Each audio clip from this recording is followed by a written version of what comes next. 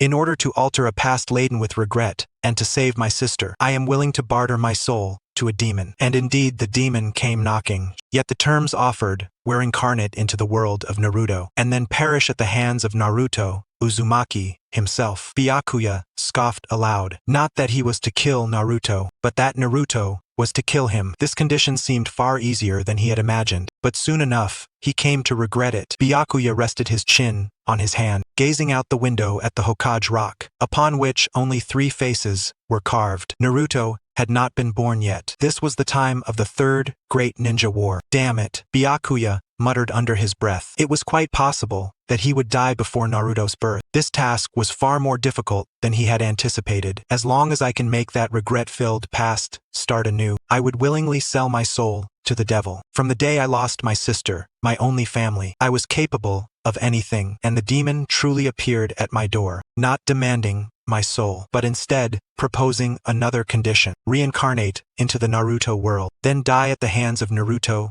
Uzumaki. The moment I heard the condition, I scoffed. What is this? Easier than I thought. Not that I was to kill Naruto, but that I would be killed by him. I thought to myself that no such thing could be so simple in this world. But before long, I regretted this thought. This is just cheating. The youth rested his chin on his hand, muttering softly as he cast his gaze out the window. It was a scene he knew all too well, having seen it hundreds, even thousands of times. The only difference was that on the Hokage rock, only 3 faces were engraved. I thought this would be over quickly, but has not even born yet. The boy clenched his youthful hand, then released it, sighing deeply. Sigh, damn it. Suddenly recalling something, he cursed quietly. The current time was far earlier than the original story's beginning, likely in the midst of the war-torn ninja world. Maybe he'll die before Naruto Uzumaki is even born. Upon reflection, this task was indeed far more difficult than I had imagined. Again, him. What a jinx. Hearing voices of gossip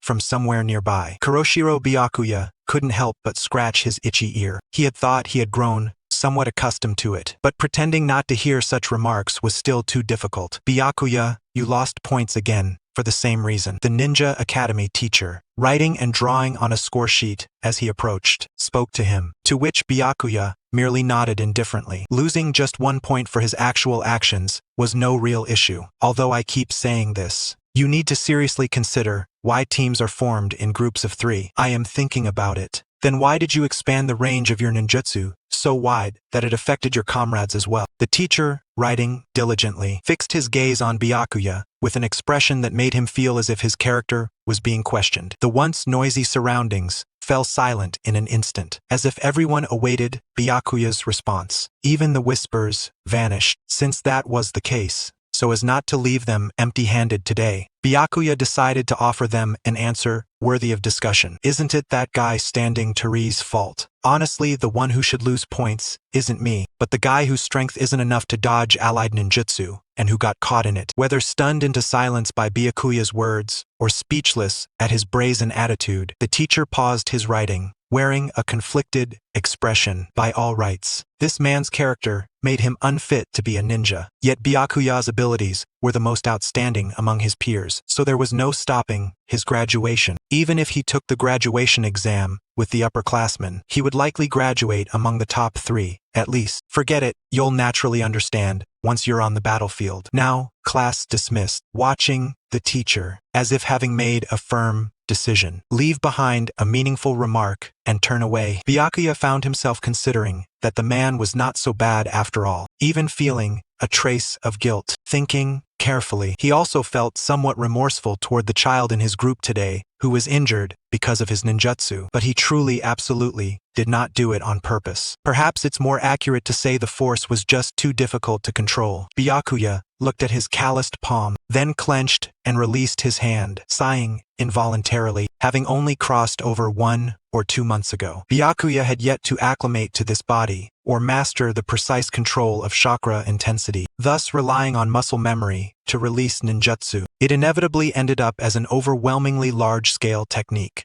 Although he had been practicing steadily, and the situation was gradually improving, how many times had this happened already, extending the ninjutsu's range so wide that even allies got caught up in it? Perhaps those around him even thought he did it deliberately. Hey, Byakuya lost in thought while standing still, looked up at the voice. To his surprise, the visitor was Asuma Sarutobi, a classmate. Though they were classmates, they had little interaction or conflict before. Why was he suddenly approaching now? Come to think of it, wasn't this guy somewhat righteous? Was he about to hit me? Byakuya's heart raced nervously as he awaited his words, only for the heavy hand to rest on his shoulder, gently patting it, and then utter a phrase. You don't have to tense your shoulders so much.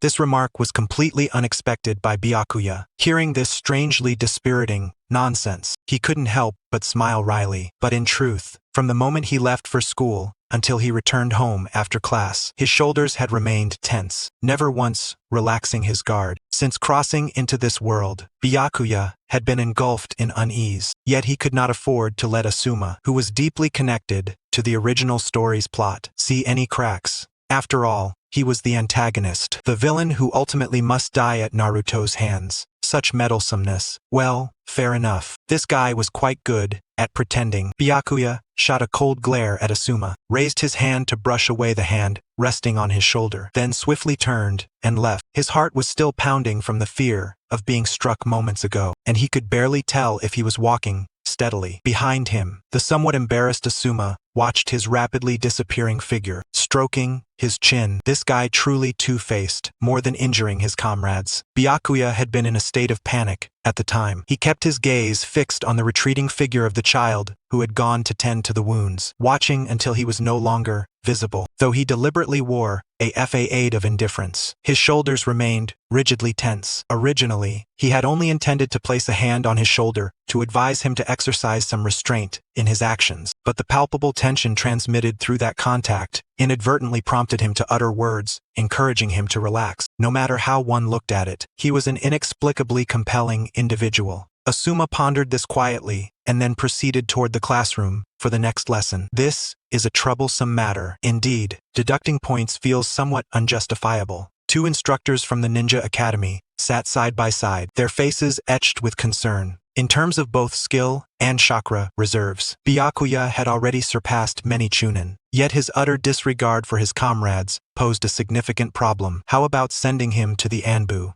Are you aware of how the Anbu operate nowadays? The bonds among comrades are even stronger there. If he is to be sent anywhere, it would have to be there. But that might be too extreme. The teacher, who ultimately refrained from uttering the word root, finally shook his head and stood up. After all, the graduation exam did not assess camaraderie. He would graduate sooner or later and become a full-fledged ninja. Once assigned to a team led by a jonin, he should learn something, come to understand the importance of comrades. Then let's settle on that, let him graduate early. True. Better that than letting him remain here, causing trouble. Let's proceed with that. Yet, the decision they had just made was evidently not an ideal one. The two exchanged a silent glance and sighed in unison before sinking back into their worries. However, soon enough, both scoffed lightly and resumed their conversation with feigned nonchalance. Well, we've submitted the application, but it might not even be approved. That's true. Let's submit it first. We can't just leave this unresolved. If this continued, someone might get seriously hurt during practical exercises. Such a situation absolutely must not persist. Finding a solution is, after all, the responsibility of these school instructors. Do you think Hez reasonable? If a person like that becomes a ninja, anyone who goes on missions with him might as well face twice the number of enemies. I heard he even steals. They say the school plans to let him graduate early and send him to the Anbu. PFFT, that actually sounds fitting. Is it really so easy for rumors to spread? Byakuya stared blankly at the sky, struggling to ignore the murmurs around him. Graduating early, huh? He had originally intended to play the villainous role just enough. Then, when Naruto's strength was comparable, rush forward and offer his neck to the shuriken Naruto, raised in self-defense, ending it all. But if he graduated early, it meant entering the battlefield ahead of schedule. That would be a grave problem. In the original story, there was no character named Kuroshiro Byakuya, and considering the prowess of this body, it was impossible. He was an unknown nobody. In other words, he had most likely already perished on the battlefield or elsewhere. Hey Byakuya, I heard you're taking the graduation exam early. I wish I could graduate early too. Byakuya had somewhat grown accustomed to Asuma's recent attempts to get close to him. Nonsense. Why had this guy suddenly started pretending to be so familiar with him? Byakuya regarded Asuma with an exasperated gaze, even turning his body slightly to display his unwillingness to engage. But for Asuma's thick-skinned nature, this was utterly ineffective. So when are you taking the exam? If you pass, you'll be the youngest ninja, right? I'm not taking it. Huh? Whether it was surprise that Byakuya had finally spoken, or shock at his answer, Asuma's eyes widened slightly. Byakuya stood up, wearing an expression of profound impatience, and said, "Also stop pretending you're so familiar with me. All right.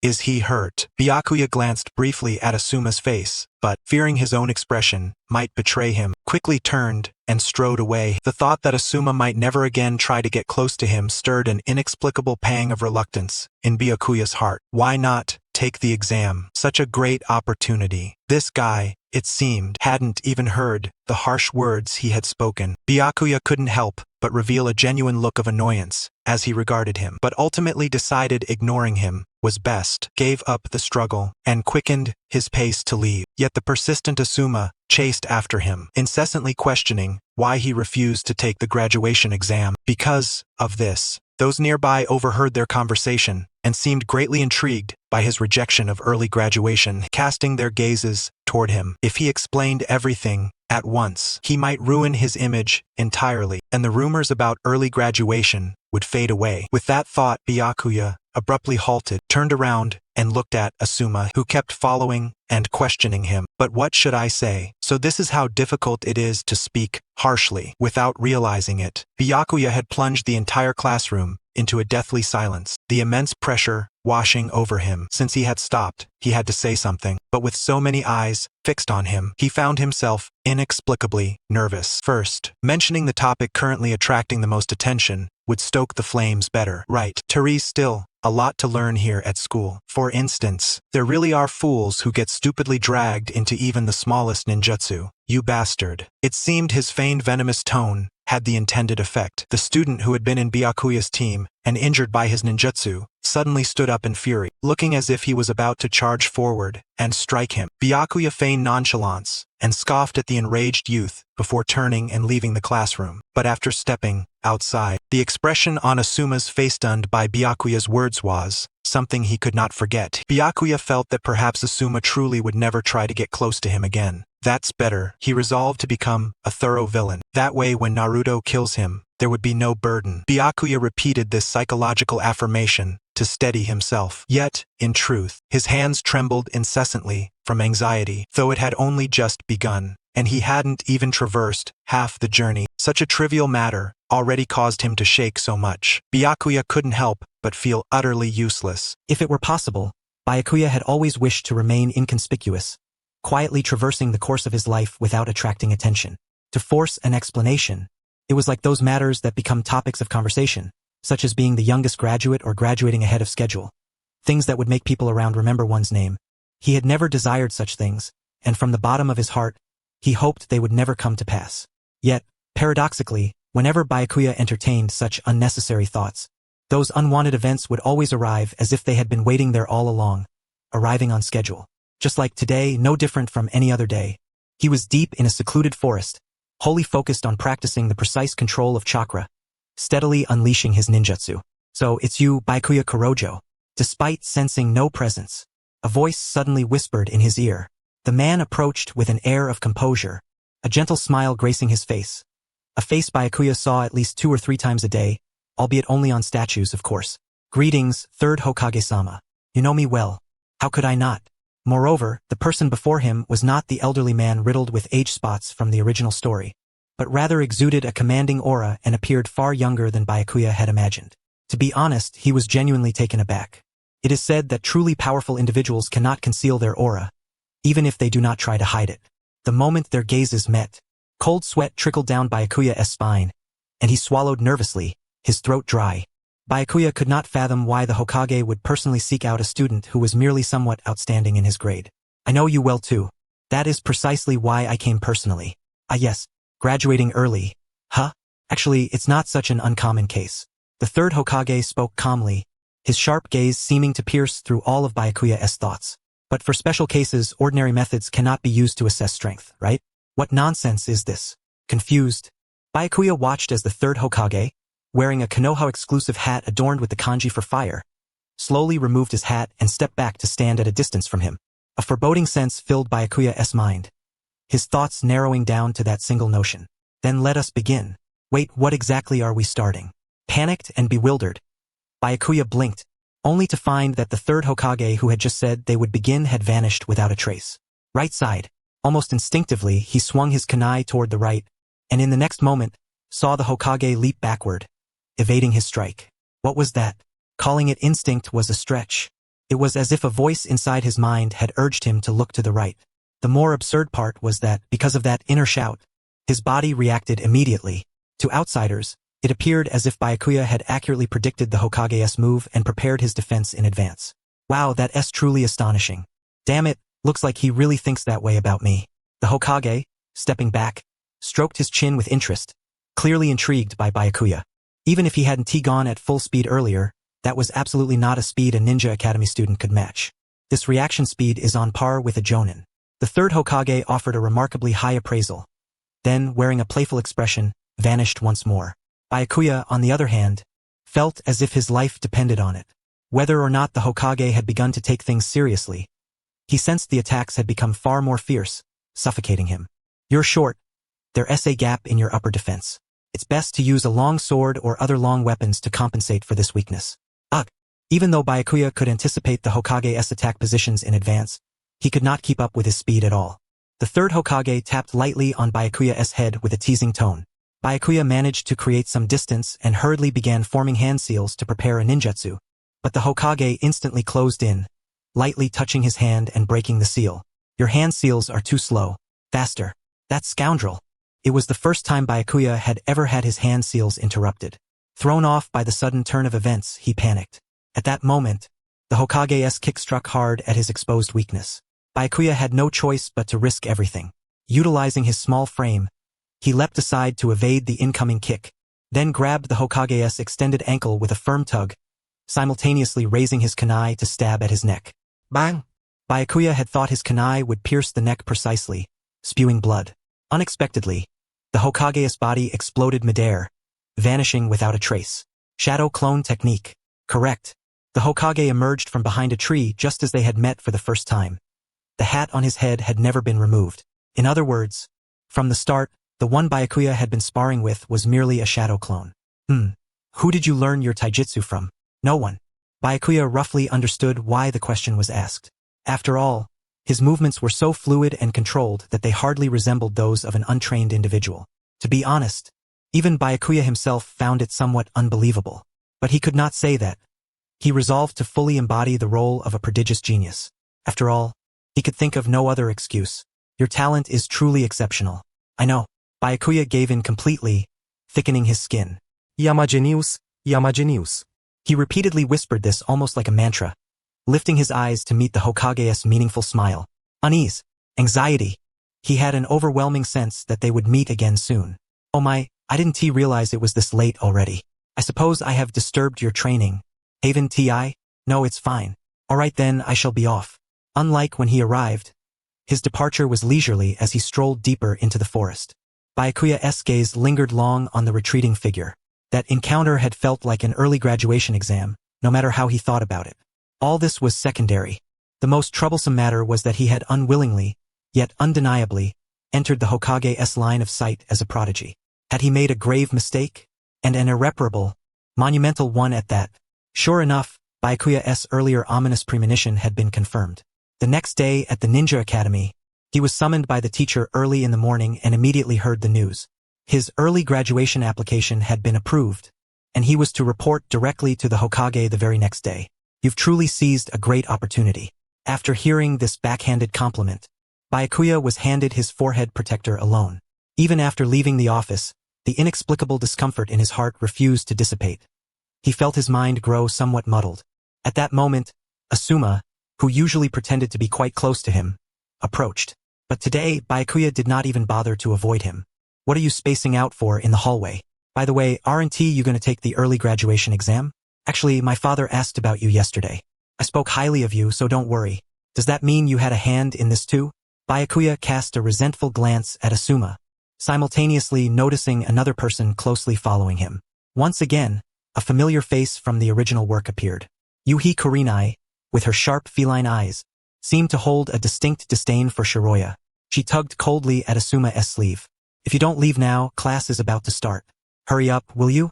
Huh? Ha ha ha, then I'll go ahead. Goodbye.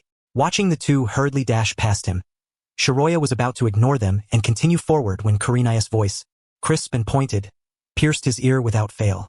Don't talk to that kind of person anymore, Asuma. Be careful not to get disliked along with him. Huh? But that guy, enough. Just ignore that unpleasant person. Shiroya could understand if they called him a villain, but to say he made others uncomfortable was genuinely hurtful. This unexpected blow caused Shiroya to halt, instinctively turning to look at Kurenai and Asuma. Just at that moment, Kurenai's gaze met his. Her brows furrowed sharply before she swiftly averted her face. Clearly, their eye contact displeased her greatly. Tugging Asuma along, she quickened her pace and vanished at the end of the corridor. Maybe I should leave early today. Although less than 7 hours remained of his ninja academy life, Shiroya already felt utterly exhausted.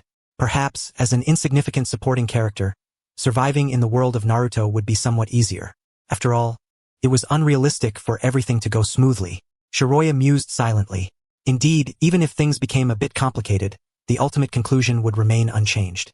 As long as he could achieve the final goal of dying at Naruto's hands, a few setbacks along the way shouldn't matter. Holding on to this thought, Shiroya calmed the chaotic emotions stirred by his premature graduation. Today we will have class with Team 3. Afterwards we will spar according to the class rankings. Everyone, be prepared. Spar by ranking? Then that means Shiroya is at the top of our class. And Team 3 is the class where that guy is, right? The teacher's words had just fallen when all eyes turned sharply toward Shiroya. He was puzzled, wondering what was happening, until he heard clearly and understood the situation. He was to spar against the top-ranked student of Team 3, Kakashi Hatake. Usually arrogant, today he was in for a rough time. Shiroya's heart skipped a beat. Ah, this is bad. Not far away, Kakashi's deep, impassive black eyes revealed no emotion. He never mingled or formed groups. His half-covered face and white hair made him instantly noticeable without effort. Moreover, Kakashi was a major character who occupied much of the original story's spotlight. Should he deliberately lose by holding back? Shiroya pondered silently. As he prepared for the spar, he contemplated how best to act to favor his future prospects. This was supposed to be his last day at the Ninja Academy, yet coincidentally, he was sharing class with Team 3. The coincidence seemed absurd, so much so that Shiroya began to suspect some unseen force was manipulating the world to make him suffer. If everyone is ready, come forward in the order called. First up, Kakashi Hatake, Shiroya Kuroshiro. This had to be someone's scheme, but in this desperate situation, there was nothing he could do. Honestly, Shiroya's initial impression of Kakashi was that he was small in stature, with a youthful, almost adorable face. He couldn't help but hesitate. Was it really appropriate to fight such a child? You may use some basic ninjutsu. Both sides should hold back. The rules are clear, right? The teacher briefly explained the rules before the spar. Yet Shiroya didn't register a single word. His mind was consumed with worry about accidentally hurting Kakashi.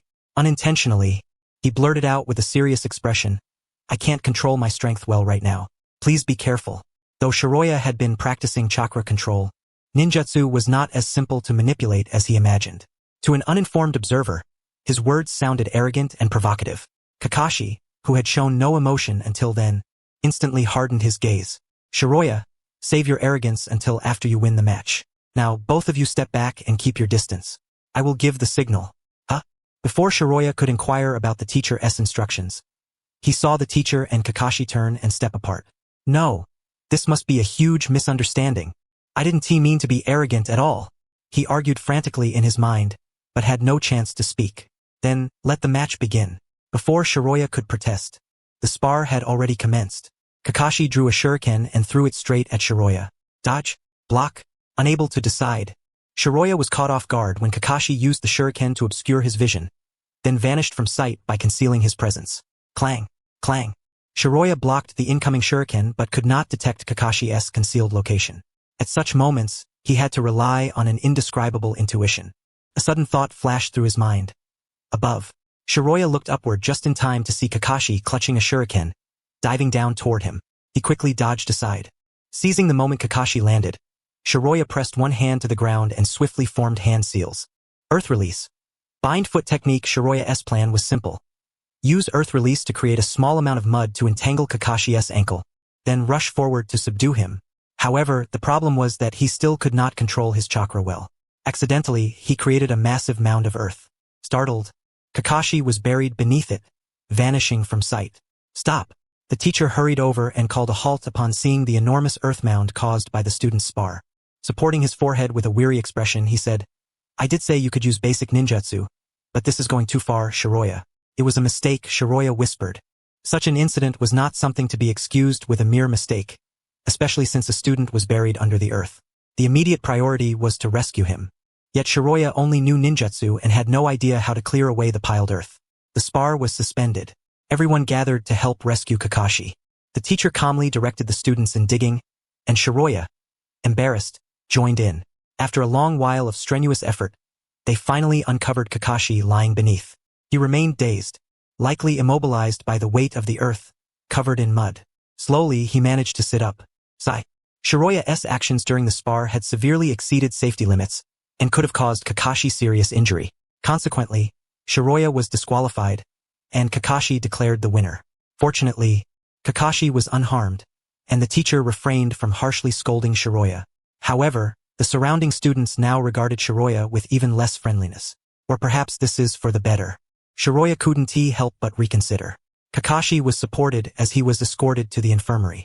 This combined class session, which ended up as nothing more than half a day of digging, was bound to become the talk of the school. Sigh. Shiroya sighed deeply. Indeed, a peaceful life was an utterly unattainable goal for him. Meanwhile, Kakashi was lost in deep thought. He had to concede that before his opponent employed Earth Release, he himself had indeed revealed a vulnerability.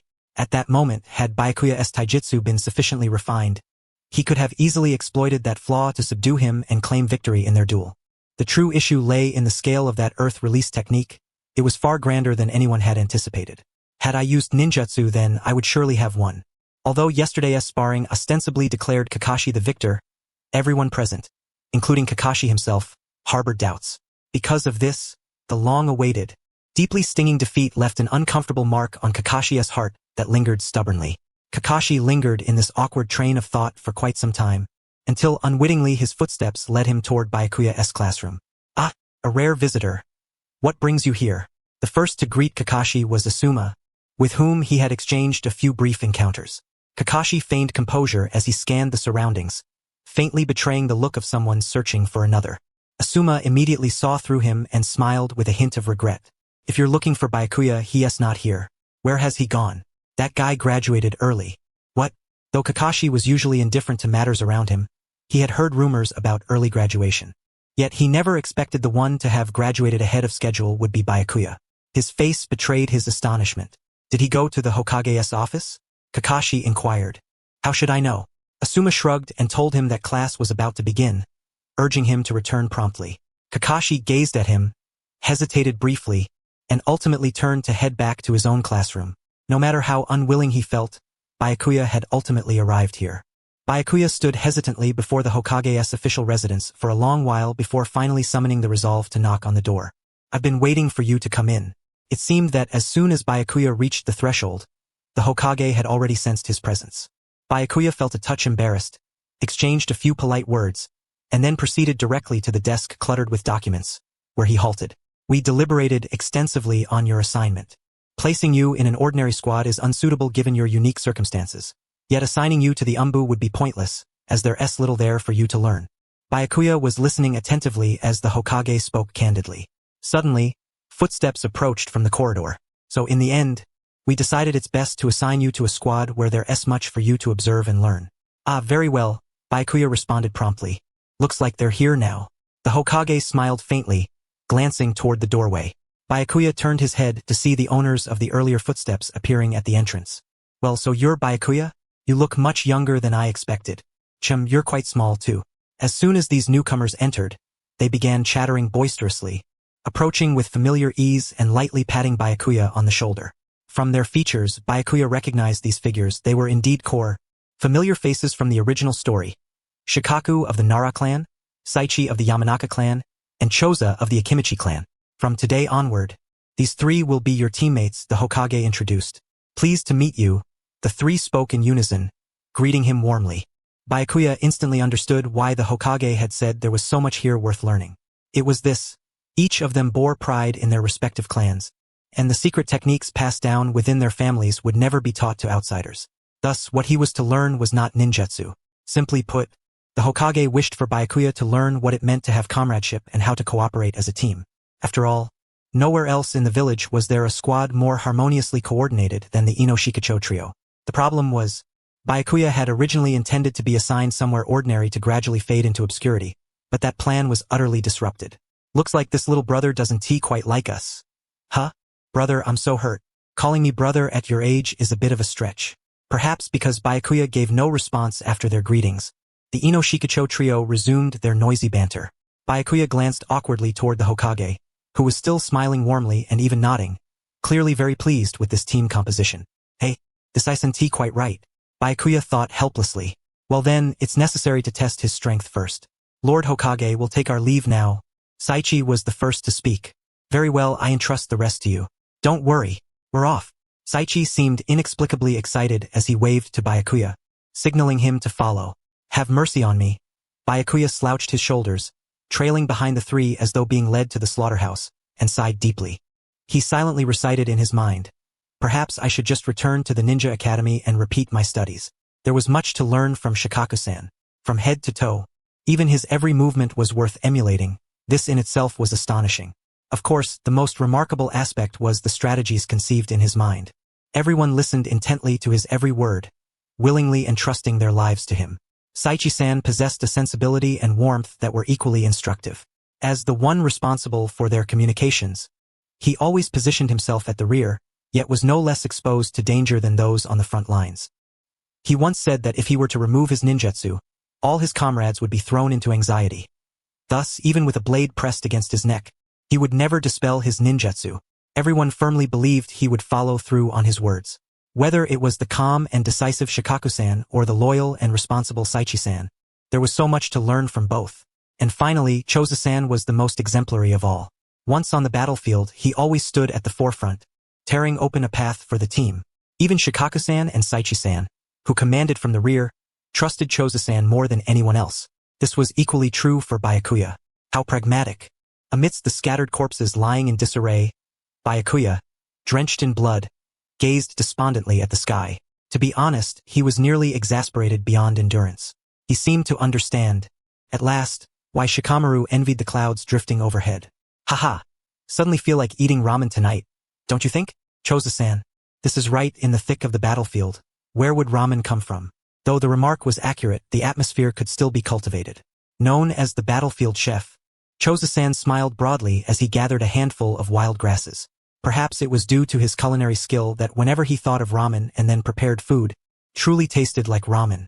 Rather than a battlefield chef, he was more like a magician on the battlefield. It's time to return to the squad.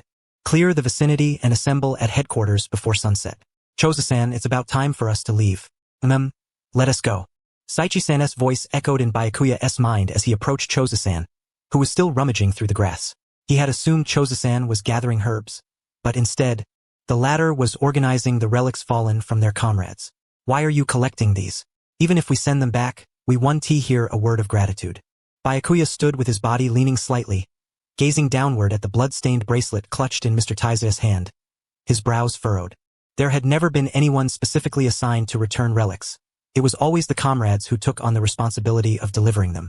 Yet, Byakuya had never witnessed anyone who, upon delivering such relics to the bereaved families, received any words of gratitude. But observing Mr. Taiza silently carrying out this task, Byakuya could only think that this man was excessively foolish, his heart far too kind. These items, at times, could be the very things that sustain the living as they move forward. Mr. Taiza did not look at him, and Byakuya could not discern his expression. However, the way Mr. Taiza used the corner of his garment to wipe the blood off the bracelet reminded Byakuya of his former self, stirring a wave of displeasure within his heart. Nonsense. The living must forget the dead if they are to advance. Clinging to the belongings of the deceased only hinders one's stride. Ha ha ha. Sometimes, Byakuya, you really don't seem like a child of your age, Mr. Taiza exclaimed, bursting into hearty laughter. Unlike others who might have taken offense, he rose with a cheerful hey, still smiling as he looked at Byakuya. I'm merely returning what belongs to its rightful owner. Such matters are not for us to judge. Besides, I don't deliver these things for those bereaved families I have never met, but for the comrades who fought shoulder to shoulder with me. All right, let us go. When we get back, I'll make you some delicious ramen. Watching Mr. Taiza stride ahead with spirited confidence, Byakuya shook his head in disbelief. These people were simply too kind-hearted. So many died every single day. If you must deliver something, don't send that. It reeks too strongly of blood. Is that so? Let me smell. How come I can't smell anything?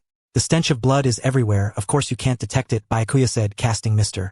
Taiza a speechless look before swiftly turning and leaping onto the treetops. From afar, the setting sun cast a warm, orange glow as it slowly sank toward the horizon. I heard there was a graduation exam yesterday. Oh, so that means your friends, Byakuya, are about to graduate? Byakuya, eating the wild vegetables flavored like ramen that Mr. Taiza had seemingly conjured out of thin air, listened with little interest to the conversation among the trio of Inoshikacho. He had thought time had stopped in this place, but apparently it continued to flow as usual. Struggling desperately to survive, he hadn't even noticed the passage of time. We're short-handed here. Will they come? Unlikely. After being assigned as guidance jonin, they can only handle D-rank missions for now. That's truly unfortunate. Mr. Taiza drained his soup in one gulp, smacking his lips. If he did a food broadcast, he'd absolutely become a hit. Such a pity he wasn't born in the modern era. Byakuya thought silently. Byakuya, you haven't done a D-rank mission yet, right? Byakuya was envisioning Mr. Taiza as a superstar in the food broadcasting world when Mr. Kaichi's voice interrupted, prompting a perfunctory reply as he slowly tidied up the finished dishes. The Hokage must have had a hard time making decisions back then. After all, they always wanted to take you over there. Wow, truly outstanding skills. Everyone is fighting to have you. Over there? Byakuya had little interest and responded casually, but as he cleaned up the cookware, a surprising remark from Mr. Shikaku caused his hands to freeze abruptly. Before, the Root faction suddenly insisted on transferring you over. Maybe the Hokage's judgment was right. It seemed many idle remarks were made behind their backs, completely ignoring their opinions. Root referring to Danzo's faction. A trace of interest stirred within Byakuya. If he went there, he could vanish from everyone's sight. That way, when the time came to confront Naruto Uzumaki, it would be far easier to press his neck against the kunai in his hands. Don't worry, we absolutely won't send you over there. Whether Mr. Shikaku interpreted Byakuya's expression accurately was unclear, but he spoke with firm conviction, while Byakuya remained silent. All right, let us pack up. Tomorrow's the day we can finally return to the village after such a long time. Finally, we can stretch out and sleep soundly. The first thing upon returning has to be meat. If we don't replenish properly, our bodies will collapse quickly. Watching Mr. Taiza rub his stomach and complain about losing weight, everyone nodded in agreement. Yes, indeed, you've slimmed down. We absolutely have to eat the equivalent of 20 servings. Mr. Shikaku and Mr. Kaichi echoed earnestly, then leisurely stood up to begin packing. Speaking of which, how many days has it been since we last returned to the village? Usually, on such days, sleep would come hard, but today everyone except those on night watch quickly lay down and drifted into slumber. Tonight's first watch would fall to Byakuya. The night without a phone dragged painfully slow, making the long hours all the more unbearable for him. On the way back to the village, the tension lingered undiminished. Most noticeably, everyone spoke far less than usual. It was the scent of blood. Breaking the suffocating silence was Mr. Taiza. He sniffed the air, halted his steps, and fixed his gaze toward the distant west. If a member of the Hyuga clan were here, they could immediately see what's going on. Now is not the time for sighs. Let us go check it out. No other squads are expected nearby. It might be people retreating from the Western Front. Before setting out today, Mr. Kaichi had already contacted the village, confirming no missions were scheduled in this vicinity. He looked toward Mr. Shikaku, as the latter usually made the decisions. Byakuya, if it were you, what would you do? Shikaku suddenly asked. Huh? Suddenly a QA session? Byakuya replied, feigning thoughtfulness with a hint of bewilderment. If it were me, of course I wouldn't go. Why? Because I want to go home and sleep. But he knew he couldn't say that aloud. He had to cloak it more suitably. I think it's best not to go. Why? The heavy blood scent means the wounds are severe. Being able to retreat all the way north means they were pursued. We don't even know the enemy's numbers. There are only 4 of us, and if we add wounded, we're clearly at a disadvantage. Accurate analysis. Is the sun rising in the west? Byakuya had expected Shikaku to refute him, but this was the first time the man had affirmed his words.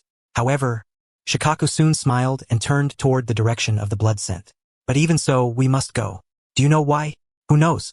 Because maybe there are injured comrades there. What remarkable words. Come to think of it, the third Hokage had insisted on assigning him to this squad probably for this very reason. But Byakuya was no character from a manga. He had to face reality and survive. He could not forever throw his life away on pure idealism and emotion. Maybe they're already dead. Watching the others turn and begin walking toward that direction, Byakuya spoke. But such words could never stop them. Maybe they're still alive. That possibility alone is enough. Ha ha. Mr. Taiza laughed heartily, spun around, and took the lead. Watching his retreating figure, Byakuya could not help but sigh. They surely understand as well that not everyone can be saved. Yet, despite this harsh truth, they will always exert themselves to the utmost. This is something Shiraya simply cannot comprehend. That's why I said, just go back at once. SNT, this number far too great? Ha ha ha. I never imagined it would come to this. Though their words are spoken lightly, every face is etched with a tension seldom seen. Surrounded by a vast horde of enemies, there are only 4 of them here, Inoshikacho and Shiraya, plus 1 wounded comrade. No matter how you look at it, it seems as if they have willingly leapt into their own graves. Shiraya's judgment has improved. He has perfectly grasped the current situation. What shall we do now, Mr. Shikaku? Shiraya asked, glancing over at Mr. Shikaku while inspecting the wounded man's injuries. To be honest, his tone carried a hint of reproach, subtly blaming the other. How bad are the wounds? Very severe. Can you carry him? I'm too small. I can't manage it. Then do your best. Huh? Is that even human speech? Shiraya had a flood of retorts in his mind, but on the battlefield, orders are orders. If you're told to do something, you do it. He first draped the injured man's arm over his shoulder and heaved him up with all his might. As expected, the wounded man's feet barely touched the ground. He could hardly move, but it wasn't entirely impossible to move. He could barely support himself. From now on, we'll hold back the enemy to buy Shiraya time to get the wounded to safety, understood? Oh, given the circumstances, there's no other way. This is serious. Shiraya sighed again, watching the backs of those confronting the enemy ahead. Shiraya, wait for my signal, then run full speed. Yeah, I know. He couldn't help but sigh. The enemy numbers are overwhelming. Even if Mr. Shikaku uses ninjutsu to halt their advance, it won't last long. Eventually, some enemies will catch up. If luck deserts them, they might die right here. Truly, they had joined the wrong squad, suffering nothing but misery. Shiraya observed their resolute backs and, at the moment Mr. Shikaku gave the signal, he took off, carrying the wounded. Each step Shiraya took left a trail of blood on the ground. But now, he had no time to erase the traces before fleeing. Whether it was fortune or not, he did not sense anyone pursuing him. After running a considerable distance, the injured Konoha ninja seemed to regain consciousness. But Shiraya's mind held only one thought. Keep running, never stop, get to safety. So he focused solely on moving forward. Wait a moment, stop, no, we can't stop. Enemies might be chasing us. So stop. The wounded man's blood soaked Shiraya's back completely. A dark premonition surged within him. Should he stop and listen now? But what if enemies caught up? Countless thoughts swirled chaotically in his mind. Finally, he stopped and set the man down. His back was already drenched. Blood continuously seeped through the cloth strips used to staunch the flow. Shiraya tore off his own sleeve, intending to bind the wound more tightly, and approached him. Thank you for saving me, but this was a foolish choice. I know. After all, Shiraya himself had been the first to object. He was well aware of the risks. Haha. The wounded man seemed to find Shiraya's reply amusing, flashing a faint, exhausted smile as he pulled a scroll from his bosom and handed it over. This is a secret communication letter from Iwagakure. It wasn't part of the mission originally. I was greedy. I know my own body best. You just need to take this back. Even without looking, Shiraya knew he couldn't save him. Even if they reached the village, he wouldn't survive. Yet, Shiraya could not turn away so decisively as usual, abandoning this man who awaited death with open eyes. It was too difficult. It was all because of my greed. Everyone has died. When Ryosuke opposed, I should have listened to him. The dying man was left with nothing but endless regret. Precisely because of this, Shiraya could not forsake him and walk away. There's movement, let us go quickly. Kid, I warn you, there's no need to pretend to be kind. You're just sulking. My orders are to bring the wounded to safety. Perhaps it was from spending too much time with Shikaku and the others that Shiraya was infected by their resolve. He grabbed the wounded man's arm, hoisted him onto his back, and swiftly estimated the sounds behind and their distance. Even if they ran now, they would soon be overtaken. Carrying the injured, Shiraya simply could not pick up speed, let alone erase their tracks while running. In the end, they would have to fight. You'll regret this, Shiraya. The wounded man on his back spoke discontentedly. But he was mistaken about one thing. Regret started long ago. Can Shiraya hold out? Still carrying an injured man. It might be extremely dangerous. After dealing with the enemies behind, Shikaku and his group pressed forward swiftly. Seeing the clear bloodstains on the ground, their brows furrowed. If even they could track the trail, the enemy must be very close. They must hurry. Everyone remained silent, only quickening their pace. Just as they thought they had reached the vicinity, they discovered several enemy corpses nearby and hastily examined the marks. They even set traps. It seemed they hadn't expected Shiraya to lay traps and had let their guard down, falling victim to such a simple trick. Is that so? But these traps are terribly crude. Could it be genjutsu? Shiraya using genjutsu? Shikaku glanced at the bodies caught in the traps and said to the incredulous Hai, "Snt there another person? That wounded man? Looks like the two worked well together. Now is not the time for admiration. Although they held out well, their stamina must be nearly exhausted." Shikaku urged Hai and Choza to quicken their pace again. Before long, they caught sight of Shiraya and the other. Hai Aknowet, and using the mind transfer technique from a tree, seized control of an enemy's body, slashing at the remaining foes. "Hey, what are you doing?" Ugh! The chaotic enemies were no match and quickly fell to the ground. Though it was an emergency, Shiraya, long accustomed to Haya's ninjutsu, sighed in relief and wiped the sweat from his chin. That had truly been a moment from death's door. If two enemies had charged simultaneously, he would surely have perished. His chakra was depleted. He couldn't even breathe steadily. With the wounded man behind him, there was no retreat. Had luck been less favorable, this would have been his end. "You held out well, Shiraya. Compared to me, he is still stronger." Following Shiraya's gaze, Mr. Shikaku looked toward the wounded man resting behind. It was evident at a glance that his condition was dire. He was barely conscious. "We must return to the village swiftly." "Shiraya, can you still run?" "Yes." Shiraya concealed his trembling fingertips behind his back and silently followed them. Even so, he kept checking the wounded man's condition, striving to suppress the unease within. Even he found it inexplicable, yet his heart could not let go. "Hi, I leave this to you. I've also exhausted too much chakra. You need to be considerate of my side as well." The village was already visible from afar. Someone proposed accelerating with chakra and running straight to the village hospital in one breath. Deceit, moving at a slower pace, stayed behind. Shikaku needed to report immediately to the Hokage-sama, then return with reinforcements to the scene in the west. Originally, they planned to have Haichi escort the wounded to the hospital, but Haichi had already exhausted his chakra in the previous battle. "I'll go. I'm the fastest," Byakuya declared. "Do you still have enough chakra?" "I've recovered a little." Although he was the smallest in stature here, his speed was undoubtedly the swiftest. Byakuya thought he could just push through with chakra, then looked at Mr. Shikaku, who nodded in agreement with his suggestion. Thereafter, Byakuya hoisted the injured onto his back and sprinted toward the hospital with all his might. It did not take long. They had already reached a vantage point where the village was clearly in sight. By running along the rooftops, they could leap directly into the village's central hospital and burst into the ward where the medical ninjas were stationed. "Emergency! Patient incoming!" Byakuya shouted with all his strength to alert them. The medical ninjas immediately rushed over, taking the wounded from his back and carrying him into the ward. There was still breathing. If the rescue was timely, there might yet be hope. A flicker of hope gradually rose in Byakuya's heart. Thinking of saving the person, all the strength in Byakuya's body suddenly drained away.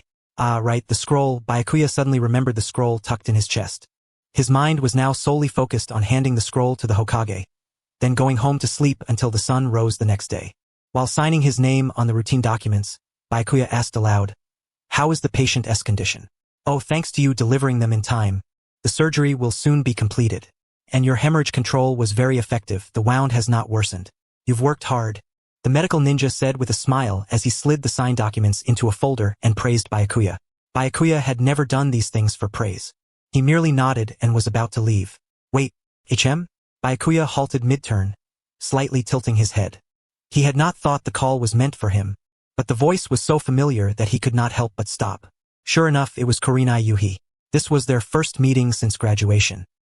He remembered her slightly shorter hair, which now appeared to have grown somewhat longer. She seemed to be in a hurry, having run all the way here, sweat glistening on her temples. That her hesitant and faltering demeanor was clearly unusual. Byakuya sensed trouble ahead and tensed his nerves. Thank you. Thank me for what? Byakuya was truly baffled. Suddenly being thanked face-to-face left him somewhat at a loss. What was the proper response? Since he was to play the villain, ignoring her and walking away would better suit the role of a scoundrel. More than that, he was actually curious about what she was thanking him for, but asking would be out of character. After a moment of inner struggle, Byakuya recalled the scroll in his chest pocket and decided to cast aside these vexations. This day had been far too long. All he wanted now was to get home and fall asleep. Ultimately, Byakuya chose not to ask or answer anything and turned to leave. Fortunately, Kurenai did not pursue or stop him. You know, you're always so clumsy, Asuma. Walking through the village center, Kurenai sighed deeply as she looked at Asuma, whose arm was wrapped in bandages. Sorry. I had no idea cats could jump that high, Asuma said with a wry smile, utterly surprised at having made such a ridiculous mistake. He rotated his still painfully hot arm as he walked alongside Kurenai toward the hospital. He had originally rushed out to catch a cat but ended up crashing into a wall and spraining his wrist. The injury was worse than expected. Even with protective gear, the swelling was severe. Hey, look over there. At that moment, Asuma happened to look up and pointed toward the rooftop. Following Asuma's gesture, Kurenai's gaze instinctively lifted, immediately spotting a youth darting between the buildings. She recognized that face all too well. But more than the youth himself, the person he carried on his back tightened Kurenai's heart. Father. Kurenai instantly recalled that her father had left home this morning wearing those very clothes. Her pupils trembled as she fixed her gaze on the direction where the two disappeared. Her mind went blank, completely unable to comprehend the situation. But it was clear at a glance that her father's condition was grave. Kurenai, let us hurry over and check. Still trapped in shock. Kurenai was abruptly brought back to reality by Asuma's words and leapt onto the rooftop. The other's speed was truly extraordinary. Byakuya's figure had long since vanished from sight. Kurenai immediately concentrated chakra into her feet and pursued the direction Byakuya had disappeared at top speed. Is that really father? He looks terrible. If he is injured that badly, he should be heading to the hospital, right? The scattered bloodstains on the rooftops were especially vivid to her eyes at that moment. Biting her lip, Kurenai quickened her pace toward the hospital. She had thought Asuma was following close behind, but after panicked running, she realized his figure was nowhere to be seen. Kurenai gazed at the hospital building visible in the distance and exerted every ounce of strength to reach the main entrance. Where is he? Inside, the hospital was chaotic, like a battlefield, filled with the injured. The air was thick with the scent of medicine and blood, a disordered scene. Kurenai's mind was somewhat muddled as she kept looking around. Where would emergency patients be taken? Suddenly recalling the emergency room, she immediately headed in that direction. She believed she had arrived quickly enough, but it seemed she was still rather late. Only when she saw Byakuya signing documents from afar did she finally exhale the breath she had been holding. How is the patient's condition? Oh, thanks to you delivering them in time, the surgery will soon be completed. Your hemorrhage control was very effective, the wound has not worsened. You've worked hard. She heard Byakuya's voice inquire as he handed the documents to the medical ninja. Kurenai stood still, gazing at Byakuya's back for a long time. Shina was seriously injured during the sparring. What on earth happened with that guy? How severe were the injuries? She recalled Shina's fright upon hearing that she would have to stay in the hospital for at least a month. They were teammates, so how could someone strike so harshly? Kurenai thought back to their ninja academy days. Byakuya Kurojo had been infamous from the start. Even Shina, who was close to her, was caught in the crossfire of his jutsu after being assigned to the same team, suffering serious injuries. Yet he had not uttered a single apology.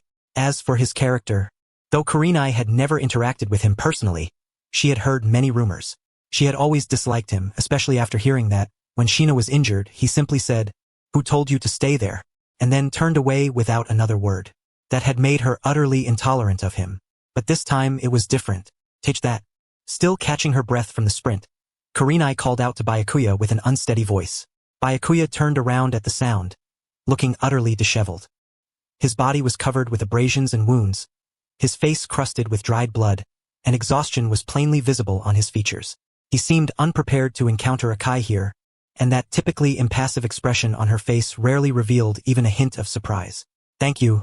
Akai ultimately could not bring herself to utter the words she had previously resolved to say based solely on hearsay.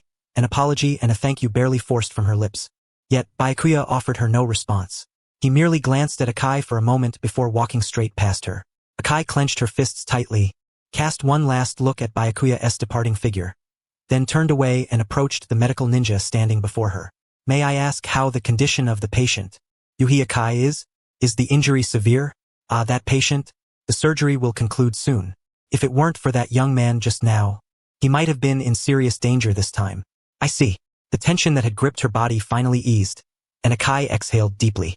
She gazed at the door of the operating room, still illuminated within the emergency ward, and bowed her head deeply. When father is safe and sound, the next time I see Byakuya, I must apologize properly. Tell him I'm sorry and also, truly, thank him. Respectfully handing the scroll to the Hokage, Byakuya left the Hokage's residence in a notably pleasant mood. It had been a long time since he felt this relaxed. At last, he could bid temporary farewell to the days of enduring hardship and exposure on the battlefield. If there had been any minor incident along the way, it was merely the chance meeting with Hokage at the hospital, who suddenly expressed gratitude. But Byakuya had already cast that matter aside. Today, it seemed no matter what happened, he could forgive it all. After all, it had been ages since he had saved someone, and his spirits were inexplicably lifted. Byakuya admonished himself silently not to grow accustomed to this feeling as he stepped briskly along the path home, stepping on fallen branches. Left, whiz, the sound, usually only audible when fully concentrating, suddenly rang in his mind. Byakuya instinctively dodged the flying shuriken and turned to face the direction from which the concealed weapon had come. Oh, not bad reflexes.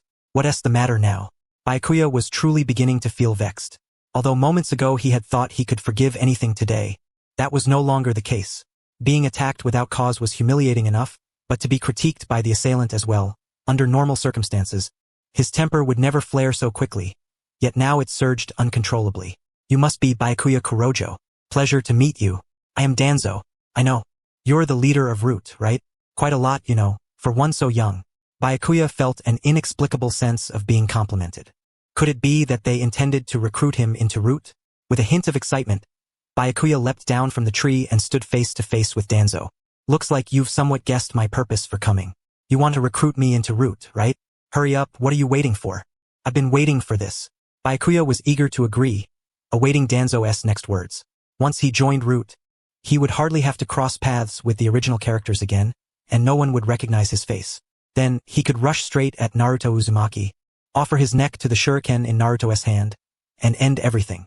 That's not a bad proposal, but I'm here today for another matter. What's going on now? Byakuya looked at Danzo in utter bewilderment. So you attacked me, tested my skills, and it wasn't to recruit me into Root? SNT that just toying with me? A group of refugees has settled in the northern region of the Land of Fire, but their movements are suspicious. Intelligence reports indicate they possess a large cache of weapons and poisons. I mentioned this to the Hokage, but he said to let them be.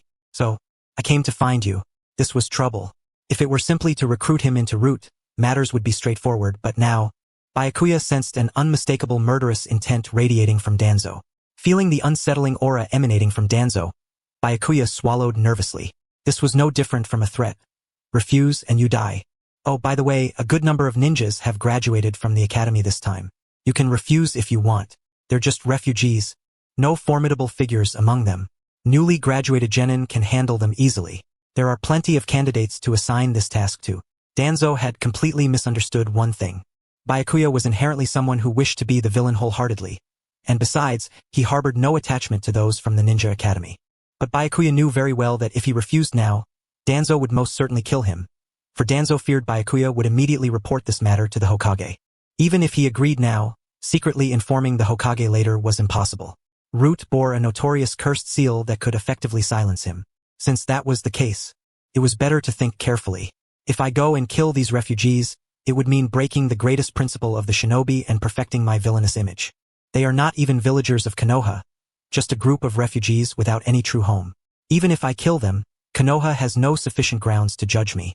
If I continue to accumulate such infamy, someday I could become as notorious as Danzo himself.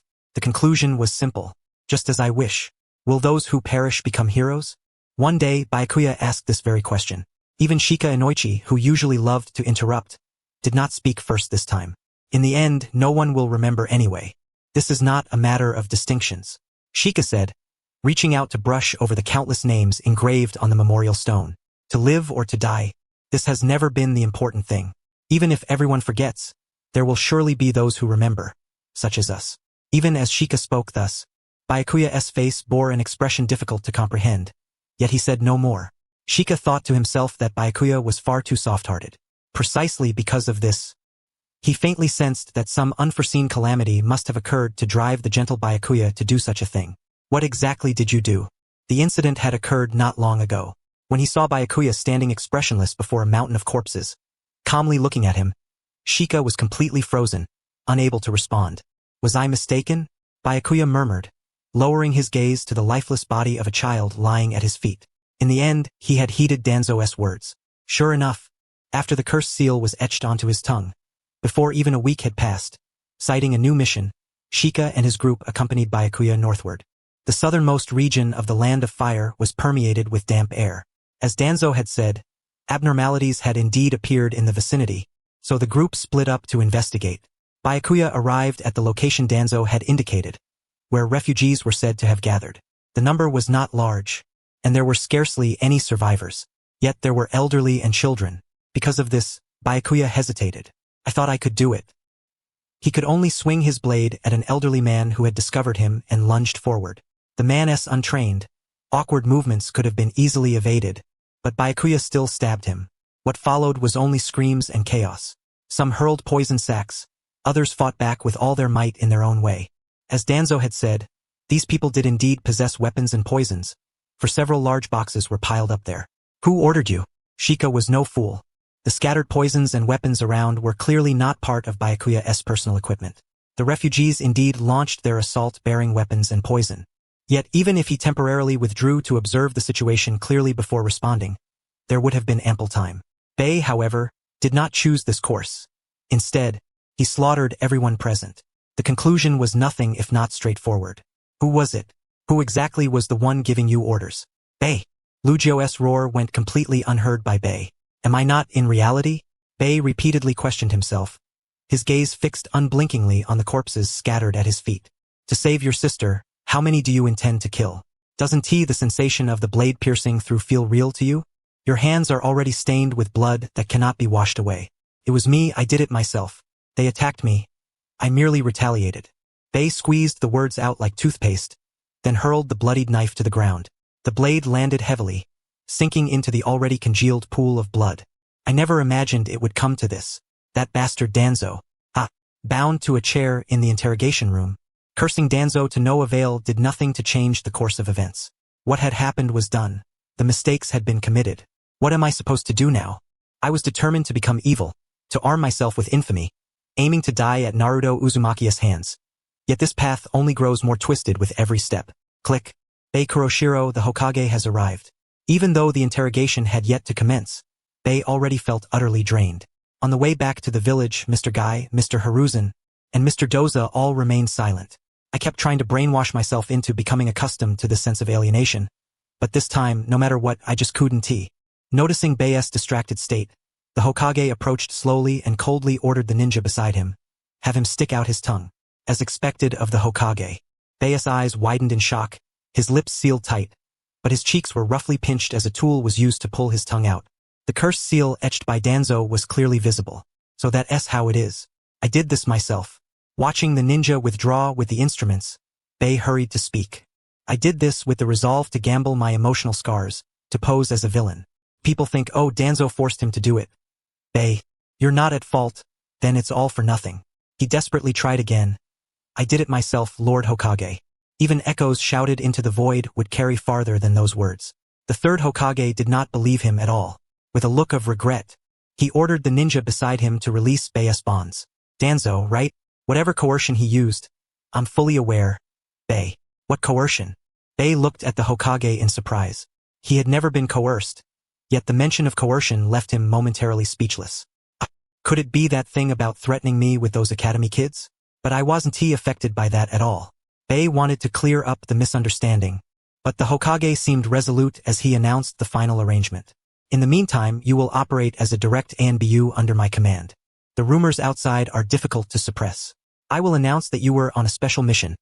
The related report will be sealed as an SSS class classified document. As for Danzo's matters, let it end here. Forget it. This isn't the outcome I wanted at all. Bei was left utterly speechless. Unable to make sense of the situation. How had things come to this? Had he really become a direct ANBU under the Hokage's command just like that? So suddenly, his heart was filled with endless bewilderment. Have you heard? Rumors spread faster than the wind regarding the massacre of civilians.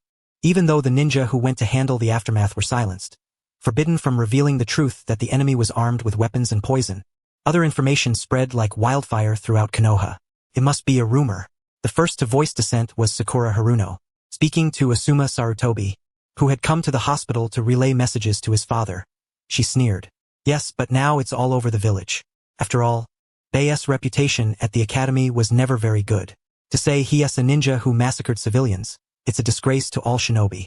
Asuma expressed concern, sensing this matter would not easily subside. It's possible he was acting under orders. Ah, Uncle, hello. Asuma greeted Sakura's father, Sarutobi Mirai, who approached with a cane. Sakura bowed respectfully. Mirai smiled in response, then quickly assumed a serious expression. I worry about that boy, he is still too young. Even if he was following orders, the guilt of killing civilians is a burden he must carry for life. I don't know what kind of reputation Bei has at the academy, but the Bei I know is a tender-hearted child.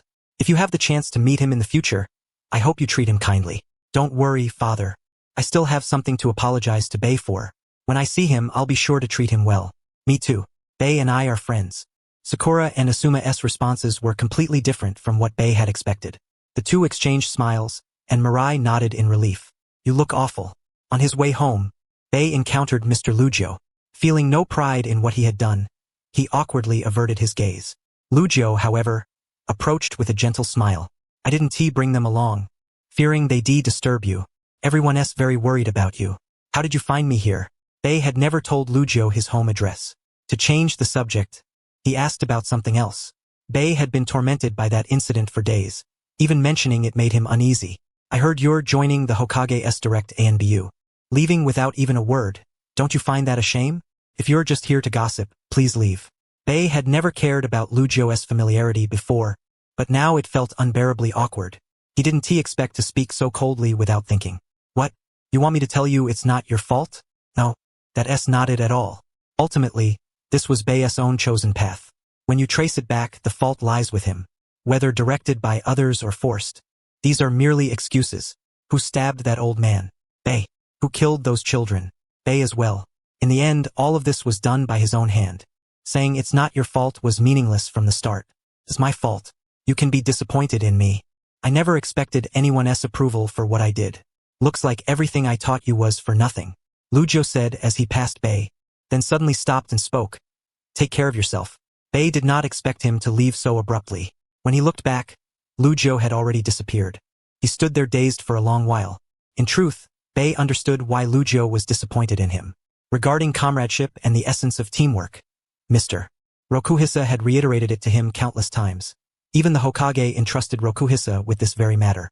When the refugee incident unfolded, no matter what he did, although there was a way to reveal the truth to Rokuhisa, he deliberately chose not to. That is why Mr. Rokuhisa, Mr. Kaichi, and Mr. Taiza felt such profound disappointment in him. Is what I am doing truly right? Betraying everyone, donning the guise of the villain, bearing all the agony alone, and ultimately dying at Naruto's hands. Can this really be justified? It must be that guy. Someone like that can even join the Umbu? It's the same everywhere, I suppose. Byakuya donned the Umbu uniform with the accompanying headgear, gazing up at the sky with a vacant expression. The mask obscuring his face would likely take a considerable time for him to become accustomed to. Paradoxically, the whispers behind him were something he had encountered during his time at the Ninja Academy, so he adapted swiftly. You must be Byakuya. It's a pleasure to meet you. Greetings. The figure before him, appearing to be the squad leader of the Umbu, was a man of middle age with a dignified countenance. Byakuya, naturally, had never seen his face and was hearing his voice for the first time. He was unfamiliar with everyone present here, not even recognizing characters who had appeared in the original narrative. In a way, this made things easier. As he pondered these thoughts, he listened to the other party's explanation of the organization's status. It was said that this was not yet an officially sanctioned Umbu unit, hence the small number of members and the relatively few missions assigned. What kind of missions do you usually undertake? Byakuya inquired. That is directly arranged by the Hokage himself. Until then, we remain on standby, the squad leader explained, producing several scrolls of ninjutsu from his bosom and handing them to Byakuya.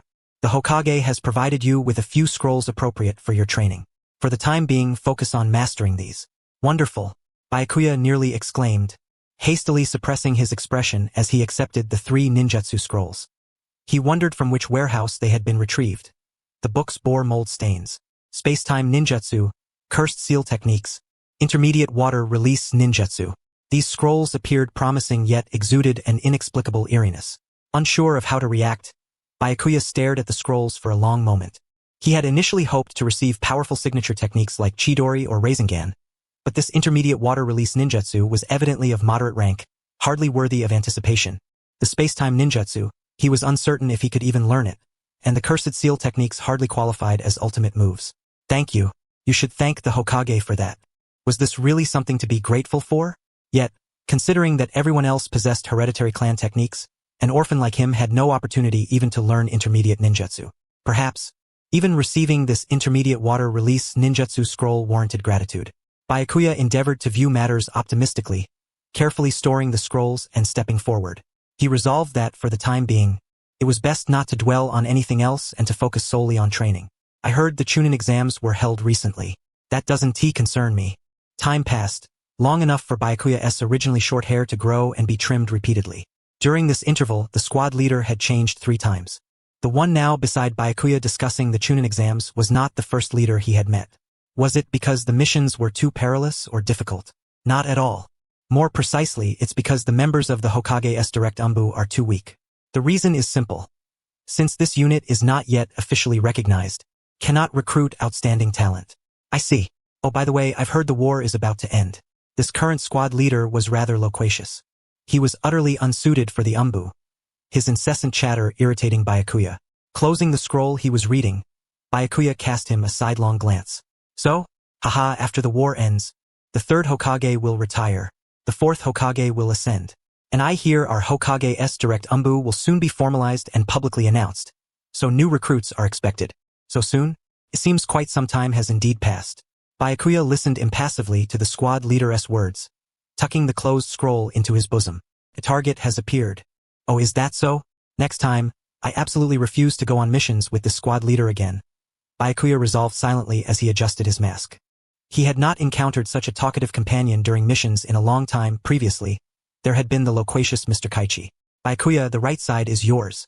There was no need to recall these past memories. Suppressing the turmoil rising within, Byakuya drew the long sword strapped to his back.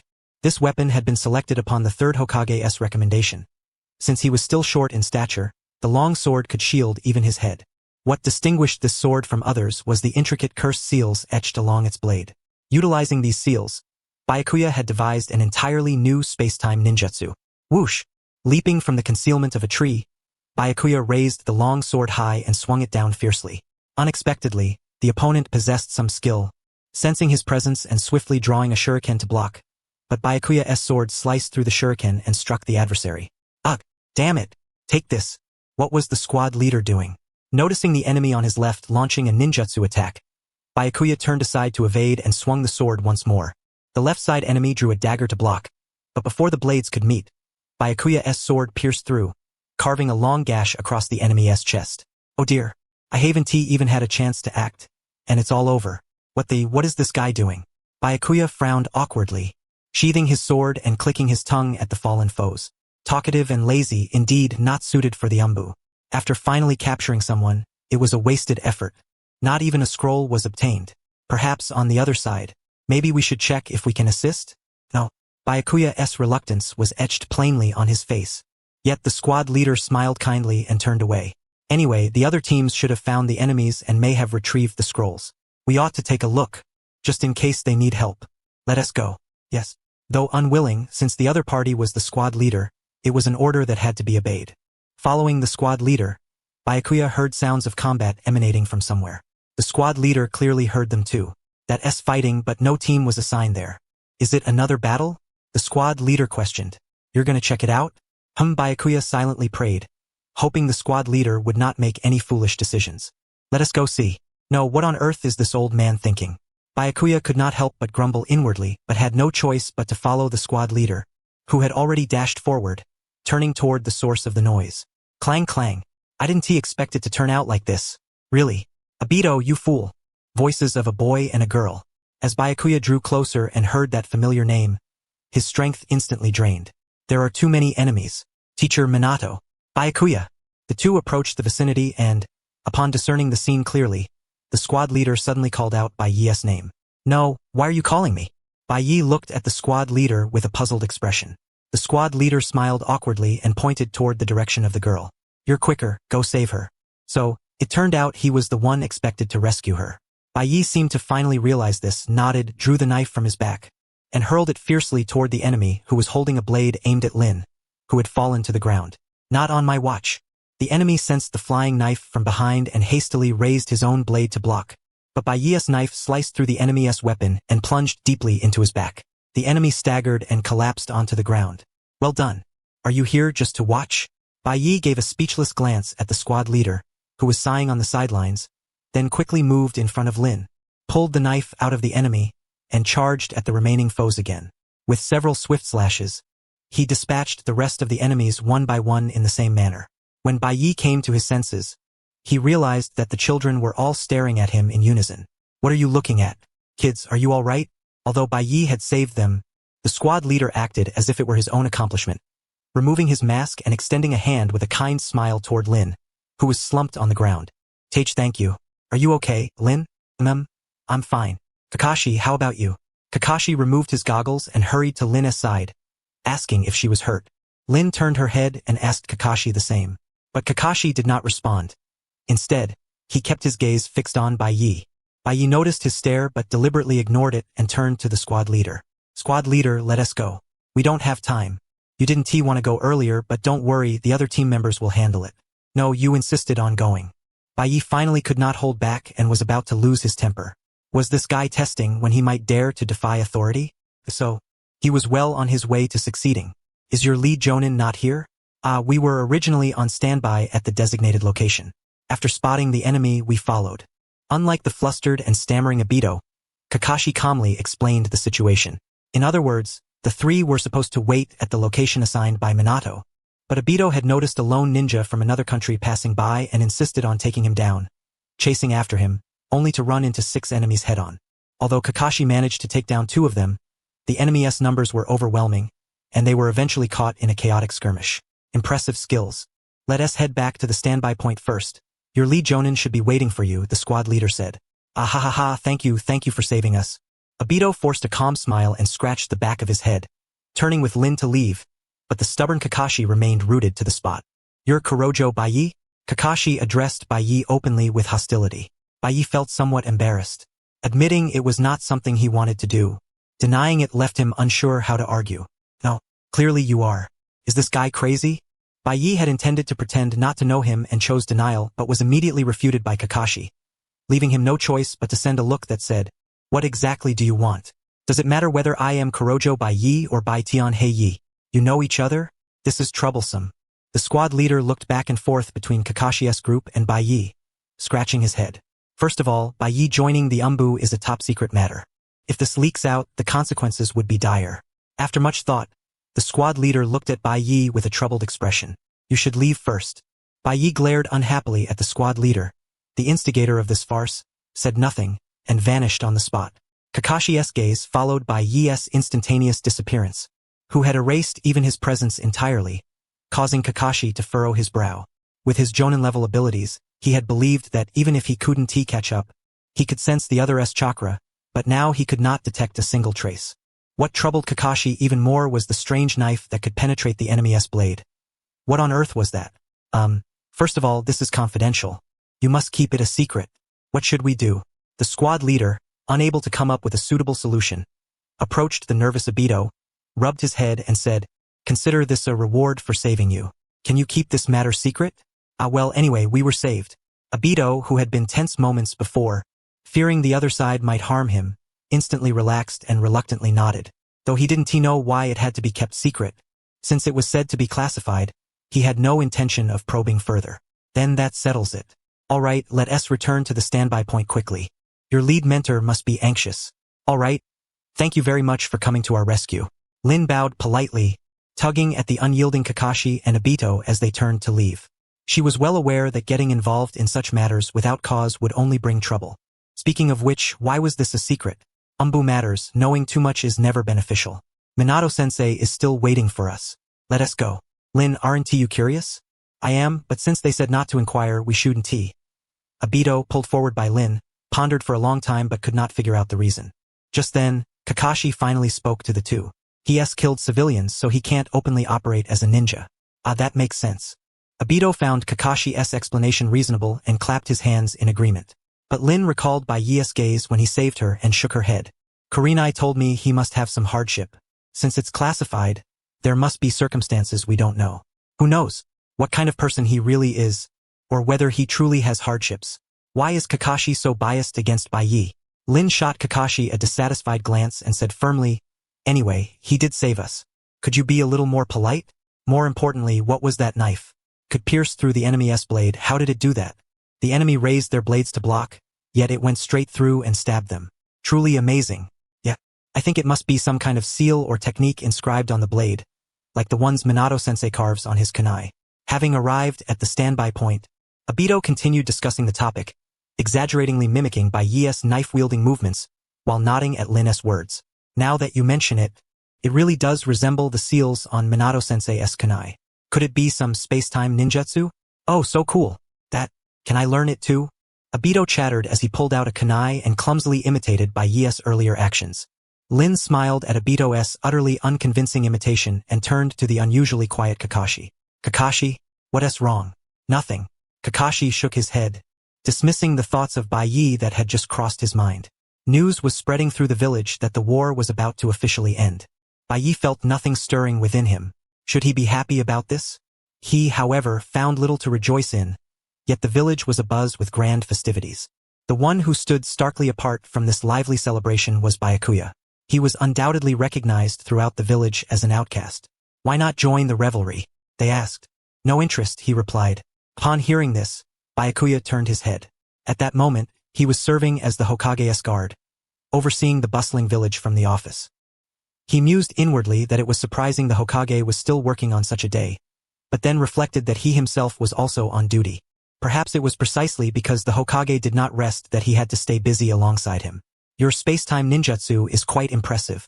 This isn't something one can master merely by reading scrolls, the third Hokage remarked. Byakuya remained silent. I shall retire soon. Once the fourth Hokage takes office, we likely won't have many chances to meet again. Was this a lament that they would never see each other thereafter? Byakuya nodded, adopting an expression of just the right measure of reluctance. In any case, the fourth would pass away not long after, and the third would soon resume his post. Even if they wished to avoid each other, fate would inevitably bring them together once more. You possess a unique talent. Among your peers, there are probably very few who could surpass you. Thank you. The unexpected praise left Byakuya feeling oddly uneasy. He thought to himself that the old man must be losing his mind before retirement. How about it? Would you like to learn ninjutsu from me? After I retire, I'll have plenty of time, and I can train with you whenever you wish. Really? Are you truly willing to teach me? Byakuya concealed his habitual cold demeanor, his eyes brimming with curiosity as he looked at the third Hokage. To be honest, he had recently felt his abilities had reached a bottleneck. The unimaginable enemies that lay ahead would all engage in battles of extraordinary power-ups. Someone like him, who lacked even decent secret techniques or advanced ninjutsu, would find it exceedingly difficult to survive the coming storms. Without caution, he might be killed by some unknown adversary before Naruto even grew up. Come with me. There's still some time, the third Hokage said as he rose from his seat and looked back at Byakuya. Caught off guard by the sudden offer to teach him right away, Byakuya hesitated briefly before quickly following behind the Hokage. Frankly, being personally instructed by the Hokage, hailed as the strongest among all predecessors, was an opportunity of a lifetime. Yet, Byakuya could not fathom why the man would be so kind to him. Do I truly have such value? Refusing an offered benefit was not in Byakuya's nature, but he still desired to understand the reason. The third Hokage halted and turned to him, speaking, value is not something one judges for oneself. You mean you see value in me? The word value isn't quite right. More accurately, I see potential and will. With a look that conveyed absolute confidence in his own judgment, the third Hokage expressed these affirming words to Byakuya. Observing him, Byakuya was convinced. This old man was truly losing his mind. Anyone could see the man's eyes were void of vigor, his mind only focused on surviving until Naruto's birth. Yet he somehow discerned will and potential in that. His eyesight must be seriously flawed. Yo, long time no see. Byakuya frowned as someone slapped him heavily on the back, diverting his gaze. Training with the Hokage was indeed a boon. Such an opportunity was rare and precious. But Byakuya had forgotten one thing. This fellow named Asuma Sarutobi. How about we grab some barbecue after training? My treat. Byakuya wondered inwardly why this guy was so friendly with him. They had scarcely met since graduating from the ninja academy, yet Asuma acted as if they were old friends. He sighed quietly, recalling how all his previous efforts to act like a villain, to wear a cold expression, had been in vain. A wave of emptiness swept over him. Red also wanted to thank you for what you did before, and hopes to see you. How about the three of us go for barbecue? My treat. Byakuya had no idea why Red wanted to thank him. The reason remained a mystery to this day. He had always felt that getting too close to characters from the original story was unwise, and was about to decline the invitation when he met the third Hokage's kindly and expectant gaze. Under such a look, Byakuya found it impossible to refuse. Beef. The most expensive kind, he whispered, then turned and walked away. Tonight's dinner would be beef. Byakuya was slammed hard and thrown backward, sprawling on the ground in a star shape. When he opened his eyes, the deep blue sky greeted him. Such a hassle. Pain coursed through his entire body, shoulders, waist, legs, arms. Not a single part spared from soreness and ache. He had completely lost the strength to rise, lying there dazed with eyes wide open. How long do you intend to lie there? Until Naruto is born and then kills me? Byakuya merely wished to lie there and daydream until that day came. Hearing the third Hokage's urging, he mustered his aching body, gripped his blade once more, and assumed a fighting stance toward him. That's better. The third Hokage also clenched his fists and took up a combat posture. Time passed unnoticed. He had stepped down, and the years flew by until Minato became the fourth Hokage. On the day of Minato's inauguration, Byakuya saw him for the first time and inwardly clicked his tongue, muttering briefly, "May all the handsome and talented ones die. Try catching this one too." Just as his mind wandered, a massive flame surged toward him. Even leaping away, he could not evade the wide-range attack. Byakuya immediately formed hand seals and unleashed water release. The water collided with fire midair, vaporizing explosively. Right side. With a warning ringing in his mind, he swung his blade to the right, intercepting a kunai held by the third Hokage, who grinned broadly. Seeing the expression on his face, Byakuya instantly activated the technique etched on his sword. The blade sliced through the kunai, nearly reaching the third Hokage's neck. Bang! Just before the blade touched the third Hokage's throat, a kick struck Byakuya's side, sending him flying horizontally and crashing violently onto the ground once more. So annoying. He lost the strength to rise again and lay there for quite a while. His stamina was utterly depleted. Though some chakra remained, it was reserved due to ongoing missions and warnings to avoid excessive use. Well done. Let us call it a day. Thank you. Byakuya wondered if the man had only been toying with him to beat him up eventually. Nonetheless, he had indeed learned something. He propped himself up and bowed slightly. Now he was somewhat accustomed to the Hokage's moves. He was growing, after all. You said you have a mission? How is the new Hokage? That's not for me to judge, Byakuya replied evasively as he sheathed his blade. Speaking about the current Hokage in front of his predecessor was a matter requiring utmost caution. Indeed, those close to the Hokage must keep their tongues tight.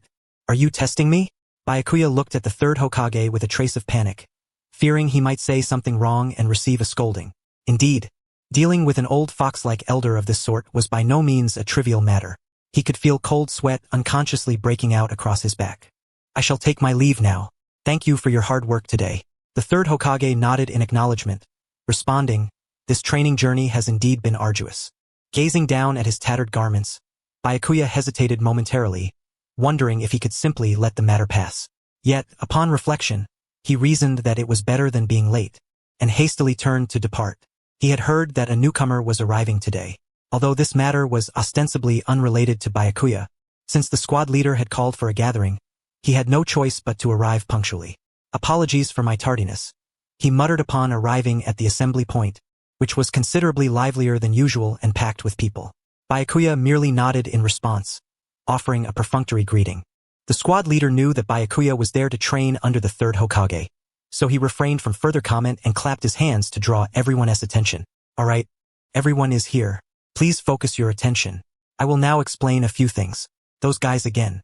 Knowing that none of the original characters from the source material would appear here, Byakuya brushed the dust off his clothes and pulled out a ninjutsu scroll from his bosom to peruse. It was the new fire-release ninjutsu scroll bestowed upon him by the third Hokage, of which he had only seen half so far, lamenting the lack of time to study it. So, from today onward, your squad leader will be this gentleman here, Byakuya. Byakuya, you understand, right? He replied absent-mindedly, barely acknowledging the statement. He had been engrossed in reading the scroll, but at those words, he suddenly turned his head sharply, fixing his gaze on the squad leader's radiant smile. I have already decided to withdraw from this squad. Aside from me, you are the most senior member here. I have also recommended you to the Hokage. From now on, you are entrusted with this position, squad leader Byakuya. Byakuya felt a wave of exhaustion wash over him. He even contemplated whether to deliver a punch to the squad leader who had just patted his shoulder. Struggling to suppress this insubordinate impulse, Byakuya lifted his head and cast a glance at the individuals who were about to become his teammates. What with that familiar white hair? Byakuya had a foreboding sensation that something utterly inappropriate, something that must never happen, was about to unfold. Those ebony eyes, staring back at him with an unmistakable lack of enthusiasm. Familiar yet not supposed to be familiar. That expression, that face, that hair, those lethargic eyes. Anyone but a fool would know exactly who that person was. How on earth was Kakashi Hatake here? It had begun as a suggestion from teacher Minato. Kakashi had originally believed he would never team up with anyone again, so in a way, he thought it was a good thing. On his first day in the Umbu, seeing the squad leader smiling amiably before him, he recalled past events. This man was clearly the Umbu who had saved them once on the battlefield. So that means... Sorry for being late, Kakashi said. He was indeed still alive. Upon seeing that familiar face, Kakashi's gaze involuntarily shifted toward him. His expression remained largely unchanged, still emotionless. He nodded slightly and stood beside the squad leader, indicating that being late was not an uncommon occurrence. Even more conspicuous was that he seemed to have just returned from battle. His clothes were ragged and torn, and his face bore numerous small wounds. Was he on a mission? If so, it made sense that the squad leader would casually overlook his tardiness. Latecomers, focus your attention, Byakuya. Watching Byakuya, who had just arrived and immediately begun studying the ninjutsu scroll, the squad leader reached out and firmly pressed his hand twice against his head. Offering a perfunctory response, Byakuya's eyes never left the scroll. Kakashi thought to himself, this is truly a peculiar fellow. Alright, everyone is here. From today onward, you are officially a team. The Hokage himself will visit soon. I was the original squad leader, but due to changes in my affiliation, from today onward, Byakuya here will assume command and lead you on missions. Understood. Quite energetic. Not bad. The former squad leader nodded approvingly. Seeing Byakuya still not fully attentive, he continued. So, from today on, your squad leader will be this Byakuya. Byakuya, you understand, right? Came the indifferent reply.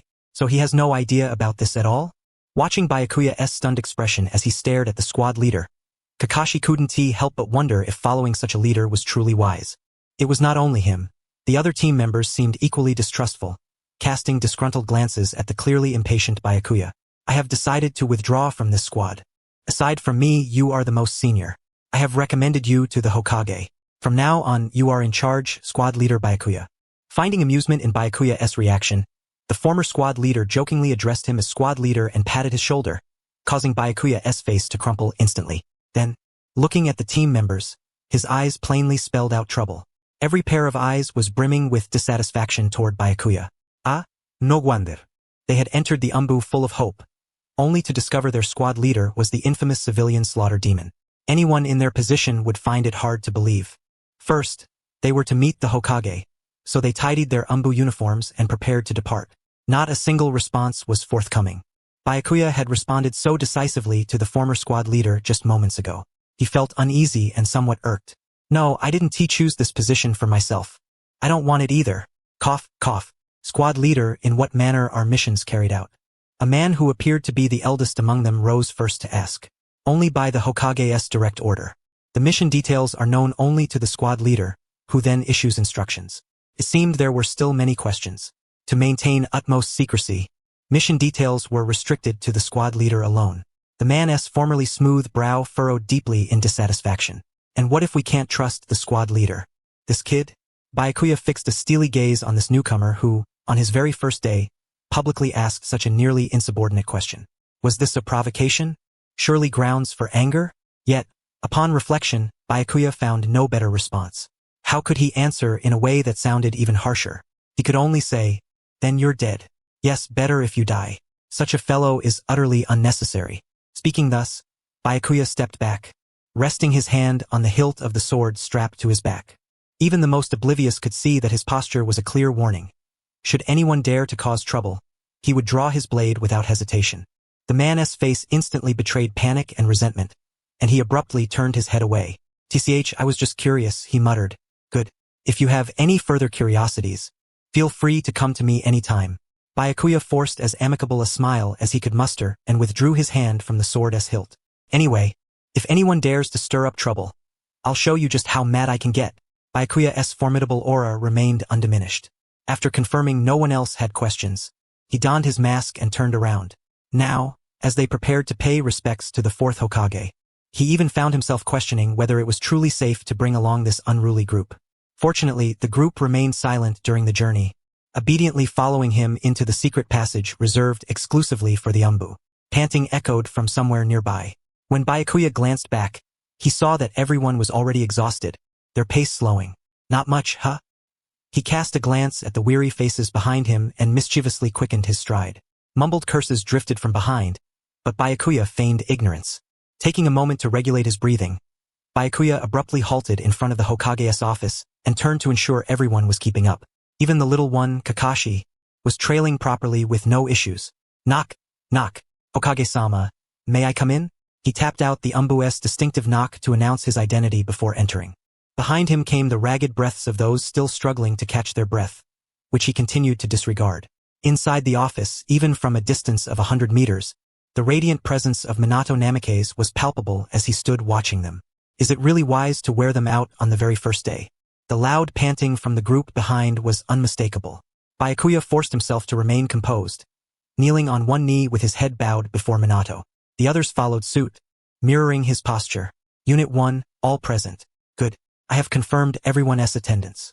Except for the squad leader, the rest of you may step outside and catch your breath," Minato instructed. Yes, let us go quickly." Byakuya glanced back subtly, signaling the still breathless and inept members to leave. Seizing the opportunity, they departed the office at more than twice their previous speed. "If I had known they could run this fast, I should have pushed them harder earlier. What a pity," he muttered. "I have already verified your related records separately. The questions I intend to ask concern precisely those matters." Byakuya tensed, uncertain what Minato might inquire about. He kept his lowered head and waited silently for the Hokage's next words. "When the refugee incident occurred, why did you not inform the others?" The same question again. Unbidden, images flooded Byakuya's mind. Untrained elders lunging at him, shielding crying children and women, men clutching bombs to protect their sons. His stomach churned as he reluctantly opened his mouth like squeezing toothpaste from a tube. As the report states, the report indeed mentioned the enemy threatened him with Ninja Academy students, but Minato sought confirmation, probing, was that truly the only reason? Byakuya swallowed hard. Minato surely sensed the tense atmosphere. Realizing his efforts to conceal the truth were futile, Byakuya's voice trembled as he continued. "I had no choice. Is that so? To avoid dying at your son's hands?" Byakuya swallowed the words on the tip of his tongue, cautiously watching Minato's expression. Would he hold him accountable for the past? Perhaps he would be sent back to the interrogation chamber or even expelled from the village. "Don't be anxious. I understand. You were still young then. In an emergency, it was impossible to make the right judgment immediately, right?" The incident's gravity far exceeded Minato's words, but thankfully, it was dismissed on account of Byakuya's youth at the time. Clenching his sweat-soaked hands, Byakuya lowered his head even further. Misinterpreting his reaction, Minato stepped forward and gently pressed a hand on his shoulder. "You've endured it. Such an event will never happen again." "Ah yes, thank you," Byakuya replied awkwardly, sensing the pity in Minato's gaze. "Let us leave this matter here for now. You know the war has ended, and there is a mountain of affairs to handle. The Umbu under the Hokage's direct command were personally entrusted by the third Hokage. To maintain operations, management must be effective.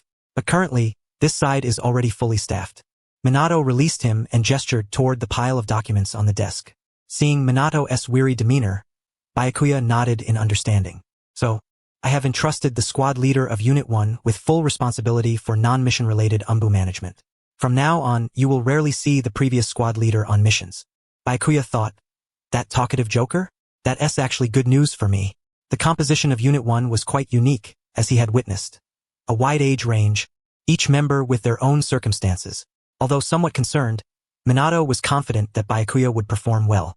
Yes, you've only met me a few times, and you trust me this much?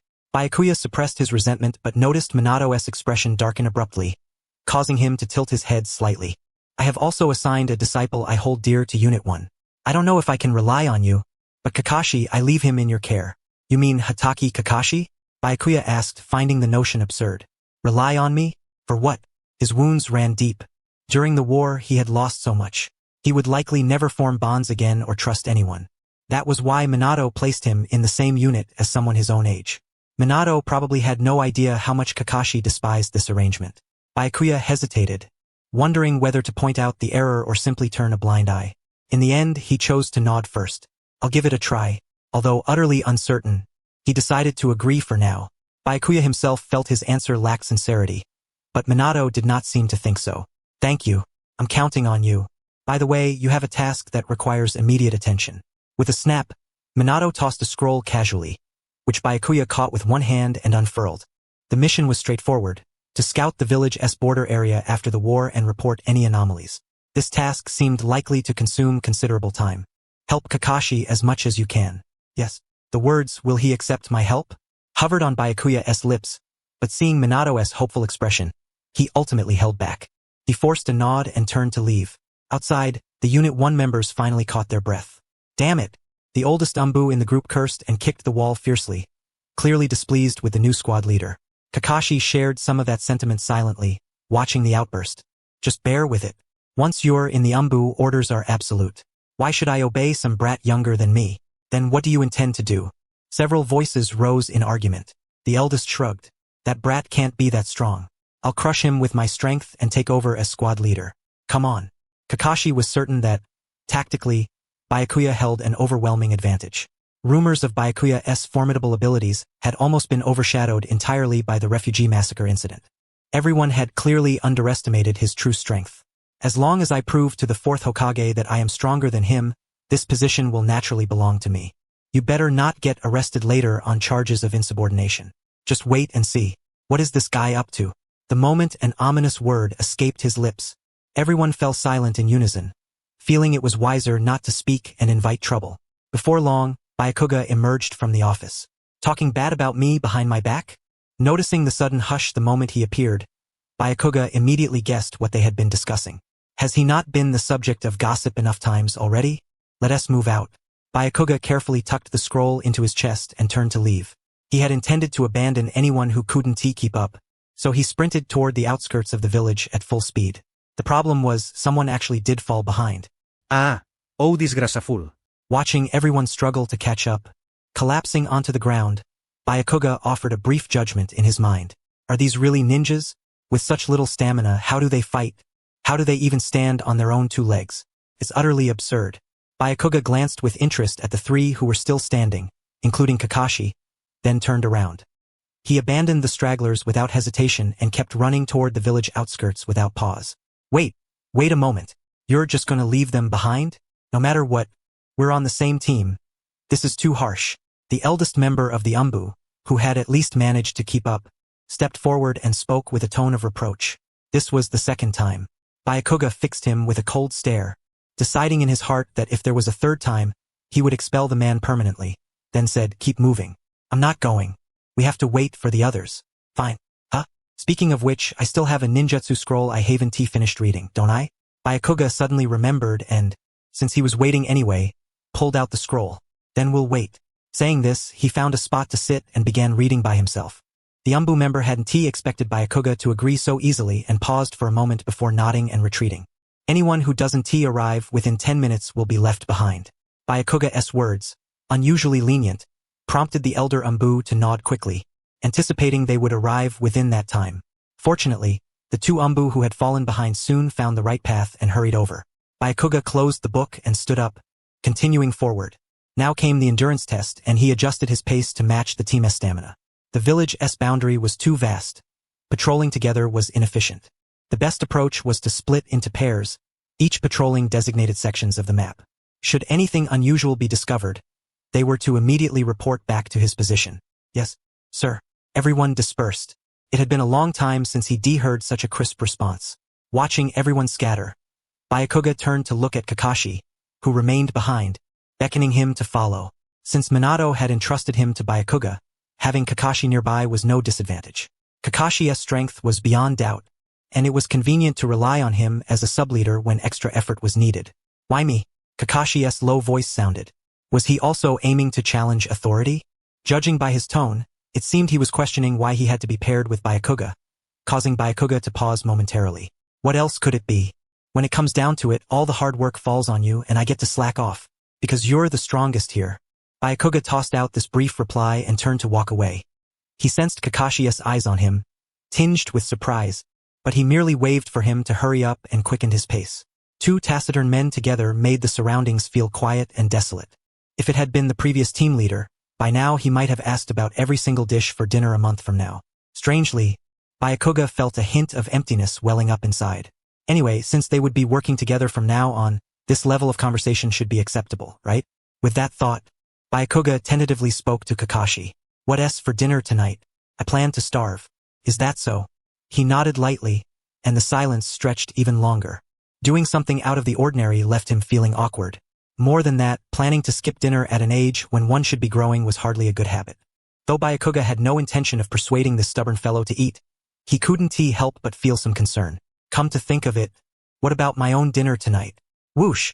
What was that? An ear-piercing sound erupted from somewhere, and a red signal flare shot into the sky. Its location was precisely where Byakuya's squad had just been. In principle, ninjas would never use signal flares. It was tantamount to exposing one's position to every enemy. Except for sailors, no one carried signal flares. That thing was either a trap or a signal from the enemy. Byakuya cast a furtive glance at Kakashi, whose gaze was fixed intently on the flare. He signaled to move and then turned away. To the right, just as they approached the flare's location, a warning blared in Byakuya's mind. He immediately drew his blade and swung fiercely to the right. Ugh, damn it! How is this possible? Originally invisible as if flowing water, enemies appeared one after another, encircling Kakashi and Byakuya. Byakuya shook his blade and quickly counted the number of foes. 6? Kakashi. Yes, go. It's up to you. Huh? You're leaving me to fight alone, brat? Byakuya gestured with his eyes for him to attack without hesitation, then lifted his chin toward the enemies. The message was clear. 6 opponents lined up neatly for you to cut down. Why wait? Thinking this, he sheathed his sword. Kakashi realized Byakuya truly had no intention to fight, frowned, then summoned lightning to his palm and charged at the enemies with great speed. Better to slack off. Byakuya pulled out the ninjutsu scroll from his chest and began reading, waiting for Kakashi to dispatch the enemies. Though it took some time, Kakashi was able to handle the 6 adversaries. Half an hour later, Kakashi trudged over, panting heavily. You really had no intention to help me? Smell. Huh? Byakuya ignored the accusatory tone and took a deep breath. There was no trace of gunpowder nearby. Signal flares are essentially gunpowder. After firing, there should be at least some scent. This made no sense. In other words, the person who fired the flare was not here. Someone might already be dead. Seeing the flare, some team member might be rushing here. He hadn't wanted to lose anyone on the first day, and now his heart felt heavy. Byakuya tucked the scroll back into his chest and turned to leave. Wait, what did you say? What scent? Someone's dead? Is this kid an imbecile? Wait a moment. What exactly are you saying? What scent? Someone died? Is this boy an idiot? Byakuya cast a sidelong glance at Kakashi, his face brimming with impatience as he raised a hand to point at the enemy sprawled on the ground. There's no trace of gunpowder. If a flare had truly been fired here, there would undoubtedly be a scent. Are your nostrils merely ornamental? In the original story, he was renowned for his keen sense of smell. Now has his nose become just a random triangular feature on his face? Byakuya raised his hand again, gesturing toward the sky where the flare had ascended, and spoke. If anyone in the squad spotted the flare, they might have chased after it just as we did. The enemy is lurking here, launching a sneak attack. There could already be casualties. Kakashi's eyes widened in astonishment as if he had finally caught on. Such an elementary truth, one even a passing dog could deduce, yet he failed to grasp it. It seemed this was still a bit beyond Kakashi's current comprehension. Byakuya had already foreseen that his future life in the Umbu would be nothing short of eventful. Turning sharply, he sprinted toward a certain direction. Where are you going? Kakashi called out. Listen carefully, there's the sound of a fight. I don't hear a thing. Apart from the rustling of leaves in the wind, Kakashi perceived nothing. His face clouded with confusion as he watched Byakuya's retreating figure. Of course, Byakuya had been just like this a few years ago. Yet the third Hokage once told him a phrase that he now found apt to apply. Sound is not merely heard with the ears. Nor is it some mystical listen with your heart nonsense. It simply requires concentration to truly perceive. Byakuya thought to himself, I'll understand as much as I can, and swiftly dashed toward the source of the clash. If any teammates remained alive, naturally they must be rescued. If the entire squad fell here, he would have no face to show the Hokage. Was the path he had chosen truly mistaken? The squad leader, still youthful, found the entire team in utter chaos. The oldest member, Ryuhei, flashed the grim memory of his first mission where he had nearly perished while barely parrying a kunai hurled by an enemy. Fall back quickly. Damn it! The enemy is all behind us. 6 in total? Ryuhei swiftly scanned his surroundings and pressed back to back with the Umbu operatives behind him. When the flare first descended, Ryuhei had merely intended to investigate what was happening nearby, never imagining it was a trap. He had already been grievously wounded by the hidden enemies and was struggling just to stand on his own 2 legs. What to do now?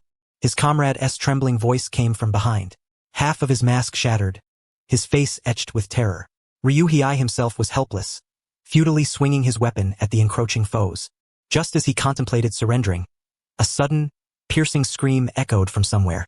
Ugh! The enemy at the rear suddenly spat a large mouthful of blood and collapsed. Ryuhei's eyes widened as he looked toward that direction. Fire release, fire dragon flame bomb.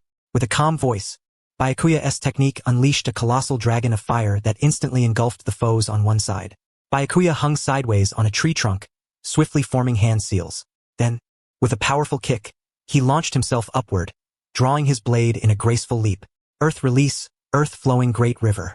So fast. Ryuhei marveled silently, watching as the ground beneath the enemies transformed into a swamp that ensnared their ankles. His gaze quickly followed Byakuya's figure. Byakuya surged forward along the tree branches, slashing at the enemies. They raised their weapons to defend, but his blade passed directly through them, slicing their bodies as if through air. Damn it!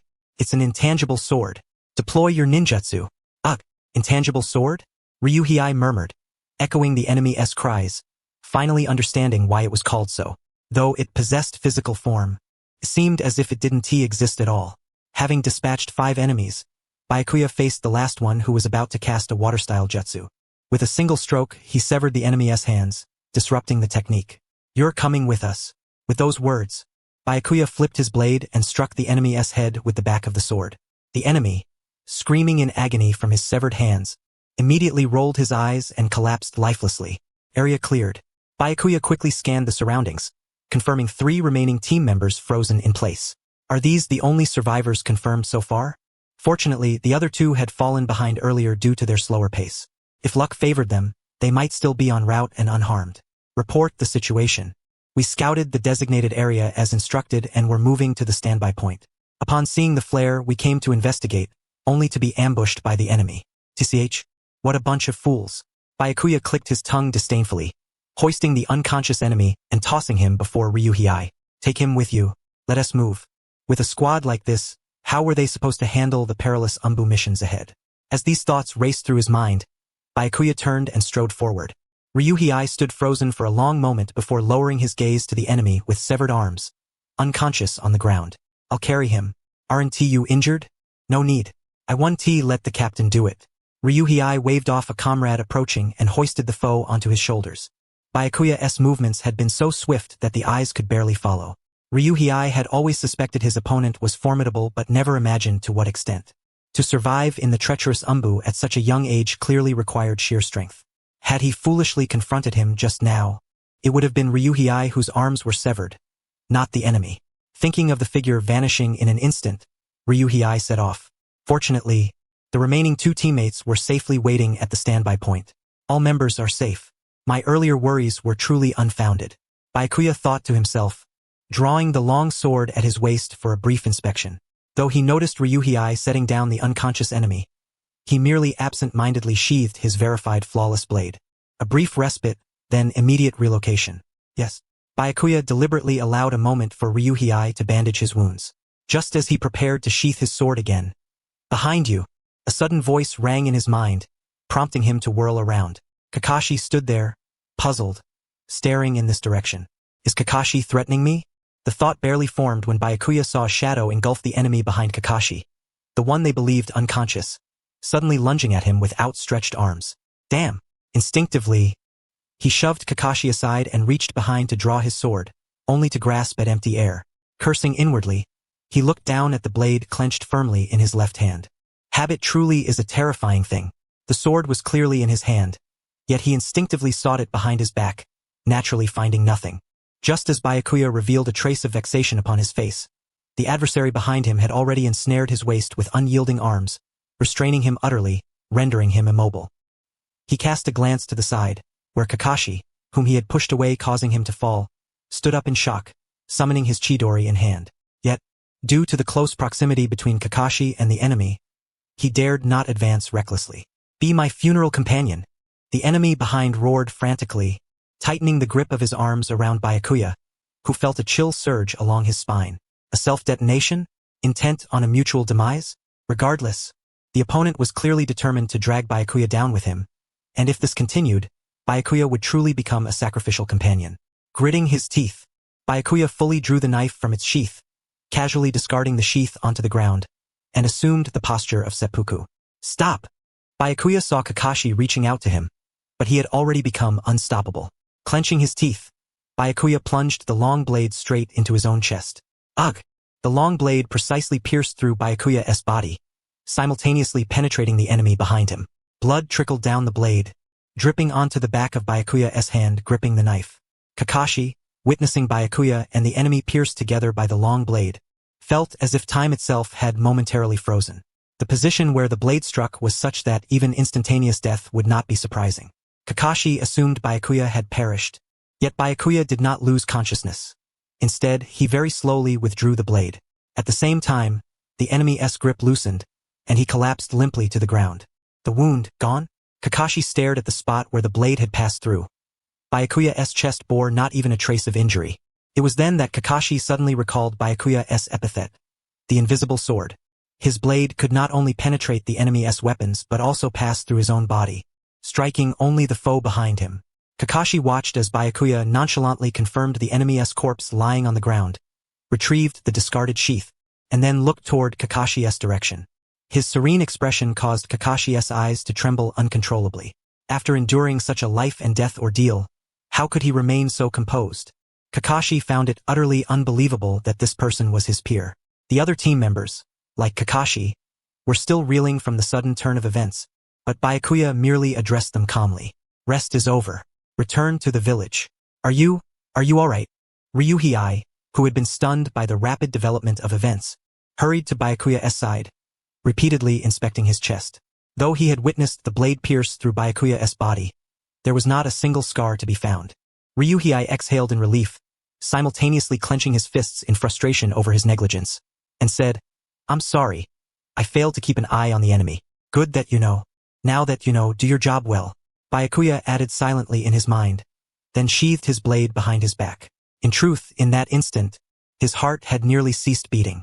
Byakuya was somewhat perplexed as to why he would risk so greatly to save someone like Kakashi. Why, in that fleeting moment, did he instinctively choose to rescue Kakashi? The overwhelming regret surged forth the moment he pushed Kakashi away and was seized by the enemy. Even now, Byakuya could not comprehend his own actions from moments before. To be frank, that move was a complete gamble. If he had exhibited even the slightest lapse, once the space-time ninjutsu was lifted, the long blade would have truly pierced his chest, ending his life on the spot. Byakuya felt cold sweat soaking his back but forced himself to remain composed, abruptly turning around. Return to the village. If he stayed here any longer, his heart would surely stop for real. Byakuya merely wished to hurry home and lie down to rest, so he quickened his pace. When he emerged after reporting the mission's completion to the fourth Hokage, the tension throughout his body finally released entirely. His limbs grew weak, and he only wished to collapse onto a bed immediately. Yet as he turned, he found Kakashi standing there, watching him. Byakuya thought to himself, say what you need to say quickly and then leave, and thus engaged in a dull standoff with Kakashi's gaze. After a moment, Kakashi spoke hesitantly. Why did you save me?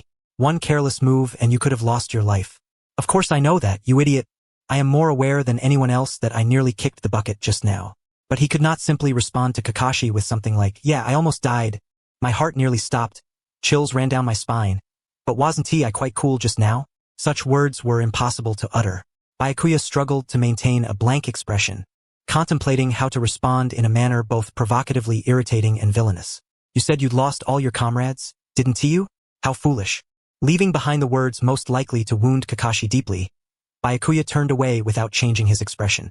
A fleeting thought crossed his mind. Had he spoken too harshly? With one hand nervously anticipating a flying Chidori from behind, he quickly strode down the corridor. Yet, to avoid appearing as a hasty retreat, Byakuya endeavored to seem composed and focused on his footsteps. Fortunately, no sound of pursuit came from behind, nor was he stopped by anyone. He exited the Hokage's office building safely. Kakashi clenched his fists in place, reflecting on the words Byakuya had left behind. He understood perfectly the meaning behind those words. Byakuya had risked his life to save him, yet he mocked Kakashi's unsettled spirit caused by the deaths of past comrades, which nearly led to losing new ones. Perhaps that phrase was also a question. How long would he remain shackled by the past? As Byakuya said, he was indeed a fool.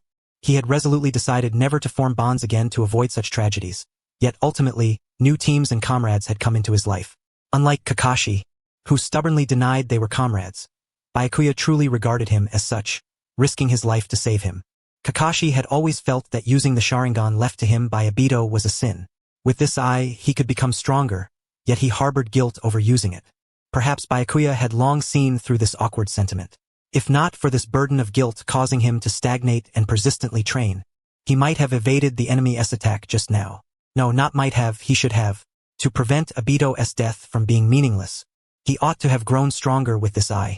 Kakashi seemed to reach a resolute decision, loosening his clenched fists as he gazed in the direction Byakuya had departed. From now on, he would no longer hesitate nor remain stagnant. If next time he encountered such a situation, he would be the one to save Byakuya. For that goal, he must train, become stronger than anyone else. Yo, Byakuya. Byakuya sidestepped Asuma, who came rushing boisterously toward him, and bowed his head to the third Hokage behind him. He knew today's training would be arduous. His mood was already less than cheerful. Seeing the third Hokage, who usually sat in the corridor sipping tea, now wearing an unusually benevolent smile, only doubled his unease. Today is not the day I accompany you in training. Huh? The remark struck him as utterly bewildering. Just as Byakuya stood there, utterly dumbfounded, Minato suddenly emerged from behind the doorway, blocking his path. The fourth Hokage. How could he possibly be here? A foreboding sensation instantly surged within Byakuya's heart. I heard you mastered the space-time ninjutsu simply by reading books. That's truly impressive. As Minato spoke, a radiant smile, the kind that seemed to emit a gentle glow, brightened his face, nearly dazzling those who looked upon it. Byakuya listened to Minato's words, nodding reluctantly. That sword. May I take a look? Minato's eyes gleamed with curiosity as they fixated on the blade sheathed at Byakuya's waist. Without hesitation, Byakuya drew the sword from his back and handed it over. Minato expressed his thanks, unsheathing the blade and scrutinizing the intricate seals etched upon it. Truly remarkable to have achieved such mastery single-handedly. This is my shuriken. Take a look as well. He casually tossed the shuriken over, and Byakuya caught it, studying the seals inscribed upon its surface with earnest attention. Byakuya had intended to compliment Minato as he had just done, perhaps saying something like well done, but after examining it for a long while, he found himself utterly unable to comprehend it. Talents for space-time ninjutsu are exceedingly rare. So what do you say, Minato? Would you be willing to teach him? It would be such a waste to let such a talent go unused. Though Byakuya did not fully grasp the conversation between the third and fourth Hokage, he discerned the essence. They intended to teach him space-time ninjutsu. A flicker of interest illuminated Byakuya's eyes as he gazed at them with eager anticipation. After all, he had long since hit a bottleneck relying solely on scrolls for his ninjutsu. Now that someone was willing to impart their knowledge wholeheartedly, his heart brimmed with gratitude. Come, shall we begin now? Minato turned to Byakuya and said. For once, a spark shone in Byakuya's eyes as he followed Minato. Minato was a good man. During the days they trained together, Byakuya deeply felt this truth etched into his soul. Byakuya, do you have something you wish to protect? Byakuya remained silent, fearful that admitting to having nothing in particular to guard would make him appear pitiful. Uncertain how Minato interpreted his silence, Minato smiled and said, I have many things I want to protect, and to protect more things one must become stronger. The more you have to protect, the greater your unease. Does the Hokage ever feel afraid? Perhaps. After all, there are so many people I wish to protect. Byakuya knew all too well Minato's ultimate fate, and a tightness gripped his chest. He fought to suppress the swelling emotions, secretly observing the Hokage's darkening expression. But I believe it's all right. With you here, with the third Hokage here, and with everyone in the village, as long as we stand united, we can protect everything. Can I truly be of help? Byakuya whispered to himself, I'm so weak. Soon enough, the Ninetales incident was about to unfold.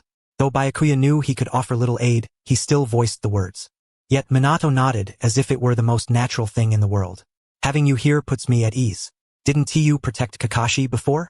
Though Byakuya had never intended to protect him at the time, he had indeed done so. He nodded silently, thinking Minato Namikaze truly is a good man. And people are often like that. When confronted with someone gentle and kind, they wish for that person to live well, not to perish. Byakuya knew all too well that no matter how deeply he concealed these feelings, one day they would overflow and ultimately consume him. Therefore, he must shut his heart's door even more thoroughly, driving himself to the very edge of a precipice. Indeed, even if Minato were to die in the end, it would have nothing to do with Byakuya. As these thoughts crossed his mind, he tried to divert the conversation and recalled Kakashi. I reviewed Kakashi's mission reports. I heard your child will be born soon.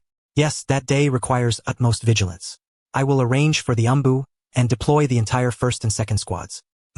The security must be more stringent than ever before. For months, Byakuya had been closely monitoring the reports submitted by Kakashi, who was responsible for guarding Minato's wife, Kushina. He had already confirmed the due date with the doctors, fully aware that the Ninetales incident was imminent. Byakuya, if anything should happen. Byakuya's face instantly tightened upon hearing Minato's ominous tone. It seemed he too sensed that the day would not pass peacefully. No way. Could he have found out? Byakuya pondered anxiously, awaiting Minato's next words. I entrust the child to you. Byakuya had not anticipated hearing this, and could not conceal the panic etched across his face. Am I truly destined to die by this child's hands? I. No matter what happens, the child comes first, understand? Even if it costs me my life, I will prioritize protecting the child above all else. Alright, thank you. Ultimately, Byakuya's resolve to perish at Naruto's hands remained unchanged. Only if Naruto was safe could he himself be safe. With unwavering determination, Byakuya spoke these words to Minato, who relaxed and expressed his gratitude once more. I always knew it would come to this. Byakuya gazed solemnly at the Ninetales incident that erupted because they failed to stop Obito, releasing a heavy sigh. All units, retreat. But, all units, retreat. The other Umbu originally stationed near Kushina had all perished. Kushina vanished without a trace, and Minato pursued her. Before long, the Ninetales appeared at the village's very center. Now, the Umbu and the shinobi could do nothing. Byakuya issued the final order for the Umbu to escort the remaining villagers to the shelter, preparing himself to head there as well. Byakuya, third Hokage, as the Ninetales ravaged the village. Byakuya was about to flee to the shelter when the third Hokage appeared before him, accompanied by other shinobi. He set down the two shinobi, a man and a woman, he had been carrying on his back, then grasped Byakuya's shoulder firmly. Go to the shelter. This is no longer a place for you to intervene. Yes, understood. Byakuya had intended to go there all along. He wondered who was truly delaying whom. Feeling somewhat awkward, he nodded. The third Hokage then gestured toward the two shinobi he had just set down, entrusting Byakuya with escorting them to the shelter for medical treatment. Understood. This was an easy task. Byakuya hoisted the man and woman onto his shoulders, one on each side, and quickened his pace. In any case, during this Ninetales incident, there was nothing he could do, and he absolutely must not do anything. Though he knew the future, having resolved to be a villain, he must not think to change anything, nor waver. Ah, no. The woman on his shoulder awakened, her body stirring slightly. Yet Byakuya did not halt his stride. He merely glanced back once at the Ninetales still causing chaos. The Ninetales in the village. She wore a shinobi uniform, clearly a ninja herself. Watching as the Ninetales swiped its tail, destroying half the village, tears welled in the woman's eyes. But even if he had turned back, there was nothing he could do, so Byakuya pressed onward. Byakuya, what are you doing here? Who is that? Why did so many people know me? Cursing his unmasked self inwardly, Byakuya collided headlong into a group of shinobi rushing toward him. The face looked familiar. He recalled it was the Jonin who had saved him on the battlefield before, an expert in genjutsu if memory served, the Jonin of the setting sun. Head straight to the shelter. Leave this place to us. Understood. I was about to leave anyway. Byakuya silently prayed that no one else would delay him. Just as he lifted his foot, an ominous premonition swept through his entire body. Amidst the deafening roar, he saw the Nine Tails with its mouth agape, conjuring a black sphere within.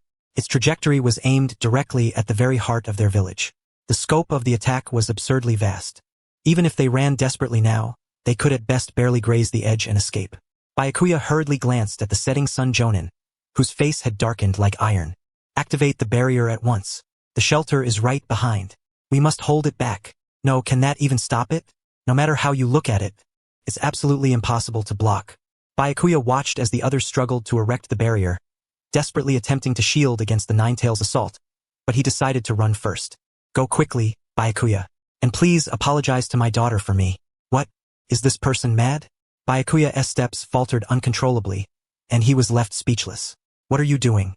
Even if you run with all your might now, there's no guarantee you'll escape, right? I only had a brief encounter with him. There's no need to risk your life for him. Yet why did his heart feel so unbearably heavy? Our son is in the shelter. We have to help. Let us down. We must help too. At some unknown moment, the pair of ninja, man and woman, who had regained consciousness slid down from Byakuya's shoulder. Limping, they stood beside the setting sun Jonin. Wait, don't you all have families?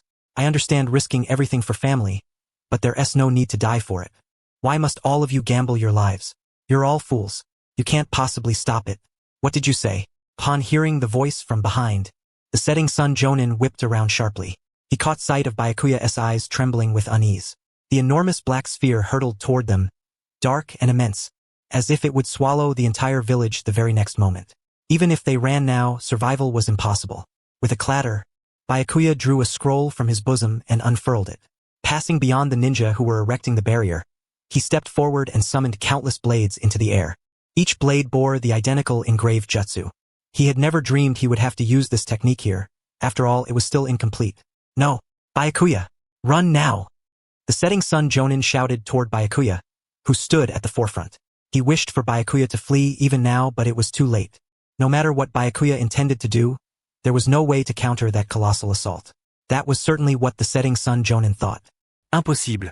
The blades summoned by Byakuya expanded into a massive circle in midair.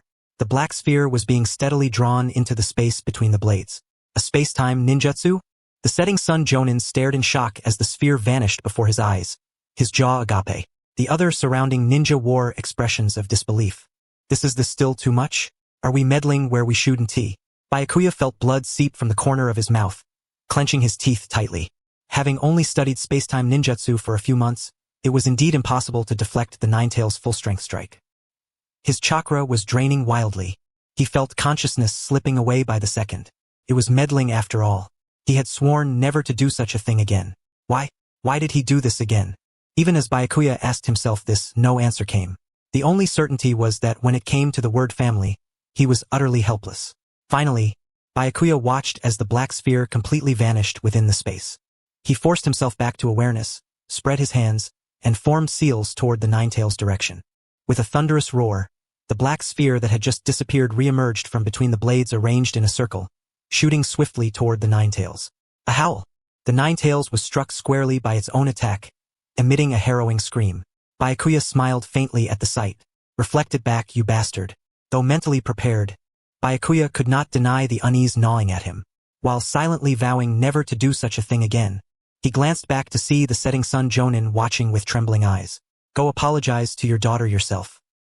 Byakuya was unaware of the other's identity. After uttering those words, he gradually lost consciousness. It seemed chakra depletion had finally caught up with him. The setting sun Jonin let out a dry chuckle at Byakuya's words, then hurried to catch him as he collapsed stiffly. How is he? A female chunin who had accompanied Byakuya rushed forward and immediately performed medical ninjutsu. Fortunately, it was merely chakra exhaustion, nothing serious. She reassured everyone and then hoisted Byakuya onto her back, facing the Nine Tails' direction. That as it appeared the sealing had already begun. How fortunate. From afar, watching the Nine Tails bound by chains released by an unknown party and being sealed, the female chunin turned toward the shelter's direction. Will Irika be alright? Don't worry too much. Didn't we see Suhei personally take him to the shelter? A man, seemingly her husband, placed a hand on her shoulder and spoke to comfort her. She forced a weak smile, glanced at the Byakuya on her back, and spoke. We owe him a tremendous debt. Everyone here felt the same. Can you take him to the nearest hospital? Alright, setting Sun Jonin. I'll leave it to you here. No, I should be the one asking you. After all, I owe this kid a favor too. In that warm atmosphere, the female Chunin set off. Of course, if Byakuya were awake, he would surely detest this mood. Though his chakra depletion was simple exhaustion, better safe than sorry. Taking him to the hospital was the prudent choice. The female Chunin silently resolved. Once discharged, she must hurry to check on the shelter. Hoping Irika hadn't waited too long. After a period of hospitalization, Byakuya learned 2 new things. Thank you so much. This is the 2nd time already. Truly, thank you. When the other party mentioned his daughter, Byakuya should have realized sooner. He never expected that Kurenai was setting Sun Kurenai. Watching the father and daughter enter together to offer thanks, Byakuya's expression grew complicated as he stared at the ceiling. Of all people to save, it had to be the father of setting Sun Kurenai. When you're better, I'll treat you to barbecue. Just meat isn't enough, right? Is there anything else you want to eat? Byakuya only wished for those 2 to leave his hospital room quickly. He nodded absently, desperately averting his gaze. The father and daughter, making him deeply uncomfortable, argued insistently over treating him to expensive food. Byakuya felt no happiness, only irritation. If they hadn't mentioned daughter back then, he wouldn't have ended up in the hospital, nor would he be burdened with the troublesome title of lifesaver. Jonin Yuhi, you have arrived already. Greetings, Chunin Yumino. And on another note, today I have brought along our son as well. He insisted on speaking with you personally. Brother, thank you for saving my parents. This is a gift for you. The ninja couple that the 3rd Hokage had forcibly assigned to himself were, in fact, Irika's parents. Moreover, they referred to him as their lifesaver and had been visiting the hospital daily for several days. Byakugan lowered his gaze to the Ichiraku ramen coupon placed on Irika's hospital bed and let out a long, weary sigh. Congratulations on your discharge. Byakugan stared expressionlessly at Kakashi, who casually tossed him a banana, silently wondering why he himself had been injured badly enough to require hospitalization, while that guy emerged unscathed. More puzzling to Byakugan was when exactly he and this fellow had become close enough that he could accept a banana from him. Kakashi, watching Byakugan blankly fixated on the banana, remained silent for a moment. Since their first encounter, Kakashi had always found Byakugan a peculiar individual. Back in the Ninja Academy, he had heard of Byakugan's harsh temperament, even rumors that he would harm his own teammates. Later, he only heard negative stories about him massacring refugees. Yet, after spending time with Byakugan, Kakashi realized he was nothing like those rumors suggested, to the point of wondering how such slanders had ever spread. He once suspected that he had been blinded by hearsay, but upon learning of Byakugan's self-sacrifice during the Ninetales incident to protect the refuge, his doubt turned into conviction. He had heard that the reason for Byakugan's hospitalization was because he single-handedly blocked the assault on the refuge. Why was this man plagued by such bizarre rumors? Perhaps it was precisely because he was too kind-hearted. Take good care of yourself, Kakashi said lightly. What nonsense. Byakugan shifted his gaze from the banana to Kakashi. What was he up to? Irika's parents, the Yumino Chunin couple, were constantly pestering him to dine with them. Kurenai and Asuma were daily nagging him for barbecue invitations, and now even Kakashi was uttering inexplicable remarks. It was utterly baffling. As expected, rumors simply could not be trusted. What was this guy muttering about? Had he finally lost his mind? Hearing Kakashi's soliloquy, Byakugan shook his head repeatedly and turned away. Naruto had been born. From now on, he had to hurry up and commit some mischief. Fill me in. Byakugan peeled the banana, took a bite, and looked toward Kakashi. During his hospitalization, he had already heard that the 3rd Hokage had reassumed the position of Hokage. How was Naruto faring? The 3rd had already dispatched the Umbu and ordered surveillance of the Jinchuriki. As expected, since the Jinchuriki's condition was still unstable, a special caretaker had been assigned, and the Umbu were conducting constant monitoring. Byakugan accepted this fact readily. After confirming that the person in charge was Ryuhei, he turned around. In any case, out of courtesy, he ought to pay his respects to the 3rd Hokage and have a look at Naruto. Where is the 3rd? At the Hokage residence. Byakugan handed the banana peel to Kakashi and turned to leave. Kakashi lowered his gaze to the banana peel he had instinctively caught, the image of Byakugan's retreating figure flashing through his mind. Discharged and immediately back to work. Impressive. He had heard that not only had he blocked the Ninetales attack, but he had even countered with a strike of his own. How had he become so formidable? Could Kakashi ever catch up to him? Kakashi had originally intended to repay his debt of life, but in the end, he had only been saved by Byakugan without ever having the chance to assist him.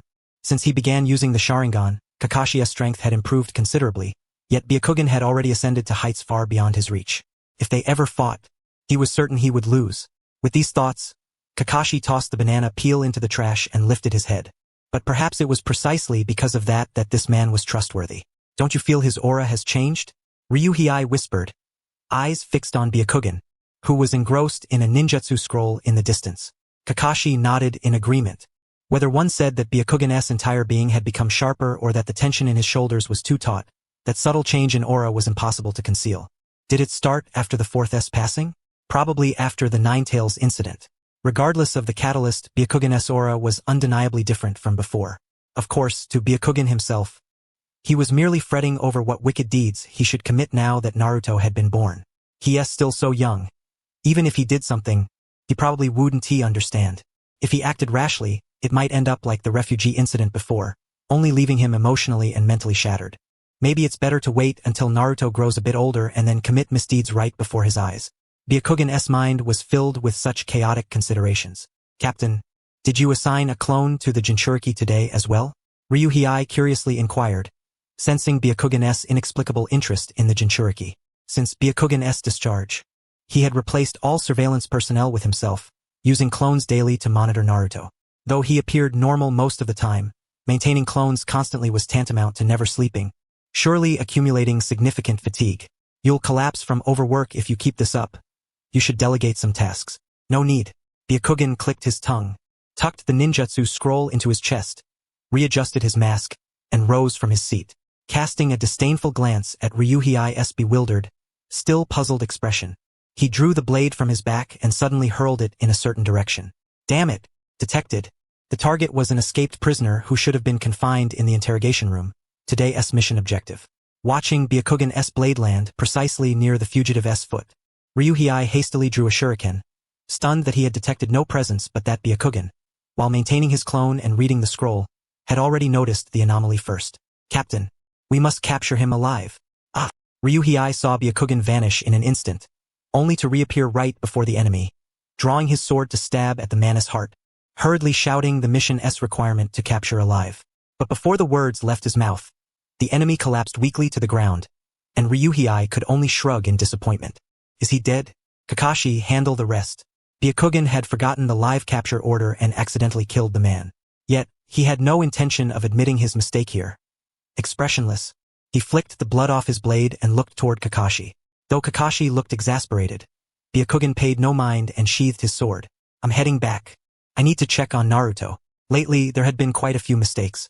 Byakugan reported the mission while gazing vacantly out the window. Is today the village festival? To revitalize the village devastated by the Ninetales, they seemed to be making an effort. The festival was held annually according to plan. Come to think of it, 3 years had passed since then. Daydreaming again, the third Hokage observed Byakugan, who had been absent-minded lately, and followed his gaze toward the village outside, where a lively festival was in full swing. Reflecting carefully, it had been exactly 3 years since Byakugan joined the Umbu and had spent that festival day staying in the office with him. Since then, the boy had scarcely paused from his duties. Why don't you go out and truly enjoy the festival this time? The third Hokage suggested kindly. No need. What's the point of all that noise and commotion? Byakugan replied bluntly, lacking the mood for such frivolity and declining outright. Yet the third Hokage only smiled benevolently. Byakugan couldn't help but feel unsettled by that smile. So gentle yet somehow disquieting, especially when he insisted on staying behind to work. Tilting his head slightly, Byakugan suddenly sensed a presence outside and swiftly turned his head. Hey! Byakugan! Sorry to bother you. Lord Hokage, you two, Asuma and Kurenai? Byakugan had just raised his hand to grip his sword when he found himself staring incredulously at the two who had burst in. Asuma strode forward without hesitation, wrapping an arm around a stunned Byakugan's neck, then waved cheerfully at the third Hokage. Lord Hokage, we're off to enjoy the festival. Hey, wait a moment. Is this another scheme of yours, third Hokage? Byakugan gazed at the kindly smiling third Hokage, who was waving at him as he was being dragged away, utterly speechless. So my wishes don't count at all. Huh? Today, you're going to have a proper good time. We'll eat sweets, fish for goldfish, and watch the fireworks. I heard tonight's fireworks will be spectacular. Those two really intended to have a grand time.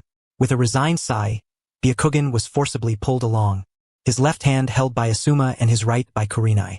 Try this too. Here, a goldfish for you. Eat this as well. Byakugan held a bag of goldfish in one hand and takoyaki in the other, an apple candy clenched between his teeth. At this moment, he hardly had enough hands to hold all the treats, let alone a mouth to eat them. He sighed softly and glanced around. Hey, Kurenai, father. In the distance, Kurenai's father, the Jonin Yuhi Kurenai, dressed in a kimono, approached with a smile. He spotted Byakugan standing with Asuma at once and pulled a pouch of money from his bosom, handing it to Kurenai. Go buy something delicious. I'll be off first. Yay, uncle is the best. Asuma, excitedly making noise by himself, greeted Jonin Yuhi. Meanwhile, the Yumino family naturally drew nearer from afar. With so many people, it was remarkable they could recognize each other. Jonin Yuhi, Byakugan-s here too? Brother. Irika, brimming with excitement, produced a ninja headband from somewhere and fussed over it on his forehead, beaming radiantly. Byakugan tilted his head in confusion. Are they even selling these at the festival? Irika was about to become a genin. Though the ninja academy was temporarily closed, the graduation exam was still held. Oh, I want to become a ninja like my brother who can save people. At the mention of saving people, Byakugan-s brow twitched slightly. This was troublesome. Byakugan-s expression grew troubled as he looked at the Yumino family, laughing heartily. Originally, Irika would have grown into a gloomy child, orphaned, harboring resentment toward the world. But now he was so happy, planning to have dinner with his family, strolling through the festival under the pretext of a walk, and then watching fireworks before heading home. How wonderful! The bustling crowd gathered together, each person striving to emerge from the shadow cast by the Ninetales incident through this festival. Though Byakugan had no desire to come initially, seeing the scene before him now, he suddenly thought it might not be such a bad thing to visit. Here, this is Konoha Machi. You have to wait in line a long time to get it. For you, Byakugan, it's no problem. Share it with your friends. Wow, this is the famous Konoha specialty mochi I've only heard about but never tasted. Thank you so much. Oh my, you're really giving this to us? Asuma and Kurenai accepted the mochi for Byakugan, who was too occupied to take it himself, looking astonished at the Chunin Yumino. This stuff is limited to 1 box per person and is quite rare. Giving it to Byakugan is no problem. He is someone Irika respects a great deal, right Irika? Irika smiled, saying it was naturally okay to share with his brother. Seeing this, the Yuminos looked relieved and said they must be off, then turned and left. Asuma glanced at Byakugan and remarked, You're quite popular, huh, Byakugan? Come on, let us go eat mochi. A strange feeling stirred within him. He even entertained a thought. Today, it's okay to relax like this. I senti it? After all, it's the festival. Just for today, I'll enjoy myself a little. Long time no see. A heavy hand suddenly landed on Byakugan-s shoulder, accompanied by a strong scent of alcohol. He wondered who it was, then turned to see a face he had not seen in a long time. Out with friends? Kakuzu-san? We're here too. And Hiruzen-san and Danzo-san? Judging by the festival, they must have indulged quite a bit. Their cheeks were flushed with the glow of alcohol. Byakugan looked away instinctively at these men he still felt shameful to face. You're too aloof, kid. Kakuzu, noticing Byakugan-s demeanor, grasped his head with both hands, forcing him to look at him directly.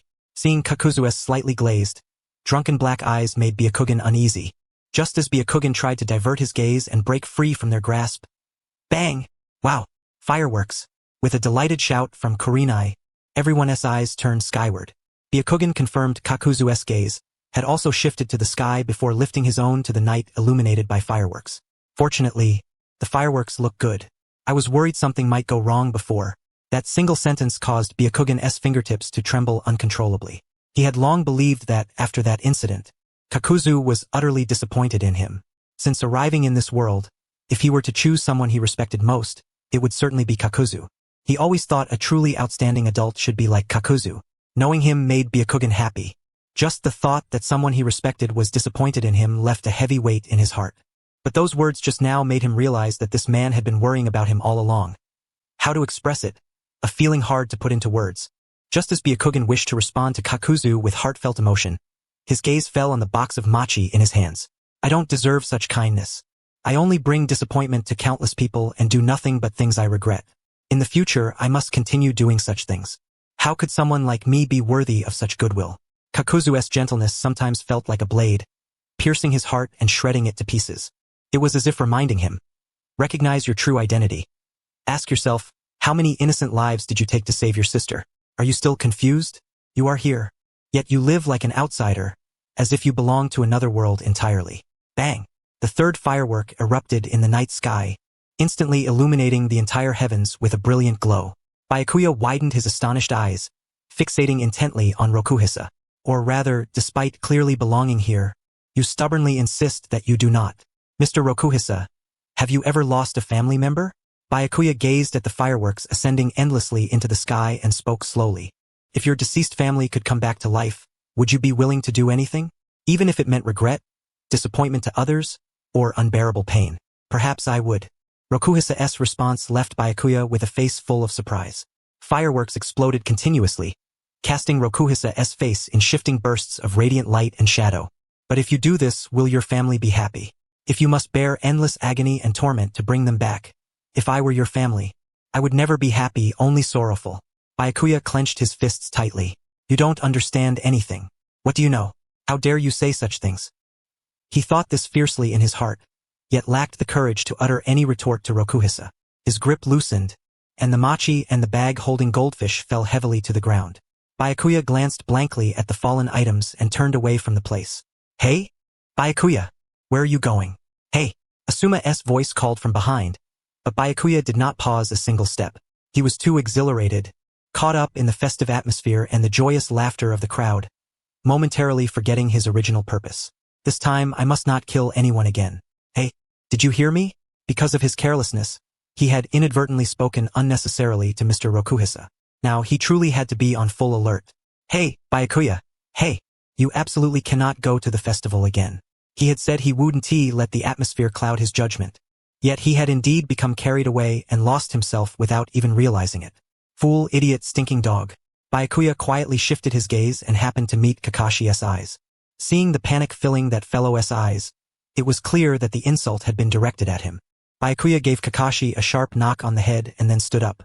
You circle around from the right, I'll take the left, and we'll meet in the middle. Who didn't he answer just now? Got it. Kakashi rubbed the spot where he was hit, muttered discontentedly, and turned to leave. This guy had really been getting more and more cheeky lately. Byakuya watched Kakashi's departing figure, pondering whether he should lay down some rules for him, then turned and headed left. A ninja clad in Konoha attire had infiltrated the village, and after his identity was exposed, fled in a panic. But it seemed he hadn't gotten far. Byakuya quickly scanned his surroundings, searching for traces left behind. A broken branch snapped underfoot during the escape soon caught his eye. At that moment, a voice echoed in his mind. Above. Without raising his head, he drew his blade and held it overhead. Clang! An enemy wielding shuriken dove down from above. Seeing his attack blocked, he clicked his tongue in frustration and immediately distanced himself. Konoha ninja attire, green eyes, a scar on the left cheek, the exact features recorded in the mission dossier, even having taken the initiative to attack him. Without a doubt, this was the target of the mission. Byakuya made his judgment and held his blade horizontally before him. Damn it! I'll kill you! Hearing the opponent's cliché villainous line, Byakuya swung his blade, cutting down the charging enemy as effortlessly as slicing tofu. That was too easy. Just as he thought this, a chill ran down his spine, and he stared blankly at the fallen foe on the ground. This time, no more killing. He recalled that the mission required capturing alive. Byakuya pressed his forehead and regretted having once again accidentally slain someone. Of course, it was also the fault of the opponent's weakness, charging so aggressively only to be dispatched with a single flash of the blade. Directly ahead. The voice ringing in his mind made him instinctively cross his blade, gripping it firmly with both hands. Yeah! Someone delivered a fierce kick to the blade. Just as Byakuya prepared to release his hand seal, the attacker's other foot followed swiftly, striking the blade again. Ugh, such power. Byakuya immediately realized this adversary was on a completely different level from the previous one. He quickly stepped back, lowered his blade, and took a clear look at the newcomer. The opponent was wearing a Konoha forehead protector. The mission only mentioned one escapee. Could this be an accomplice? As he pondered this, the all-too-familiar face before him caused Byakuya to reveal a stunned expression. Humph, you actually took one of my guy's kicks and stood your ground. Impressive. I approve of you. Approve my foot. Byakuya was utterly speechless, unable to utter a word for a long moment. But you dared to strike a Konoha ninja. Prepare yourself. Guy assumed an offensive stance, his thick eyebrows twitching with intensity. Byakuya glanced at him, then lowered his eyes toward the enemy lying on the ground. Indeed, this fellow wore Konoha ninja attire. It was only natural he could be mistaken. Forcing himself to understand Guy's perspective, Byakuya raised his blade into an attack stance. Since it's come to this, might as well test Guy's strength as well. Taijutsu had always been a weak point relentlessly criticized by the third Hokage. This was a perfect opportunity to see his own level. Looks like you're not going to give your name. Good, I respect that spirit. Although he completely failed to understand what Guy was saying, it seemed he had gained his approval. Byakuya hoped Guy would shut up soon, raised his blade, and charged at him. Then, with a swift motion, he threw the blade behind Guy, driving it deep into the ground. Throwing away your weapon? Watching the blade embed itself beside him, Guy raised his hand and blocked Byakuya's incoming punch. Taijutsu itself is nothing special? Why throw away your weapon? Guy was just thinking this when Byakuya suddenly vanished from his sight. The next second, a kick came hurtling from behind, where the blade was stuck. Guy simply extended his hand backward and caught Byakuya's kick with one hand, letting out a sigh of admiration. Byakuya clicked his tongue and charged at Guy again.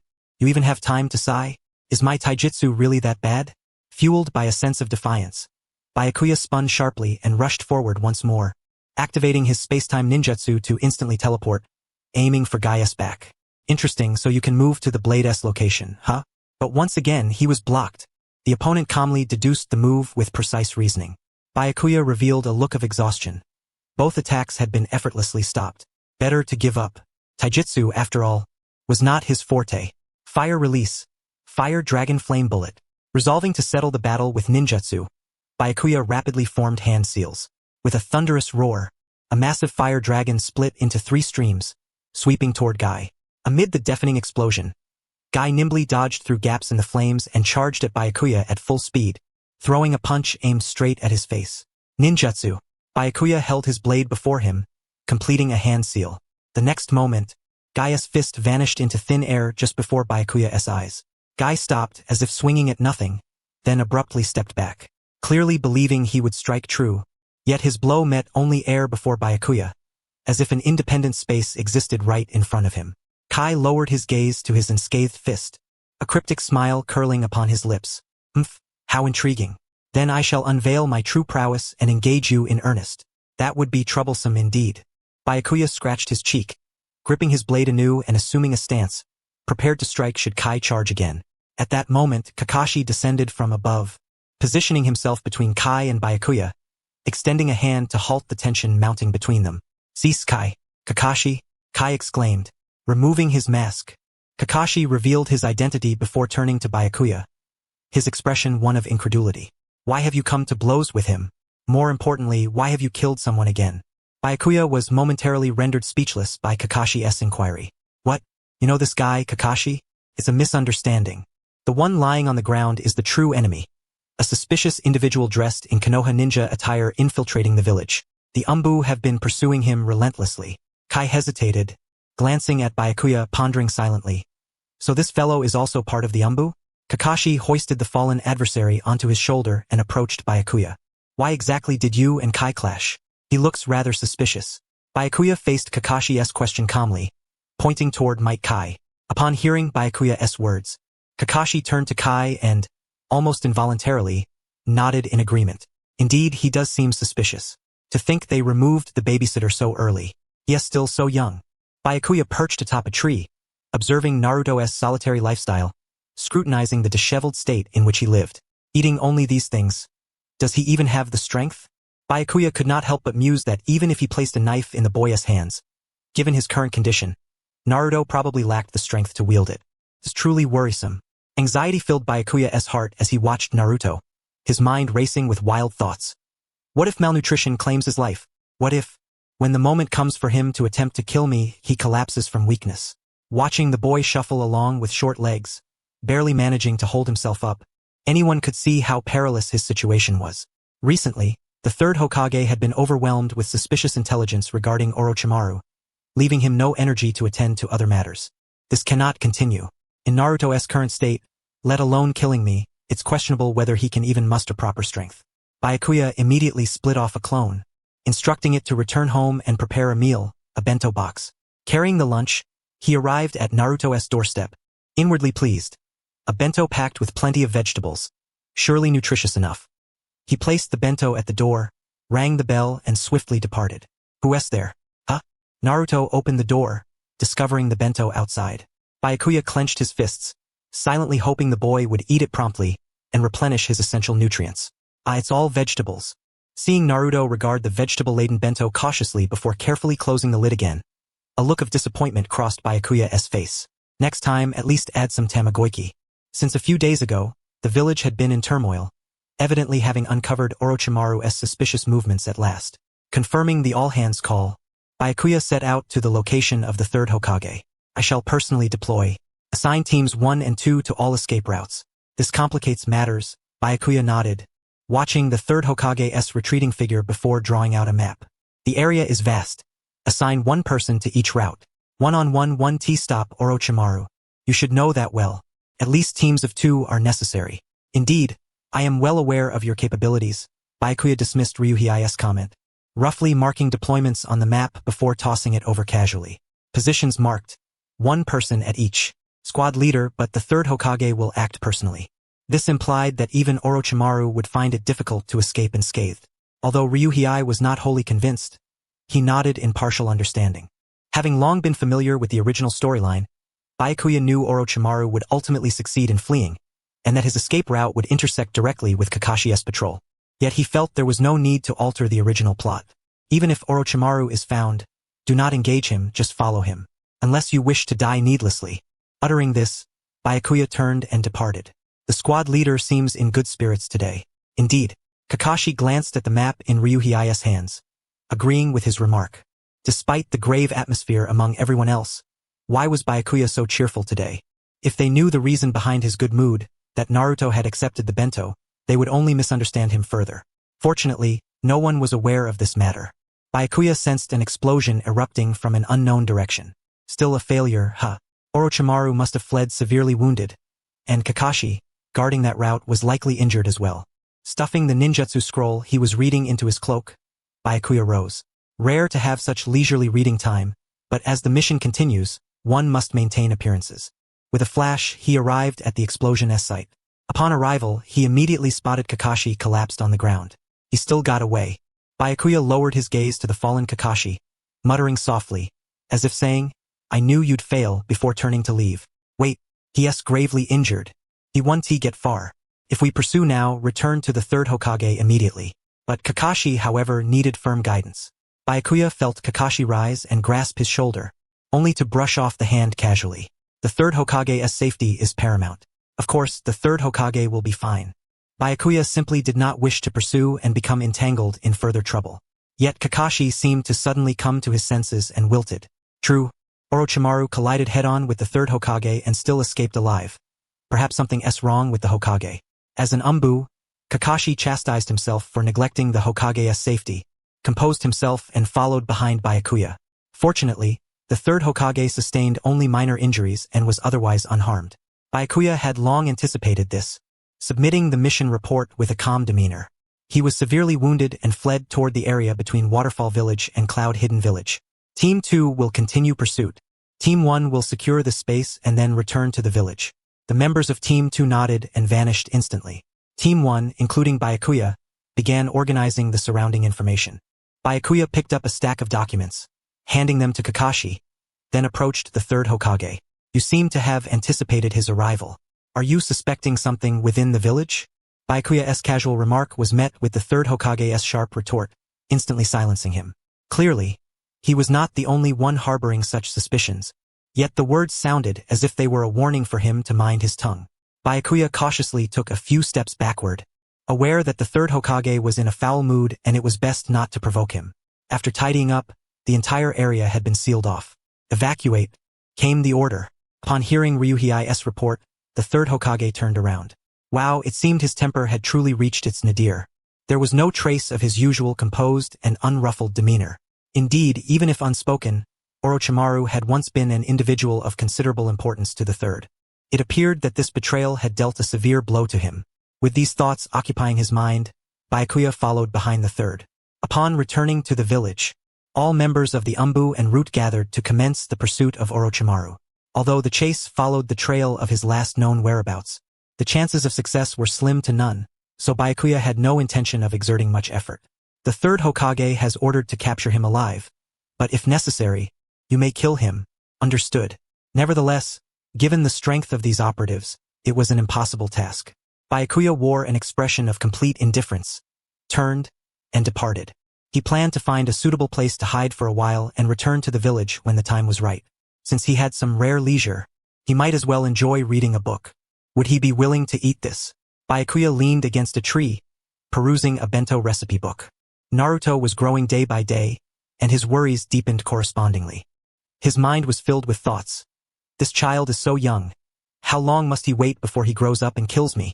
Does he like Tamagoyaki? Or is it that, aside from Tamagoyaki, there is nothing else edible, which is why he only eats Tamagoyaki? Or perhaps it simply does not taste good at all, and he forces himself to eat it merely to survive? When he himself tasted it, it seemed quite delicious, but perhaps it did not suit Naruto's palate. Byakuya's mind swirled with these chaotic concerns as he marked stars in the book, suddenly lifting his head. It was about time to cease the pursuit and return to the village. Just as Byakuya was about to turn away, he caught sight of a familiar figure, Kakashi. Before he could feign ignorance, he saw that the other had also noticed him and was approaching. Any findings? Byakuya stuffed the bento recipe book into his chest and asked. Kakashi was dust-covered, his clothes riddled with tears and marks, evidently having just emerged from battle. No, Kakashi really could not lie. Byakuya scoffed quietly at Kakashi's denial, thinking, I know the original storyline, what are you pretending for? He already knew that Kakashi would encounter Sai, the future Captain Yamato, and the Iburi clan who could transform into smoke, and that Kakashi would keep this matter strictly confidential to protect them. Thus, Byakuya had no intention of pressing further. Don't you want to ask anything? Kakashi, who had not expected Byakuya to accept his lie so readily and was about to leave, surprised him by initiating a question. It sounded as if he were asking why, despite knowing he was being lied to, he did not pursue the matter further. No interest. This was the truth. Byakuya abruptly turned and departed first. Watching Byakuya's retreating figure, Kakashi could not help but chuckle. He suddenly felt that perhaps this guy knew everything. Of course, that was utterly impossible. Kakashi followed behind Byakuya, walking up beside him once more, and spoke again. Do you remember that guy who used wood release? The one from Root. You want me to tell the third Hokage about this? Why should I? What a hassle. Byakuya shot Kakashi a look of impatience and turned his head away. Such meddling. Byakuya thought to himself, don't cause me a bunch of trouble for no reason. But Kakashi clearly would not let this go so easily. Before long, he would bring Byakuya a veritable mountain of utterly exasperating troubles. In the dead of night, Kakashi stealthily infiltrated the Hokage's official residence. Convinced that the best way to unravel the mystery of the wood release on Saiya's body was to consult the files categorized as top secret, he believed that within them lay hidden truths unknown to him. With his resolve firm, Kakashi quietly slipped into the pitch-black classified archive room, clutching a flashlight between his teeth as he began rifling through the documents. There must be top-secret files concerning wood release. The legacy of wood release had long been severed. Yet why did this lost ability manifest in the Root operative Sai? Kakashi searched desperately for any record that could shed light on this enigma. Refugee massacre incident. Kakashi's footsteps instinctively halted before a file. His gaze could no longer tear itself away from the SSS class document tucked away in the furthest corner of the top-secret archives. Any fool could tell that this incident was the very case handled by Byakuya all those years ago. Without thinking, Kakashi drew out the file and rapidly scanned its contents. Within was a truth even Kakashi had never before known. The document stated that Danzo Shimura, having discovered that the refugee group concealed a large cache of highly toxic substances and weapons, judged them to be involved in illicit trade with foreign villages and coerced Byakuya into executing the operation. More egregiously, Danzo used as leverage a group of freshly graduated Ninja Academy students. The file detailed that Danzo threatened Byakuya. If he refused to carry out the orders, he would assign the task to those students and would kill anyone who disobeyed. Even the interrogation reports confirmed that Byakuya's tongue had been implanted with a cursed seal of obedience, rendering him completely under control. The interrogation room was, after all, a place designed for torture and coercion. Had he been taken there? Had he endured cruel torment? And to think they had used Ninja Academy students as leverage? Kakashi was intimately familiar with who had graduated from the academy that year, because he himself was among them. Though Kakashi had graduated early, he was nonetheless a member of that cohort. He finished reading the top-secret file with a look of stunned disbelief, his face drained of color. So that was why, even when ostracized and despised by those around him, that man had silently borne it all. Kakashi knew all too well how many people had cursed Byakuya as a mass murderer of civilians. For all this time, that man had. Kakashi closed the top-secret file, clenched his fists tightly, then exhaled sharply. He could not afford to waste time on emotions. To fulfill his purpose of infiltrating this place, Kakashi resumed his feverish search through the archives. Is this what you're looking for? With a sudden clatter, Kakashi whipped around to find the third Hokage had tossed a stack of files toward him. My Lord Hokage. Kakashi immediately dropped to one knee and bowed deeply, swallowing nervously as he met the sharp gaze of the Hokage. He had never imagined he would be discovered, especially since he had used a shadow clone to fake his return home. No matter, I permitted it. Take a look. Kakashi rose and took the files hurled by the third Hokage, quickly scanning their contents. The documents recorded experiments conducted using the cells of the first Hokage, Hashirama Senju, the sole user of wood release, and chronicled the tragic history of the experiments, which resulted in countless casualties and were ultimately forced to cease. But Sai clearly can use wood release? Kakashi lowered the file with a puzzled expression and looked up at the third Hokage. More than 60 individuals are already aware of this matter. Among them, there must surely be some who continue to conduct clandestine experiments involving cellular transplantation. After all, the village experienced numerous infant abduction incidents in those days. If an infant who had been transplanted with cells from Hashirama Senju truly survived, how would you respond? Tobirama listened quietly to Kakashi's words, then slowly closed his eyes and spoke calmly.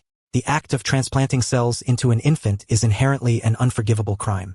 Moreover, even if someone had attempted such an experiment, it would be impossible for an infant to survive a procedure that even adults could not endure. Even if an abduction victim from back then had been used successfully for such an experiment, that child would now be around 10 years old. But such an event is almost inconceivable. Having spoken with unwavering conviction, Tobirama turned to leave. Yet, before departing, he merely glanced sideways at the top-secret dossier on the refugee incident that Kakashi had produced. Consider the matter of Byakugan as if it never happened. Why do you insist on concealing all the truths? This village may appear unified, but beneath the surface, it is maintained by a delicate balance among countless opposing factions. Are you shielding Danzo Shimura? Byakugan sacrificed himself to protect those Ninja Academy students. Kakashi clenched his fists and questioned Tobirama with a tone of accusation. He had no reason to sacrifice himself. If all the truths were revealed, Kakashi intended to say how could it be otherwise, but on second thought perhaps Tobirama was right. He silently closed his mouth, bowed his head slightly, and briskly walked away. After learning all the truths, his mind was in utter turmoil, utterly incapable of finding clarity. Why on earth would that man sacrifice himself to such an extent for others? Kakashi-senpai. Trailing behind Kakashi was a newly recruited member of the Umbu. Time had flown, and Kakashi, now more experienced, had accumulated many juniors. Among them was a female ninja named Chisame, who constantly followed Kakashi's heels, calling him senpai at every turn. Suddenly, with a sharp snap, Byakugan closed the character bento recipe book he had been reading, rose to his feet holding a half-eaten apple, and, looking at the puzzled Kakashi, handed over the apple core before abruptly turning and walking away. Kakashi stared down at the apple core in his hand, while Chisame pouted and muttered discontentedly. Seriously, does he think senpai is a trash bin? Kakashi-senpai, that guy is really strange. He has always been like that. Kakashi calmly tossed the apple core into the trash, soothing Chisame's agitation as he watched Byakugan's retreating figure. Going to check on Naruto again? He spends all day just monitoring the Jinchuriki. Even on missions, he sends only a shadow clone. In my view, he never truly invests his heart in the mission. She is not wrong. At least that part about not focusing on the mission is accurate. Kakashi smiled faintly, patted Chisame's agitated shoulder, and comforted her with a few words. I have a mission to attend to. I'll be going now. Yes. Okay. Take care on your way, senpai. Byakugan's bentos for Naruto were always made in 3 layers. Since summer heat easily causes spoilage, the ingredients were carefully chosen for their resistance to deterioration. Sandwiches, salads, and fried rice were only packed once completely cooled to prevent moisture accumulation, and side dishes were kept separate to avoid mixing. Even with ice packs, the preservation effect was limited, so meticulous care was essential. Watching Naruto eat heartily, Byakugan felt a measure of satisfaction. Though he often wondered why this boy continually did foolish things, He understood that it was the lonely Naruto's desperate attempt to gain attention, which inevitably stirred feelings of tenderness. Still on surveillance today as well. Hokage-sama. Suddenly, the Hokage, who had appeared behind him without warning, addressed him. Byakugan shuddered and immediately dropped to one knee, bowing deeply. His mind raced with confusion.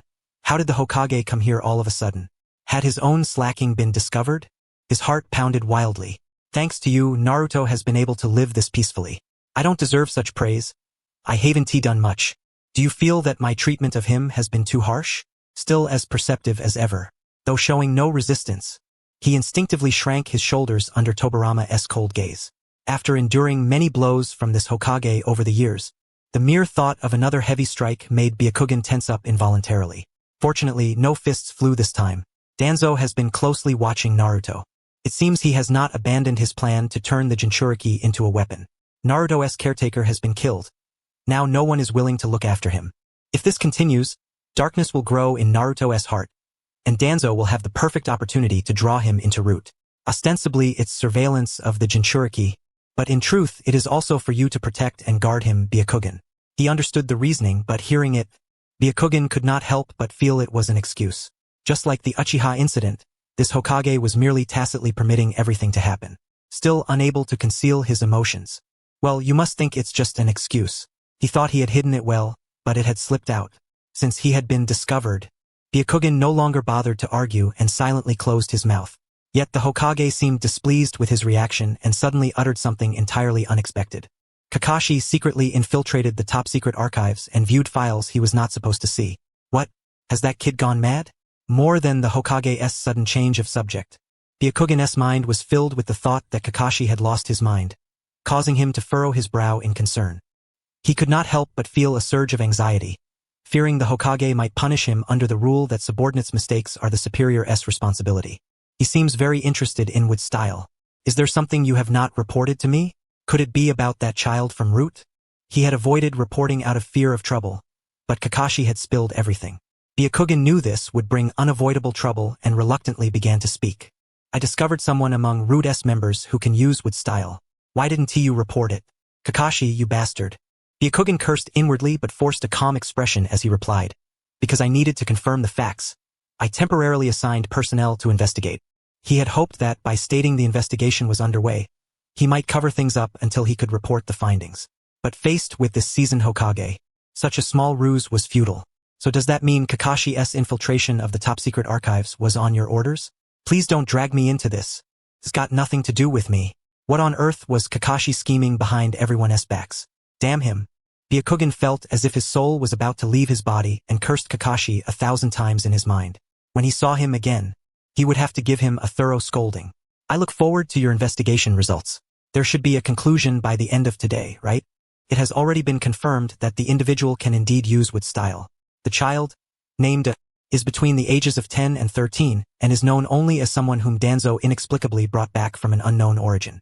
Are you able to get in contact with this child called A? A chill ran through Byakuya's heart.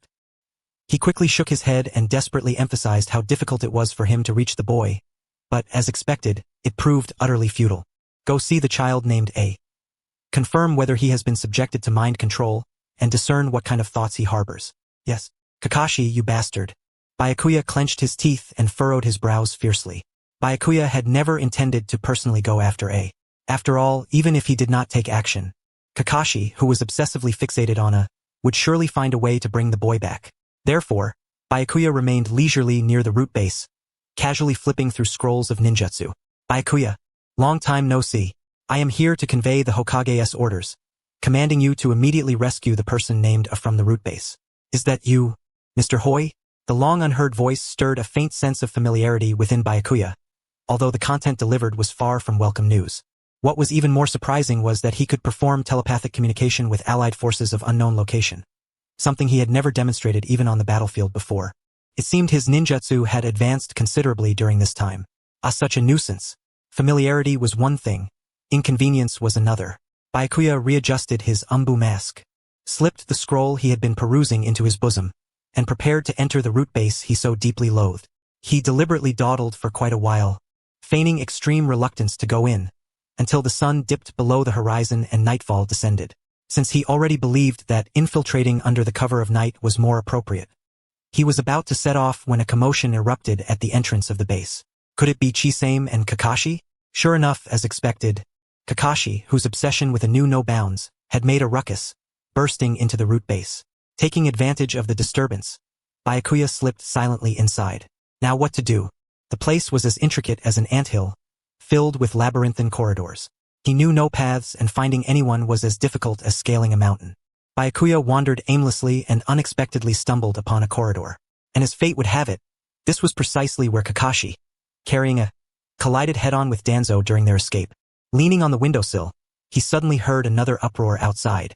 Peering cautiously through the window, he just caught sight of the third Hokage arriving. This was bad.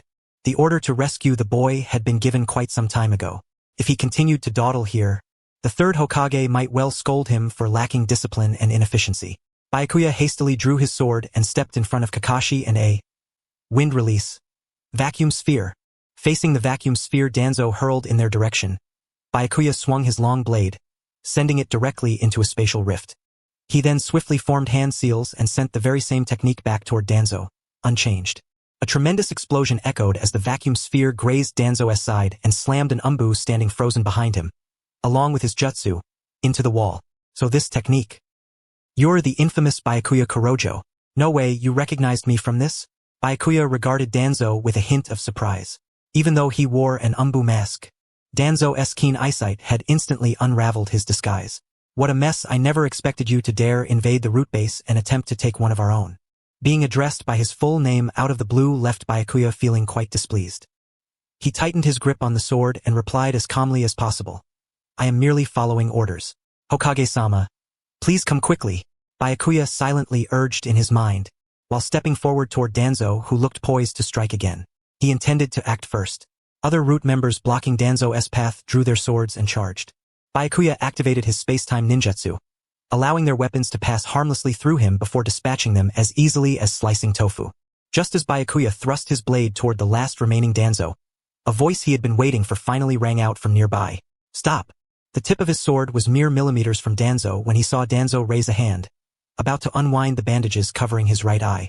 Byakuya reluctantly sheathed his sword and leapt backward in a wide retreat. The third Hokage arrived, walking straight past Byakuya to stand before Danzo. I advise you, cease killing the village's outstanding shinobi over such matters. Hizashi, what do you mean by this? Not only did they trespass into Root's facility without permission, but they are also acting recklessly here. Trespass? No. I issued the summons earlier. The one who did not come was you. Byakuya mused inwardly. So it had all been arranged beforehand. Truly a crafty old fox. It seems there was a miscommunication regarding the order. Danzo excused himself. As for Kakashi, let us put this matter to rest. He is also a valuable ninja of the village. You know well that would release users have long been the village's hope and aspiration. Why did you hide the would release ninja within Root? I have not deliberately concealed him. Danzo's tone betrayed a clear lack of confidence, as if he had yet to devise a proper defense. Hizashi seized the opportunity, his gaze sharpening like a blade as he pressed sternly. The Jinchuriki child is already 4 years old. Oh, so he still remembers Naruto's age. Byakuya felt a surge of relief and nodded to himself silently. Yes, Naruto is now 4 years old and will soon be 5. The wood release user is the only one capable of controlling the Jinchuriki. You also know that as the Jinchuriki grows, the seal becomes increasingly unstable. So, what do you say? Hand over the child to me. Let all past events be as though they never happened. Watching the Hokage play his final card, Byakuya silently admired him. Indeed, to have held the position of Hokage for so many years was no empty reputation. Even Danzo, his peer, was left speechless by his words. Others would have crumbled under such pressure. Danzo's face was filled with resentment. Yet in the end, he accepted the proposal. Byakuya exhaled with relief. Thankfully, the matter was resolved smoothly. Of course, as for Kakashi, who had stirred up this entire mess, Byakuya had no intention of letting him off so easily. I hereby declare that from this day forward, you shall serve as a direct umbu operative under the Hokage. Now I shall take my leave, Danzo. The third Hokage spoke to A as he turned to depart with a flick of his sleeve. Byakuya followed closely behind, but when he glanced back, he saw Kakashi and A standing together in a warm, peaceful atmosphere. He casually clenched his fist and delivered a solid punch to Kakashi. Ahem, what are you doing? I didn't hit hard at all. That kid really knows how to act. Byakuya shook his slightly sore fist, then turned away without a care, meeting S' fierce glare as if he were ready to charge at any moment. Since you broke the rules, you must be punished. Byakuya replied casually and quickened his pace to catch up with the third Hokage. Hurriedly supported the fallen Kakashi and secretly formed hand seals behind Byakuya's back, only to be stopped by Kakashi raising his hand. It's my fault to begin with, but this is a punishment for my reckless solo actions. Kakashi was blaming himself for not reporting to him as the squad leader. He forced a bitter smile and struggled to stand. Despite his usual cold demeanor, perhaps he was quite worried about me after all. Kakashi thought this as his gaze lingered on Byakuya's disappearing figure. The wood-release ninja is entrusted to you. The person was brought back by Kakashi, yet this task ended up falling upon Byakuya's shoulders. That person was the new recruit transferred here from Root this time. Byakuya glanced indifferently at the newcomer assigned to his squad, then deliberately chose to ignore him, returning his gaze to the scroll of ninjutsu. Without a single word of welcome, not even a basic explanation, the newcomer's impression of Byakuya plummeted instantly. After all, he was the very one who had once laid hands on Mr. Kakashi.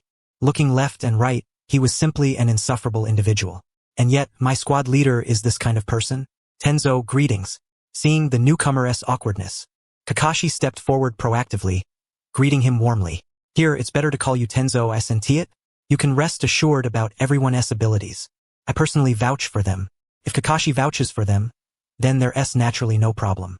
Upon hearing Kakashi deliberately utter his name, Tenzo's face brightened with delight. Following Kakashi, other members of the Umbu also approached him warmly, exchanging greetings, stirring an inexplicable warmth in his heart. Here, he felt a vivid sense of humanity he had never experienced in Root before. Apart from the squad leader, the atmosphere here was worlds apart from Root. While greeting others, Tenzo couldn't help but glance back at Byakuya. Alright, the squad leader is just like that. Don't take it personally. Ryuhei hurriedly intervened to smooth things over on Byakuya's behalf, offering to show Tenzo around the facilities as he led him away. So that's how it is. Seems like the squad leader isn't trusted much by the others. After quietly concluding this in his mind, Tenzo followed Ryuhei outside. The rain began to fall. Suddenly, Byakuya remembered it was Naruto's birthday today. Already 5 years old. Gazing from afar at Naruto walking home in the rain, Byakuya murmured to himself. Naruto had encountered something upsetting today. He had wanted to buy some snacks from a roadside shop but was refused service. Byakuya suspected Naruto had a particular craving, so he went to the snack shop and bought one of every kind. He thought to himself, tomorrow, I'll give Naruto the snacks along with a lunchbox as a gift. He'll certainly be happy. But just then, he saw Naruto, who should have been heading home, walking in the opposite direction. Where is he going? In this heavy rain? Filled with concern, Byakuya followed him and found Naruto crouched in a seldom visited alley, hugging his knees with his face buried. The rain looked as if it would last all night. Standing there drenched, he was bound to catch a cold. Forgetting that he himself was getting soaked, Byakuya hurriedly sent a clone to a nearby store to buy an umbrella and approached Naruto. How should he hand the umbrella over? How should he persuade him to go home? While struggling with these thoughts, his body had already unconsciously moved to stand in front of Naruto. After all, 5-year-old Naruto wouldn't remember what happened today anyway, but he would catch a cold. Byakuya opened the umbrella over Naruto's head and spoke to him for the first time. Hearing the words, Naruto slightly lifted his head, his blue eyes devoid of any life. I don't need it. For some reason, at that moment, the fourth Hokage's words echoed suddenly in Byakuya's mind. He had said, no matter what happens, the child comes first. I beg you to protect Naruto well. That voice seemed to resonate right beside him. You should use an umbrella on rainy days, or you'll catch a cold. Catching a cold would be good. Already rebellious at 5 years old? Worried the rain might splash onto Naruto, Byakuya bent down, holding the umbrella steadily over his head to shield him from a single drop. Everyone hates me. I haven't done anything wrong, and yet everyone hates me. No one likes me. They just don't understand you yet. Eventually, everyone will adore you. Byakuya softly spoke, recalling Naruto's future from the original story. Though it would take a very long time, in the end, everyone would come to love Naruto. Will everyone like me once they understand me? That's impossible. If that were true, then from the very beginning they just don't understand you yet. See? I like you very much. Byakuya pressed the umbrella into Naruto's small hand. Indeed, having been drenched too long, Naruto's hand was icy cold. Byakuya worried about Naruto catching a cold. For a 5-year-old, a cold was no trivial matter. If anything happened here, the trouble would be on him. Uncle, do you know me? Is that why you like me? Yes. Once people understand you, they all like you. Eventually, everyone will. Byakuya took out the large bag of snacks he had just bought and placed it in Naruto's other empty hand. You'll catch a cold. Go home quickly. Naruto's eyes widened, seeming to realize what he was holding. Indeed, children loved sweets, though they were bad for their teeth and not very nutritious. Uncle, who are you? Someone you'll hate in the future. Byakuya gently stroked Naruto's rain-soaked hair and said, There is no helping it. In this lifetime, I am destined to live only as a villain. When you grow a little older, I'll become the most evil person in your eyes. No way. I absolutely hate you, Uncle. I'll never hate you. That would be troublesome. Byakuya pulled a faint smile, not taking the promise of this 5-year-old seriously. After all, when he grew up, Naruto wouldn't remember someone like him. Byakuya was well aware of this. Even he couldn't remember what had happened when he was 5. Humans were simply such creatures. I absolutely hate you, Uncle. I promise. You'll catch a cold. Go home quickly. Byakuya stood up and turned to leave. Naruto, watching Byakuya disappear into the rain, cautiously called out, Uncle, I don't like broccoli. How did he know? Byakuya was somewhat surprised and turned back. Naruto was referring to the side dish in today's lunchbox. He nodded lightly. I'll keep that in mind next time. So he actually hated broccoli. No wonder he only took one bite. Byakuya finally understood the morning's mystery and then turned to leave. Naruto stared at the direction Byakuya had disappeared for a long time before holding his umbrella and trotting home. From afar, Byakuya watched his retreating figure and took out his notebook, marking a cross beside broccoli. Today's lunchbox was a failure as well. Tenzo, who had been silently observing, felt increasingly that his squad leader was unreliable. Squad leader? His character is terrible. It'd be better to have Kakashi-senpai as squad leader.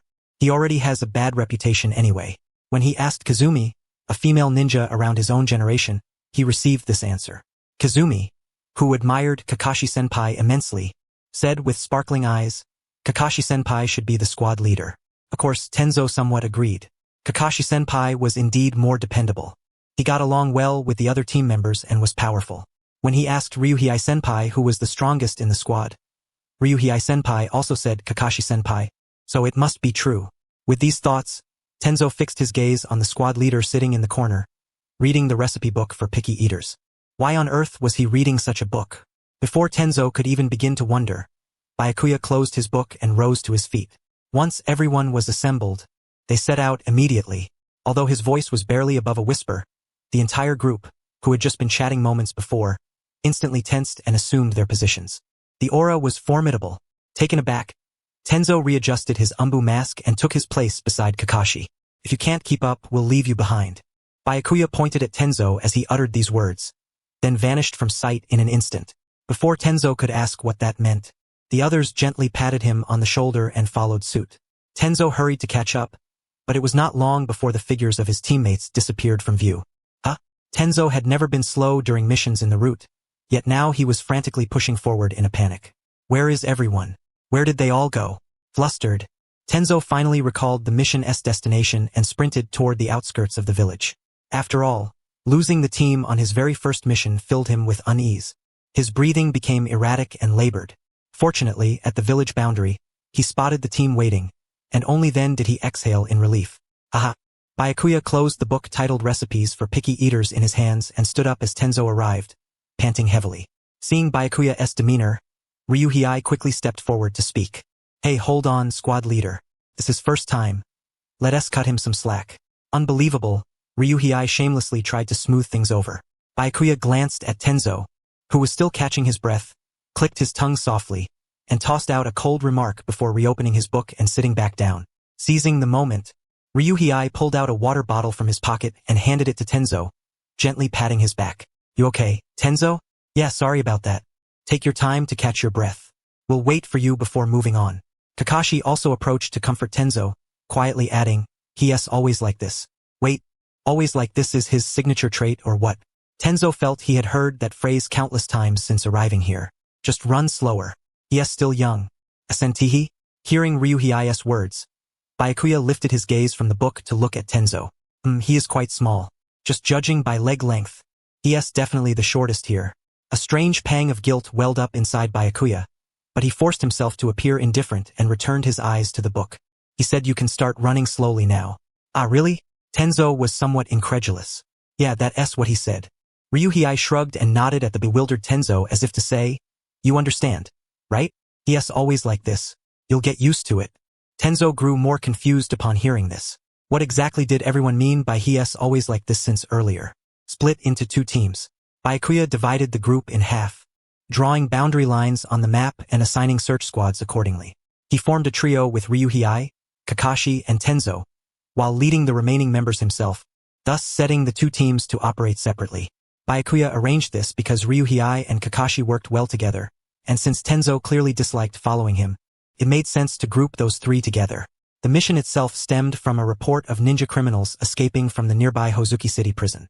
The adversary had already requested reinforcements, and other squads were actively scouring the vicinity around Konoha. Ninja criminals, anticipating a rather chaotic and fierce confrontation. Byakuya swiftly turned around. Let us move. Watching Byakuya and the others depart, Tenzo was hastily called back by Kakashi's voice and hurriedly caught up. Being escaped prisoners, their strength was undoubtedly formidable.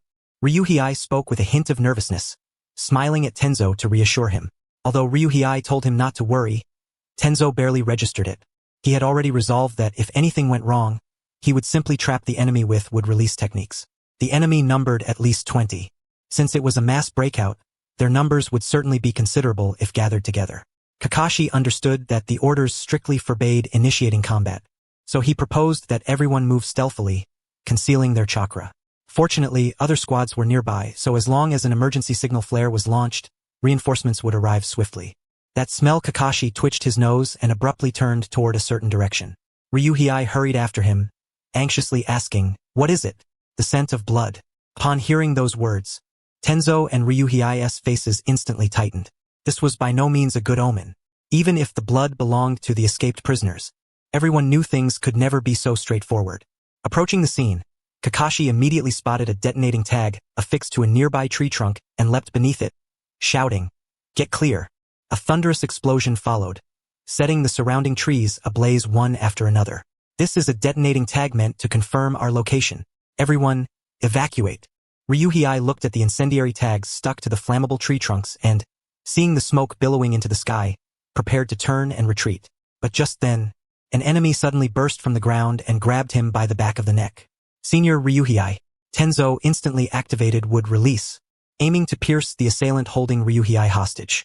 However, the enemy shoved Ryuhei forward as a shield, forcefully pushing him toward the direction of the incoming would-release attack. Tenzo had no choice but to retract his would-release, gritting his teeth and clicking his tongue sharply.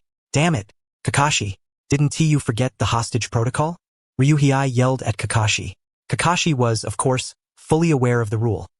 No engagement under any circumstances. If a teammate is taken hostage, abandon them and regroup with the others. No engagement. If a teammate is taken hostage, abandon them and regroup with other team members. Easier said than done. Kakashi knew well that if they left, Ryuhei would surely perish, so his feet remained rooted. Senior Kakashi, Tenzo, follow my orders. Ultimately, Kakashi abandoned Byakuya's rules and assumed an offensive stance. From the start, this was a fabricated space. Both the explosive tags on the trees and the surrounding forest were illusions. The escaped prisoners needed hostages, so the illusionists collaborated to create this deceptive mirage. Tenzo and Kakashi found themselves instantly surrounded by 20 enemies who had appeared suddenly, forced into combat. Kakashi unleashed Chidori to carve a path for Tenzo's escape, but Tenzo adamantly refused to retreat. In the end, Kakashi was wounded amid the onslaught, blood trickling from the corner of his eye, summoning every ounce of strength to shield Tenzo. That guy isn't he the Konoha copy ninja Kakashi? He has the Sharingan. The enemy holding Ryuhei's neck sneered mockingly. Yo, finally a prime hostage.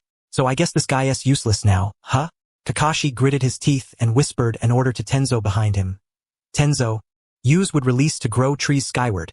Immediately. Yes, sir. Tenzo promptly activated would release, conjuring towering trees that pierced the heavens, just as 5 enemies charged fiercely toward them. Kakashi deflected several foes with his Chidori, while simultaneously hurling shuriken at the assailants charging toward Tenzo. Tenzo, evade. Ugh. Tenzo was fiercely kicked and sent flying by an enemy. Just as he was about to form hand seals and unleash would release once more, the advancing adversary ruthlessly stomped on his hands, mangling his palms into a bloody mess. Ugh, having a wood-release ninja and a Sharingan was already enough of a hostage. Accompanying the enemy's words, a shuriken violently sliced across Ryuhi's neck. Tenzo's eyes widened in horror as he screamed out, "Stop!" Despite his anguished cries, it was already too late. Blood gushed from Ryuhi's throat as he collapsed heavily to the ground. Gritting his teeth, Kakashi spun around abruptly, flinging shuriken to repel the enemy pressing down on Tenzo's hands, then shielded him behind his back. "Tenzo, can you still move? We have to leave immediately." But if this continued, stay alert. The number of enemies remained overwhelming. Kakashi assessed that if they persisted, total annihilation was inevitable. Concentrating his chakra, he summoned Chidori in his hand, urging Tenzo onward without pause. Yet Tenzo knew deep down there was no chance of victory. Senior Kakashi alone could not hold back 15 foes. Even if he escaped, someone would inevitably give chase. Moreover, his fingers had been crushed, rendering him unable to form seals, completely useless in aiding the fight. What should be done? What can be done now? "Hey, stand aside." Tenzo sensed someone brushing past him. Byakuya reached out and grabbed Kakashi's shoulder in front of him, shoving him aside, then slowly drew the sword strapped to his back. His gaze was fixed unblinkingly on the fallen Ryuhei. 15 enemies remained, all formidable veterans with real combat prowess.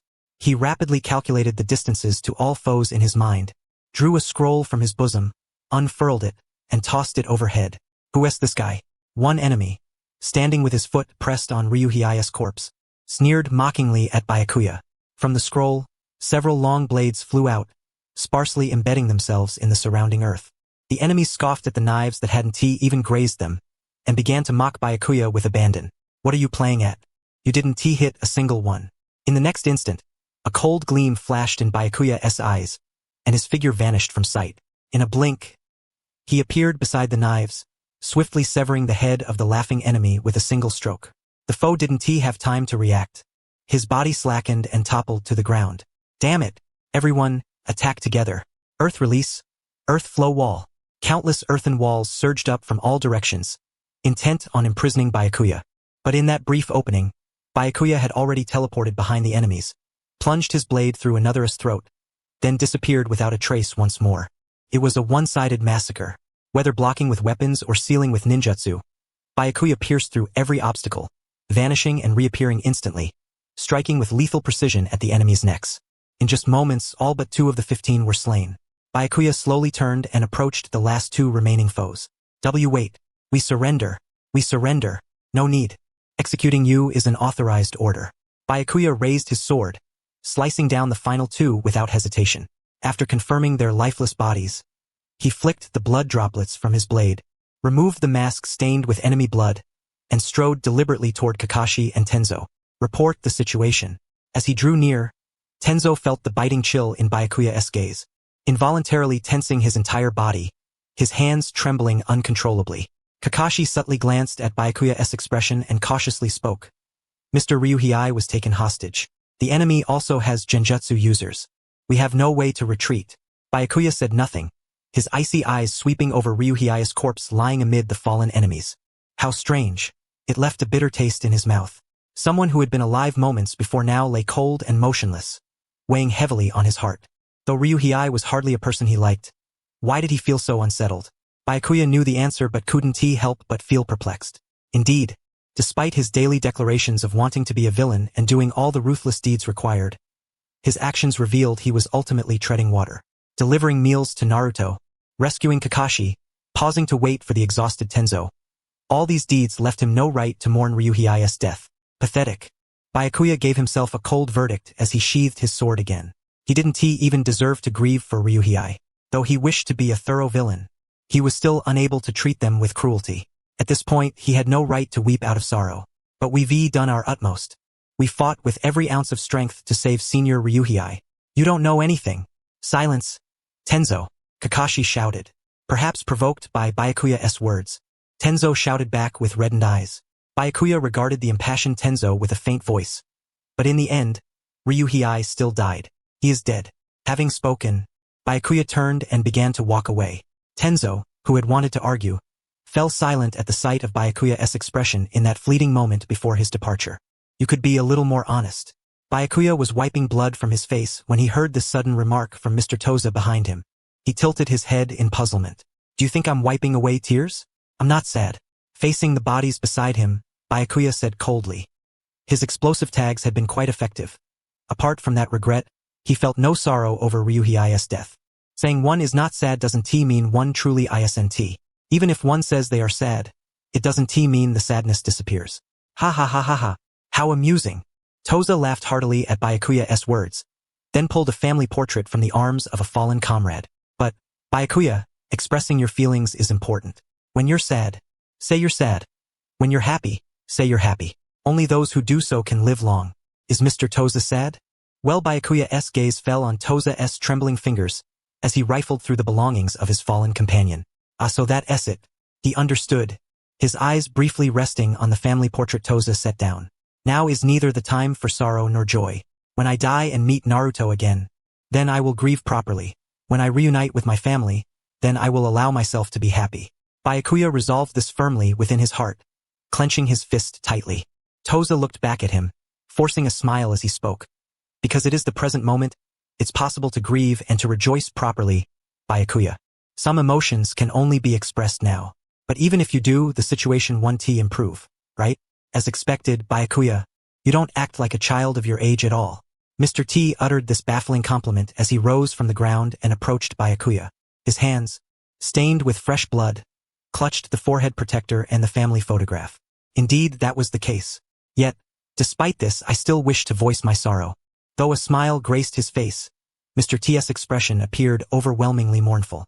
Confronted with such a demeanor, Byakuya found himself utterly speechless. What thoughts occupied the heart of this man, whose hands were soaked with the blood of his comrades? In that moment, Byakuya seemed to grasp, albeit faintly, a fragment of Mr. T's feelings at the time. But understanding did not grant him the right to sorrow. From a distance, Byakuya watched the funeral for Ryuhei in progress, preparing to turn away. Aren't you gonna pay your respects? Startled, Byakuya spun around abruptly. No matter how distracted one might be, suddenly discovering someone standing behind would startle anyone. Yet, he could hardly admit to Amagura that he had been frightened. Instead, he forced himself to remain composed and redirected his gaze toward Ryuhei's funeral. I have no right, he replied. But you are the squad leader. That's not the kind of right I mean. Finding it futile to reason with him, Byakuya merely wished to find a quiet place to be alone and intended to leave. You abandoned the hostages and withdrew.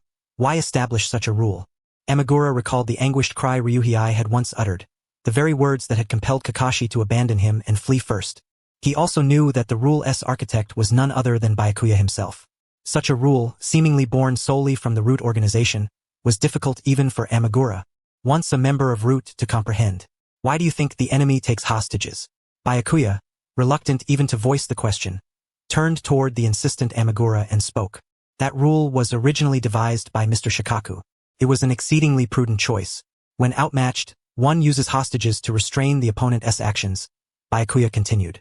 Anyone with sense wouldn't lightly kill a hostage they struggle to capture. Keeping the hostage alive a little longer compels the enemy to hesitate, giving our side a chance to devise a rescue plan. That was the strategy laid down by Mr. Shikaku. He said that retreating was part of the grand design to save the hostage. If we step back because a comrade is taken hostage, the enemy recognizes the hostage's value and refrains from killing them outright. Byakuya had intended to elaborate further but ultimately chose to remain silent. He felt no need to say, if you had retreated then, perhaps Ryuhei might have survived. Moreover, even with so little said, Amagura clearly understood the implication. I was only doing my utmost. I stayed to fight because I wanted to save Senior Ryuhei to rescue him. Kakashi-senpai must have thought the same way. Yet, in the end, all of it was the wrong choice. Amagura could not bring himself to speak these words aloud. Instead, he muttered 3 simple syllables. I'm sorry. Byakuya had never sought Amagura's apology. Yet a wave of melancholy surged within him. His stomach churned, and he hastened away from the place. Once the funeral concluded, Byakuya returned to the deserted gravesite. Leaning against the stone monument, he placed an apple beside it. Then he unfurled a scroll of ninjutsu and retrieved another apple from his pocket, taking a bite. Yes, a honeyed apple. It was all my fault. Byakuya had long anticipated his arrival. Kakashi, who had not attended the funeral earlier, placed a bouquet before the apple-adorned gravestone and spoke. When Ryuhei was taken hostage, I suddenly thought of former comrades. Byakuya did not inquire further. Kakashi continued his detailed reminiscences unabated, which Byakuya found bothersome, taking another large bite of the apple. Indeed, the apple was sweet. No matter then or now, in the end, none of us could save him. Byakuya's gaze remained fixed on the book, expressionless, as he bit again. The apple, which had seemed so sweet moments before, suddenly turned bitter. He furrowed his brow and set the half-eaten fruit upon the ground. Even if you think I'm useless, I have nothing to say. I'm not interested. Deliberately ignoring Kakashi, Byakuya buried his face closer to the book. To someone who felt even more useless than himself, Kakashi lacked even the right to be deemed useless. The book, you're holding it upside down. With a sharp snap, Byakuya instinctively closed the book he had been reading and turned toward Kakashi. Kakashi, observing Byakuya's demeanor, thought to himself what an insincere fellow he was. His emotions plainly etched across his face. Seeing Byakuya's brow crease slightly in embarrassment, even without the mood, he could not help but smile. Byakuya felt a wave of awkwardness and forced a stern expression, snapping harshly, "If you want to regret, go somewhere else. There's south no place more fitting than here." Kakashi shrugged as he picked up the half-eaten apple from the ground. "This place has always been suitable for regret. You miserable fellow. Must you snatch my place to be content?" Byakuya, as if conceding defeat, rose from the ground to leave. Yet he felt that departing like this would shatter the image he had maintained all along, leaving only the forlorn squad leader who mourned his fallen comrades at the gravesite. So he turned slightly, as if to defend himself, and said to Kakashi, "Don't misunderstand. I've always despised that guy. He disobeyed orders, was arrogant, couldn't he even take care of himself, yet always worried about others." As he spoke, a sudden pang tightened his heart. Clenching his fists to suppress the surging emotions, he forced himself to continue calmly. In the end, he died such a pathetic death. A fool. Was it really so exhausting to utter harsh words? Byakuya felt his eyes sting. Abruptly he turned his head and resumed walking after a long pause. He thought this would help him craft the image of a ruthless squad leader who berated his deceased subordinates, comforting himself that he had done well. Yet his heart remained heavy. Ryuhei was not such a bad person. There was no need to speak such cruel words at his final resting place. Harboring such regret, Byakuya had no choice but to leave.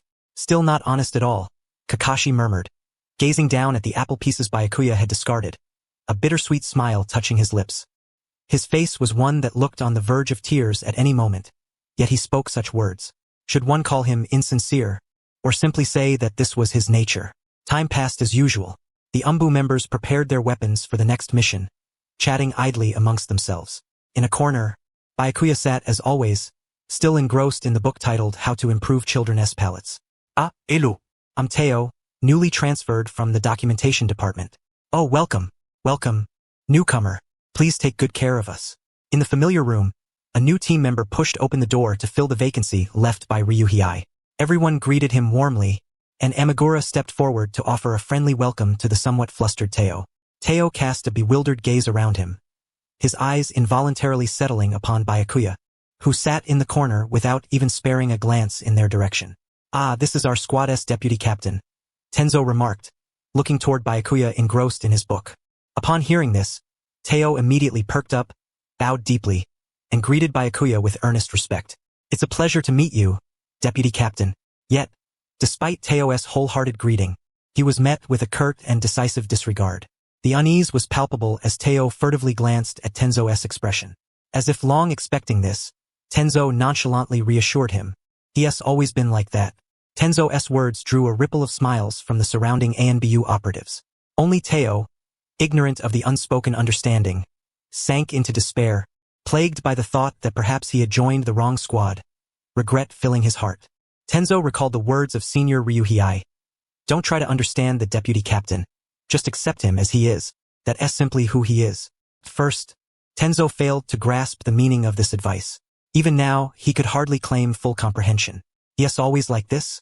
Teo nudged Tenzo, who turned slightly to glance at Byakuya, who leaned against a tree, absorbed in reading a scroll on ninjutsu. "Most of the time, yes. Is that so?" Teo's face was a mixture of astonishment and incomprehension as he looked toward Byakuya. Despite being in the midst of a mission, a wartime situation, and actively searching for the missing Uchiha clan, Byakuya remained so composed and unruffled. "Let us go." Suddenly, Byakuya stood, tucking his book into his robe, and gazed intently in a certain direction. Startled, Teo hurriedly looked to the ANBU operatives who were already poised to run. "We're moving out now? So suddenly?" Could it be that something has been detected? Teo silently marveled, eyes wide with newfound respect for Byakuya. Yet, contrary to Teo's assumptions, Byakuya's gaze fixed on empty air. He had not risen because he sensed any change. Simply, having grown bored of reading, he had finished the book and stood up. There was no anomaly at all, yet he projected an air as if he had perceived something. Since the Uchiha clan was already operating nearby in the search for the missing, Byakuya felt no need to move unnecessarily, preferring to continue reading. But doing nothing meant no reports to file, so some activity was inevitable. Still, the forest remained as silent and still as a stagnant pond. Straight ahead. As Byakuya ran forward, an alarm suddenly blared in his mind. Reflexively, he twisted aside to evade, only to catch sight of Teo standing foolishly behind him. Byakuya instinctively raised his arm to block a flying object, immediately feeling a sharp sting in his arm. Expecting at worst a shuriken, he looked closely to find a syringe filled with a strange liquid. Poison. I've got eyes I can see. Byakuya clicked his tongue at the teammate who had spoken, then drew his blade, employing space-time ninjutsu to annihilate the incoming syringe's midair. His gaze fixed unflinchingly ahead. They're kids from Konoha, not Uchiha. What a pity. I was hoping they were Uchiha. 7 suspicious figures appeared before him, while rustling noises emanated from the surrounding grass, indicating more hidden adversaries. Targeting the Uchiha? Byakuya's face tightened as he gripped his sword anew, counting the enemy. At least 9, no, 15, maybe 20? The number of foes was too great to count, and they wielded an unknown poison. With such overwhelming numbers, escape was nearly impossible. Even if they scattered to break through, casualties were inevitable. Is this truly a fight to the death? Kakashi. Byakuya silently beckoned Kakashi with a finger. The tense Kakashi, sharing a worried expression, had his Sharingan eye activated, vigilantly observing the enemy. It's the Sharingan. An enemy shouted upon spotting it, triggering a cacophony of noise that shook the forest itself, pounding in Byakuya's head. Damn it, why do you flash that thing? Byakuya glared fiercely at the flustered Kakashi. Now, Kakashi had become a living target and could no longer serve as frontline combat power. As Byakuya pondered their next move, dizziness suddenly overwhelmed him, likely the poison in his arm beginning to take effect. Once that poison takes hold, you won't be able to move. Upon hearing this from the enemy, Byakuya raised his arm, opening and clenching his hand. Can't I still move? He looked incredulously at the enemy, whose face flushed red as he shouted, I didn't mean it like that. The poison I developed spreads throughout your body slowly. Death within 20 minutes is inevitable. It's a new toxin with no antidote yet. The team stared at Byakuya in shocked silence. In truth, Byakuya himself was the most stunned. Death within 20 minutes? He struggled to maintain composure, but upon hearing those words, his body seemed to genuinely begin aching. It seemed the poison was real and potent. Hand over your Sharingan, and I'll give you the antidote. Hearing this, Kakashi looked at Byakuya with trembling eyes. It seemed he believed that sacrificing one eye could buy Byakuya's life, and that this was a worthy trade. But Byakuya utterly rejected the enemy's lies. Naive Kakashi actually believing such nonsense? There was not a single trustworthy word in the enemy's claim. The man himself had admitted this was a new poison with no antidote. Where would one come from? Ignoring everyone's gazes, Byakuya lowered his eyes to his palm. Having lived in the world of shinobi for so many years, day after day of rigorous training had thickened his palms with calluses. Perhaps death was truly close, each joint at his fingertips gradually losing sensation. You all know the protocol for hostage situations, right? For some reason, Byakuya's heart stilled completely. Facing the impending death, he felt no trace of fear. After all, this life was originally meant to be taken by Naruto Uzumaki. The only regret was that he could not die by Naruto's hand, nor save his sister. Recalling what Mr. Shikaku had said, he felt a sense of release.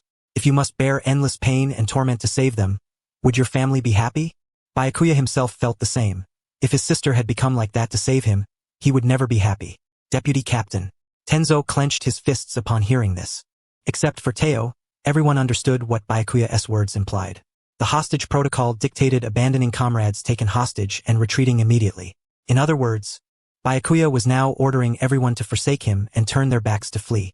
Tenzo's face was torn with conflict as he stared at Byakuya's back, uncertain whether to obey the command. Even if we rush back to the village, we'll die halfway. The enemy had said this poison was fatal within 20 minutes. They were currently far from the village. Even running desperately back would take more than 30 minutes. By the time they reached the village to draw blood, analyze the toxin, and develop an antidote, hope would be non-existent. Of course, those words might have been meant merely to unsettle their minds, yet judging by the state of his own body, it seemed unlikely to be a lie.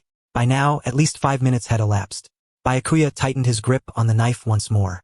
Since I am bound to die anyway, dying here, though somewhat regrettable, did not sadden him. On the contrary, his mind was clearer than ever before. Byakuya took a step forward toward the enemy's direction. If he was fated to perish here, then, at the very least, he would ensure that all the comrades who had suffered under his tyrannical leadership would return alive. Byakuya wished to apologize for his previous harshness, but feared that doing so would only burden his teammates further, disturbing their focus. Having been a ruthless superior for so long, a last-minute apology would only leave them with unresolved grudges. By now, 6 minutes had passed. Time slipped away with the swiftness of a blade, and Byakuya's body grew heavier and heavier. Suddenly, a metallic, sweet taste of blood surged in his throat. Instinctively, Byakuya sensed that his time was running out. He turned his head slightly, looking at the teammates who were watching him. From this moment on, I am the hostage. Damn it! Someone among the team let out a furious roar, and in the next instant, everyone spun around and bolted forward. Pursue them. Seeing the enemies spring into action, Byakuya drew a scroll from his chest pocket and summoned a multitude of knives, forming a circular barrier around the area within which he could sense their presence.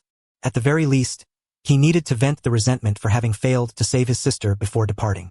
With this resolve, Byakuya instantly appeared before an enemy attempting to escape the circle and severed the man's head with a single stroke. Where do you think you're going? Not playing with me anymore? He chuckled softly, steadied his grip on the knife, and vanished once again into thin air. The enemies realized something was amiss and that control had slipped entirely from their grasp. Yet, by the time they reacted, it was already too late. Indeed, he could not simply leave like this. Kakashi sensed the absolute stillness behind him and came to a halt. He recalled the promise to rescue him, to rely on the life saved by him to repay the favor, yet the outcome was nothing but a tail between the legs retreat. Kakashi found himself unable to take another step forward. Seeing this, Tenso, a little flustered, also stopped and turned to look at Kakashi, while the other teammates halted one after another. I'm going back. Senior Kakashi, those bastards are after me. If I had stayed earlier, I would be heading back now, Kakashi said as he turned around. The other teammates, seeing this, also moved to stand beside him and spoke up. We're coming too. We can't just abandon the squad leader and run away. We can't let you go back alone. You lot. Kakashi looked at his teammates with a hint of surprise and forced a bitter smile. He thought to himself that if Byakuya's desperate hostage code continued like this, it would never be upheld in their lifetime. No, it's impossible. Everyone heard that, right? That's deadly poison. Going back now, the squad leader is already gone. Teo stepped forward, eyes sharp as he sternly questioned them, his face clouded with confusion over their decision to turn back. Even if we rushed there, more than 20 minutes would have passed. The squad leader is likely dead. If we're unlucky, the enemy might be chasing us right now. If we just turn back like this, won't the squad leader's sacrifice be in vain? Teo looked at them with disbelief, wanting to say that the only correct choice now was to return to the village immediately and request reinforcements. Then you can go back alone, Tenso said coldly, staring at Teo. All of us are going back to find the squad leader. We owe him too much. Who here hasn't had their life saved by the squad leader? Each of us was pulled back from the brink of death by him. They weren't incapable of understanding Teo's perspective, but they were at least certain that simply walking away was absolutely unacceptable. Even if he's already gone, I will bring back his body, Kakashi said as he took the lead in stepping forward. At the same time, everyone turned around and walked in the opposite direction from where they had fled moments ago. Teo remained alone in the silent woods, staring blankly at the disappearing backs of his teammates. I don't understand any hostage code at all. I only followed the others in panic because everyone was running. I thought that the squad leader's sacrifice shouldn't be in vain. Just returning to the village to ask for reinforcements would be enough. That's what Teo thought as he ran just now. But now, all the teammates had turned back to find the squad leader. What now? Perhaps Teo had always known the truth. Why the squad leader was poisoned. Earlier, the squad leader had clearly sidestepped the syringe flying straight at him. Yet in that instant, their eyes met, his and the one standing directly behind him. It was also at that moment that the squad leader reached out his hand toward the syringe. He had deliberately taken the poison needle to save him. Damn it! Damn it! Damn it! Teo cursed fiercely into the air, yanking off the mask from his face and flinging it aside, then spun around abruptly. The direction he turned toward was the path leading back to the village. Like a flickering lantern before death, Why did you save me? You fool, why would you need a reason to save a comrade? Those were the days when Byakuya was called a fool by the hapless Mr. Shika. Mr. Shika, his face marked with a battered wound, smiled as he spoke to him, and then winced in pain while touching the injury. From the day that wound on his face turned into a scar, Byakuya never forgot that day again. Children come first, Byakuya. Please. I will prioritize protecting the children. Having failed to save Minato, Byakuya was painfully aware that he had already forsaken the lives of many. He had sworn to become a villain, to turn a blind eye to those he could have saved, and to trudge onward until now.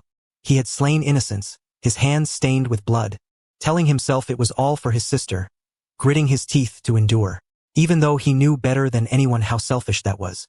Byakuya, you can't always bottle things up. You need to be an ordinary person who allows yourself to grieve when sad and rejoice when happy. Value isn't something you decide. I don't much care for the word value. It's more accurately about potential and will. And in you, I see that will. You always live like an outsider, as if you don't belong to this world, as if you're from another. If you keep living this way, will your family truly be happy? If it were me, I wouldn't be happy. I'd only feel sorrow. Byakuya, hacking through enemies like a man possessed, suddenly paused his movements and swung his blade backhandedly, decapitating another foe behind him. At that moment, another enemy launched a sneak attack from behind, the blade piercing Byakuya's left shoulder. Byakuya clenched the blade with his bare hand and yanked hard, then seized the attacker's neck and drove the knife in. Ugh, damn it. This guy is a monster, fighting with a death wish. Byakuya's body was already riddled with countless wounds. Limping on one leg, he paid no mind as he pulled the knife from his shoulder. His entire body was covered with injuries, and it seemed he was more likely to bleed out before succumbing to the poison. Within Byakuya's mind, a silent murmur arose. He realized that the anomalies were not merely one or two. Why am I still alive? My physical condition has deteriorated to the utmost extreme. My chakra is in complete disarray. An S-rank ninjutsu is utterly beyond my reach. I can barely muster any chakra at all. Resorting to space-time ninjutsu just to pursue the fleeing enemy, relying solely on my blade to contend with him. Yet, strangely enough, I remain alive. How much time has passed? It feels as though more than 20 minutes have slipped away. Could it be that my own perception of time has slowed? Byakuya glanced down at his palm and wiggled his fingers. Just moments ago, his joints felt rigid, but now they moved with remarkable fluidity, as if the prior stiffness had been but an illusion. Hey! With a sharp cry, Byakuya raised his sword and strode forward to confront the enemy who had earlier been clamoring about new toxins, new developments, and the existence of an antidote. He pressed the blade fiercely against the man's nostrils. Why am I not dead? Byakuya had never fathomed that the day would come when he would utter such a question. Why am I not dead? As he asked, a whisper of doubt echoed in his heart. No, it can't be, surely not. I'm supposed to be dead, right? Hurry up and finish me. Yet, the enemy before him suddenly collapsed to his knees, pressing his hands together against the ground, evoking an ominous premonition within Byakuya's chest. No way, right? I'm sorry. This substance only causes temporary physical discomfort. It's not a lethal poison at all. A hollow laugh escaped Byakuya's lips. This can't be right, I was supposed to die. No sir, you really want to die. Please don't say that. Is that so? Then why do I feel like I'm dying, right? No. A poison capable of killing someone within 20 minutes is composed of extremely rare materials. Besides, in these chaotic skirmishes, aren't we constantly tossing around syringes? We only dare to use it casually because it's not fatal. Don't lie to me. I'm definitely going to die, right? Byakuya's pupils trembled violently, his expression even more bewildered than the panicked enemy before him. Then what was I doing just now? What was that parade of fleeting images that passed through my mind? What about the ruthless, cold-hearted Captain Persona I have painstakingly cultivated all this time? If I'm not dead, then my letting them escape earlier was utterly pointless. How am I supposed to return to the village? What face should I wear upon my return? I'm really going to die, right? I told you, you're not going to die. Holding on to the faintest glimmer of hope, Byakuya asked once more, but the enemy's response remained unchanged. Even the agonizing pain he had felt moments ago seemed to gradually subside, returning to normal. Then what was that metallic taste of blood in my mouth? Didn't I just cough up blood? Byakuya moved his tongue and indeed still tasted the lingering metallic tang. What is going on? I thought I was really going to die. This poison typically causes minor bleeding, but it's not fatal. What about the antidote? Didn't you say there was one? Oh that? It's not a lethal poison to begin with. There's no antidote. It's just used for bluffing during negotiations or for launching surprise attacks when the enemy is weakened. You bastard. You're playing me. Byakuya's gaze sharpened, burning with fierce intent as he stared down the trembling enemy. Then what am I supposed to do now? What face can I show when I return to the village? Don't think you'll get to die so easily. Please spare me. Byakuya carelessly plunged his sword into the neck of the supplicating enemy. The man, who had been gasping just moments before, finally collapsed to the side, and the circular blades that had been hovering about him clattered to the ground. I was already prepared to die, but now this is troublesome. Well, with so much blood spilled, I should still die, right? Byakuya gave no thought to staunching the wound that bled profusely with every movement. Instead, he merely cast a glance at the scattered corpses. At that moment, he noticed a glass vial reflecting light in the arms of the man he had just slain. Sharingan.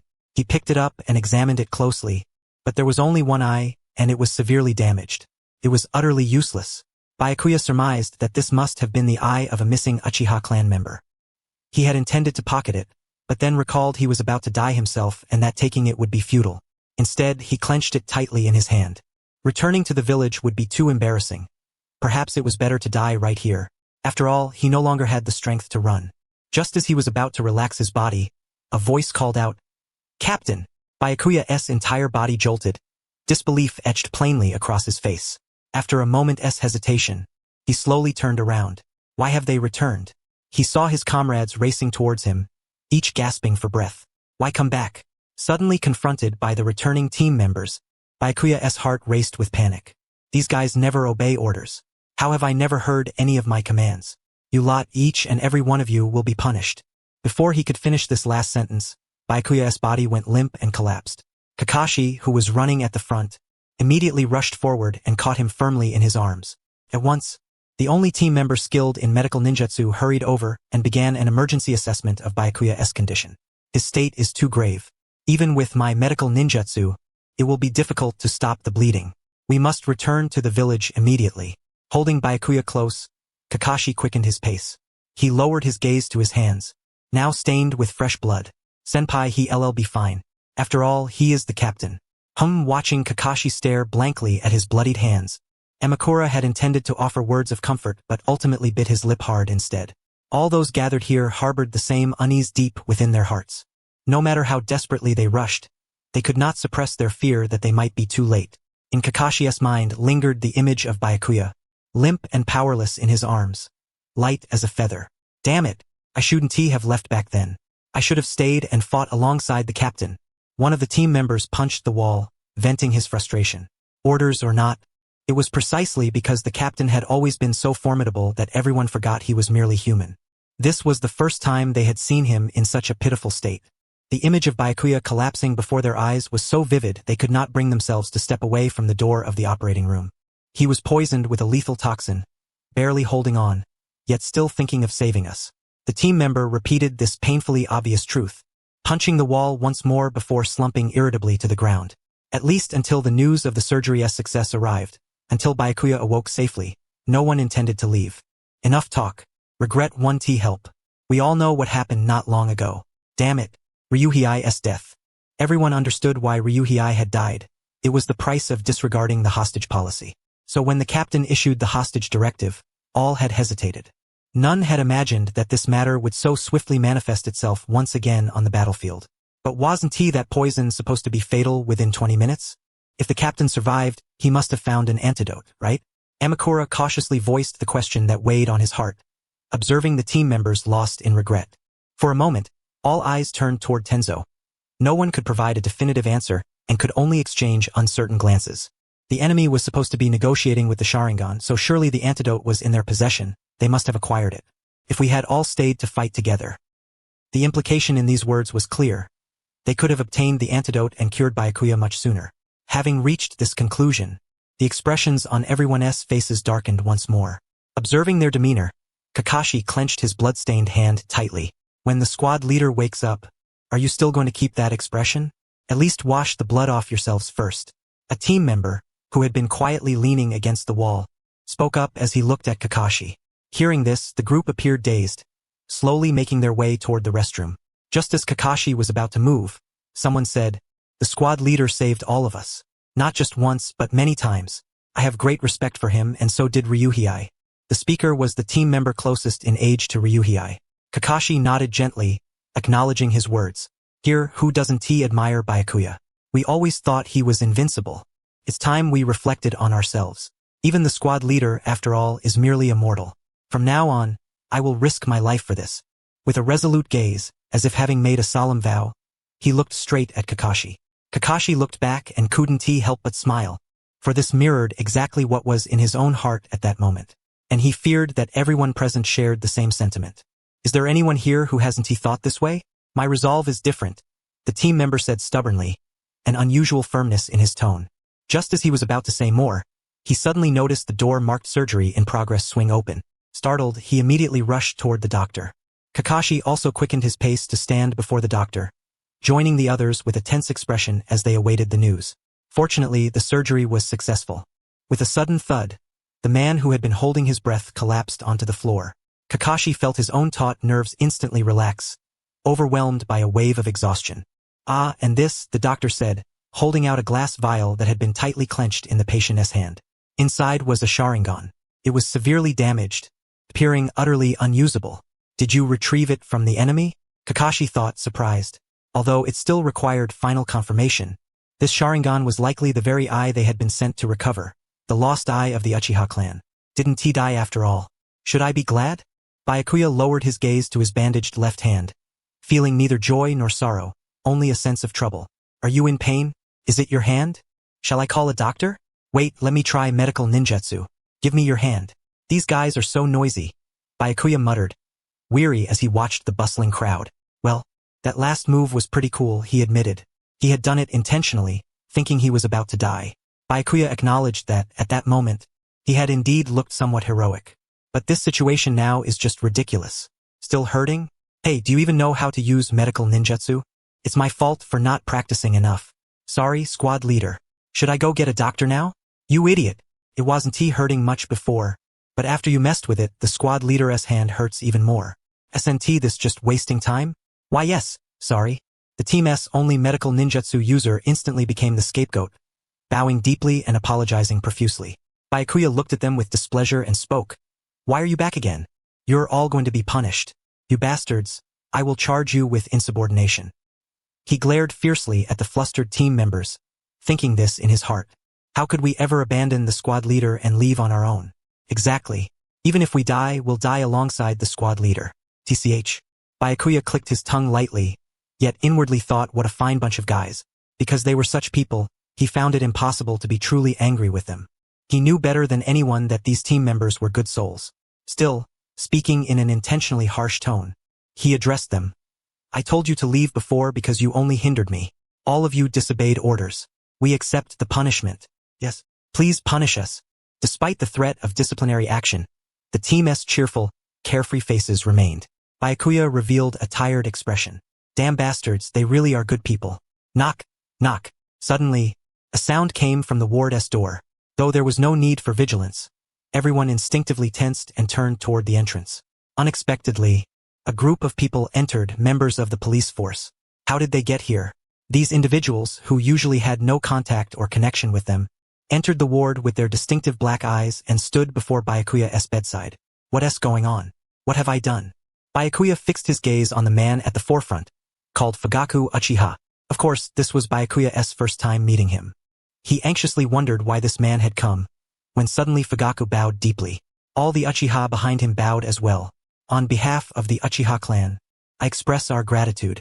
The Sharingan you risked your life to retrieve has been confirmed as the lost eye of our clan. Here, in the name of the entire Uchiha family, I thank you. Huh?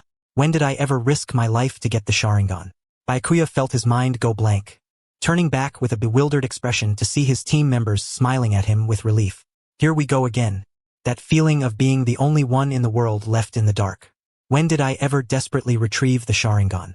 These guys were still looking at him as if he were some great hero. It was just a mission. Unable to admit he was truly impressive, Byakuya turned his head, politely declining their gratitude.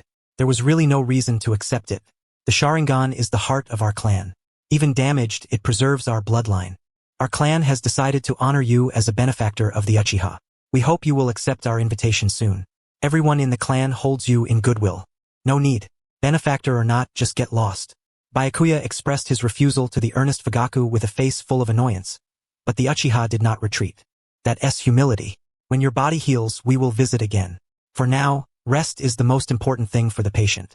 Don't come. I want tea, accept it. Byakuya shook his head vigorously in refusal. But the Uchiha turned and left the ward without a second thought. This is a first, I senti it?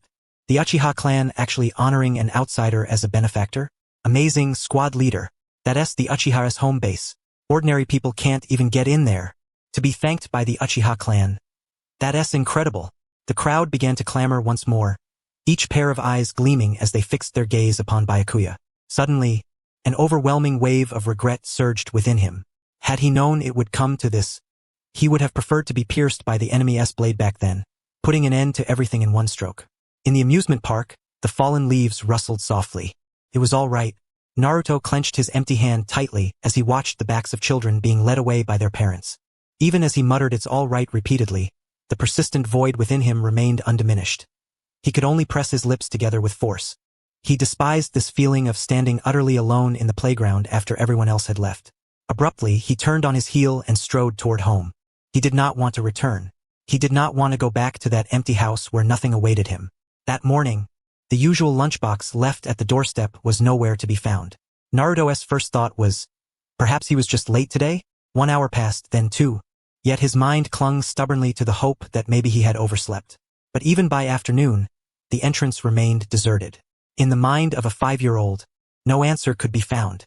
Naruto comforted himself, wondering if he had simply forgotten. Then he turned and headed to the playground. He thought that if he played until dusk and returned late, perhaps by evening the lunchbox would have been placed at the door. No, that was what he prayed for. But when Naruto saw the empty entrance again, a profound loneliness enveloped him like never before. Why? That was the feeling again. He hated it. Clenching his fists tightly, he spun around and ran aimlessly into the distance. He went to the alley he had visited before, and also to the seldom-trodden backyard, but found nothing. In truth, even Naruto himself did not know what he was searching for. Maybe he is already tired of me, he thought. Maybe he already hates me. The more Naruto pondered, the more choked with emotion he became, shaking his head hard. Then, as a drop, then another, fell and splashed upon the ground. He suddenly looked up. The sky had erupted into a torrential downpour. You'll catch a cold, he shivered. Originally staring blankly at the rain-soaked ground, he suddenly turned around. There stood Byakuya, leaning on a cane, his other arm wrapped in bandages, drenched through by the rain. Naruto's wide, round eyes stared at him in stunned silence, taking in his disheveled, miserable state. What are you dawdling for? You're soaked through, Byakuya said, concerned for Naruto's condition. Could such a small child be suffering from depression? Harboring these thoughts, he had slipped out of the hospital secretly, thinking Naruto must be starving. He had specially packed some fried noodles to take to his house, only to find the little one was nowhere to be found. At this hour, Naruto would usually be at home. Byakuya sensed something was amiss and searched until he found him standing in the rain. You're saying what? Your wounds. Naruto stumbled over and flung himself into Byakuya's embrace, his gaze fixed on the bandaged arm and leg, bursting into tears. Naruto suddenly collapsed into his arms, and Byakuya felt a sharp pain shoot through his abdominal wound. He clenched his back teeth. He had taken a fall. There was no way to say he had been stabbed in the internal organs, so he could only brush it off vaguely and gently stroked Naruto's head. I left the fried noodles at your house. Go back and eat them. Lies. Do I look like someone who would lie about fried noodles? Byakuya looked at the still sobbing Naruto, bewildered. What should he do? Should he show him the proof that he really had bought the noodles? It wasn't a fall. I know. It was a fall. To be so fixated on such a trivial matter. Byakuya looked down at Naruto, drenched to the bone, took off his own coat, and draped it over the child's head. You'll catch a cold. Let us go home. Uncle, what about you? I have to return to the hospital as well. I only stepped out for a moment, but before I knew it, I was searching everywhere for you. I had sent Tenzo to fetch water. By the time he returns to the ward, he'll realize I'm missing. Uncle, I have never hated you. I was really sad not to have a lunchbox today, but I've said before, I don't hate you. Truly, I never have. Byakuya gazed at the little one before him. His tiny fingers twitched anxiously as he lifted a pair of clear blue eyes, unblinking, to meet Byakuya's gaze. A wave of indescribable sorrow welled up within him. How much longer must these small hands wait before they can bring my life to an end? How much longer must they endure before they can see their sister? This child knew nothing at all. When the time came, would he truly be willing to kill me? Countless thoughts twisted and tangled in Byakuya's mind, making his head spin. At the same time, the icy rain hammered down heavily upon his crown. So good, Byakuya murmured softly, looking down at Naruto, a painful expression barely masked upon his face. If someday Naruto refuses to kill me, I do not know what I might do to ensure I die by his hand. Perhaps, in a desperate bid to reclaim what I cherish, I will take from him all that he holds dear. Even if one day you hate me, despise me, it will be all right. Why? Naruto asked, puzzled. Uncle, you're so strange. It's almost as if you're begging me to hate you. Through the misted veil of rain, Naruto lifted his head to meet the faint, blurred smile upon Byakuya's face. Even if it comes to that, it will never be your fault, Naruto. It's all my fault. I don't understand. What are you saying? The noodles will get cold. Let us go home. Naruto watched Byakuya's retreating figure, sensing nothing but an inescapable pain within that silhouette, yet unable to reach out and hold him back. He could only stand rooted to the spot, his face a mixture of confusion and incomprehension, gazing long after the figure that faded into the distance. Teo had long been suffocated by a heavy burden of guilt. That day, he had only wished to return to the village to request reinforcements. During his application, he heard that the squad leader had been grievously wounded and was rushed into surgery. His only thought was, thank goodness he was still alive. I must go see him. The rain was pouring down heavily. Teo held an umbrella as he walked forward, suddenly noticing someone ahead leaning on a cane, stepping forward through the rain one step at a time. Curious, he quickened his pace to get a closer look, and immediately recognized the familiar face. The squad leader? His wet hair clung uncomfortably to his forehead. Byakuya was raising a hand to sweep his hair back when he heard the voice and turned to look. That face was familiar. Who was it again? What are you doing here? You're soaked through. Ah, you're the newcomer from not long ago, Byakuya thought, stepping forward. Walking with a cane was inconvenient. No wonder he kept losing his balance, it was because his bones were broken. Byakuya ignored Teo and continued forward, suddenly realizing the rain above his head was blocked. He turned slightly to see Teo holding the umbrella over him. You'll catch a cold. Mind your own business. How did that line sound so familiar? Byakuya found it absurd and pushed the umbrella away with a raised hand, rejecting the kindness. I'm already drenched. What use is the umbrella now? You should take care of yourself and not catch a cold. Why did you do that? What do you mean? Byakuya looked back at Teo, puzzled. Teo stared at him with an expression of utter incomprehension. What exactly is the hostage policy? Why did you establish such a rule? Why choose to leave only one person behind? Why is it that you remain? Are you staying to save everyone? What on earth is this guy babbling about? Through the curtain of rain, all that could be heard was his muffled buzzing, as if questioning. Yet the downpour was too loud to discern a single word. What on earth is this fellow muttering? You call that a question? Since it's inaudible anyway. Byakuya disdainfully turned away as if dismissing the matter entirely and resumed walking forward. Teo watched Byakuya's indifferent figure with eyes full of shock. For you? Is this kind of thing so natural that it isn't even worth questioning? I can't hear you, the rain is too loud. Byakuya tugged at his ear, resolved to pretend he hadn't heard, and pressed onward. Seeing his retreating form, Teo suddenly threw his umbrella to the ground, hurriedly caught up, and bent down to lift Byakuya into his arms. Suspended in midair, Byakuya's cane clattered to the ground, and only then did he register that this mountain of a man had actually picked him up. What are you doing? I think I understand why everyone is willing to turn back. What nonsense is this? Byakuya glared incredulously at Teo's babbling, raised his bandaged hand, and delivered a fierce punch to his face. Put me down. The rain was pouring too heavily. I'll run and take you back to the infirmary. Don't run. Byakuya was about to shout, but Teo really broke into a sprint. The jarring pain from the movement forced Byakuya to clamp his mouth shut, unable to utter a word. The trusted confidant of the third Hokage, as well as his right-hand man. The supreme force within the Hokage's direct Umbu unit. Byakuya Kurojo. Fugaku Uchiha had long since designated him as the #1 threat. It was precisely for this reason that he was disguised as a benefactor and invited into the Uchiha territory. Cast the genjutsu on him, Itachi. Without looking back. His father Fugaku uttered those words, while Itachi merely gazed silently at his retreating figure. This was Fugaku's stratagem. He was convinced that no matter how cautious Byakuya was, he would lower his guard in front of a child. Itachi had awakened his Sharingan at the age of 8 and undergone 2 years of rigorous training. He was more than capable of casting genjutsu upon Byakuya and manipulating him. Understood. Itachi responded briefly, turning around as rumors about Byakuya resurfaced in his mind. During the Ninetales incident, he had single-handedly blocked the Ninetales assault, even managing to inflict severe injuries upon it. Regarding strength, his swordsmanship was said to be so swift as to be called the invisible sword. Even the third Hokage held him in the highest regard, keeping him close as his most trusted confidant. Is he really that formidable? The rumors painted him as immensely powerful, but Itachi had never met him and could only speculate about Byakuya's true strength. To what extent was he strong? Itachi could not imagine, nervously clenching his fists. Brother. Hearing the voice from behind, Itachi's tense expression softened slightly as he turned to see Sasuke running toward him. Sasuke, who had recently entered the ninja academy, always liked to bring his perfect scoring exams to show Itachi. Sorry, Sasuke, I don't have time right now, tch. Sasuke pouted unhappily at his brother's refusal before he could finish speaking. Itachi looked down at his sulking younger brother, smiled faintly, and lightly flicked Sasuke's forehead before turning away apologetically.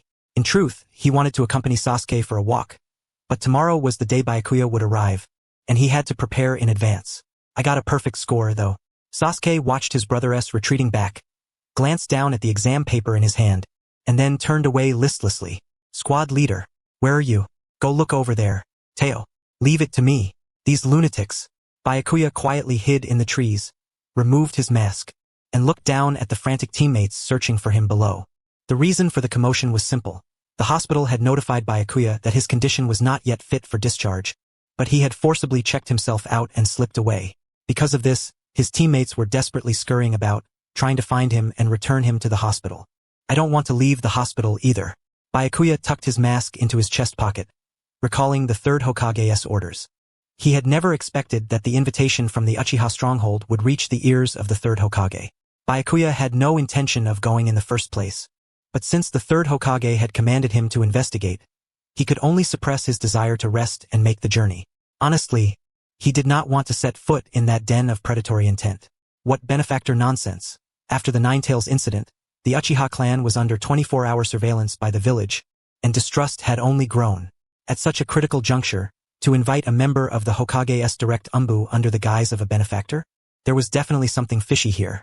Though reluctant, he could not disobey orders and ultimately stepped toward the Uchiha stronghold. In that case, it was the perfect opportunity to study the ninjutsu scrolls he hadn't had a chance to read before.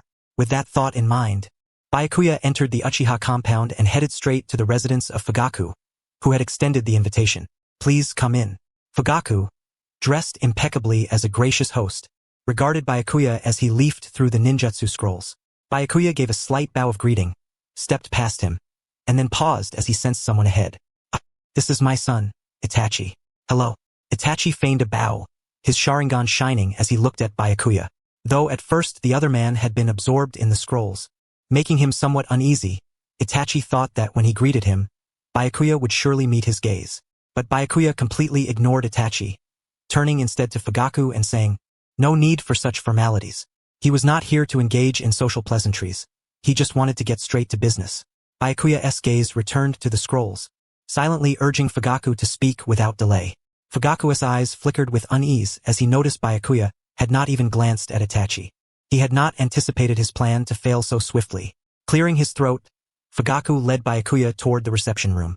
Follow me. Has he seen through it? Itachi's heart raced anxiously as he watched Byakuya's back disappear without a single glance in his direction. Fugaku signaled to the flustered Itachi to bring the tea, then entered the reception room with Byakuya. Responding to Fugaku's signal, Itachi hurried to prepare the tea, feeling his heart pounding wildly. Did he really see through it? Otherwise, he would not have ignored him completely when greeted.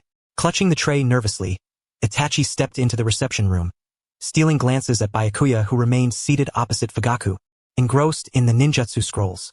Itachi, sit beside me. Yes, understood. Just as Itachi set down the tea and prepared to leave, Fugaku called him back. Had his father not yet given up? With a tense expression, Itachi sat beside Byakuya, who was still focused on the scrolls, and couldn't help but steal frequent glances at him. Thank you for coming. For the Uchiha clan, the Sharingan you brought back at that time is a tremendous blessing, akin to a life renewed. If there is anything you desire, do not hesitate to ask without reservation. It is merely a matter of mutual benefit. Observing that Byakuya's gaze never wavered from the scroll of ninjutsu, and noticing how he sipped his tea in quiet self-absorption, Fugaku's eyes flickered with a sharp glint. Could it be that he had truly seen through him? Fugaku felt compelled to confirm this, each taking what they need. I must say, it seems you have gained nothing. Completing the mission is the foremost duty of the Umbu. Is that so? By the way, seems your body hasn't fully healed yet. In that case, I fear you cannot unleash your full strength. Fugaku's words carried a veiled threat, as though he had discerned Byakuya's physical condition. This caused Byakuya's hand, which was just about to reach for a sweet, to freeze in midair. Fugaku cast a subtle glance at Itachi beside him and gave a slight nod. Immediately, Itachi's Sharingan flared to life, his gaze fixed unwaveringly on Byakuya, waiting for him to divert his eyes from the ninjutsu scroll. What could this mean? There was nothing in the demeanor of the Uchiha clan head that suggested genuine concern for his own health. Or perhaps he truly was worried? There was no other movement nearby, nothing indicating an intention to strike while Byakuya was at less than full strength. Could this really be a banquet arranged to express gratitude to a benefactor? Byakuya even found himself wondering if he had been too harsh in his judgment of the Uchiha clan, a faint pang of remorse stirring within him. But at this point, changing his attitude would seem too strange, so to mask his embarrassment, he buried his face deeper into the ninjutsu scroll. Had he seen through everything after all? Watching Byakuya hide his face even further, Fugaku murmured softly, "It seems he saw through our intentions from the very beginning. You will report to the third Hokage. One to you?" Fugaku thought to himself, if Byakuya were to report back, then the coup they had been plotting might have to be launched prematurely today. With a crestfallen expression, he addressed Byakuya. Itachi, unsettled by the tense atmosphere, lowered his Sharingan and looked toward Byakuya. "No, there's no need. Did he not know that I was acting under the third's orders? Indeed, worthy of the Uchiha clan head. But if he truly sensed something amiss, he would have acted long ago. Yet from start to finish, there was no ambush, no murderous intent. It seemed that whether it was the third Hokage or himself, they had been overly suspicious. Since nothing was wrong, it was best to return home promptly." Thinking this, Byakuya rose, gently laid down the ninjutsu scroll, and lowered his gaze toward the astonished faces of Fugaku and Itachi. No need? Did that mean there was no necessity to report? That the Uchiha clan head before them could be dealt with on the spot? Byakuya's cold, disdainful gaze swept over Itachi, who instinctively tensed and was about to draw a shuriken from his sleeve. But Fugaku immediately reached out to restrain him, then, with a taut expression and as if to explain, spoke to Byakuya. "He is still young and sometimes lacks restraint. As his father, I apologize to you. Please forgive him." Itachi apologized now. "Why yes, I'm sorry. I see," Byakuya said, understanding Itachi's unease. Even geniuses get nervous sometimes. Hearing Fugaku's words, Byakuya sympathized with Itachi. A stranger of unknown origin stepping into the Uchiha estate for the first time, meeting alone with the clan head. No wonder the boy was uneasy, unwilling even to leave his seat. Such a small gesture from Byakuya had made him so nervous he nearly drew a shuriken. He was only 10 years old. After all, a child, indeed quite immature. Byakuya spoke candidly, hoping to convey that he bore no ill will. Yet seeing the increasingly bewildered expressions on Fugaku's and Itachi's faces, he worried he might have misspoken, and hurriedly added, "I'll regard it as a child's inadvertent mistake. Much obliged." Having experienced unnecessary misunderstandings himself, Byakuya thought it best to resolve things peacefully. He felt no reason to linger any longer. After all, the suspicious signs the third had worried about were nowhere to be found, and they had shown no hostile intent toward him. Despite many opportunities to strike, they had not done so once. Perhaps he had truly misjudged the Uchiha clan. With that thought, Byakuya turned away, then glanced back at Fugaku and said, "No thanks necessary. No benefactor, no gratitude." He did not wish to be entangled with the Uchiha clan any further. He only hoped they would never again approach him under the guise of gratitude or debt. With that, Byakuya departed. Fugaku, without reason or standing to call him back, could only watch despondently as Byakuya's retreating figure faded into the distance, a profound dread taking root in his heart. This man's precise discernment, his complete avoidance of the Sharingan, the flawless fluidity with which he moved despite leaving openings that could be exploited in an instant. Everything about him was terrifyingly perfect. Even having seen through their treacherous designs, he remained composed enough to take their lives at any moment, yet dismissed it all as a mere childish mistake and left without a word of thanks. Such arrogance in speech, yet witnessing his conduct firsthand, one could only accept this attitude as justified. This man was too dangerous. Even for the sake of the Uchiha clan's revival, he must be eliminated. Fugaku clenched his fist with resolve. The relationship between the village and the Uchiha clan had reached its end. Coup was now inevitable. The clan head, the Uchiha, and the village could never walk toward the future together. From now on, whenever a great upheaval befell the village, the Uchiha would be the first to be suspected. After the Ninetales incident, without a shred of concrete evidence, the village imposed round-the-clock surveillance on us. That was proof enough. Fugaku knew this better than anyone. The atmosphere during Minato's tenure as Hokage was gone forever. Since the Ninetales incident, the village had never trusted the Uchiha again, and the clan had been deeply wounded by this perpetual suspicion. Wait a little longer, at least until my children come of age. No, at least until the village welcomes a new Hokage. Though Fugaku knew the clan's patience was nearly exhausted, he kept urging them to wait. He understood better than anyone that even as clan head, he could no longer stem the tide. From today onward, you shall serve as the bridge connecting the clan and the heart of the village. Ultimately, Fugaku resolved to send Itachi into the Umbu. Though barely 11 years old, Itachi was more trusted by Fugaku than anyone else in the clan. From now on, Itachi would witness firsthand all the undercurrents flowing between the village and the Uchiha.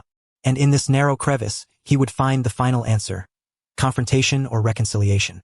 Everything seemed to rest in Itachi's hands. There is one thing you must remember. Whenever the opportunity arises, you must kill Kuroshiro Byakuya. Why? Itachi had thought his father's decision to send him into the Umbu was to improve relations between the clan and the village.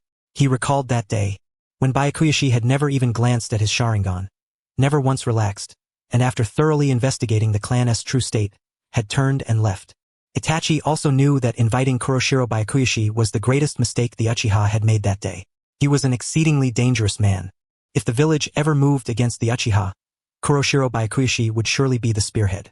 Fugaku had long since resolved that the conflict between the Uchiha clan and the village would ultimately culminate in confrontation.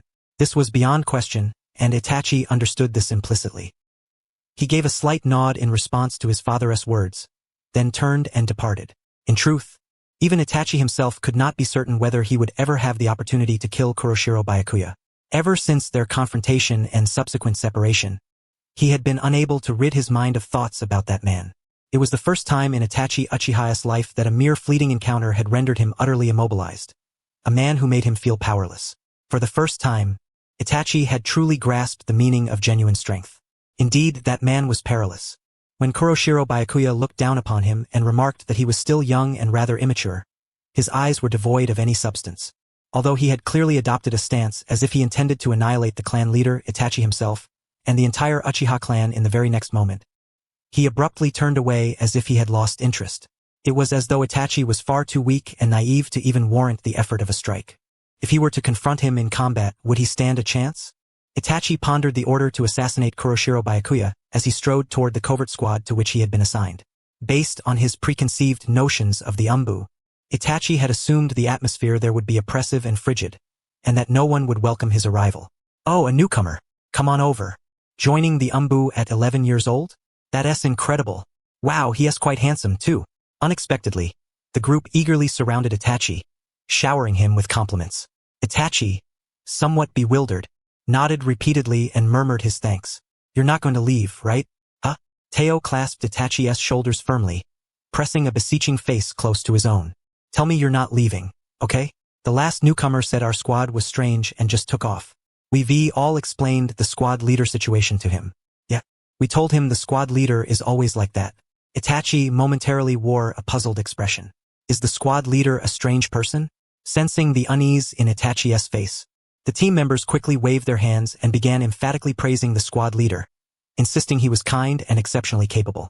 You wouldn't find anyone more reliable than the squad leader. Really? Yeah, that kind of talent is true skill. No one is handsomer than the squad leader, I swear. You'd be impressed if you met him. Really? Amidst the excited chatter about the squad leader, Itachi's confusion deepened. Just then, Kakashi appeared behind him. He sighed and called for the group to settle down, then greeted Itachi, suggesting it would be best to familiarize himself with the team's formation first. Itachi instinctively assumed Kakashi was the squad leader of this unit. Greetings, squad leader. Without needing to ask, Itachi knew exactly who was speaking to him. Kakashi Hatake, the copy ninja renowned throughout the shinobi world, who naturally served as the squad leader of this team. However, upon hearing Itachi's greeting, the others froze and exchanged glances. Kakashi also wore an awkward expression and shook his head at Itachi. I'm sorry to disappoint you, but I'm not the squad leader. Oh, I see. Sorry about that. Then who is it? Could it be? Itachi began to contemplate who could possibly have Kakashi Hatake, the copy ninja, as a subordinate. Without much effort, the answer came to him. It was that man. May I ask, is our squad leader Lord Kuroshiro Byakuya? Oh, you actually know the squad leader? Of course. He is the benefactor of the Uchiha clan. How could I not know him? It's only natural. Yeah. He was even invited over as a benefactor of the Uchiha clan. Unaware of the true circumstances, the others did not realize that the so-called benefactor was merely a title fabricated by the Uchiha to restrain Byakuya, and that the invitation had been nothing more than a probing test. The group, oblivious to the truth, flushed with pride and nodded enthusiastically, agreeing that the squad leader was indeed the Uchiha's benefactor. Itachi looked at the scene awkwardly, a question arising in his mind. Where is the squad leader now? Knowing full well that a newcomer was joining today, why was there no sign of him? The squad leader probably went to see the Jinchuriki. The Jinchuriki? Itachi glanced at the team members with some confusion, when Kakashi suddenly grabbed his shoulder. Kakashi said, that guy is sure to be late anyway. No need to wait for him specifically. Let us go to the spacious training ground and assess your abilities first. Though filled with curiosity, Itachi refrained from further inquiry. Once more, he silently affirmed that Kuroshiro Byakuya was indeed his direct squad leader. Ultimately, he might truly have to follow his father's words and personally kill him. Trailing behind Kakashi, Itachi made a solemn resolution in his heart. Before he realized it, they had arrived at the training ground. Watching Kakashi give him free rein to demonstrate his skills, Itachi had planned to showcase his precision with shuriken. Yet before he could act, all motion ceased due to the arrival of a certain individual. Squad leader. At the shout, all eyes that had been on Itachi swiveled sharply toward the rear. Following their gaze, Itachi turned around to see Byakuya walking slowly, his full attention fixed on the book in his hands. A newcomer reporting, squad leader, Tenzo announced. So what? No one died. Byakuya casually replied as he turned a page, never once lifting his gaze from the text. He had been informed by the Hokage that a new member would be joining the team.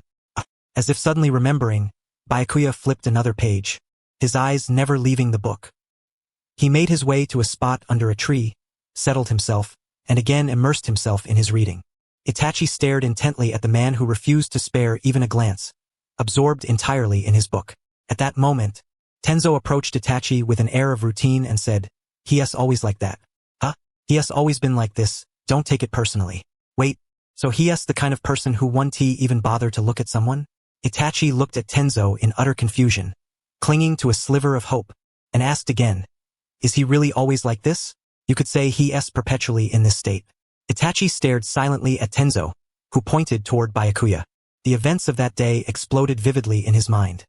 The man who never looked away from his book, who stood up saying there was no need to report to the Hokage, and who finally turned away without a word of thanks.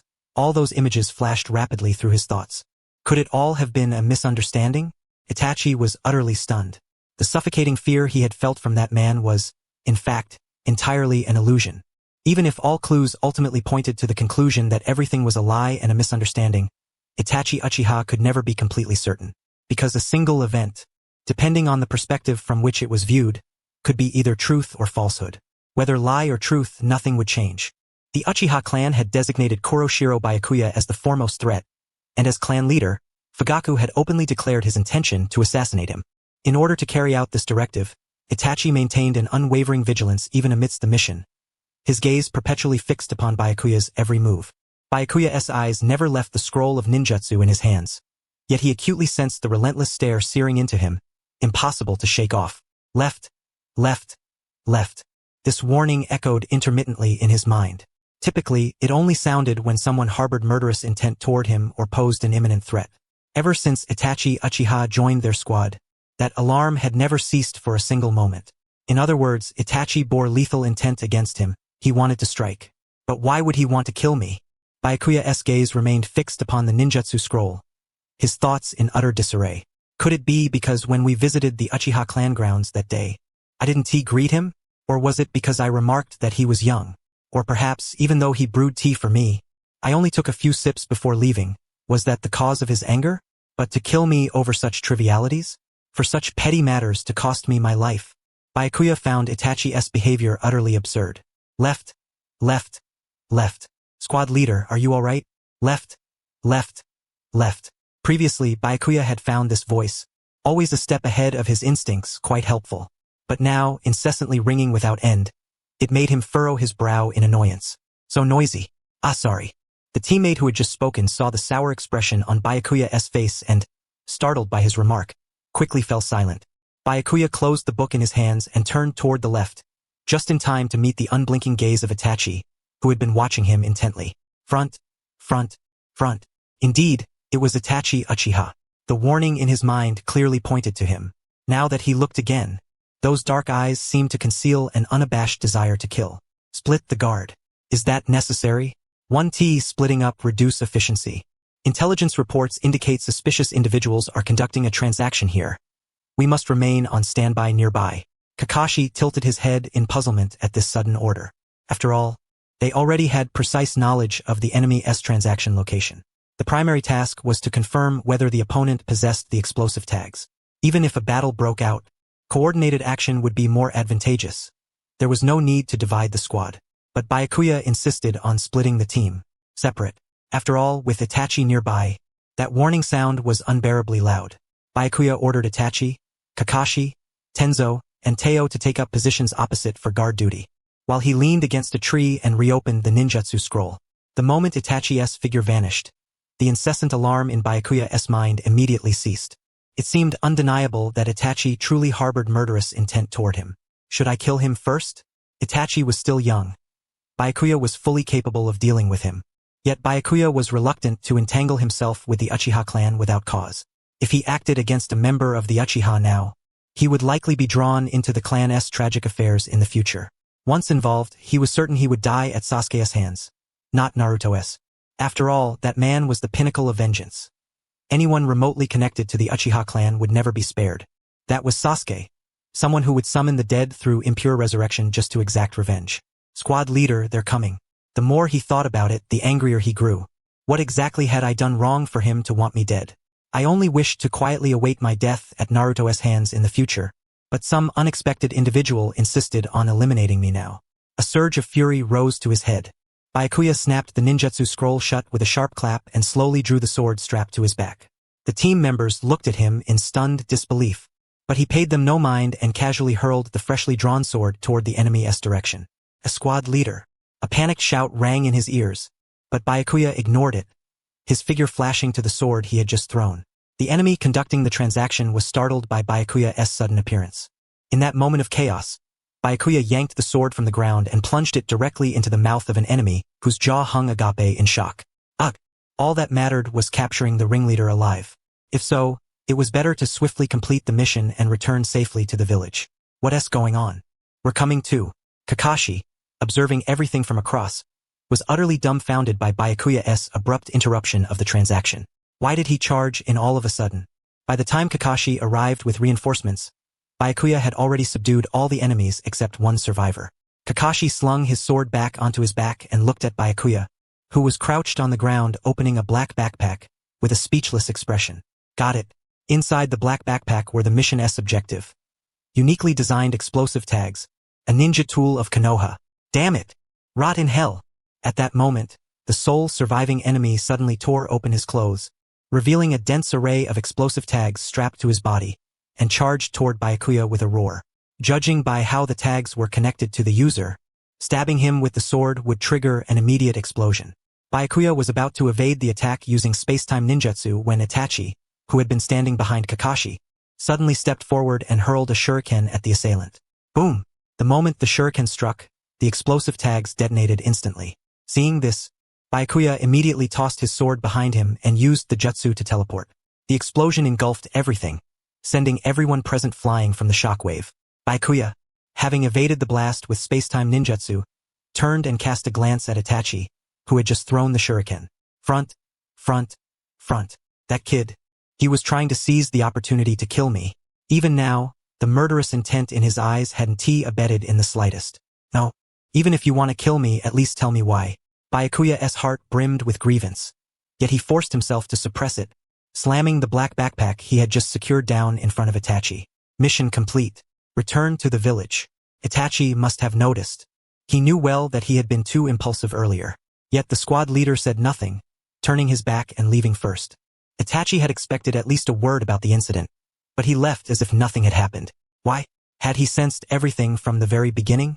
Was the incident at the Uchiha clan grounds not a misunderstanding at all? Itachi found himself increasingly unable to comprehend Byakuya. The man's thoughts were inscrutable. If he didn't know everything, then why hadn't he mentioned a word about what had just transpired? Had he already been fully aware during their time at the Uchiha clan grounds? Itachi felt he had to confirm once more. Was this squad leader truly just a man living amidst a web of misunderstandings, as he believed? Or had he anticipated everything all along? When reporting the mission to the Hokage, Byakuya was harshly reprimanded. Did you have to kill them all? Even if they intended to leak Konoha's ninjutsu to the enemy, they were once villagers of Konoha. Byakuya was fully aware that the Hokage was reproaching him, yet he did not utter a single word in response. His mind was entirely consumed by that one individual who was intent on taking his life, Itachi Uchiha. Several times, Byakuya contemplated confiding in the Hokage about this matter, but each time he forcibly restrained himself and sealed his lips. Should he reveal the truth to the Hokage, it was highly probable he would be assigned a mission related to the Uchiha clan. I understand. You may leave now. Yes, sir. Observing Byakuya's repeated hesitation to speak, a sharp glint flickered in the Hokage's eyes. It was as if even he himself could not find an answer, perpetually wavering in indecision. The Hokage believed that Byakuya remained lost on the path of life. It was precisely for this reason that when the time came to act, he did so without any reservation. What should be done? Of course, Byakuya's thoughts diverged entirely from those of the Hokage. Even while on his way home, his mind was consumed solely by thoughts of Itachi Uchiha. He paid no heed to the Hokage's reproach. As he walked, he suddenly came to a halt. Behind him, could it be Itachi Uchiha? Byakuya spun around abruptly, expecting Itachi to emerge from behind the trees. To his surprise, the figure that appeared was the very person who made him feel uneasy all over. Long time no see. Danzo Shimura. Byakuya tensed. Then he relaxed slightly, his expression unreadable as he regarded Danzo before him, utterly uncertain of the reason for his visit. Having just had his life threatened by the formidable Itachi Uchiha, now facing Danzo Shimura, he somehow felt indifferent. Since that incident, I have carried a sense of guilt towards you. But you understand, it was all for the sake of the village. I understand. Danzo was referring to the previous refugee crisis. Byakuya recalled the event and noted the increasingly displeased expression on Danzo's face. This time I have come to you concerning the village's affairs. You must be aware that the relationship between the Uchiha clan and the village has deteriorated considerably. The Uchiha clan may soon instigate a coup d'état. Civil war is a fatal risk for any village, especially with the Uchiha, given their formidable strength. Should internal conflict erupt, the village would lose the majority of its fighting force, leaving its defenses vulnerable and inviting the covetous eyes of other nations. If that happens, Konoha will be finished. Byakuya was acutely aware of Danzo's worries. He was merely reminded of Madara Uchiha's deeds in the past. In this regard, Byakuya harbored some agreement. Yet, he was perfectly clear about Danzo's true intent in sharing this with him. It was nothing more than a prelude to assigning him some troublesome task. That will never happen, Byakuya said coolly. How can you be so certain that the Uchiha clan will not stage a coup? A scene from the original story flashed through Byakuya's mind. Though he could not explain the reason, he spoke with firm conviction. Do you trust them? No. It is because Itachi Uchiha will exterminate them all. They will never have the chance to initiate a coup. Unexpected indeed. I did not think you would hold such a view of the Uchiha clan. Does your trust stem from your desperate efforts to reclaim the Sharingan and become the clan's savior? That has nothing to do with it. I am simply convinced that the Uchiha clan will never launch a coup. Then please, refrain from meddling in unnecessary matters and do not assign me any tasks. Byakuya slightly turned his body as if to leave, but Danzo called him back once more. Are you afraid because of what happened in the past? You must feel remorse for the countless innocents you killed under my orders. The seal I placed on you should still be there. Remember this, the Uchiha clan will definitely stage a coup. Perhaps the very people you desperately tried to protect back then will end up dying by the hands of the Uchiha. The Uchiha would never do such a thing. No, I have already told you they won't stage a coup. Even if they wanted to, they have no opportunity. Bakuya silently scoffed inwardly, sincerely hoping Danzo would cease meddling. He spoke once again with earnestness. You are merely deceiving yourself.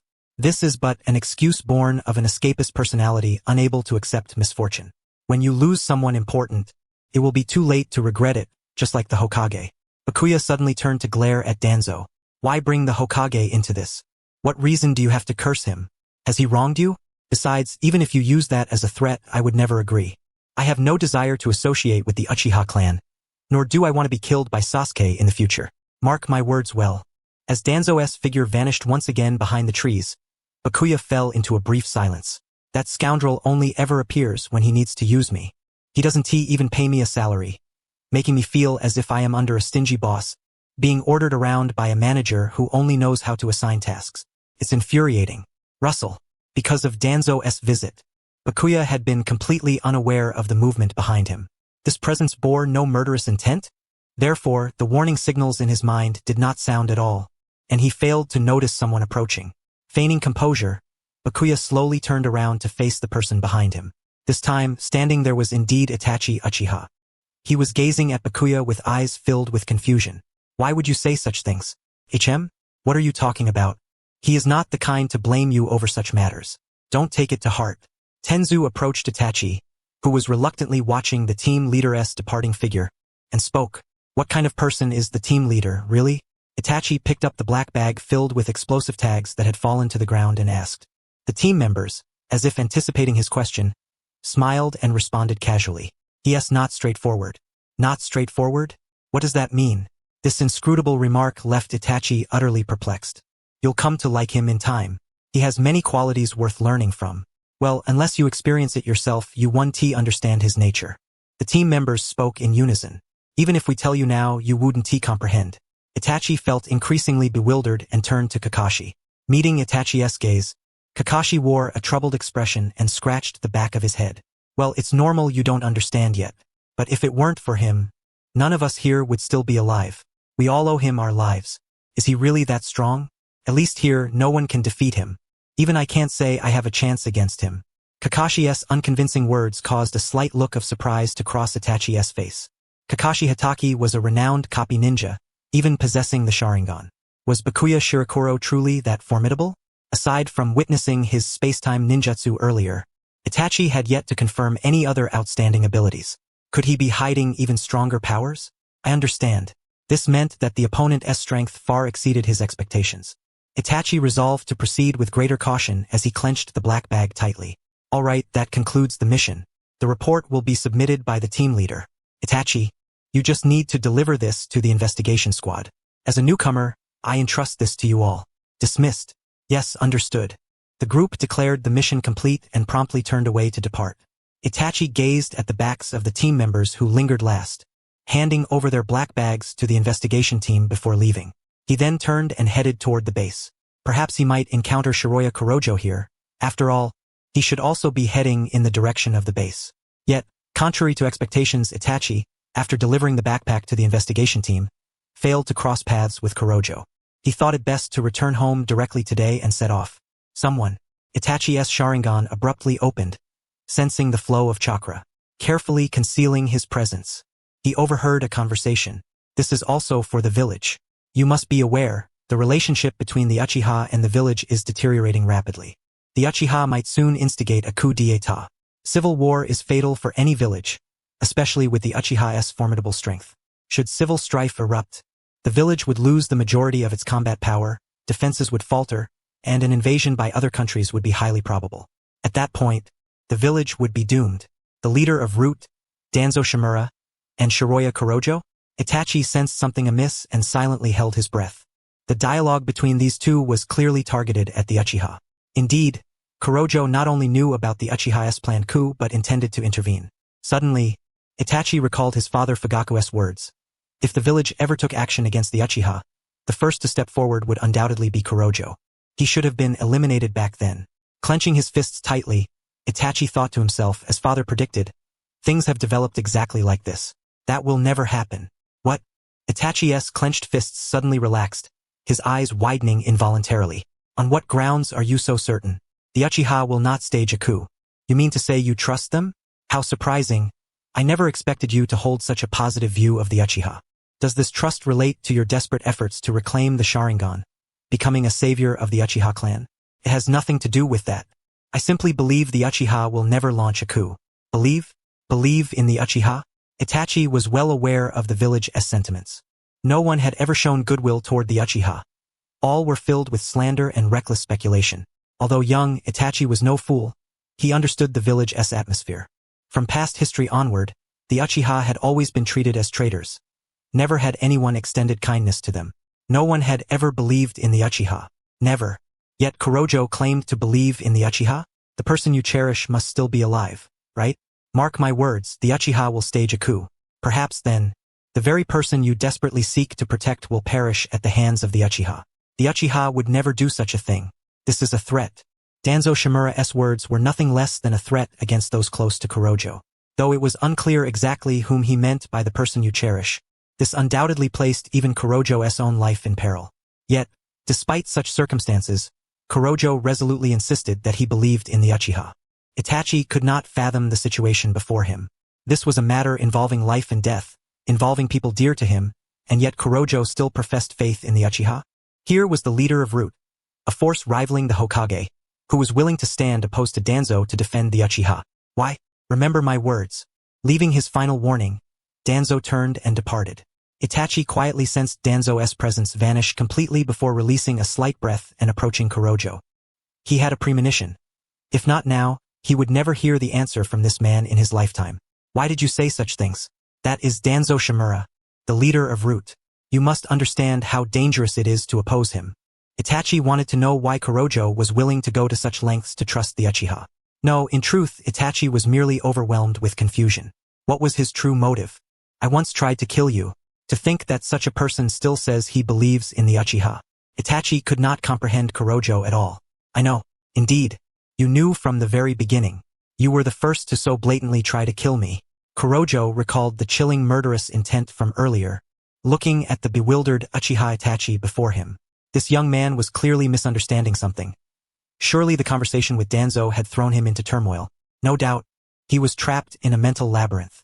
However, this might be for the better. Kurojo thought to himself. It would not be a bad thing for someone who once tried to kill him to develop some fondness for him. After all, even if he cleared up Itachi's misunderstanding now, the end result would still be Itachi fixating on killing him. Even so, you still say you believe in the Uchiha. Or do you have another scheme? Kurojo fixed a sharp gaze on the pointed tone of Itachi. It seemed that my claim of believing in the Uchiha struck quite a blow to this young man. Since that is the case, I might as well continue along this line of thought. I believe in the Uchiha. Why? The Uchiha tried to kill you. Itachi, you mean the entire Uchiha clan? This had never occurred to Kurojo. Frankly, it stung a little. Is there any need to doubt comrades from the village? Are you saying the Uchiha are still part of the village after all? Have the Uchiha ever not been part of Konoha? Everyone knows this. Itachi gritted his teeth. His gaze filled with bitterness as he stared at Kurojo. But it is the village that slanders the Uchiha recklessly. I senti it? The village that is trapped by the chains of the past and continues to ostracize us. Didn't he, the leader of Root, just say the same thing? The Uchiha are also shackled by the past. Meaning this is not a matter of right or wrong. In the end, all of this stems from the faults of both sides. Itachi's pupils trembled slightly as he lowered his head. Perhaps you are right. We are all trapped by the chains of the past, unable to break free. In this, both sides are the same. Remember this. If my death can bring reconciliation between the village and the Uchiha, I will willingly embrace it. Of course, if it's over trivial matters, don't come killing me, like if I didn't greet you properly, or left without finishing the tea you offered. Kurojo spoke, silently praying that Itachi's earlier attempt to kill him had not been over such petty grievances. Why would you go to such lengths? Even when your life and those close to you are threatened by the leader of Root, why? What a foolish question. Has Danzo ever threatened my life or those close to me? Turning away to conceal the bewilderment on his face, Kurojo pondered silently for a long moment. When did Danzo threaten me? All the threats I received today came from Uchiha Itachi. Is that so? I understand now. At last, he heard Itachi's reply. Byakuya silently rejoiced within his heart, feigning composure as he subtly turned his gaze toward Itachi. Should he casually inquire whether he still intended to kill him? No, that would be too peculiar. After wavering, Byakuya simply turned his back. At this point, if Itachi Uchiha still wished to kill him, then he must be truly mad. A sigh of relief escaped Byakuya, finally allowing his heart to settle, sensing that matters were beginning to take a favorable turn. Simultaneously, he recognized that Shizumura Danzo, that fellow, occasionally proved somewhat useful. You will gradually come to appreciate him. There is much to learn from his character. Itachi watched Byakuya's departing silhouette, recalling the words a squad member had spoken to him earlier that day. Truly so, Itachi mused inwardly. The squad member's words were indeed correct. Squad leader, squad leader, squad leader. The squad members chirped incessantly, trailing wherever Byakuya went. Itachi fixed his gaze unwaveringly on the group, seizing the opportunity to step forward and speak. Squad leader. Hearing Itachi's voice, Byakuya diverted his eyes from the ninjutsu scroll he had been studying and raised them to meet his. Yes. The incessant alarms ringing in his mind ceased completely. This signified that Itachi's murderous intent toward him had utterly dissipated. This single fact was enough to uplift Byakuya's spirits. What had been a life-threatening crisis, the cause of which he had not even understood, had now become a trivial footnote. Ah, the squad leader actually responded. Teo's trembling eyes fixed upon Byakuya, who responded only to Itachi, and he surveyed the two with an inexplicably warm atmosphere. The squad leader actually favors the newcomer. Teo turned away, wounded, shouting that the squad leader was an idiot, then abruptly stood and dashed out. Everyone watched this scene in astonishment, and Itachi looked on bewildered as Teo's retreating figure disappeared. Should we go fetch him? Let him go. Madman. Byakuya returned his gaze to the ninjutsu scroll, pulling down the mask resting atop his head and donning it properly. After all, there was no mission today, merely a routine assembly. They had received orders to maintain only the minimum personnel necessary to conduct 24-hour surveillance of the Uchiha clan during this period, with the remainder on standby within the village. The suspicious movements on the Uchiha side had evidently reached their final stages. Everyone should have sensed this unsettling atmosphere by now. Whatever. It has nothing to do with me. Have I done something wrong? The squad members either cleaned their weapons as usual or chatted idly. Itachi approached Tenzu cautiously and asked.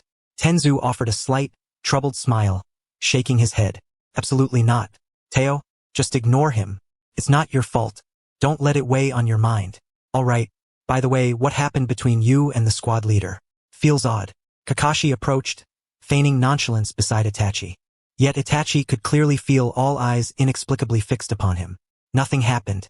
They probably just think he's a good person. Well, that's not entirely untrue. Itachi watched Kakashi laugh lightly before turning away, then directed his gaze toward Byakuya, who sat reading quietly in the corner. Unrelated to Itachi's feelings, the relationship between the Uchiha and the village was spiraling toward its worst possible outcome. The police force imposed stricter controls on the villagers than ever before, venting their dissatisfaction recklessly, while negative sentiments toward the police began to circulate within the village. Itachi sensed that if this continued, it would soon become impossible to prevent a coup. What would the squad leader do? He once said that even at the cost of his own life, he would trust and protect both the village and the Uchiha. Itachi thought to himself that perhaps the day would soon come when he too would have to make a choice. No matter what decision I make, will the squad leader understand me? Itachi did not wish to disappoint that person, at least that was how he felt. Sasuke dashed home, eager to find Itachi. Today, he was determined to have his brother practice ninjutsu with him. Since Itachi had returned home early yesterday, there was a good chance he would do so again today. Sasuke's heart brimmed with anticipation as he reached the doorstep, where he immediately spotted Itachi standing before the door. Brother, Sasuke called. Itachi turned with a gentle smile. Sasuke dashed forward, saying he wanted his brother to practice with him today. Itachi's expression showed slight hesitation as he glanced covertly at the setting sun. I'll practice with him for a little while. Itachi chuckled softly, bending to meet Sasuke's gaze, but something slipped from his arms with a soft thud upon the ground. Ah, brother, you dropped something. It was a small booklet, filled with photos of a certain person.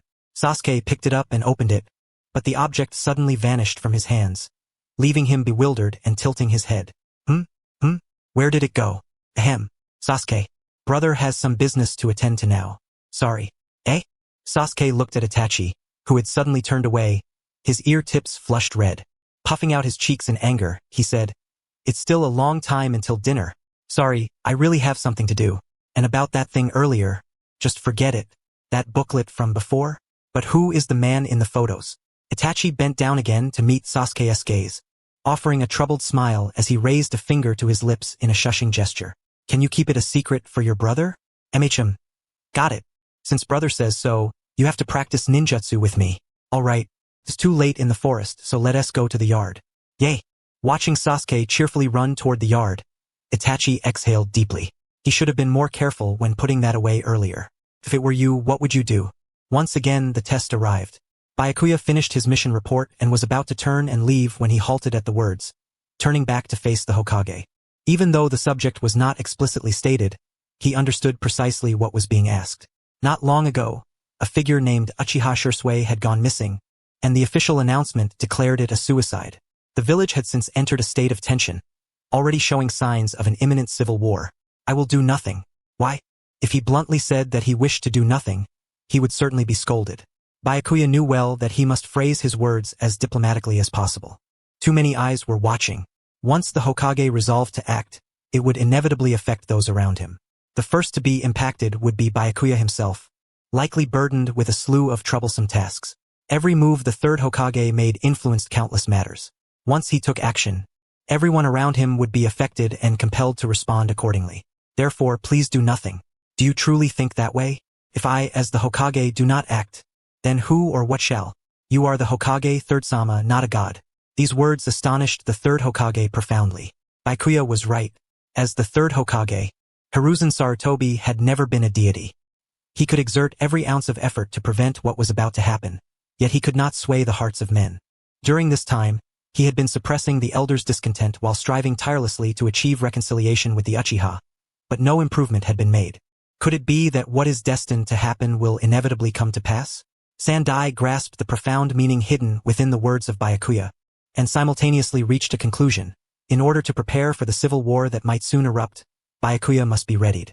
I understand. Byakuya, you may temporarily suspend your missions. Yes. May I ask why? Although he could not fathom the reason, no matter what, it was truly a relief. Fearing that the Hokage might retract his decision, Byakuya hastily nodded and employed space-time ninjutsu to swiftly depart from the place. Thank you for your care during this time. Itachi Uchiha bowed his head to Byakuya, expressing gratitude for his support over the past 2 years. I never imagined that in the blink of an eye, 2 years have already passed. You have worked hard. Byakuya casually set down the scroll of ninjutsu he had been reading, contemplating that, since this was the final moment, he should at least respond. Are you heading to Danzo's route? That fellow Danzo truly cannot live without stirring up trouble. To attack Shisui Uchiha and still have the audacity to pull Itachi over.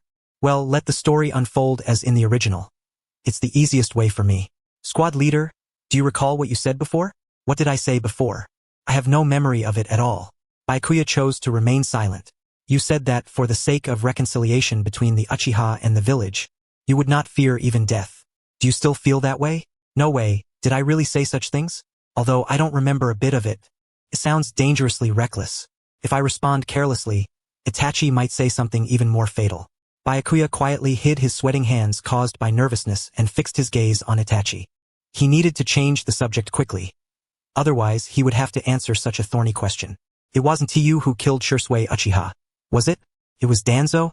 What do you mean? Itachi's eyes widened slightly, as if questioning how Byakuya could know. Byakuya silently praised himself for the perfect evasion of the topic. Because I trust you. I see. Squad leader, you really haven't changed at all. Hearing Byakuya say, I trust you, Itachi revealed a faint smile, bowed his head, and turned to leave, but suddenly paused. He cautiously looked back and spoke to Byakuya.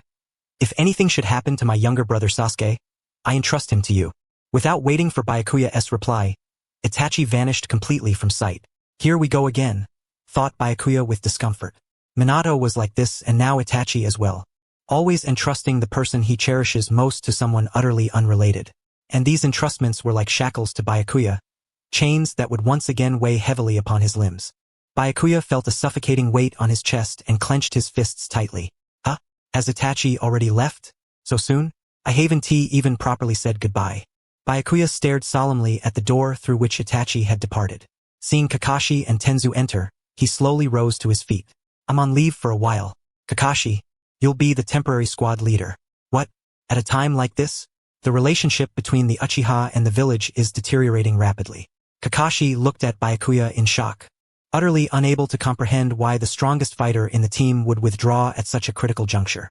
Despite Kakashi and Tenzu's astonished gazes, Byakuya silently left through the door. Sigh, still so heartless, Tenzu sighed softly, stealing a glance at Kakashi, who had suddenly found himself in trouble. What do we do now? Itachi's gone too, and there are only 4 of us left. How would I know? Kakashi also sighed quietly. Caw caw. A crow perched by the window cawed incessantly, bringing a sense of ill omen. Byakuya snapped shut the ninjutsu scroll he was reading. He had thought that ignoring it would make it fly away on its own. But the creature kept pecking at the window with its beak, irritating him. Why won't it fly off? What is it making such a fuss about here? Byakuya opened the window and waved his hand a few times, only to watch in alarm as the crow snatched the ninjutsu scroll from his hand and flew out. He hurriedly gave chase. If it had been a random book from a store, it would be one thing, but this was a high-level ninjutsu scroll he had secretly taken from the 3rd Hokage's residence. Damn. At worst, if discovered, he'd get scolded and sent back. But if he lost it, that would be a catastrophe. Byakuya urgently wanted to draw his sword and throw it at the crow, but when he reached behind him, he found nothing. The incident had occurred too suddenly. He hadn't brought his sword. TSK. He could only recklessly pursue the crow. Strangely, the direction was increasingly toward the Uchiha compound. No way, thought Byakuya. Just as the thought formed, a strong stench of blood assaulted his senses. He immediately lowered his body and chased after the crow flying into the Uchiha compound, only to see bodies scattered all around. He frowned deeply. It was a trap. That crow was absolutely Itachi's doing. Ah! Heart-wrenching screams pierced his ears, making his heart pound wildly. At this moment, even turning and fleeing was too late. If anyone saw him leaving the Uchiha compound, not only would Naruto kill him, but he would surely be apprehended and interrogated as the perpetrator of the Uchiha massacre. Better to stay inside and be discovered. That would be less suspicious. In the end, Byakuya had no choice but to steel himself and walk toward the source of the screams, where he saw Sasuke lying on the ground and Itachi standing before him, tears streaming down his face. So you've come, squad leader. Do you really have the heart to greet me at a time like this? Byakuya looked at Itachi in stunned disbelief. I know you must be very disappointed in me, but even so, the only person I can think of who can help me immediately is you, squad leader. If the entire Uchiha clan is wiped out and only Sasuke survives, he will surely be suspected. I know I'm shameless, but could you do me a favor and say that you arrived too late and only managed to save Sasuke? Itachi's face was covered in blood, yet tears continued to fall. Among the scattered corpses lay women, children, and elders, all killed by Itachi. At that moment, Byakuya suddenly recalled past events. He remembered killing refugees who had charged at him, remembered standing atop piles of corpses. For some reason, he seemed to understand the feelings Itachi must be experiencing now, standing there and looking at him. Perhaps, at this moment, Itachi's anguish and despair far exceeded what Byakuya himself had ever felt. I am not disappointed. He seemed to force the words out from his throat and reach down to lift the unconscious Sasuke. Byakuya knew in his heart this might be a choice he would regret for a lifetime. I will protect him. Promise. Thank you. Itachi, tears streaming down his face, finally appeared relieved and gave a faint smile. Though Sasuke was already unconscious in his arms, tears still flowed from his eyes. Watching this scene, Byakuya felt a heavy weight in his heart. I'm sorry. In the end, I only know how to bring you trouble. I will repay this kindness someday. Itachi left, tears flowing until the very last moment. After Itachi's departure, only deathly silence remained, as if no living being had ever been there. Byakuya looked at the corpses scattered across the ground, unable to stop his shoulders from trembling slightly. He felt the nightmare he had long deliberately avoided unfurling right before his eyes. This is hell, yet it is a reality that truly unfolded, a calamity he himself had a hand in stirring. Please, I beg you, spare the child. Have mercy on me. I beg you, spare me. Driven solely by the desire to save his sister, Byakuya lifted his blade. Then he took lives. He killed the woman pleading for her child's mercy, the child weeping bitterly over his mother's corpse, and the man whose tears flowed freely over the tragic deaths of his family. All were slain by his own hand. Perhaps just now, Byakuya saw his own reflection in Itachi's figure. Yet, foolishly, he meddled in affairs that were not his to handle. Claiming he wanted to protect him. Protect Sasuke? A wave of bitter self-mockery surged through Byakuya's heart as he bit down hard on his lip. Squad leader? Byakuya shuddered all over and instinctively turned around. The Anbu and the Hokage stood right there. Byakuya's heart sank. This was bad. He hurried to the Hokage's side and dropped to one knee. I encountered Uchiha Itachi at the Uchiha compound and managed to rescue the child who was about to be targeted by him. Itachi has already fled. Everyone, search for other survivors. Byakuya, come with me and take the child to the hospital. Yes, sir. I should have fled earlier. That was a grave mistake. Byakuya belatedly realized he had once again been entangled in trouble. Trailing behind the Hokage, Byakuya's hands trembled slightly. Squad leader Amakura lowered his gaze to the child cradled in his arms, thinking, this child truly resembles Itachi. Alone once more, Kakashi watched Byakuya's departing figure, whispering softly, could it be that he is truly investigating the Uchiha incident alone? Even his leave was for this? Kakashi speculated aimlessly and sighed quietly. First, confirm the condition of the survivors. Amakura, take the child to the hospital. Yes, sir. Amakura, who had been hesitant and slow to move, finally stepped forward upon hearing the Hokage's command. On the way back, the Hokage remained silent. Byakuya's heart was filled with unease. What if the other party questioned why he was at the scene? If suspicion arose from this, he would have no way to defend himself. It's not your fault. Itachi had everything planned out long ago. The Hokage, standing with his back turned, slightly tilted his head and glanced at Byakuya's stunned face. You soft-hearted fool. In the end, you couldn't resist getting involved. Even though you were given leave and told not to meddle, you still ran off to the Uchiha territory and got caught up in this turmoil. Suddenly, the Hokage seemed to understand why Byakuya had earlier urged him not to intervene. Byakuya probably saw through Itachi's intentions even earlier than I did and wanted to act ahead of him. Otherwise, he would never have arrived at the Uchiha compound before me. Are you blaming yourself again? You were the same during the refugee incident, telling no one and trying to resolve everything alone. Byakuya couldn't tell whether the third Hokage's words were reproach or exoneration. His eyes darted rapidly. Not being able to prevent the Uchiha tragedy was nobody's fault.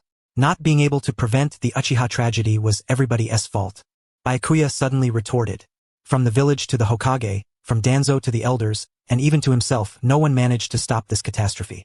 Could not be pinned on a single individual, yet it was the fault of them all. Byakuya knit his brows tightly and looked at the third Hokage, silently wishing he would come to recognize this truth. It is the fault of all of us. The village must understand this. Hearing this, the third Hokage slowly closed his eyes and fell into silence. Too much time had passed. In his youth, he had befriended the Uchiha clan. After becoming a ninja, he had been forced to draw swords against them. Hiruzen Sarutobi had personally witnessed all these events. The Uchiha tragedy was like a brand seared into his very bones, tormenting him ceaselessly. So much time had elapsed that even his tenure as Hokage had spanned many years. Byakuya, you shall be the next Hokage. What? Byakuya blinked several times in rapid succession. What? Huh? What? To be honest, his mind went utterly blank, and he could not utter a single word. The village lost the Uchiha, and the police force no longer exists. Sooner or later, everyone will forget the Uchiha. If you want people to recognize that this is the fault of all, if you do not want the Uchiha tragedy to be distorted into a false narrative, then you must become Hokage and change everything. How did the topic shift to this? It was absurd. I can't do it. I am a bystander to the Uchiha tragedy. Who would listen to me? Who could my words change the perception of the Uchiha? Even so, I cannot do it. I am not asking you to take the position now.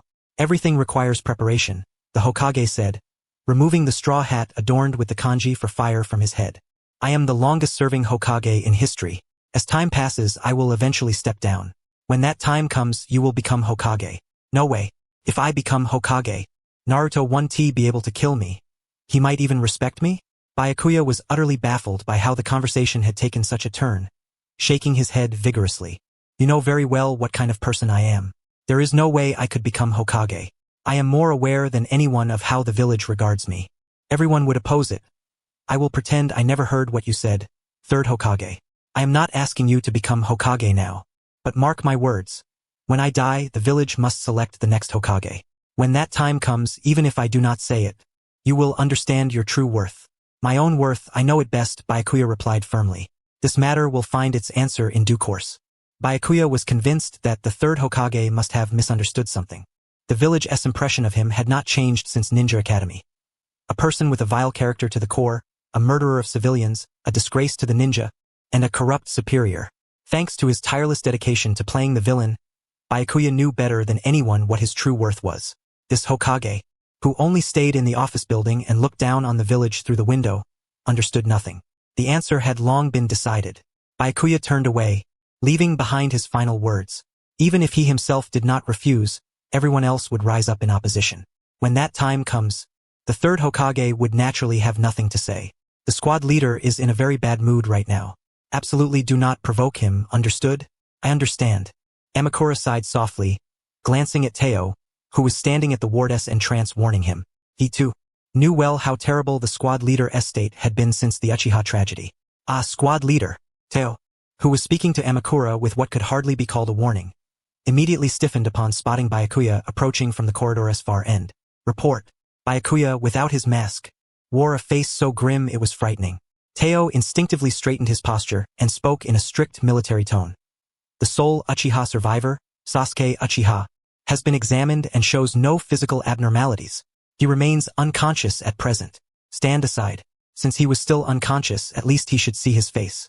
Byakuya pushed past Teo, opened the hospital room door, and stepped inside. Byakuya's gaze met Sasuke's, who was lying quietly on the hospital bed. He slightly turned his head and shot a fierce glare at Teo. I thought you weren't awake yet? Under that piercing gaze, Teo instinctively broke out in a cold sweat, cautiously watching Byakuya's expression. What about Itachi Uchiha? Sasuke finally spoke, his voice utterly unlike that of a 7-year-old child. His pupils were void of any emotion, making him appear more like a lifeless doll than a living being. Byakuya approached Sasuke with an expressionless face and said, he defected. What about the Uchiha compound? It has been sealed off and will remain under strict control. You are the sole survivor. Sasuke bit his lip hard, lowering his trembling head. Byakuya wondered if he had been too blunt and stealthily glanced at Sasuke's complexion. Sure enough, such words were merciless for a child of 7.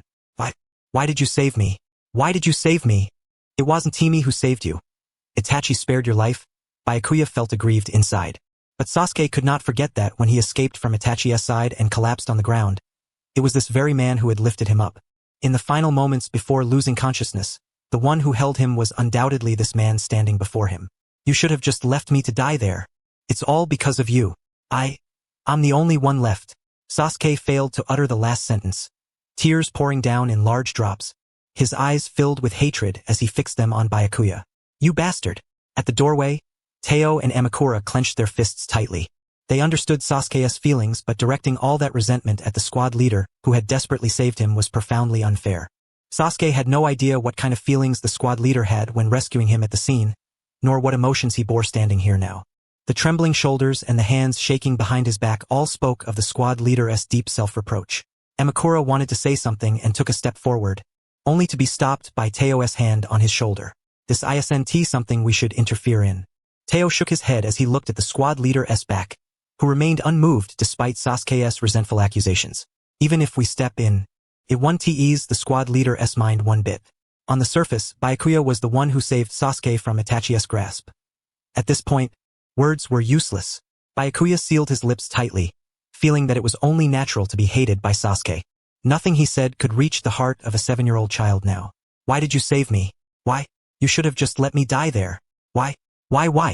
Perhaps Sasuke only needed someone to blame. Byakuya watched the broken boy and thought this quietly to himself. After leaving the hospital, Sasuke was completely restless. He seemed to be searching for something, wandering aimlessly through the streets for a long time, from the sealed Uchiha compound to every corner of the village. Yet in the end, he still could not find what he sought. In truth, even he did not know what he was looking for. Are we just going to leave him like this? Perhaps the bond that should never have existed had formed during the days of hospital surveillance. Hearing Teo's voice filled with worry, Byakuya gently set down the scroll of ninja techniques he had been reading and glanced at Sasuke, who had been roaming outside since dawn. Seeing Sasuke, Byakuya's mind echoed only with the child's voice venting his hatred toward him. A target of resentment? Byakuya felt a suffocating heaviness in his heart. After all, at the moment he lost his sister, he had similar feelings to those of Sasuke. Perhaps, in this broken Sasuke, he saw a reflection of his former self. Go back to Hokage-sama. I'll take responsibility for the surveillance. Are you planning to bear it all alone again? Didn't you already send a clone to the Jinchuriki's location? If this continues, you really won't be able to hold on. Teo looked at the stubborn Byakuya with a troubled expression. He knew well that no matter what he said, the squad leader would never retract the decision he had voiced. This was merely his insignificant form of resistance. Still, facing Byakuya's cold and sharp gaze, Teo immediately fell silent. The lunchbox is getting cold. We finally managed to bring it, we can't serve cold food. Moreover, if others saw him handing a carefully prepared lunchbox to Sasuke, they might mistakenly believe he had a gentle side. Thus, for Byakuya, sending Teo away was the most convenient choice. He had no intention of letting his image as a harsh superior waver even a little. Mind your own business and go away. Sighing, Teo cast a look at Byakuya full of genuine concern. Perhaps this was a form of guilt too.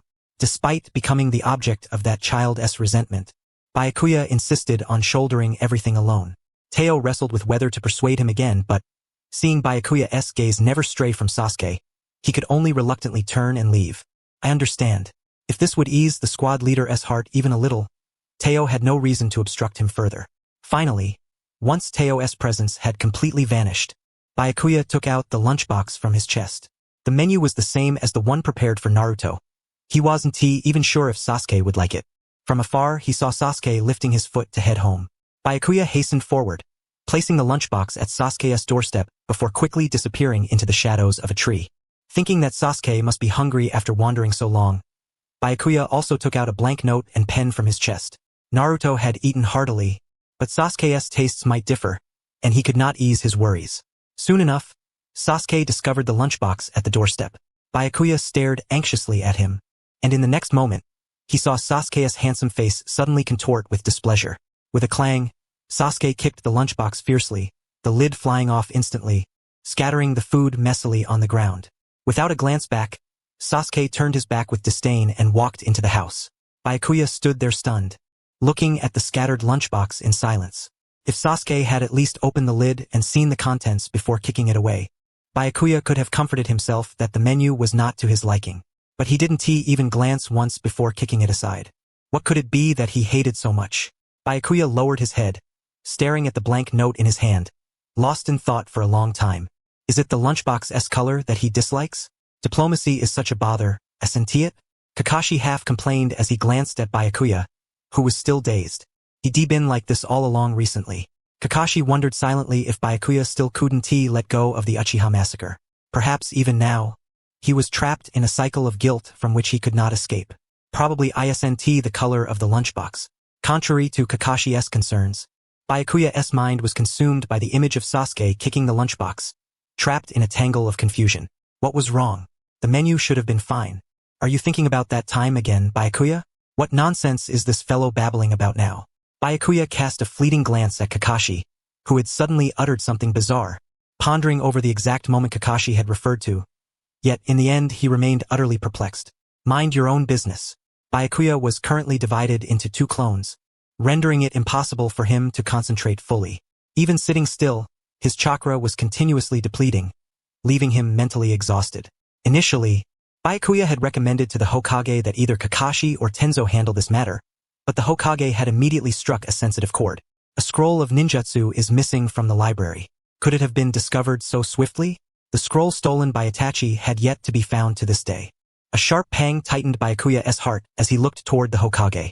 The Hokage, however, smiled kindly and laughed it off, insisting he was not threatening him. Naturally, Byakuya did not buy this explanation in the slightest.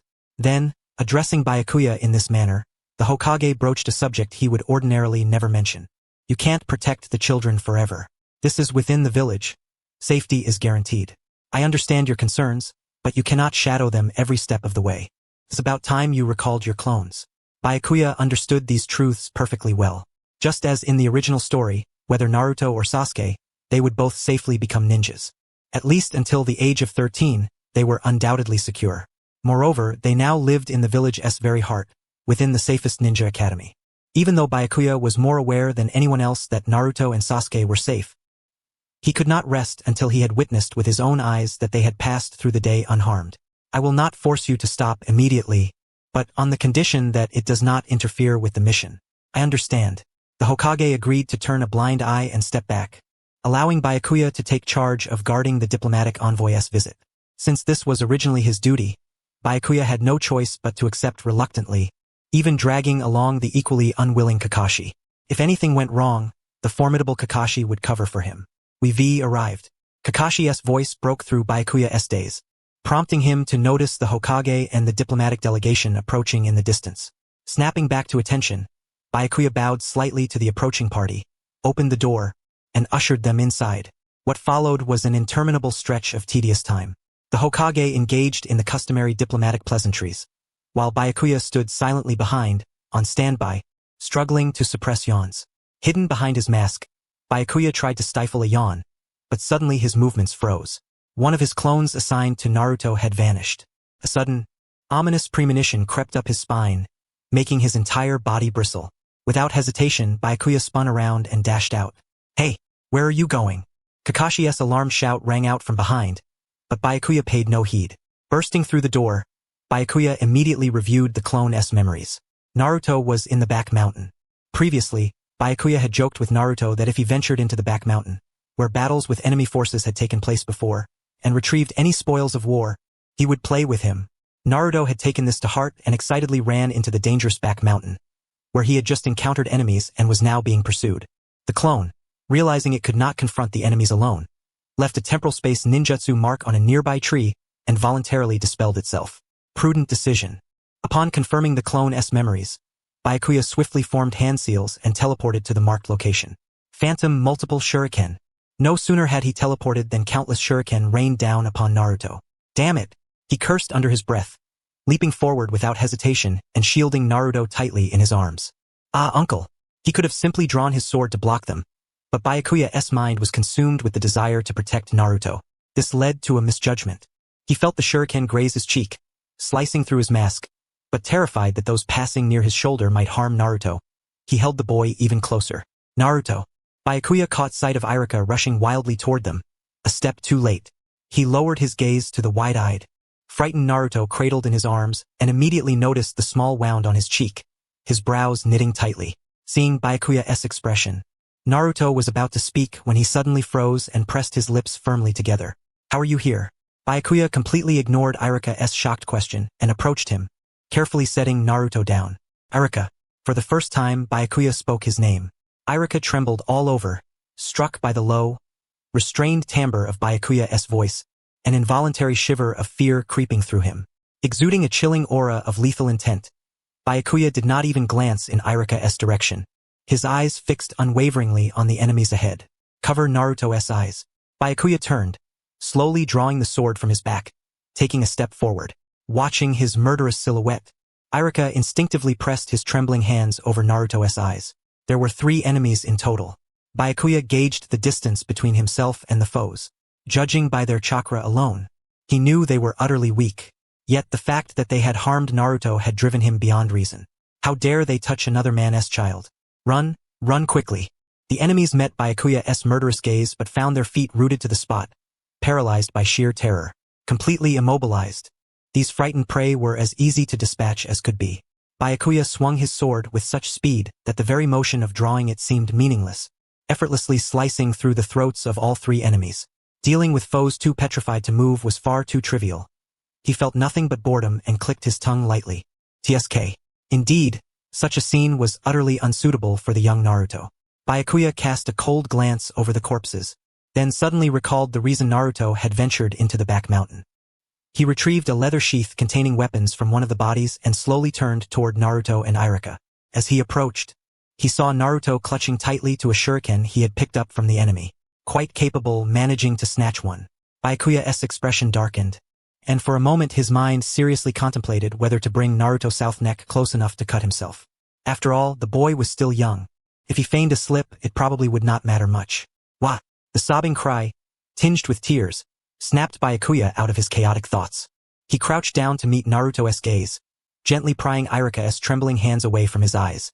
Naruto bit his lip tightly, struggling to hold back his tears, his eyes brimming with unshed tears ready to spill. To suppress his sobs, the corners of his eyes were reddened. In truth, Naruto knew very well that he had made a mistake. He had simply never imagined things would escalate to such an extent. He was truly glad his uncle had come to save him, yet his uncle's furrowed brow and cold expression, born of his injury, left Naruto feeling unsettled. He had never witnessed such an expression on his uncle's face before. His heart fluttered wildly with unease, and he wondered if his uncle had grown to dislike him, if he found him a burden. At the mere thought of this, Naruto's tears surged uncontrollably. Yet, he also felt that if he were to cry, his uncle might despise him even more, so he clenched his emotions tightly, holding back the flood. Was it because of the blood? Indeed, even with his eyes covered, it was impossible to remain oblivious. A wave of regret washed over White Knight's heart. He wished he had never resorted to violence in front of Naruto. He raised his hand, awkwardly rubbing Naruto's eyes with his rough palm. I'm sorry. Why is Uncle apologizing? Hearing White Knight's apology, Naruto's eyes reddened further, and the tears he had held back finally broke free, streaming down his face like a sudden downpour. I am the one to blame for my uncle's injury. It's all my fault. Only then did White Knight realize that the child had been terrified by the wounds on his own body. So it was just this little thing, White Knight thought, exhaling in relief as he hastily wiped Naruto's tears with his sleeve. It's not your fault. It's mine. I should have just drawn my sword to block it. It was my misjudgment that foolishly led to my injury. As he spoke, White Knight pressed the sheath containing the weapon he had just taken from the enemy into Naruto's still trembling hands, urging him to hold it tightly. But, this is... Take it and show off to your friends, White Knight said. Though he thought befriending those little brats would bring no benefit, he still hoped Naruto would proudly flaunt this. White Knight glanced down, confirming that the wound on Naruto's cheek had vanished. Is this the power of the Ninetales? He pondered, gently touching the spot where Naruto had been hurt before slowly rising to his feet. At that moment, White Knight noticed Iruka standing nearby, wearing a look of bewilderment as he watched them. Take him back to the Ninja Academy. Yes, all right, Iruka replied hesitantly. It's been a long time. Hasn't it, Iruka Umino? You've grown so much. White Knight mused silently as he watched Iruka lead Naruto away, glancing back repeatedly. Now he is going to get scolded. Only then did White Knight belatedly remember that he had left mid-mission without permission. Iruka disliked Naruto. Again, it was Naruto. Whether it was setting the classroom clock awry, wedging erasers in the doorframe, or smearing lubricant all over the classroom floor. Ever since becoming Naruto's homeroom teacher, not a single day had passed peacefully. Who did this? Naruto did. Everyone laughed, half in jest, half in mockery. Iruka cast a glance at Naruto, who was cowering in the corner, then turned away. Forget it, let us start class. Neither reprimanding, praising, nor giving him the slightest attention, Iruka deliberately ignored Naruto. Even knowing this was wrong, his heart could not be swayed. Although aware that as a teacher he should treat every child equally, his gaze upon Naruto was always clouded by the single word, Jinchuriki. He did not even feel this was a grave fault, for everyone in the village viewed Naruto the same way. But Iruka was struck for the first time by someone who looked at Naruto with a completely different gaze. That person was the one he had always sincerely respected, the exemplary ninja he aspired to become and emulate, White Knight. Iruka knew he shouldn't, yet he could not help but feel curious. Their encounter with White Knight had been purely accidental. That day, after escorting Naruto home and returning to the Ninja Academy, Iruka ran into White Knight lingering nearby. What is he doing at the Ninja Academy? He has no reason to be here, Iruka speculated, voicing his suspicion. Naruto has already gone home, White Knight replied, and at these words, he turned away as if to leave. Only then did Iruka finally comprehend the sense of unease he had felt earlier on the mountain. He thought he had been mistaken, but White Knight's gaze toward Naruto was genuine. Everything White Knight had done was sincerely for Naruto. White Knight, why have you gone to such lengths for Naruto? Iruka asked, his eyes fixed on the scab hardened over the wound on White Knight's injured arm. White Knight looked bewildered, utterly unable to grasp why Iruka would pose such a question. I detest Naruto. He is always mischievous, disrupting the flow of class, causing trouble every day. I have always found him a nuisance, yet I have never once scolded him. Like most in the village, I only see him as a Jinchuriki. As a teacher, I am utterly unqualified. I understand all this, but my heart simply cannot change so easily. Why tell me all this? White Knight looked at Iruka with a puzzled expression. In the end, you will become the person who trusts and loves Naruto more than anyone else. What is the point of saying this now? White Knight found it all too troublesome to even respond. I was simply following orders, he muttered absent-mindedly, recalling Minato. That person said, no matter what happens, always put Naruto first. Though it sounded like a request, it carried more weight than any command. The current Hokage gave that order? Iruka asked. That Hokage perished during the Ninetales incident, White Knight replied without hesitation. Unexpectedly, Iruka's eyes widened in shock. Even now, he was still honoring the wishes of the deceased. Suddenly, Iruka realized that perhaps it was not merely an order but a weighty trust. Are you referring to Naruto's parents? Irika inquired. How could he know that? White Knight was startled inwardly, but it was not difficult to deduce. Anyone who had seen Naruto's records would know that he was born on the very day the Ninetales attack occurred. To whom else would the dying parents entrust their newborn child? Irika found the answer almost instantly. Though absent from the scene, he could vividly envision the moment. At the last moment, watching Naruto's parents entrust him with their son, White Knight must have been filled with guilt. Guilt for failing to protect them. If that were so, had White Knight been guarding Naruto all these long 7 years? From the moment he was born until he was 7 years old, a full 7 years? Unconsciously, Irika turned toward White Knight with a slightly trembling gaze. Suddenly, everything seemed to fall into place. Those reckless acts of protecting Naruto, the gentle look in his eyes when wiping away Naruto's tears, the concern for the wounds on Naruto's face, the repeated examinations. He understood it all at once. Now I finally understand. White Knight, I have always been grateful to you. You saved my parents back then, and you showed me the path to becoming a ninja. I have always held you in the highest regard. White Knight almost blurted out. Why are you suddenly saying all this? But managed to restrain himself. For someone so important to you, how could I continue to harbor resentment? I will continue to be a good homeroom teacher to Naruto. I will no longer say that I cannot do it. All the deeds you once did for me, I shall repay them entirely to Naruto. I have never truly done anything extraordinary. Byakuya faltered, unable to utter the final words. For Irika was gazing at him with a smile that plainly said, there you go again. Though utterly perplexed by the situation, Byakuya was certain that a vast field of blossoms had already blossomed in Irika's mind. From now on, please rest assured about Naruto. Irika beamed with unwavering confidence. Though Byakuya had long anticipated that matters would inevitably unfold this way, a subtle unease still gnawed at his heart. Yet he saw no reason to intervene deliberately. To speak up might only render things more awkward. Troubled, Byakuya abruptly turned around. Originally, he had only come to check if Naruto had arrived home safely. He never intended to engage in such extended conversation with Irika. Confirming Naruto's safety was sufficient. He still had to report to the Hokage and had no time to linger.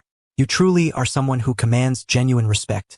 Irika murmured softly, staring into the empty space where Byakuya had just departed.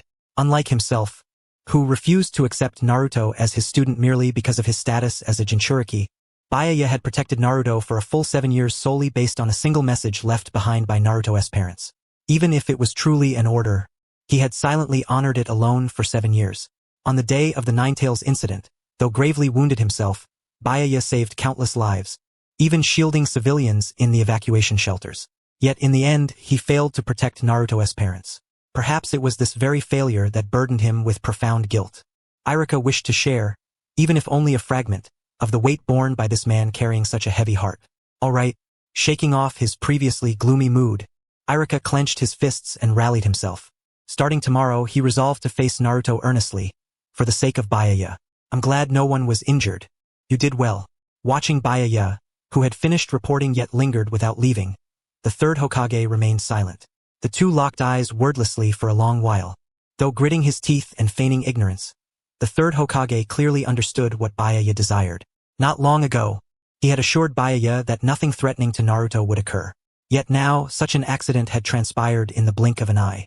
Even the Hokage had not foreseen this outcome. I only want to accept missions related to Naruto. Finally, Byakuya broke the silence. The third Hokage pondered for a moment. Byakuya tensed his shoulders, thinking at least this modest request was his right. But the Hokage was reluctant. Whether considering official stance, the village's military strength, or the dignity of the greater good, Byakuya was indispensable to the village. More importantly, the Hokage had long hoped Byakuya would remain by his side, assisting him, learning the duties of Hokage, and eventually becoming the next Hokage himself. If Byakuya devoted all his energy to monitoring a single child, it would be an enormous loss for the village. I will assign others to the task. Hearing this, Byakuya frowned, openly displaying his dissatisfaction. The Hokage feigned ignorance, averting his gaze. So this is all there is. Thinking thus, Byakuya ultimately nodded. At least he would no longer have to rely on his clones to oversee both sides simultaneously. In a few years, Naruto would graduate from the ninja academy and become a full-fledged ninja. By then, Byakuya could once again put his neck on the line before the kunai in Naruto's hands. For decades, he had endured solely to die at Naruto's hands. If he were to perish now due to a mere disparity in chakra during a mission, it would be utterly meaningless. Understood. From now on, you need not worry about Naruto's affairs. How could I not worry? Even now I cannot rest easy. Yet Byakuya kept these feelings unspoken, turning away from the room, while the Hokage made no attempt to detain him. It must be because of Minato. In the Hokage's eyes, Byakuya had always been a man of tender heart. Perhaps the guilt of failing to protect Minato had long shackled his steps. Though no one blamed him, he reproached himself ceaselessly, quietly caring for Naruto. He believed he concealed his emotions well, revealing no trace, yet his thoughts were plainly written across his face. Just moments ago, when the Hokage told him not to worry, Byakuya instinctively furrowed his brow, his expression betraying his inability to let go.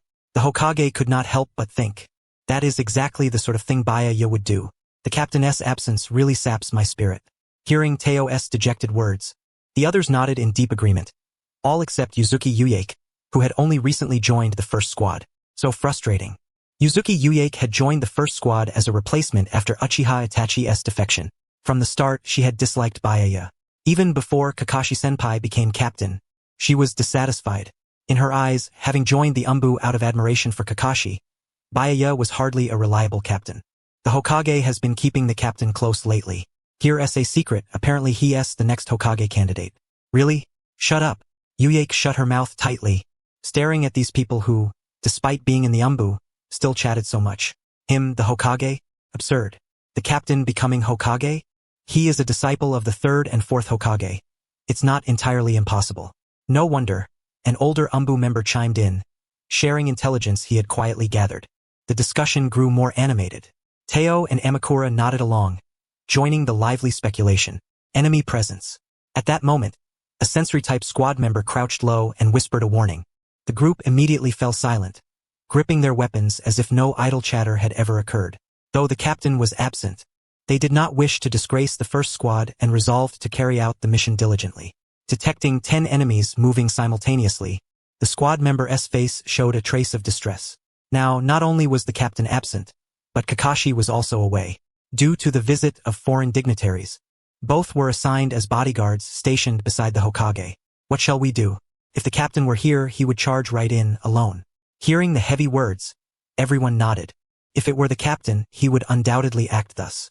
The team steeled themselves and finally revealed their presence before the 10 enemies, blocking their path. Damn! It's Konoha's Umbu. The enemy's startled cry marked the beginning of a chaotic battle. The fight proved tougher than anticipated. Each member struggled fiercely, yet gradually whittled down their foes. Unconsciously, their strength had markedly improved. Cough! Teo! Amidst the fierce combat, a kunai deeply pierced Teo's chest, and he collapsed. Amakura immediately restrained the enemy with would release and rushed to support him. Without needing confirmation, it was clear that this embedded kunai was a fatal wound. Medical ninjutsu is required. Amakura, supporting the fallen Teo, called out to the team's sole member skilled in medical ninjutsu. As the battle neared its conclusion, the others swiftly dispatched their opponents and quickly gathered around Teo. Teo removed his mask, groaning in pain, yet he shook his head at the medics rushing to his side. Cough, I'm fine, he murmured. The wound is severe, but I'm going to pull out the kunai now. No need. Really, it's nothing, they insisted. With a nonchalant air, Teo withdrew the kunai embedded in his body and tossed it onto the ground. Then, from his bosom, he produced a book.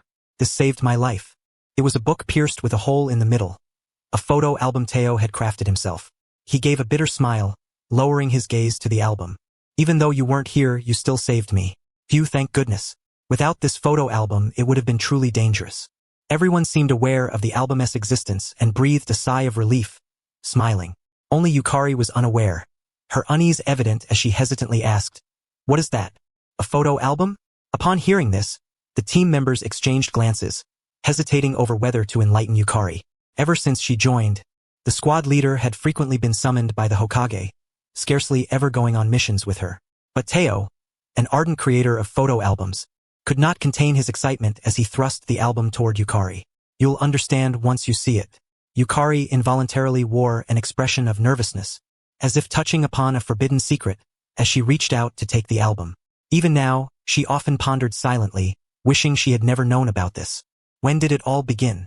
Naruto Uzumaki entered the room carrying a lunchbox left outside the door, instinctively recalling past memories. Everyone just doesn't understand you. See? I really like you.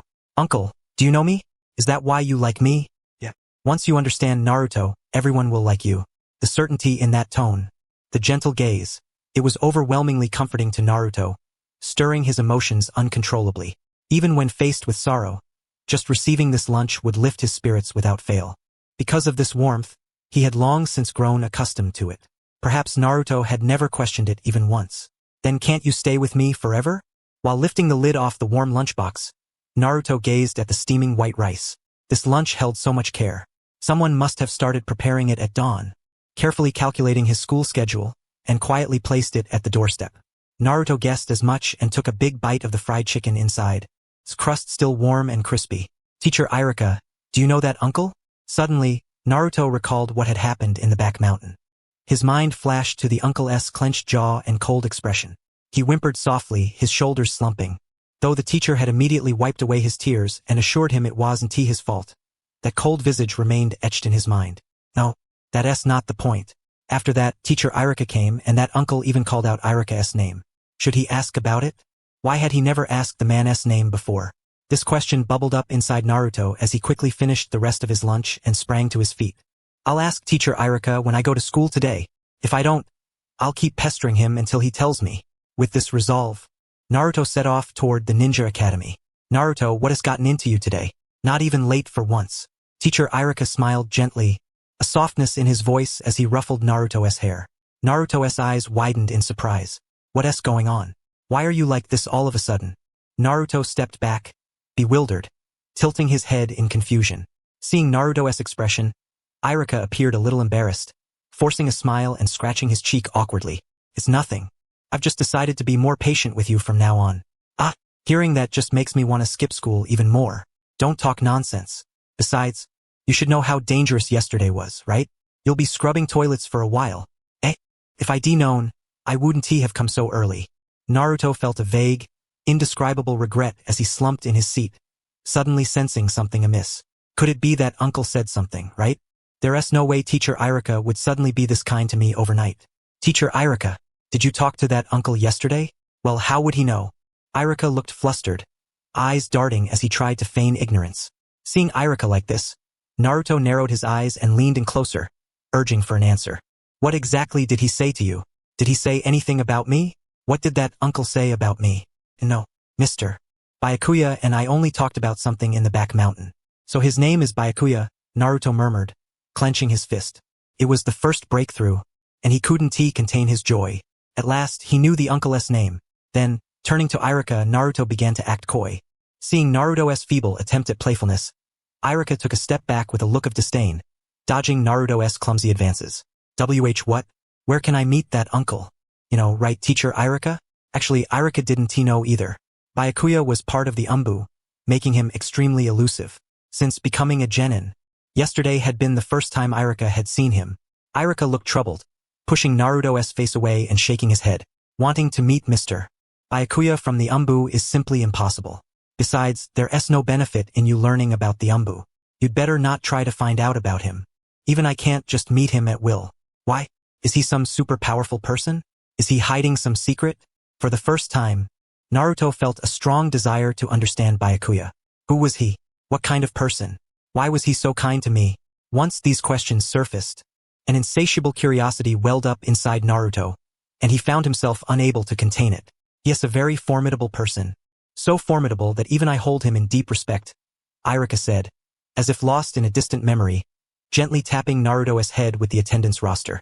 Stop thinking about useless things. Class is about to start. Since you came so early, go review a bit. The morning assembly is about to begin. Just tell me a little more. I have something to ask that uncle. He is not someone you can meet just because you want to. You think I don't want to meet him too? Irika gave a bittersweet smile and turned away. Naruto stared at Irika's retreating figure, stunned. He had never known that the uncle was such an extraordinary person. Yet, if he was so powerful, why was he so kind to me? Once again, Naruto was engulfed in doubt. Unlike before, the desire to meet Byakuya took root deeply in a hidden corner of his heart. In this world, there is no such thing as someone you yearn to see but cannot.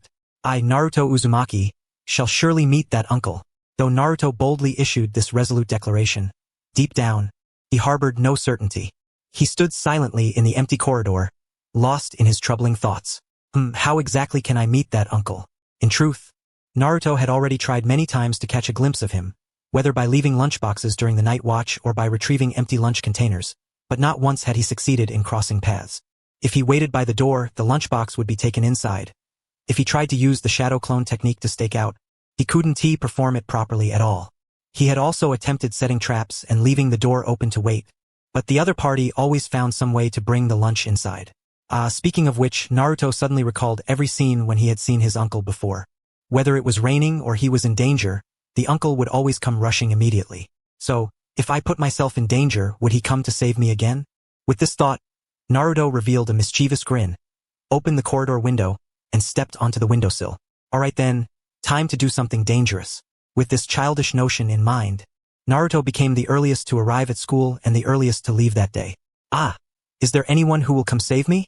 Naruto fiddled with a kunai pressed against his neck for a long while but realized this trick was useless, so he ran to the place where the Hokage rock stood, tied himself up with a rope, and shouted at the top of his lungs once more.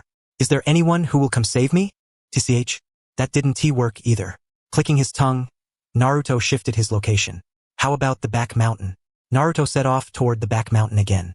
The quiet ambience of the forest made him swallow nervously. Ahaha. Now it's going to get dangerous. Maybe I'll die this time. Uncle, I know you're watching, right, Uncle?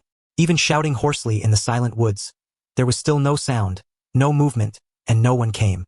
It seemed that this level of danger was nowhere near enough to summon his uncle.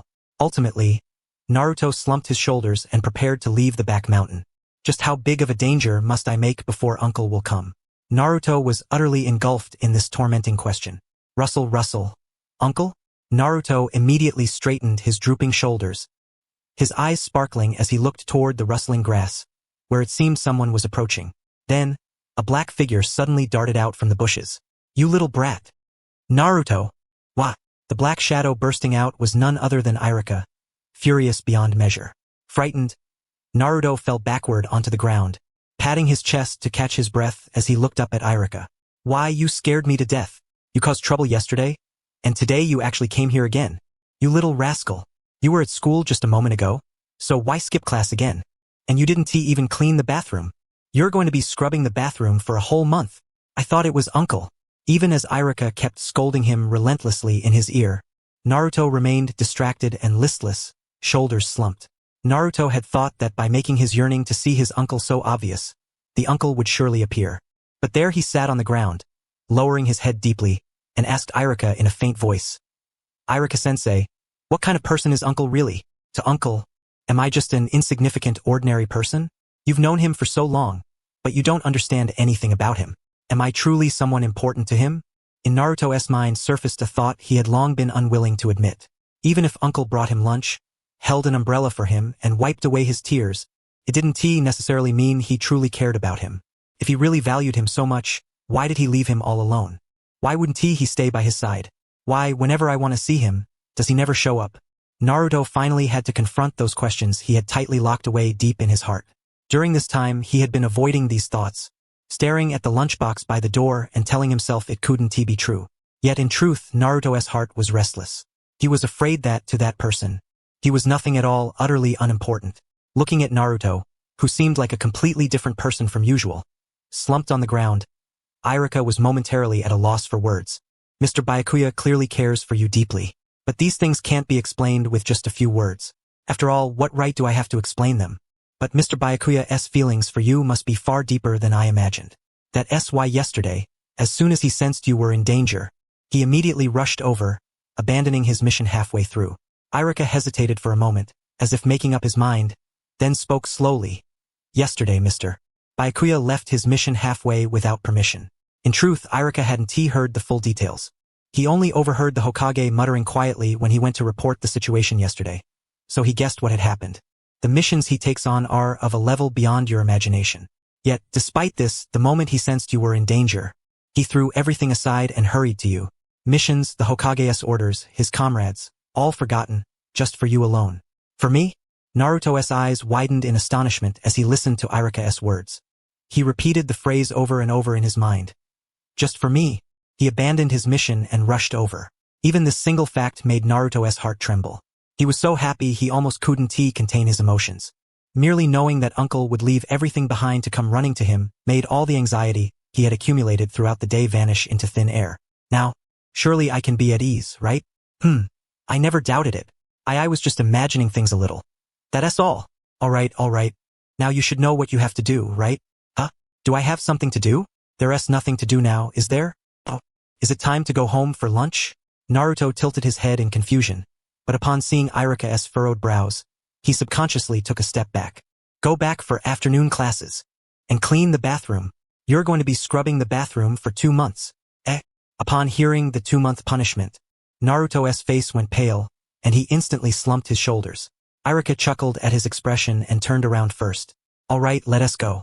Irika-sensei, no matter what, thank you for telling me all this. It's nothing. I just saw how listless you were earlier, cough cough. Anyway, Mr. Byakuya definitely cares about you a lot, so don't worry too much. I still want to see Uncle. Still talking about that? Irika paused mid-step on the way back to school and turned to look at Naruto. I want to thank him in person. He may not be someone you can see whenever you want, but I'll be rooting for you. Irika looked at the resolute light shining in Naruto's eyes and reached out to ruffle his hair. In truth, even I, if given the chance to see him, would wish to converse with him at length, but such an encounter is exceedingly rare. After all, he is an exceptionally busy man. The fever is burning fiercely. Here, Sasuke, open your mouth. Coughing violently, Sasuke curled up his body. We must warm the room a bit. Still cold? Itachi, go fetch another blanket. In a daze, he heard a gentle voice. That voice he longed for beyond measure. The voice of someone who had been by his side not long ago. Sasuke, tears brimming in his eyes, buried himself deeper beneath the covers. His head felt as if it might split apart from the pain, likely due to the severity of his coughing. His throat was parched and aching. At that moment, he suddenly sensed someone's presence approaching and abruptly sat upright. It was that man again. Sasuke regarded the man who entered his home carrying a lunchbox in one hand with a wary gaze, then immediately began to cough violently once more. Cough, cough. The coughing persisted relentlessly. Observing this, the man placed the lunchbox aside, expressionless, and walked over to him, extending a hand as if to touch his forehead. None of your business. With a sharp slap, the outstretched hand was forcefully pushed away and withdrawn weakly. Sasuke panted heavily, glaring at the man with eyes brimming with hostility. The man lowered the hand that had been brusquely dismissed and then took out a packet of medicine from his pocket. Upon seeing this, Sasuke first froze, then his eyes sharpened as he seized a nearby pillow and hurled it at the man. Don't meddle in my affairs. Get out. The pillow struck the man's face with precision before dropping limply to the floor in a crumpled heap. Without a word, the man glanced at the fallen pillow, still expressionless, and approached him with the medicine in hand. Sasuke looked at him with utter disdain. Why do you still come? Why do you still approach me? Why do you keep coming closer? No matter how many times I've overturned your lunchbox, no matter how often I've shouted at you, why do you persist in coming here? This incomprehensible behavior of his only deepened Sasuke's pain. It would be far easier if he simply left me alone, like everyone else in the village. They curse me as an Uchiha, deem me an ill omen, avoid me, and ignore me. If only he would do the same. Why must he come to me again and again? You're just like them. You hate me too, don't you? Then why do you come? After all, everyone in the village despises the Uchiha. Sasuke was painfully aware of this. He had heard too many whispers behind his back. They said he was the sole survivor, called him a harbinger of misfortune, and labeled him as someone ignorant and cursed. Everyone avoided him, so he was certain this man before him felt the same. He had shouted at him repeatedly, pushed him away, even overturned his lunchbox. Surely he must hate him already. I do not hate you. The man spoke for the first time. Sasuke's black eyes widened in shock as he stared at him blankly. If you hated me, I would never come again. But you must take your medicine. The man placed the packet on the bed and carefully turned away. Sasuke hesitated for a moment, watching as the man truly prepared to leave, then instinctively reached out his hand. He longed for the other to stay, yet deep within he resisted. But that yearning was so intense he could hardly forgive himself. Don't go. His head throbbed painfully, and his throat burned like fire. The high fever left him barely able to discern whether he had really extended his hand. He grasped the hem of the man's clothes tightly, bowing his head deeply. This weight and agony were far too much for a 7-year-old child to bear. He simply did not know how to express it. Sasuke wished to be alone, yet feared solitude. Everyone had left. There was no adult to confide in, no guidance on what to do or whom to trust. Yet, despite it all, Sasuke's yearning surged overwhelmingly. I was wrong. Please don't go. Sasuke's tearful voice reached the man's ears. The man looked at the small hand gripping his garment so tightly and finally halted. He hesitated briefly, then turned around and placed his hand upon Sasuke's forehead. Gradually, without realizing it, Sasuke drifted into sleep. Has something happened? Byakugan was still wondering why the boy had not stormed out in his usual fierce manner to overturn the lunchbox today. Peeking secretly through the window, he discovered the boy had caught a cold. His cheeks flushed red, his breath labored, and his coughing uncontrollable, the symptoms unmistakably those of a cold. Byakugan stood and ended his observation, then created a clone to purchase children's cold medicine. Fortunately, a pharmacy was nearby. After the clone returned with the medicine, Byakugan took it, lifted the lunchbox placed at the door, and entered Sasuke's room. He had originally thought Sasuke, wrapped in blankets, was asleep. He had not expected to be discovered immediately upon entering. Suppressing the surprise within, Byakugan observed Sasuke's severe coughing and instinctively reached out to take his temperature. None of your business. With a sharp slap, his hand was forcefully pushed away. This little one's temper was surprisingly fierce. Don't meddle in my affairs. Get out. Sasuke threw a pillow at the unmoving Byakugan. His aim was remarkably accurate, striking Byakugan's face before the pillow collapsed limply to the floor. Byakugan hesitated, stepping forward 2 paces, holding the medicine bag for a moment, then cautiously offering it to Sasuke. Hey, why do you still come? Why do you still come near me? Itachi, why on earth did you entrust this brat to me? Byakugan felt a pang of grievance. Just one favor to balance this out.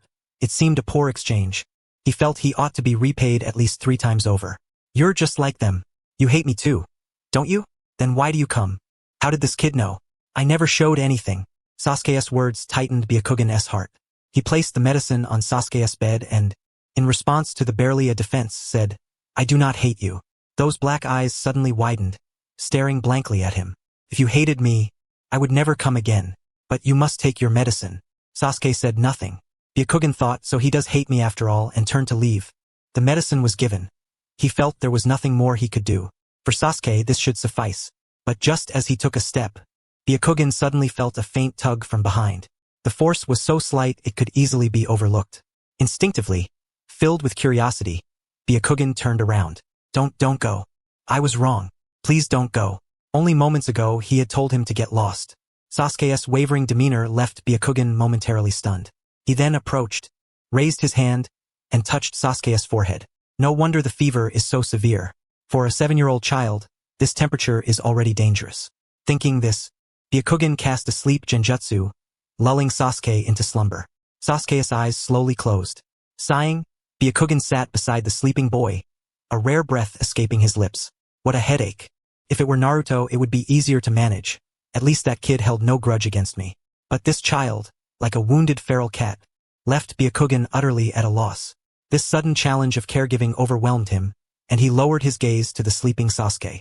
Sob, just how agonizing must it be to cry even in one's sleep?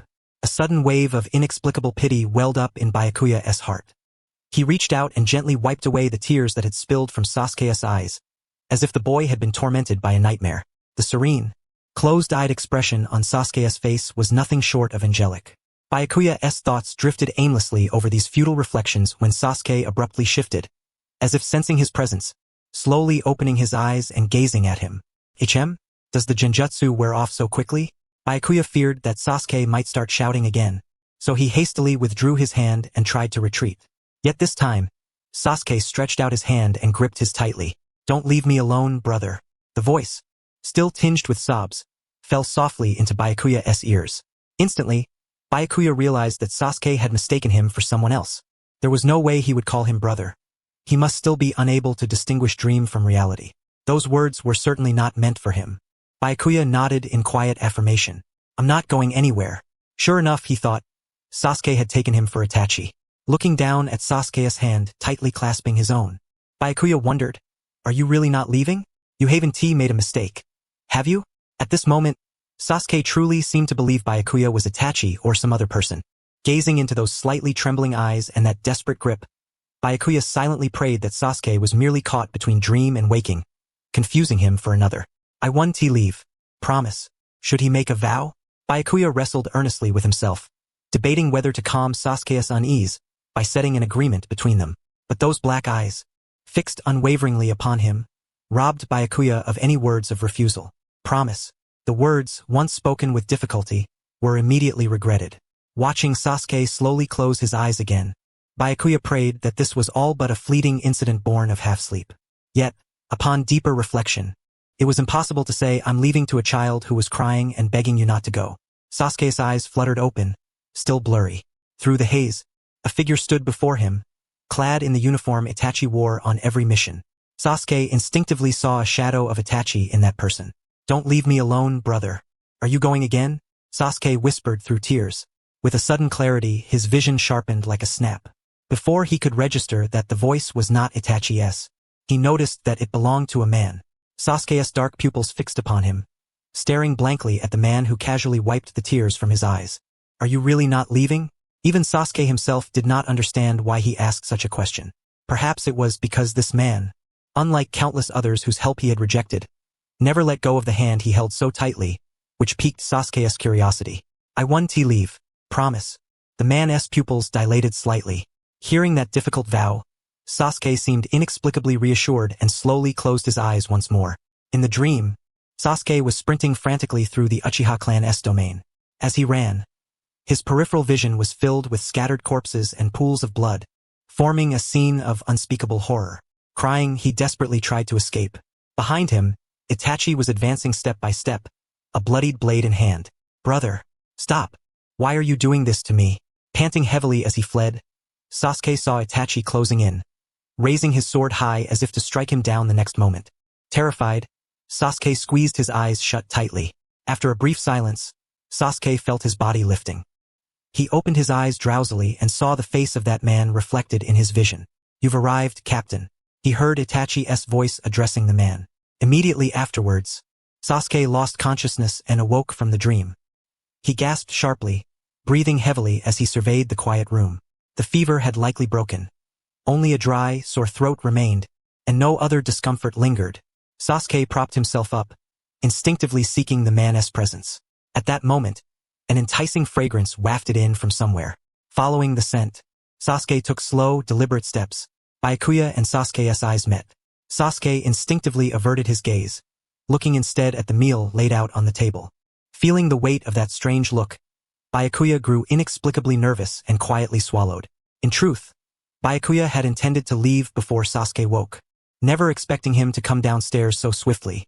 But why did Sasuke look at him so blankly? If it were Naruto, he'd have finished 3 bowls of rice by now. Could it be that the food did not suit his palate? The more Byakuya pondered, the more anxious he became. His eyes involuntarily flickered with unease. Captain. Byakuya's eyes suddenly widened. Hearing that word from Sasuke's lips was utterly unexpected. Itachi had called him that. In the last moments of the dream, he was Itachi's former captain. Wasn't he? So that was why he had come to care for Sasuke, because he pitied him? Sasuke's voice brimmed with wounded fragility. Though he feigned indifference, his hands clenched tightly into fists, bracing himself for further pain. If you find me bothersome, it's fine if you leave. This was not even a proper plea, but a one-sided statement. Byakuya's words only deepened Sasuke's confusion, as if saying, no matter what you say, I will never hate you, but you must eat well. Having spoken this, the man who had seemed somewhat sullen a moment before vanished from sight in an instant. Sasuke stared at the food on the table, stunned for a long while. Then he sat down and picked up his chopsticks. This was the first proper meal he had eaten in days. How much longer must we wait? Yuzuki Uyaka checked the time once again and, turning to the silently waiting team members, asked with dissatisfaction. It is indeed a bit late. A bit? Uyaka furrowed her brows and shot a sharp glare at Teo, who had said a bit. This team is too strange. There's definitely something wrong. Captain Kakashi. Uyaka turned to Kakashi and called out to him. Kakashi jumped slightly, showing a somewhat troubled expression. Scratching his cheek as if to soothe her, he said, we can't go on missions without a captain, so let us wait a little longer. Could it be that he's late again because he went to find the Jinchuriki? Uyaka thought. She had heard many rumors about this Captain Byakuya from the previous squad. It was said he always sent clones to the Jinchuriki, and not long ago he had left the team mid-mission, citing danger to the Jinchuriki as the reason. Uyaka had joined the Umbu with admiration for the division and respect for Kakashi. To her, this Captain Byakuya was utterly disagreeable in every way. The captain's intense concern for the Jinchuriki stemmed from worry for the village. If the Jinchuriki were to lose control or die, and the Ninetails were to re-emerge, there was currently no one in the village capable of stopping it. That was why the captain personally took it upon himself to watch over the Jinchuriki. Tenzo maintained an expression of serene composure as he addressed the visibly displeased Yugon. As a would-release ninja burdened with great expectations, the Hokage had more than once confided in him that no one in the village was currently capable of handling the reappearance of the Ninetails. The squad leader must have taken the initiative out of concern for this matter. I was unaware of these details. I apologize. It is of no consequence. I did not speak to hear your apology. When it comes to admitting fault, there is no room for ambiguity, Yugon said decisively, offering her apology to Tenzo. In the midst of their conversation, the door was pushed open, and Byakuya entered. The team members, having not seen Byakuya for quite some time, beamed with delight and eagerly gathered around him. Squad leader, you have finally arrived. It has been far too long since we last saw you. I was beginning to forget what you looked like. Why is everyone so enthusiastic? Byakuya inwardly marveled at their tactfulness. Yet a tinge of self-mockery crept into his thoughts. You all are clutching a rotten rope. He mused silently, and these fellows remain utterly oblivious. During this period, our responsibility has been limited to the village's security. Feeling the intense gazes of these long unseen comrades, Byakuya pulled the mask away from his forehead to cover his face and promptly turned around. Since the annihilation of the police force composed of the Uchiha clan, the reorganization of the police unit had stalled indefinitely. To think that even such menial duties had fallen to the Umbu squad, it filled Byakuya with impatience. He recalled that the sector assigned to him was the village's center, the very location of the Hokage's office building, and he sighed inwardly. This place was, without doubt, the most prone to trouble. Pairs of two, splitting up to patrol. The security zone was vast. After dividing into pairs, Byakuya merely stated that he would cover the Hokage's office area alone, and with that, vanished in a flash. Yugon stared in astonishment at Byakuya, who had just appeared, uttered 2 sentences, and disappeared. Yet the others, as if accustomed to this routine, swiftly formed pairs and departed one after another. Just the 2 of us left. Shall we go? Kakashi, confirming only the 2 remained, approached Yugon and turned with her toward the area designated by Byakuya. Upon arrival, however, they found Umbu members from other squads already stationed there. Kakashi tilted his head in confusion and stopped in front of them. This should be our squad's security area. Why are you here? Huh? What are you talking about? Are you implying we're in the wrong place? SNT this the spot? The other party's words brimmed with overt provocation, causing Kakashi to frown. Observing the sudden shift in atmosphere, Yugon instinctively placed her hand on her weapon. Though subtle, she could already sense the impending clash. Hey, who do you think you are? This area was assigned directly to our squad by the Hokage himself. If you have grievances, why not take them up with the Hokage? It seemed the anger stemmed from having the security duties relegated to the Umbu, and the other squad's Umbu slapped Kakashi's shoulder with a fierce tone. Yugon, flustered, hurried forward to restrain him. I only wanted to confirm. Please calm down. Huh? A woman? What has the Umbu become? Even women are allowed in now. How can such a person be part of the Umbu? These words were new to Yugon's ears. Her motion to stop faltered as she instinctively drew her blade and stepped forward. Repeat what you just said. Yugon had chosen to join the Umbu out of passion and respect. She took great pride in her work and would never tolerate being demeaned merely because she was female. The older-looking Umbu sneered behind his mask and drew his weapon as well. Kakashi, unprepared for the situation to escalate to violence, panicked and moved to intervene. His outstretched hand froze midair as Byakuya suddenly materialized before Yugon and the other Umbu. Byakuya lifted his gaze from the book he had been reading, scanning the other squad's Umbu. And what are you? The Umbu redirected his weapon toward the unexpected arrival, adopting a threatening stance. Looking for a fight? Byakuya mused internally. It had been ages since he had witnessed a brawl. If they wished to fight, he might as well serve as the referee. He closed the book and tucked it into his chest. With that simple gesture, the armed Umbu suddenly halted. That voice, he recognized it. It was from long ago, before the Umbu had been officially recognized as an organization. Byakuya Kuroshiro? Damn it, this is bad. The squad leader of the 9th squad stiffened and hastily lowered his weapon. This older Umbu had encountered Byakuya long ago. He was well acquainted with the infamous Byakuya Kuroshiro and had occasionally crossed paths with him during missions. Having witnessed firsthand the dread-inspiring invisible sword, his hair had stood on end. The sword could cut through an enemy's blade and wound flesh directly. For the first time, he was grateful the opponent was an ally. My apologies. I did not recognize your stature. I am the squad leader of the 9th squad. Not fighting anymore? The question, directed at himself, drained the 9th squad leader's face of color. Why yes, I apologize. We were assigned to guard this area and did not expect the 1st squad to have the same task. I thought only the squads from the 5th onward would handle security. In any case, we sincerely apologize. We will verify the security zones immediately. Hey, what are you waiting for? Move. Thank you for your indulgence today, Lord Kuroshiro. We shall take our leave. The other squad members fled as if their lives depended on it. Byakuya found the situation somewhat absurd and turned to Kakashi and Yugon. If this happens again, just fight it out.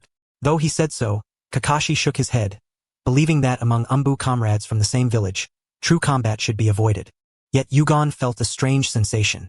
She gazed blankly at Byakuya's nonchalant figure as he took out his book again and walked away. Though all were squad leaders, why did everyone treat him like that? She had heard that the Umbu squads were numbered starting from the 1st squad, not by strength but by balanced distribution. She had also heard the reason Byakuya was a squad leader was simply because he had been with the Umbu the longest. Yet the response of the 9th squad leader earlier had been as if facing someone utterly beyond reach. Upon reflection, she recalled that during her time in the temporary 5th squad, there had been many rumors about Byakuya, most of them disparaging. Now she wondered, were they born of envy or jealousy? Yugon arrived at this conclusion, her face revealing surprise. Kakashi-senpai, what kind of person is the squad leader? Really? This question seemed one she had asked many times before. Kakashi looked at Yugon and slowly replied, you could say he is a man of contradictory words and deeds. Observe him yourself. You'll understand better than I can explain. I really don't get it. He is completely different from the squad leader I've heard about in rumors. I once judged him by hearsay too. Kakashi reminisced about the past, recalling the man once dubbed the massacre of the civilians the shame of the ninja. Yet, when you spend enough time with him, you come to realize that all those rumors were false. Kakashi glanced at Yukari, whose face was etched with confusion, and smiled warmly as he gently patted her shoulder. After a brief moment of hesitation, Yukari finally nodded. Byakuya, you have a summons. Kakashi picked up the book that had been covering Byakuya's face and spoke. Byakuya furrowed his brow and raised his hand to shield his eyes from the harsh sunlight. He had assumed that recently he would only be assigned to guard duty. How to Nurture an Injured Child. Kakashi murmured the title of the book he had just acquired, tilting his head slightly. Before Byakuya could wonder why Kakashi was reading such a book, he abruptly snatched it from his hands, flicking his hair impatiently. Observing Byakuya's demeanor, Kakashi silently lowered his now empty hands, studied him for a moment, and then spoke with a hint of hesitation. Byakuya, there is something I feel I should tell you in advance. The Hokage has asked me to withdraw from the Umbu and take on the role of lead jonin for a ninja squad. For someone like me to become a lead jonin, honestly, I have no confidence at all. I couldn't even protect a single person properly before. Can I truly safeguard those children now? Kakashi's heart was filled with doubt. He could have remained in the Umbu, but the Hokage said that life in the Umbu would only let the darkness in his heart grow ever deeper. Is that really so? Is there still darkness lingering within me? Not interested. A cold, indifferent voice interrupted as Kakashi looked up and saw Byakuya rising to his feet. Besides, you're not suited to be in the Umbu either. Anyone could recognize you as Kakashi Hatake from 100 meters away. Byakuya clicked his tongue, casting a pointed glance at Kakashi's white hair and the Sharingan eye. That face offers no anonymity whatsoever. It's as if it literally says, I am Kakashi Hatake. That's south not your place to say. Aren't you also recognized as Byakuya Kurojo from 100 meters away? Kakashi retorted with an incredulous expression. Hearing this, Byakuya mirrored the same incredulous look. Nonsense. No one can recognize me, alright? Byakuya, I originally thought it wouldn't be so bad to stay in the Umbu with you. So, can you be honest with me? Am I fit to be a lead jonin or not? I'll accept whatever answer you give. So there's no need to pretend and hesitate here. Byakuya slightly turned his head and looked at Kakashi behind him. None of my business. With that, Byakuya turned and walked away. Kakashi stared blankly at Byakuya's retreating figure. Is he implying I should decide for myself? No, perhaps he already saw through me. I've probably already made up my mind. The very fact that I hesitate means I want to do it. If I truly did not want to, I would have refused outright back then. Kakashi gave a self-mocking smile and stepped forward to follow Byakuya, heading toward the Hokage's office. The entire team was assembled. When Kakashi, the last to arrive, took his place, Byakuya confirmed the team's full attendance, stepped forward, and reported to the Hokage. What kind of trouble are you going to assign me today? Byakuya was already frustrated to the point of nearly losing his breath just thinking about it. Thank you for coming on such short notice. The Hokage, who had been leafing through documents, looked up, his gaze slowly sweeping over Byakuya and the team behind him. Then, with a grave expression, he explained the reason for their summons. Just now, a spy disguised as an Umbu infiltrated Team 3, killed 3 members and fled. He has since been captured. Similarly, Team 2 experienced the same incident. Why does this broken village suffer invasions, infiltrations, and break-ins every other day? It's as if these intruders treat it like their own home. Byakuya was leisurely venting his frustrations silently when a voice suddenly echoed in his mind. Behind him, almost instinctively, he drew his sword and spun around, driving it forcefully into the shoulder of the masked figure behind him. Ugh! HM? He struck true, but the voice that came from the figure was eerily familiar. Could I have missed? Yet the voice in his mind could not be mistaken. Byakuya drove the blade deeper into the shoulder several more inches, then reached out and tore off the mask covering the intruder's face. With a soft clatter, the mask fell to the floor, revealing a completely unfamiliar face. Damn it! How is this possible? My disguise was flawless. The voice that had sounded like a familiar teammate suddenly turned hoarse. So, it wasn't he them after all. Good. Byakuya breathed a sigh of relief inwardly and took a few steps back, looking at the figure clutching his wounded shoulder and pulling a smoke bomb from his pocket with a look of impatience. With a bang, the figure tossed the smoke bomb, slammed the door open and fled. Byakuya stood in place watching the retreating back, then turned to the team already standing by the Hokage's side. Squad leader. I'll pursue him. No need. After the smoke cleared, Tenzo, having spotted the direction of the enemy's escape, immediately spoke up to request permission. Byakuya stopped him, drove his sword into the floor of the office, and vanished in an instant. Squad leader. I'll pursue him. No need. After the smoke dissipated, Tenzo, having clearly seen the enemy's escape route, again asked for permission. Byakuya blocked him, planted his sword firmly into the office floor, and disappeared without a trace. A man harboring secrets like this must have already planned his escape route. Therefore, when Byakuya struck him, he had already left a mark on the man's shoulder. Fortunately, the fugitive hadn't gotten far. Byakuya teleported behind him, grabbed the back of his neck, and instantly returned to the office where his sword was still embedded in the floor. Ugh! No, this can't be. This is unreasonable. Byakuya tossed the captured man to the ground carelessly. The man hit the floor clumsily. Fear etched across his face as he looked up at Byakuya. Byakuya was contemplating how to deal with him when the man raised his uninjured left hand, intending to form a hand seal. Oh? Still trying to pull tricks? Byakuya's eyes narrowed sharply as he snatched up the sword from the floor, stepped forward swiftly, kicked away the man's left hand, and then stomped down hard. A sickening crack echoed. Oh! The man screamed in agony as his left hand was crushed. Byakuya found the noise unbearably irritating. Oh right, I just caught him. What if he bites his tongue and kills himself? Thinking this, Byakuya, too lazy to use his own hands to stop him, shoved the blade firmly into the man's wide-open mouth. Don't try any tricks. Ugh! Please, spare me. The man ignored the blade in his mouth and whimpered pitifully. What is he saying? What exactly is he saying? Byakuya bent down instinctively to listen more closely, only to push the blade deeper inside.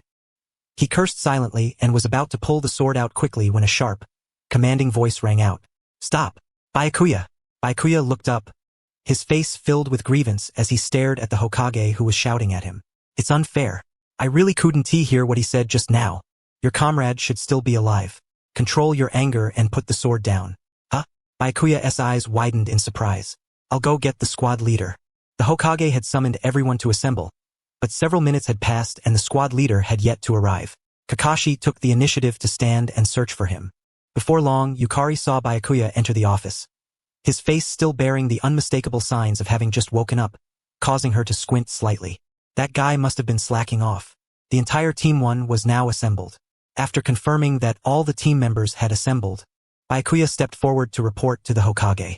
Yukino, observing the Hokage's expression, so solemn and grave, starkly different from his usual gentle demeanor, felt an ominous premonition that something dire was unfolding. As she had feared, the summons bore grave news.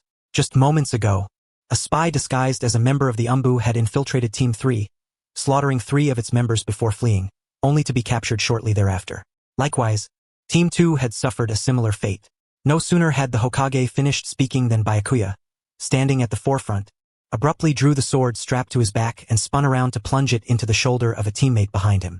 This sudden turn of events left Yukino wide-eyed and speechless. What is happening? Ah!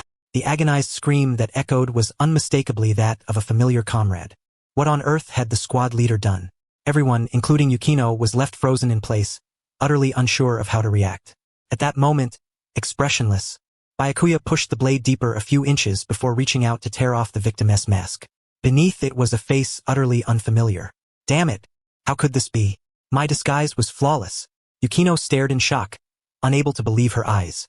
She had been with everyone moments before and had detected no anomaly whatsoever. Surely the others hadn't noticed anything amiss either. Yet the squad leader, who arrived last, had only glanced once and immediately suspected the imposter wasn't one of their own? The moment the Hokage finished speaking, Byakuya acted as if he had anticipated this, turning and striking with his blade. Before the mask was removed, Yukino had even thought the squad leader had gone mad. How on earth had he seen through it at a glance? Yukino's attention remained fixed on Byakuya, and after a long moment, she realized the other team members had gathered around the Hokage, prompting her to hurry over and join them. Everyone removed their masks to confirm each other's identities. Hurriedly, Yukino removed her own mask and once again fixed her gaze on Byakuya. She saw him withdraw the sword from the enemy's body, blood splattering across his face. Yet he appeared utterly indifferent, staring unblinkingly at the foe. As she gazed, the enemy suddenly detonated a smoke bomb and fled. Damn it, squad leader, I'll give chase. The sudden cloud of smoke caused Tenzo to cough sharply, snapping him back to reality. He moved to pursue but was stopped by Byakuya. No need, Byakuya said dismissively, as if the pursuit were unnecessary. He then planted his sword into the ground and vanished from sight in an instant. But in the blink of an eye he reappeared, slamming the captured enemy onto the ground with brutal force. Drawing his blade once more, he slowly advanced toward the captive. No, this can't be. This is utterly unreasonable. The enemy trembled violently, eyes wide with terror as he looked up at Byakuya approaching. Although already terrified out of his wits, the squad leader kicked the enemy's left hand aside and crushed it beneath his boot, then drove his sword into the enemy's mouth, inching it further in. Witnessing this, Yukino could not help but break out in goosebumps. Please, spare me. Spare me. Faced with the scene before her, Yukino felt the same terror as the enemy. For the first time in her life, she found herself sympathizing with a foe. Stop, Byakuya. Seeing the squad leader's near-cruel actions, the Hokage finally raised his voice. Unable to restrain himself, Byakuya ceased pushing the blade further into the enemy's mouth and lifted his lowered head, casting a wronged expression at the Hokage, as if silently asking why he was being stopped. Your comrades should still be alive. Put away your rage and sheath your sword. These words caused Byakuya's eyes to widen slowly. Ah, so that's it. Hearing the Hokage's words, Yukino was also taken aback inwardly. Now she understood why the squad leader had shown no mercy to the enemy disguised as a comrade. Was it because he believed his own teammates had been slain and his fury was born of grief? Your comrades should still be alive. Put away your rage and sheath your sword. Caught off guard by these words, Byakuya's eyes snapped open wide. What the hell? What is this guy talking about? Those unaware would surely misunderstand. Byakuya thought this to himself, scanning the glances cast by the others around him. It was clear at a glance they had indeed misunderstood. This is bad. Such a misunderstanding was unlikely to resolve favorably. There was a chance they might think, so this harsh squad leader actually has a gentle side after all. Byakuya briefly frowned and lowered his gaze to the trembling enemy beneath his feet. The captive's teeth were chattering against the blade's steel, eyes filled with terror. When their eyes met, the enemy shrank back, shoulders trembling. Tisich. Seeing this, Byakuya paused for a moment before gripping the sword's hilt even tighter. The third Hokage did not miss this gesture and immediately shouted loudly, "Everyone, stop Byakuya!" At the Hokage's command, hesitation flickered across the faces of the others, but they nonetheless rushed forward toward Byakuya. Tenzo swiftly formed hand seals, binding Byakuya's legs from ankle to waist with wood release.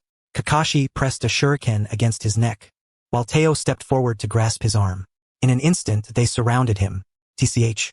The light that had shone in Byakuya's eyes moments ago dimmed instantly. He cast a displeased glance at the shuriken pressed to the nape of his neck and reluctantly withdrew from the enemy's side. Tenzo, bind this one and send him to the interrogation division. Yes. Understood. Byakuya spoke in a cold tone, sheathing his sword and turning to face the Hokage. He had deliberately defied the Hokage's orders moments before and even displayed a rebellious attitude. His reputation would surely suffer. Byakuya thought this to himself, but when he met the Hokage's sharp gaze, his heart involuntarily tightened. I understand your grief over the loss of your comrades. Mercy is a virtue only those with the luxury to spare can afford. Byakuya, I will no longer pursue your transgressions. You still have duties to fulfill, do you not? No, is this guy really in his right mind? Was he implying that Byakuya had lost composure due to grief over fallen comrades and thus lacked the capacity for mercy? Byakuya truly could not fathom how the third Hokage usually regarded him to think so highly of him. Now utterly at a loss, he stared blankly at the Hokage before finally giving in to despair. Fine, think whatever you want, damn it. Despite the third Hokage's orders, the squad leader still refused to relent. The office was filled with a subtle, tension-laden silence. In the next instant, Byakuya's eyes blazed with a sharp, cold light as he gripped his sword hilt once more. Everyone, stop Byakuya. No one had expected him to defy the Hokage's command. Shock and disbelief flashed across their faces. Tenzo quickly formed hand seals, binding Byakuya's legs from ankle to waist with would release. Kakashi drew a shuriken and pressed it diagonally against his neck, while Teo stepped forward to seize his wrist. In an instant they encircled him. Byakuya's gaze shifted once again to the Hokage. Within those eyes burned an unmistakable fury, mingled with a silent question. Why are you stopping me? Soon, accompanied by a sharp, dissatisfied hiss that sliced through the air, Byakuya withdrew the blade he had just pressed against the enemy's mouth. Kakashi tensed, swiftly sheathing his shuriken, while Tenzo and Teo simultaneously relaxed their grips. The standoff between the squad leader and the Hokage caused everyone to hold their breath. In their locked gazes, suspended midair, there was no hint of yielding. I understand the grief you bear for your lost comrades. Mercy is a virtue reserved for those with the luxury to afford it. Byakuya, I shall no longer pursue your transgressions. You still have duties to fulfill, do you not? Ultimately, the one who stepped back first was the Hokage. Yuyake's eyes widened in surprise. The squad leader, who usually carried himself with effortless composure, had actually been so furious as to lose all restraint. So unlike his usual cold demeanor, he cared so deeply for his comrades that he was willing to defy orders? Go find the missing ones. Understood. The squad leader responded with a hint of helplessness, then turned to Kakashi, whispering a few instructions. Kakashi nodded, summoned his ninja dogs, and departed the office alongside Byakuya. The Hokage followed shortly after. As if accustomed to such scenes, everyone naturally tidied up the area and dispersed. Watching this unfold, Uyake felt only a whirlwind of confusion. Wow, the squad leader was just too cool back there. Teo leaned in to chat, pulling Uyake from her daze. She hesitated before speaking. I really don't get it. What if he had accidentally stabbed one of our own? And he disobeyed the Hokage's orders. How can that be considered cool? The squad leader only acts when he is absolutely certain. Otherwise, he wouldn't move at all. Honestly, none of us expected him to actually defy the Hokage's command. Who would have thought he'd get so unsettled over his comrades? TSK. Teo clenched his fists in frustration, clearly regretting not capturing the moment on film. Uyake ignored him, lowering her gaze to the bloodstains remaining on the floor. The chilling moment replayed vividly in her mind. The way those eyes burned with icy light as the blade was thrust mercilessly into the enemy's mouth refused to be erased. So it was true. During a previous mission, she had once asked why the squad leader did nothing while engrossed in a ninjutsu scroll. Kakashi had replied, as soon as he acts, the matter is resolved immediately. Now, just as Kakashi had said, the moment he moved, everything was instantly settled. His discernment to see through disguised enemies, his decisiveness to strike without hesitation, his composure in recapturing fleeing foes, his capacity to resolve crises in an instant, and even his heartfelt concern for his comrades. Uyake finally understood why everyone held the squad leader in such unwavering esteem. Truly, he was extraordinary. How did the squad leader instantly recognize that the other was not one of their own? Though feigning indifference, he remembered even the subtlest traits of his teammates with perfect clarity. He could be thrown off balance by the mere thought of losing a comrade. Now she understood why the entire team trusted and respected him so deeply. See? I knew you'd think that way. Ah well, I'm just admitting that moment was impressive. Even if you were disguised as the enemy, the squad leader would undoubtedly see through it at a glance. Teo's voice brimmed with conviction, causing Ueke's cheeks to flush involuntarily. She even dared to imagine that it might truly be so. Sorry, squad leader. The teammate who had been knocked unconscious by the enemy's trap was safely recovered by Kakashi. As the man bowed deeply in apology, Byakuya lifted his gaze from the scroll and cast him a glance. What was his name again? I think it was 2 characters, but I can't recall. Because of this fellow, Byakuya had gone so far as to argue with the Hokage, only to inexplicably gain a good reputation. Recalling the earlier incident, Byakuya was filled with irritation and chose to ignore him, returning his attention to the ninjutsu scroll. The squad leader had actually clashed with the Hokage for my sake. The teammate, moved to tears, looked at Byakuya, who showed no sign of reproach. He had heard that although the squad leader appeared cold and indifferent, he could instantly see through the enemy disguised as himself and resolve the trouble. Thank you so much. I ignored him, yet he still thanked me. Byakuya buried his face behind the book, frowning with disdain. Yet, seeing Byakuya's familiar expression, everyone couldn't help but smile, for they all knew that beneath his seemingly cold exterior, the squad leader held each of them dearly in his heart. You will surely come to respect the squad leader as well. Yuike found herself laughing along with the others, turning to Tenzo. These were the words Tenzo had spoken to her when she joined Team 1. Tenzo, you were right. HM? You say you will respect him? Yes. Understanding Yuike's words, Tenzo shifted his gaze back to Byakuya. The squad leader frowned at the ninjutsu scroll as usual, yet there was an inexplicable charm in his demeanor that instilled a sense of calm. I knew you'd say that. Squad leader. Danger. With a sharp ring, a shuriken flew directly toward them, and Yuike skillfully intercepted it with her own. Immediately turning around, she fixed her mysteriously shining eyes on Byakuya. Squad leader, please fall back. Leave this to us. Exactly. Rest well. We'll bring back the enemy's head. Byakuya watched the busy teammates silently. What on earth were these fools acting out? So engrossed in their touching drama?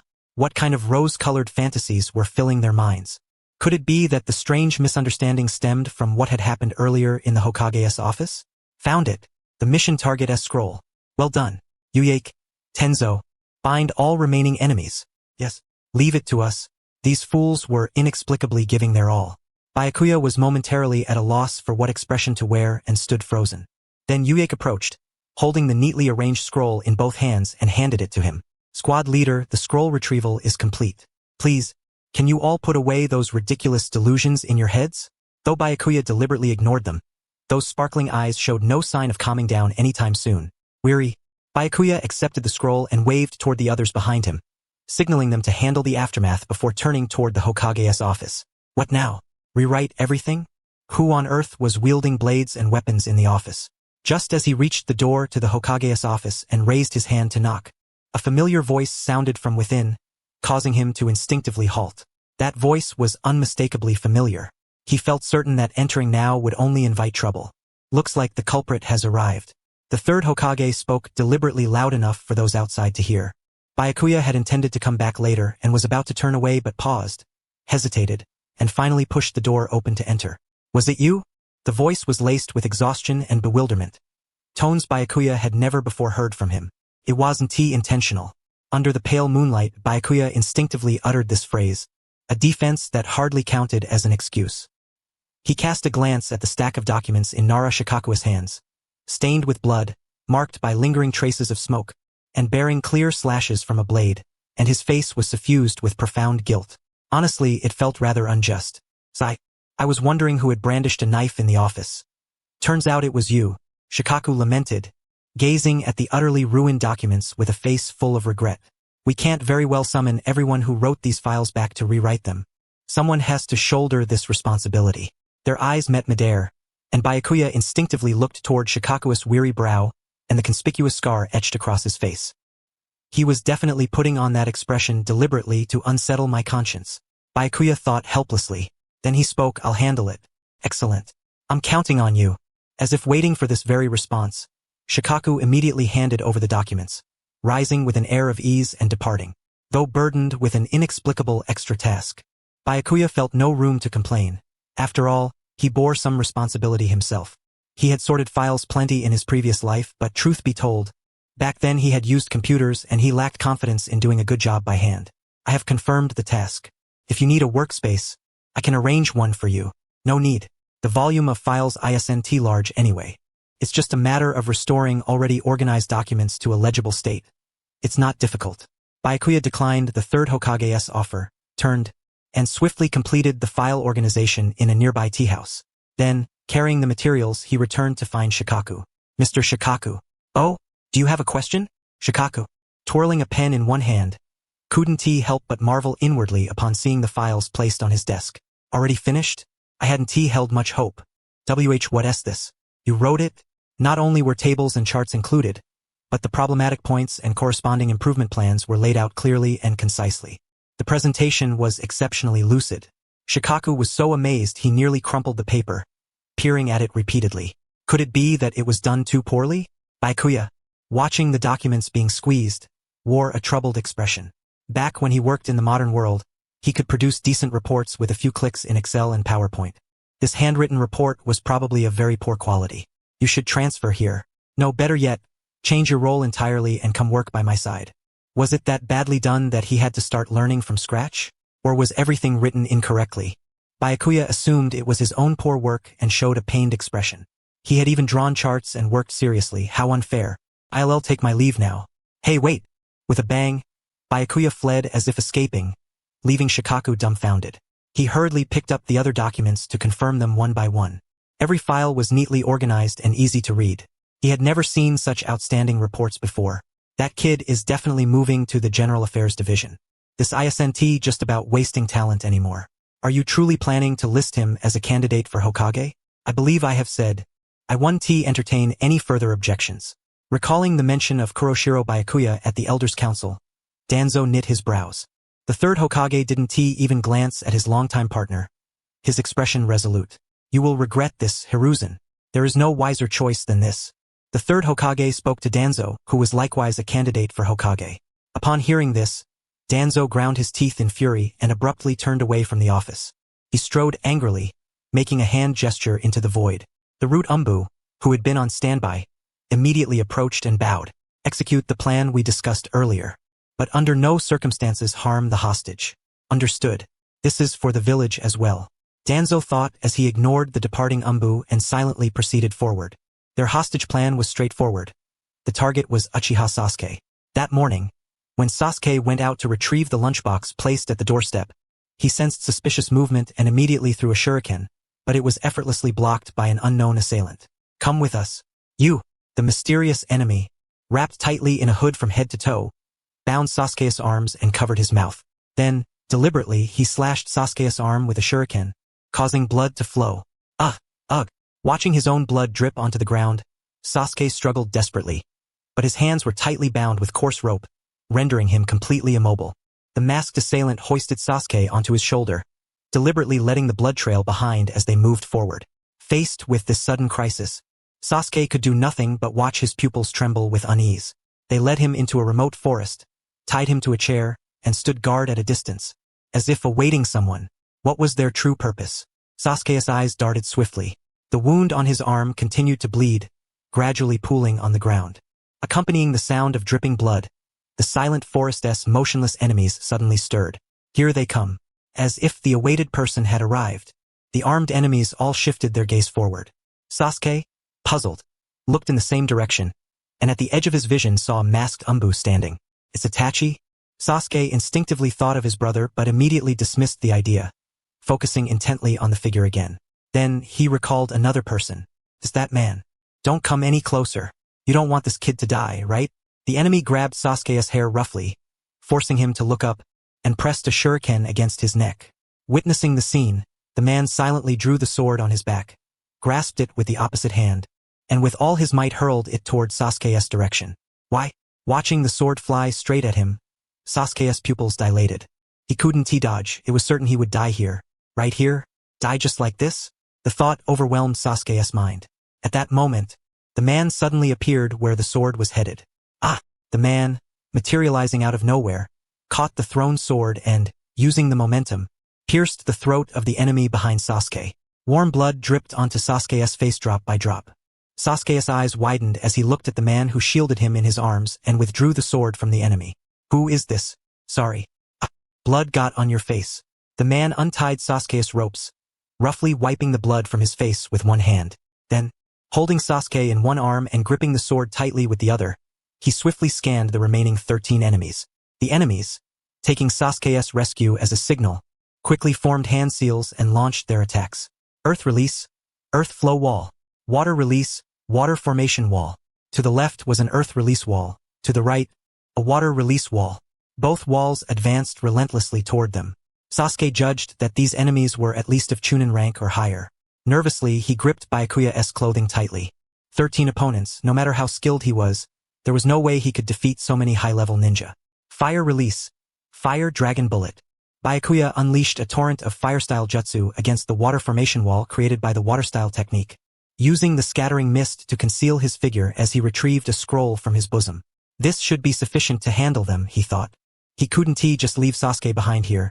If he used a clone to fight, the opponents would all be at least elite Chunin level, far too perilous. No choice. Byakuya summoned a multitude of blades with the scroll. With a sharp swish, countless knives flew out through the gaps in the mist, instantly incapacitating several enemies. Seizing the opportunity, Byakuya gripped a blade tightly and, holding Sasuke in his arms, activated a space-time ninjutsu. Everyone, stay away from the blades. This is a space-time ninjutsu, he shouted. Though he swiftly teleported to blades that had landed near the enemies, dispatching a few more, the remaining foes, true to their ninja caliber, immediately distanced themselves from the knives embedded in the ground. What now? This is troublesome, Byakuya pondered, forming hand seals once again. Ninjutsu binding technique. As a calm voice resonated, the movements of the standing enemies froze midair. Impossible. The shocked gazes of the adversaries fell upon the countless knives scattered across the ground. Soon, innumerable threads connected to the blades began to appear. These threads even linked between the enemy's fingers, so subtle that without close attention, they would be completely undetectable.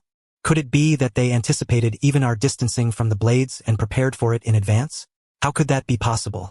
Sasuke, Byakuya called, tightening his grip on the ropes connected to the threads as he bound all the enemies with the restraining jutsu. Close your eyes. There's nothing to gain from watching, Byakuya thought, yanking the ropes abruptly. In that instant, the bodies of the enemies ensnared by the threads were torn apart, blood spurting forth. Byakuya instinctively lowered his gaze to Sasuke cradled in his arms. As expected, the frog-like boyish wide, round eyes stared fixedly at the gruesome scene before him. Such a disobedient child. Wow, amazing, Sasuke murmured softly, his eyes scanning the fallen enemies. He had initially thought victory impossible with a hostage in tow. Yet they had eliminated 14 foes in surprisingly little time. So formidable. No, formidable no longer sufficed to describe him. When Sasuke had first seen Itachi, he had only thought him a genius, but this man was different. His strength had reached a level that inspired genuine fear. How could anyone be so overwhelmingly powerful? Byakuya lowered his head, observing Sasuke still marveling at the corpses, thinking that the boy truly had guts. Even he felt a bit queasy. Who has set their sights on me? Byakuya placed Sasuke down gently, pondering silently. In truth, there were countless possible suspects.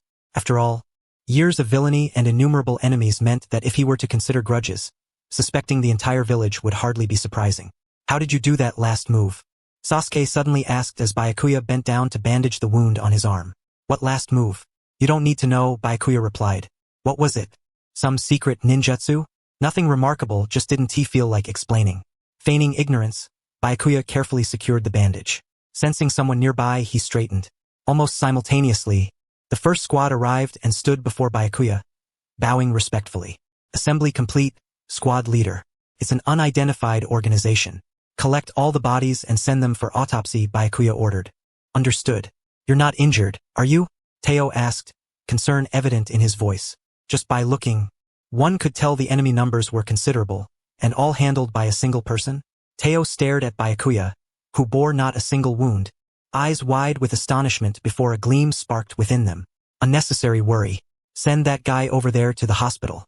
That look again, Byakuya said awkwardly, avoiding Teo's gaze. He pointed at Sasuke and, stepping past Teo, prepared to leave. After all, the incident had occurred within the village. Protocol dictated reporting first to the Hokage. Hey wait! Sasuke's shout came from behind, but Byakuya chose to ignore it outright. Sasuke, he clicked his tongue. Alright, squad leader S.A. busy man. Come with me to the hospital. No need. I can go by myself, Sasuke replied, ignoring Teo's outstretched hand and turning away. Teo shook his head helplessly. Such a stubborn kid. Where can I meet that guy called the squad leader? HM? Teo waved his hand, responding to Sasuke's sudden halt and slight turn. He's not someone you can just meet whenever you want. Even we rarely get to see him. Is his status that high? The captain of the unit where Itachi belongs, Sasuke deduced. At least it was certain he was stronger than Itachi. I advise you not to inquire about him. The squad leader belongs solely to us, Teo warned cautiously, his face cold as he regarded the young Sasuke. After all, the squad leader traditionally had little resistance toward children. If Sasuke expressed a desire to meet him, he might actually find time. What do you mean? Don't pry into his affairs. Don't even entertain the thought of meeting him. You're not from the same world as him. Yuyaka, escort this kid to the hospital. Understood. Who exactly is he? Sasuke pondered, bewildered, recalling Byakuya's demeanor. Is he some powerful big shot? Yet why would such a person save him? Less than an hour had passed since the incident report was submitted when Byakuya received simultaneous summonses to attend the Elders' Council meeting and to be called before the Hokage. He regarded the two ninjas who came to escort him with a confused expression. The Elders' meeting is more urgent. But the Hokage said it is an emergency. Neither side was appealing. Torn, Byakuya slipped the scroll he had been examining into his bosom and ultimately turned toward the Elders' meeting. If he was going to be reprimanded, better to get it over with quickly. If there was something unpalatable, better to finish it at once. Wise choice. Please, follow me. Seeing the victorious smile on the guide's face, Byakuya felt an inexplicable sense of foreboding. What is this about? Why summon me to the Elders' Council? He hated praise for doing well even more than being scolded for mistakes. Since both were situations he disliked, feeling a sense of dread seemed only natural. Byakuya hesitated briefly at the meeting room door, then knocked and entered. Familiar faces filled the room. The third Hokage, Elder Shimura Danzo, Mito Mononobe, and Koharu Utatane. Their gazes fixed sharply on Byakuya as he entered, Danzo's expression the most smug of all. Danzo, everyone you wanted is here. What is the reason for convening the Elders' Council? Koharu Utatane asked calmly, sipping her steaming tea. You have all probably just learned from the report about the abduction and assault involving Sasuke Uchiha, the sole survivor of the Uchiha clan in the village. The catalyst for this kidnapping, the bait, so to speak, was Shiryo Kurojo, who is the central figure in this incident. The autopsy of the bodies related to the case just concluded, and I have obtained the autopsy report. What did you find? Danzo, speaking at length with a smug satisfaction, produced a slip of paper from his robe and handed it to the third Hokage, Hiruzen Sarutobi. What is this? It is a fragment of a note discovered in the stomach of one of the corpses. Isn't this utterly absurd? Right, Shiryo Kurojo? Danzo asked with a tone thick with sarcasm, while the others all fixed their gaze on Shiryo, awaiting his explanation. What is this about? I don't even know what is written on this note. Yet these people are already expecting me to defend myself? I would like to explain, but I have no knowledge of the note's contents. Do you have nothing to say in your defense, Shiryo Kurojo? This note contains your orders to abduct an Uchiha. Preposterous.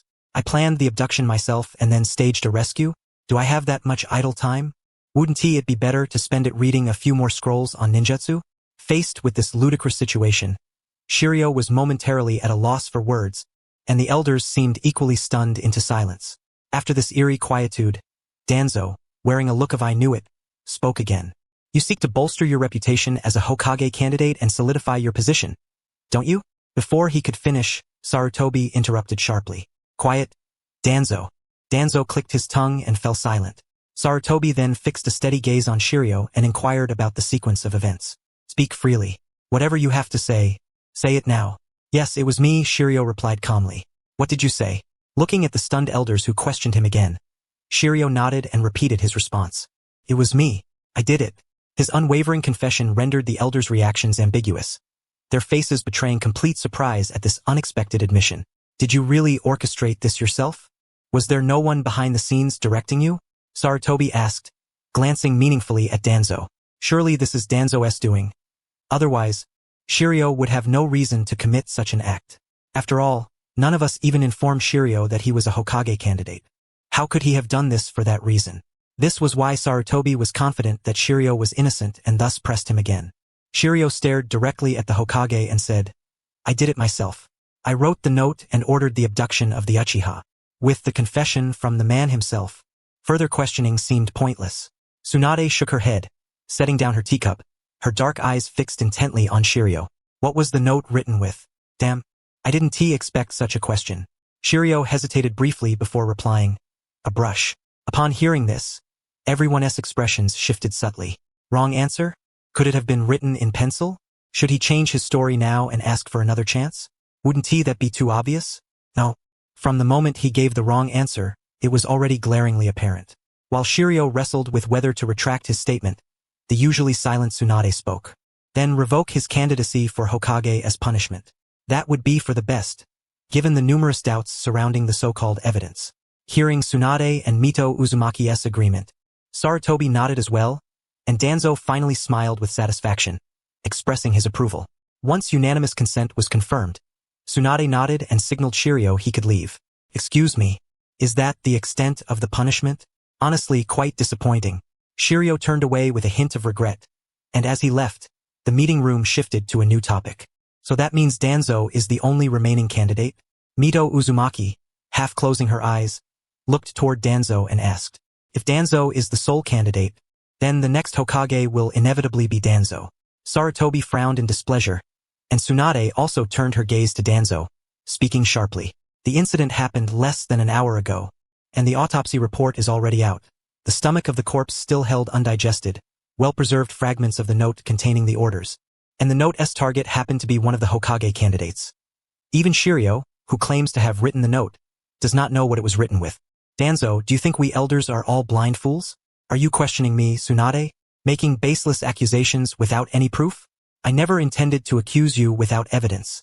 But having known you for so many years, I cannot help but be suspicious. It is a reasonable doubt.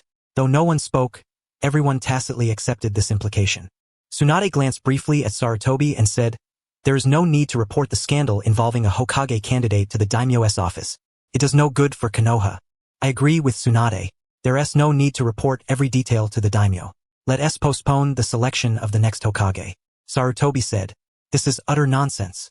Upon hearing Sarutobi's declaration, Danzo sprang to his feet, teeth clenched, voice seething with rage. How did things get to this point? He never expected Shiryo to straightforwardly admit to everything.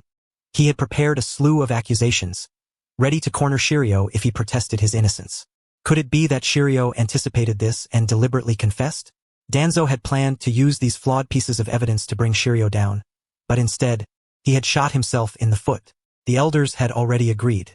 Danzo, surely you understand what this means? Damn it, I know.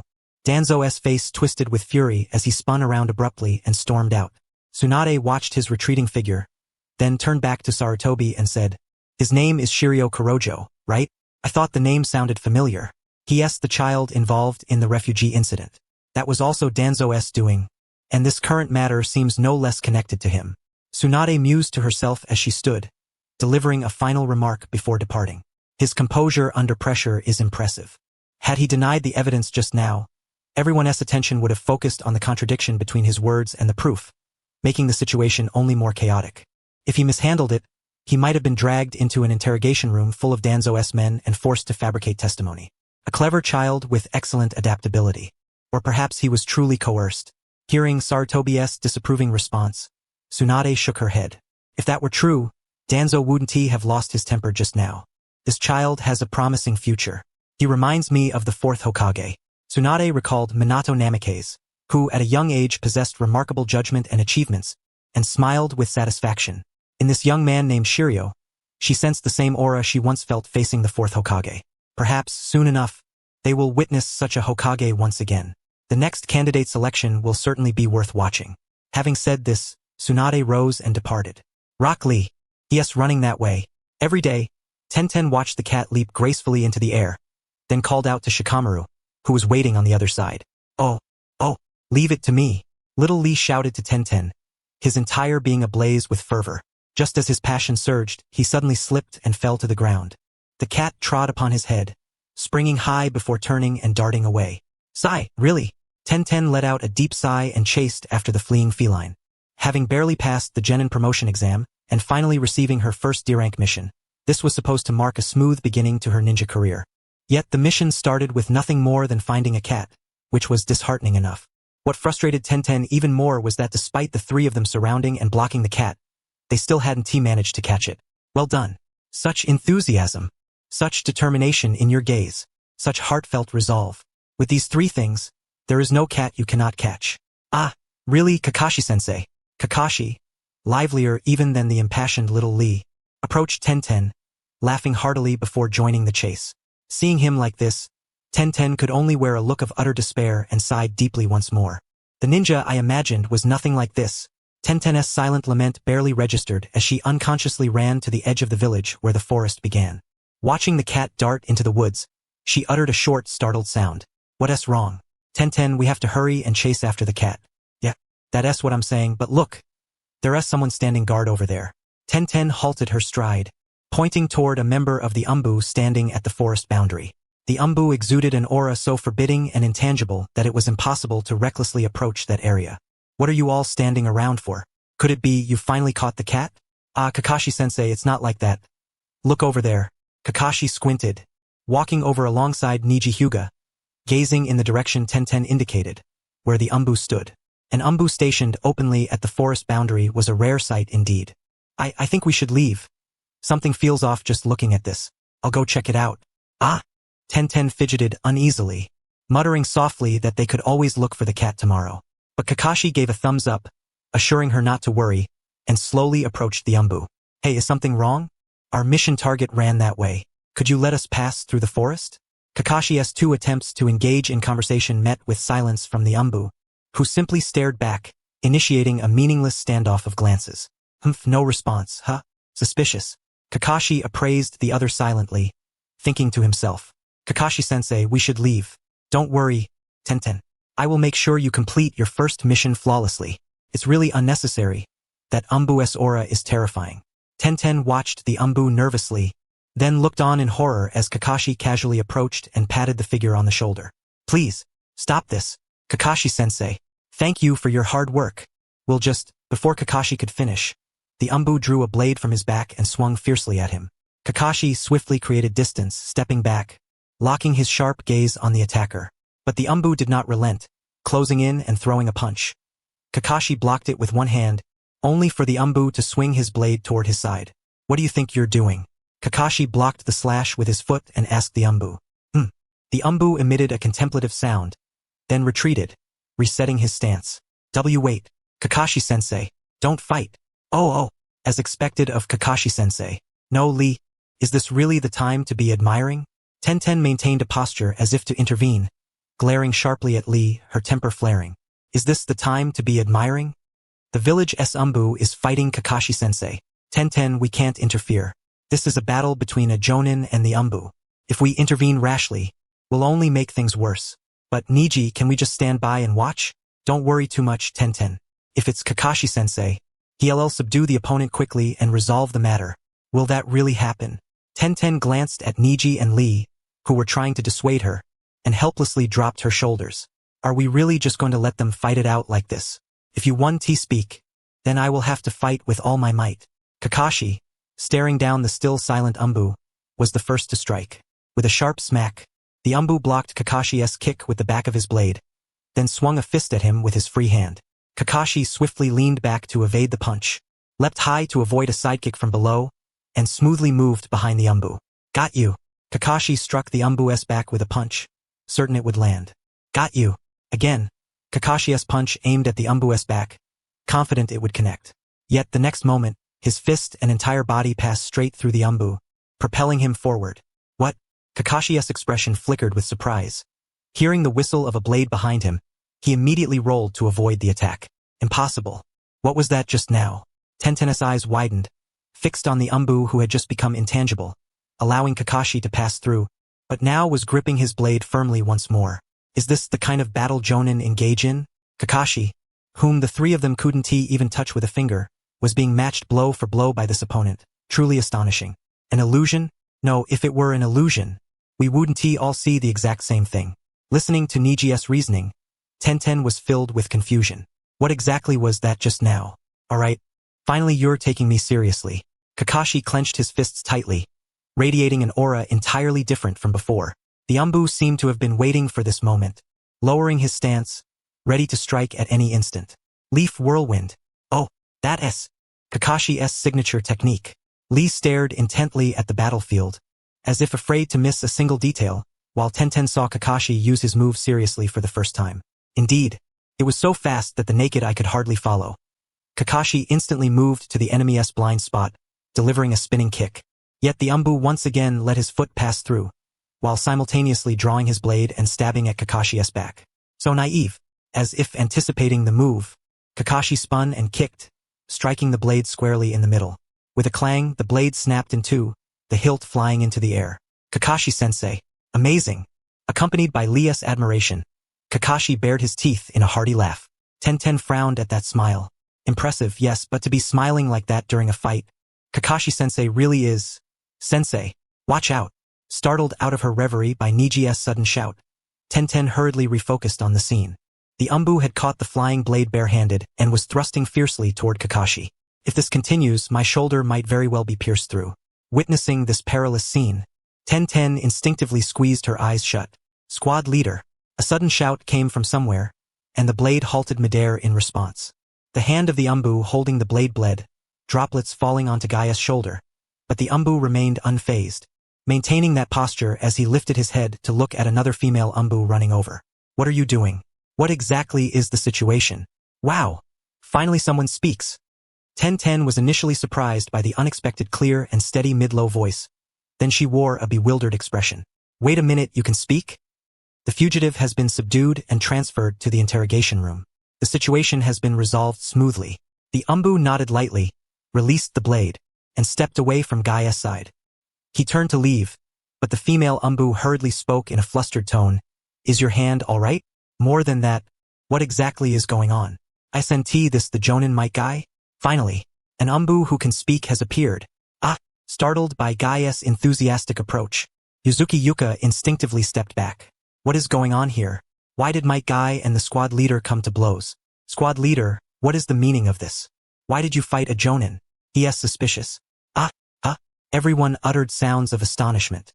Byakuya took out a bandage and wrapped it around his hand, then shifted his gaze toward Guy. Because he looks suspicious. Hearing Byakuya's matter-of-fact remark, everyone was momentarily stunned before following his gaze and looking at Guy. Yuzuki Yuka instinctively nodded in agreement, but when she met Gaia's gaze, she quickly covered her mouth, displaying an embarrassed smile. My deepest apologies, Jonin Guy. Our squad leader seems to have misunderstood. What do you mean by that just now? Then we'll take our leave. We're truly sorry. Squad leader, let us go quickly. Yuka hurriedly stood beside Byakuya, half urging him away, and Byakuya could only suppress his regrets and depart.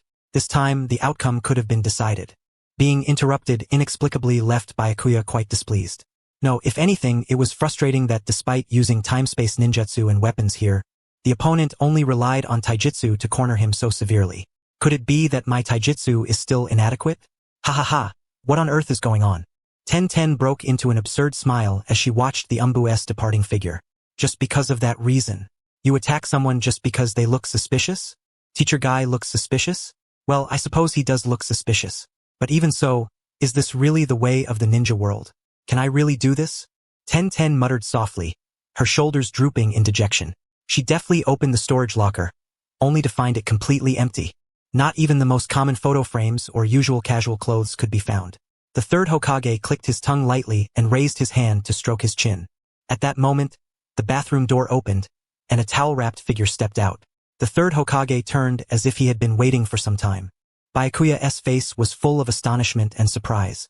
Watching water droplets fall from his still damp hair onto the floor, the Hokage broke the silence and spoke first. There is nothing here. I'm off work. This man brazenly trespassing into a private residence. And the very first thing he said was that there was nothing here. Byakuya frowned at his words, showing displeasure. Did you deliberately leave nothing here? This seemed like an invasive question, probing into his inner thoughts, making Byakuya feel thoroughly uncomfortable, and he deliberately averted his gaze. If there is something to say, just say it and leave. Dragging things out only breeds irritation. In fact, Byakuya had long felt that conversations with the third Hokage always left him uneasy. What exactly have you come for? I'm here to tell you that tomorrow is Naruto's graduation exam. He is already 12 years old. I know. These were not matters unknown to him. Coming all this way to say them was clearly to bring troublesome news. Moreover, the Hokage's greatest flaw was his excessively long preamble. You've been taking care of Naruto for 12 years now. 12 years have passed since that incident. I've been back in the Hokage seat for 12 years. Indeed, quite a long time had passed. Compared to their first meeting, the third Hokage had aged considerably. Byakuya was inexplicably filled with a bittersweet sense of change, marveling at how swiftly time had flown. When he came to his senses, the Hokage's black hair had already turned frosted white. Well, although that kid might fail again, This time he looks very motivated. What exactly do you want to say? Time has passed midnight. Byakuya's patience had long since run out toward this utterly impolite, uninvited guest. At last, driven to the brink, Byakuya was the first to inquire about the intent.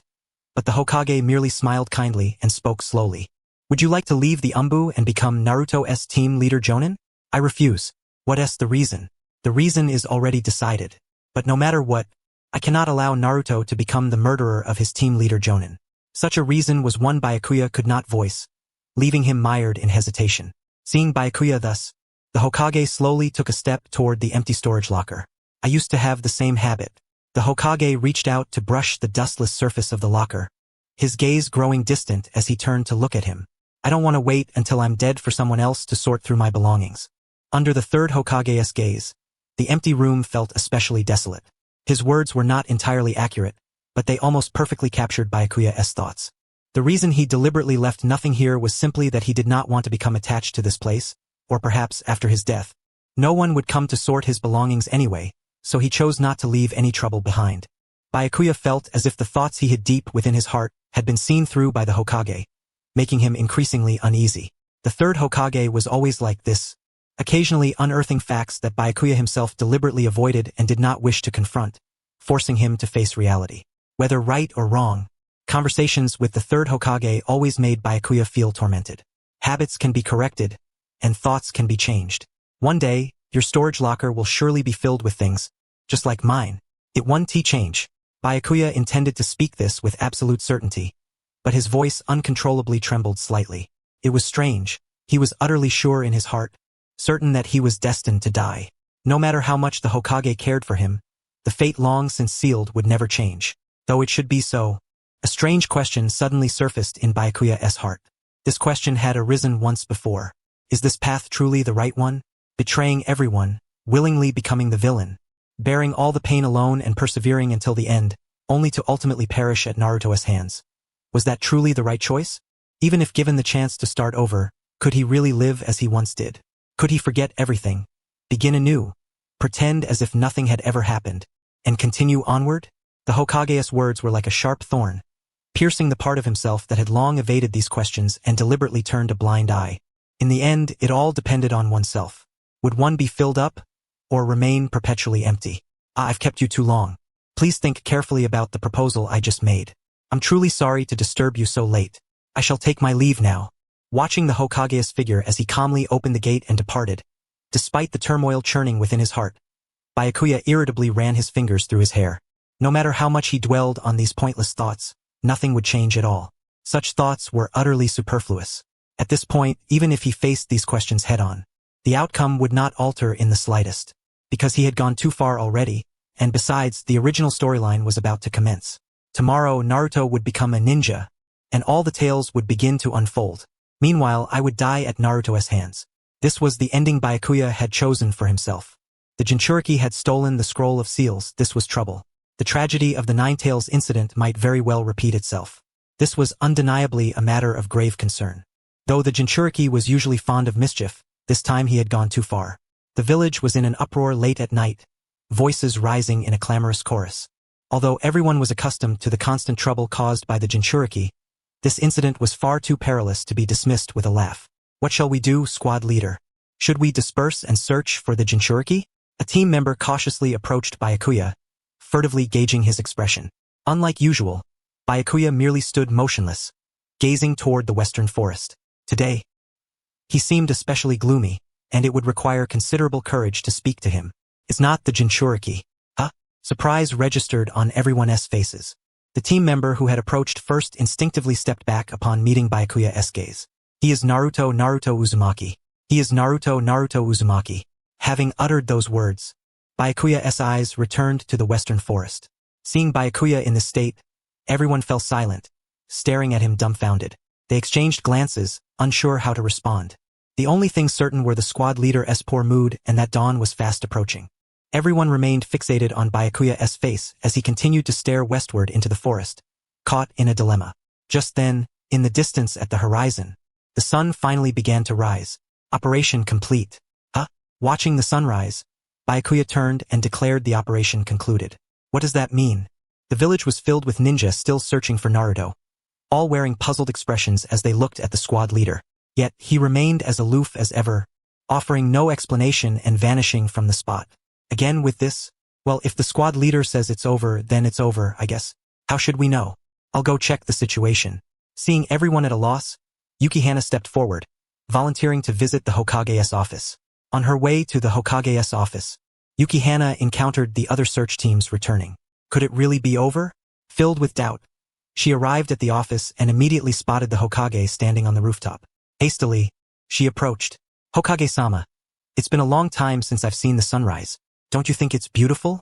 Yes, indeed, it is beautiful. May I ask, has the Jinchuriki been found? The matter has been resolved. He will soon return with the scroll of seals. Byakuya should already be finishing up over there. Really? Surprised? Yukihana bowed deeply to the Hokage and hurried away. Byakuya had merely stood there, gazing toward the western forest. How could he already know the matter was resolved? Carrying an unshakable doubt, Yukihana returned to the team members. It wasn't that he was deliberately avoiding them. Byakuya stood on a tree branch, looking down at Naruto as he accepted the forehead protector, searching within his heart for an excuse that hardly qualified as one. In truth, he feared that if Naruto were injured, he would be unable to restrain himself from intervening, so he forced himself not to appear. Well, if we're talking about injuries, Iruka was hurt worse. Naruto, you should hurry and deliver the scroll of seals to the Hokage-sama, then apologize, okay? Ah, got it. Don't worry. I'm a ninja now. Naruto rubbed the forehead protector in his hand and suddenly stood up, looking at Iruka with hesitation, as if asking whether he truly had to go alone. Seeing Naruto like this, Iruka looked down at his own leg, which was barely functional, and gave a bitter smile. In my current state, I definitely can't go. I'll stay here and wait for reinforcements, and monitor Mizuki who's lying over there. You can handle it alone, right, Naruto? Leave it to me. I'll be back as soon as possible. Iruka rested his head against the tree, watching Naruto's retreating figure. It had been a long time since he last fought. His entire body protested. As expected, neglecting regular training was to blame. Iruka smiled wryly, then suddenly sensed someone nearby and whipped his head around. The other party was so close that he hadn't detected their presence at all. For some reason, Iruka already had a rough idea who it was and couldn't help but curve his lips slightly. Have you been watching from the beginning, Mr. Byakuya? Byakuya leapt down from the tree, hoisting the fallen Mizuki over his shoulder. His gaze toward Iruka was calm and unruffled. Yet it was precisely this familiar gaze that inexplicably brought a measure of joy to Iruka. He looked at the long unseen Byakuya, unable to conceal the happiness in his heart, and spoke like a child. I risked my life to protect Naruto. As a teacher, I did all right, didn't I? Actually, I was really scared back then. Afraid I couldn't protect Naruto, afraid that child would get hurt, because he knew everything. Looking back, I wasn't protecting him at all. Haha, I'm sorry. It was all that bastard Mizuki, blabbing to Naruto about all sorts of nonsense. Saying he was the Nine-Tails, a monster, the murderer of the entire village, and spilling everything. Iruka's face was pained as he forced a stiff smile. I failed to accomplish the task entrusted to me by Mr. Byakuya. I'm sorry. You must be very disappointed, right? Feeling lost, Iruka's eyes brimmed with unease and trembled slightly. Seeing him like this, resembling a child afraid of being scolded, Byakuya wore a somewhat troubled expression and spoke slowly. Thank you. Huh? Iruka, deep in self-reproach, looked up in surprise.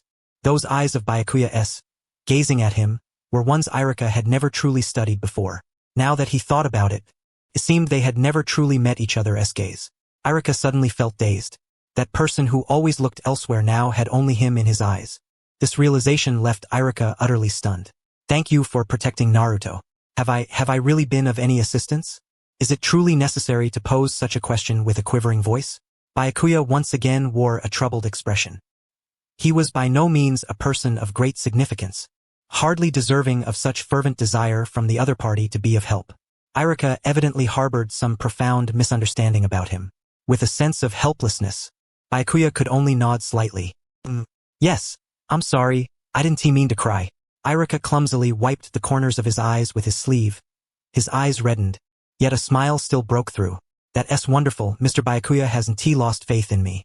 Observing Iruka's relieved demeanor, a pang of guilt arose within Byakuya's heart. That's great.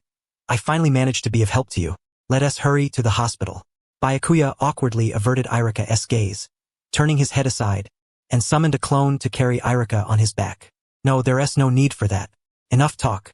Seeing Byakuya's clone preparing to lift him, Irika panicked and waved his hands frantically, but ultimately, his whole body stiffened as he was hoisted up by Byakuya. This marked the very first time Byakuya had proactively extended kindness toward him. Yes, really heavy. Byakuya drew this simple conclusion in his mind, but deliberately feigned nonchalance as he turned and headed toward the hospital. Side story: the timeline is set at Kakashi-senpai. Do you also possess that photo book, senpai? Kakashi remained silent throughout. Who exactly was the one who mentioned that photo book to Yugao? Kakashi was certain it had to be either Teo or Tenzo. As he pondered this, he turned to look at Yugao. What are you talking about? Nothing. Nothing at all. Yugao instinctively placed a hand over her chest and sighed in relief. Thank goodness. Kakashi-senpai is still himself after all. That milk. Kakashi tilted his head in puzzlement as he looked at the note affixed to the milk bottle in the refrigerator. Please adhere to the expiration date. Month day to month day. The note's characters were written in large, clear script, impossible to overlook. Then, Kakashi scanned the refrigerator, packed full of bento boxes, and glanced toward the Hokage standing with his back to him. To my knowledge, Naruto Uzumaki lives alone. Correct? The Hokage, hands clasped behind his back, gazing out the window, smiled meaningfully upon hearing Kakashi's question. You'd be quite surprised to learn who's been preparing his meals. Sandame spoke as he approached the meticulously organized refrigerator, took out a bento box, and chuckled. It's that Byakuya kid. He's been taking care of Naruto all this time. All this time, you say? For such a long period? Instantly, Kakashi pictured Byakuya, often seen with his head buried in a book during missions. He had suspected that Byakuya, who regularly dispatched clones for the Jinchuriki, must endure twice the usual fatigue. Yet, he had always assumed that was merely basic surveillance and protection. Kakashi never imagined that Byakuya had been personally tending to Naruto's daily life all along, leaving him greatly astonished. In that case, why not simply have Byakuya serve as his team's Jonin leader? Kakashi casually placed the milk he was holding onto the dining table and turned to the Hokage. Up until now, Kakashi had been trapped in the shadows of the past, never allowing any student to pass the exam. He assumed the outcome this time would likely be no different. Compared to himself, Byakuya was undoubtedly far better suited. I've suggested it long ago, but he refused and instead recommended you. He said if it were you, you would surely succeed. Is that so? Kakashi blinked slowly. So that's how it is. That's what he said. Muttering the words to himself, Kakashi glanced around Naruto's home, which was far tidier than he had expected, then turned toward the entrance. Regardless of the final result, if it were Byakuya, he certainly wouldn't mind. But since even he had specially recommended Kakashi, he could only give it his all. Let us head to the next place. Let us go. That guy seems to have inexplicably found a surge of motivation. The Hokage showed a trace of surprise before turning around with Kakashi and leaving Naruto's house. As they departed, the house's atmosphere completely dissipated, leaving only the bottle of milk. Kakashi had not yet returned to the refrigerator on the dining table.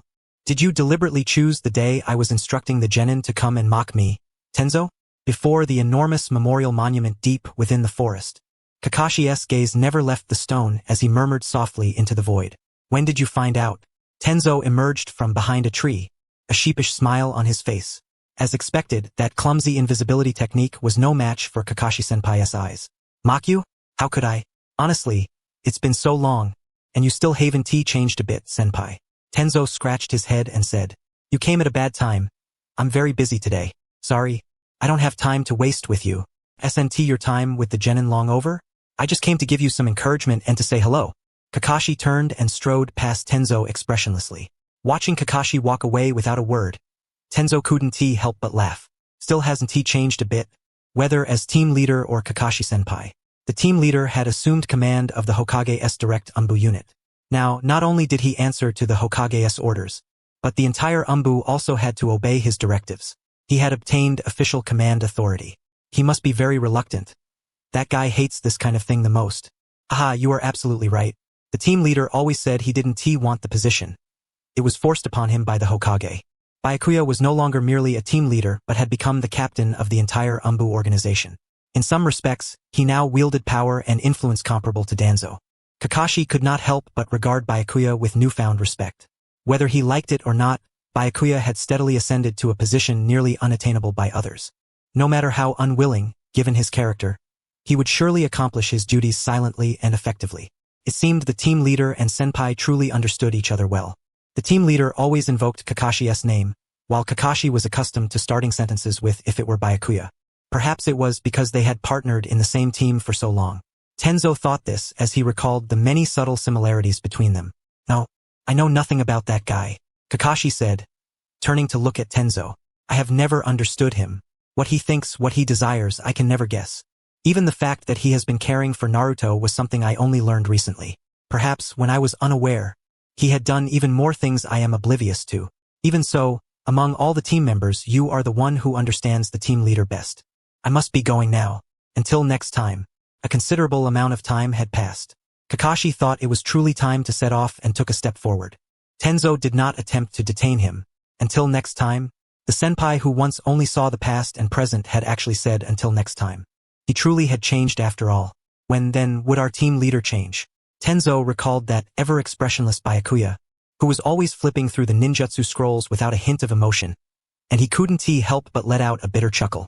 Well, if he truly changed, perhaps it would feel unfamiliar instead. After all, that cold indifference was precisely the charm of a squad leader. Neither systematic nor orderly, they had always operated as small teams, taking orders solely from the Hokage. Hence, the Umbu ought to be directly controlled by the Hokage himself. Everything had been running smoothly all along, so why was this mess suddenly dumped on me? Byakuya trudged down the road, his face weary. Though titled as the Umbu commander, he had virtually no substantive duties. His authority to issue orders was merely the highest only when the Hokage was absent. But making such a fuss over it was utterly superfluous. "Yo, long time no see." With a sudden slap, a familiar hand landed on his shoulder. Byakuya turned his head, following the weight. "Yo, long time no see." The hand again settled familiarly on his shoulder. Today, Byakuya wore a standard Jonin uniform. Upon recognizing Asuma, who had placed his hand there, his gaze shifted to the cigarette dangling from Asuma's lips. The scent of smoke. When did this guy come back? He had previously heard that Asuma had left the village to serve as a bodyguard to the daimyo of the Land of Fire. Byakuya expressionlessly brushed off Asuma's ever-friendly hand, furrowing his brow with a fierce look as he spoke. "Don't pretend to be familiar with me. This is the first time I've seen you dressed like that. What, have you become a lead Jonin now?" Asuma, this fellow, had not only failed to change but had made no progress whatsoever. Even though I had already amped up my keep strangers away aura to the fullest, he completely ignored it. Now that the original storyline had begun, to avoid excessive interaction with canon characters, I had been walking around with a stern face all this time, except for this one guy who was utterly immune to it. What a troublesome fellow. Should I say he is impressive? Or that his willpower is unyielding? Usually, if someone were pushed away like this, they would have retreated long ago. Yet, he kept pressing forward. I wouldn't say I'm touched, but there is some inexplicable stir within me. Still, Byakuya had no intention of opening his heart to him. After all, Asuma was a character from the original story. Get lost. Hey, long time no see. Let us have dinner together. Byakuya ignored Asuma with an icy tone, taking purposeful strides forward. Asuma, however, paid no mind, waving regretfully at Byakuya's retreating figure, thinking, this guy hasn't changed a bit after all this time. What the hell? How can someone be like this? Ino of the 10th squad, who had been silently watching behind Asuma, puffed up her cheeks in displeasure, her face flushed with annoyance. Shikamaru looked at her baffled, glancing toward Ino as if to ask, what has got you so mad? That's just too much, right? Someone greets him in good faith, and he tells them not to pretend to be familiar, even tells them to get lost. Haha, it's fine. That guy has always been like that, Asuma chuckled. Then why do you keep going up to greet him, Asuma-sensei? Ugh, why bother with such troublesome things? Shikamaru gave Asuma a wordless look, scratching the back of his neck. People already dislike him so much, yet he keeps trying to act familiar. Recalling Byakuya's fierce glare earlier, Shikamaru thought, these two are both a little off. Well, I can only say that guy is a walking contradiction. Alright, that's enough recruitment for today. Dismissed. Ino, still sulking, was the first to respond, spinning around sharply. Today was nothing but trouble. Shikamaru greeted Asuma and then turned away with Choji, heading home. Though they had only been assigned D-rank missions lately, they would surely have to leave the village eventually, which meant more trouble to come. Just the thought of it was exhausting, and Shikamaru silently wished that tomorrow would never arrive. Those were the good old days back at the Ninja Academy. Shikamaru, look over there. HM? Shikamaru stopped alongside Choji, who had suddenly halted. Huh? Standing not far ahead was the man whom Asuma had just spoken to. The man still looked tired and impatient, now staring at Shikamaru's father, Shikaku, who stood blocking his path, his brow furrowed even more tightly. Dad? Seeing the irritable man with a fierce temper, and Shikaku smiling at ease in front of him, Shikamaru quickened his pace. Could he possibly tell my dad to get lost or worse? Shikamaru nervously swallowed, slowly approaching the two. You idiot! Relax your frown. Shikaku suddenly reached out, pulling the man's shoulder and ruffling his hair into a disheveled mess. Frozen in place, Shikamaru was stunned. Huh? Wait, why didn't they start fighting? Remembering Asuma's words that the man was always like this, Shikamaru nervously swallowed his saliva, waiting to see the man's reaction. Surely he would jerk his hand away or hurl worse insults like he did to Asuma just now. When did I ever frown? Sighing helplessly, Shikamaru watched as the man, completely different from the thorny demeanor he showed Asuma, awkwardly averted his gaze beside Shikaku and obediently spoke. Originally expecting the man to explode in anger and shake off Shikaku's hand, Shikamaru felt somewhat deflated by the unexpectedly submissive behavior. Well then, let us have dinner together. No, going to hide again? Shikaku released his grip on Byakuya's shoulder and asked, Going to hide again? Upon hearing this, Byakuya's face darkened abruptly. Then, slowly, he spoke, If you already know I'm going to hide, don't come any closer. Being around you is uncomfortable, just as annoying as the Hokage. With these thoughts, Byakuya formed hand seals and vanished with a loud bang. Watching the vacant spot where Byakuya had disappeared, Shikaku clicked his tongue, ran off again. Yes, always like that. HM? Shikamaru Choji is here too. As Byakuya vanished, Shikaku noticed the two and smiled as he approached. Reflecting on what had just happened, Shikamaru finally reached a conclusion. So he only acts like that around Asuma-sensei. Somehow, Shikamaru suddenly felt sorry for Asuma-sensei. Poor Asuma-sensei. I've never even been a regular squad leader or team captain, and now I'm supposed to command the Umbu organization? Byakuya lowered his gaze with difficulty under the many eyes cast upon him. He knew in his heart that no one was willing to accept this. After all, as a disgrace to the ninja, his notoriety was so well known that many would undoubtedly harbor discontent. It might even provoke insubordination or, worse, fatal retaliation. Will they obey my orders? Shaking off these ominous thoughts, Byakuya spoke, the village will soon hold the Chunin exams. The police force has just reorganized their security system. Those shadows they cannot cover will be the responsibility of our Umbu. Subsequently, deployment zones would be allocated according to squads. Prior to the commencement of the examination, it was imperative to possess an intimate understanding of the terrain within the designated areas. Yes, sir. Understood. For some inexplicable reason, the collective response was remarkably synchronized and resolute. This ISNT right, why is everyone so eager? Byakuya had never anticipated receiving any prompt replies, yet this sudden turn of events caused an involuntary furrow to crease his brow. Witnessing Byakuya's expression, the other members of the Umbu present grew tense, cautiously scrutinizing the nuances of his countenance. Rumors concerning Byakuya had long since circulated privately among the Umbu. Naturally, no one dared show the slightest negligence. During the Nine-Tails incident, he had selflessly guarded the refuge. To save his comrades, even after being fatally poisoned, he had resolutely stayed behind to confront the enemy. He had even directly matched the strength of Itachi Uchiha, who had annihilated the entire Uchiha clan, protecting the children while holding his ground. He could instantly discern enemies disguised within the ranks. He had received offers to serve as Hokage, among countless other feats, all bearing the name of Byakuya Kuroshiro. Some revered him, others despised him, yet ultimately, all acknowledged his formidable prowess. It had long been said he was no ordinary individual, and indeed those hollow eyes, stripped of emotion and utterly indifferent to all around, coupled with an aura of unique languid weariness. Each member of the Umbu present, merely brushed by his nonchalant gaze, held their breath in silent apprehension. As Byakuya's frown deepened, everyone inwardly questioned whether their earlier responses were flawed, anxiously darting their eyes about, cautiously interpreting his mood.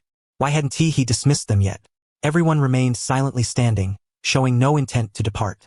The zones had long been communicated to the squad leaders of each team. Could this be some new form of vexation? In the oppressive silence that made one feel utterly uneasy, Byakuya hesitated for a long moment before ultimately opting to leave outright. All necessary instructions had been conveyed. His task was thereby complete.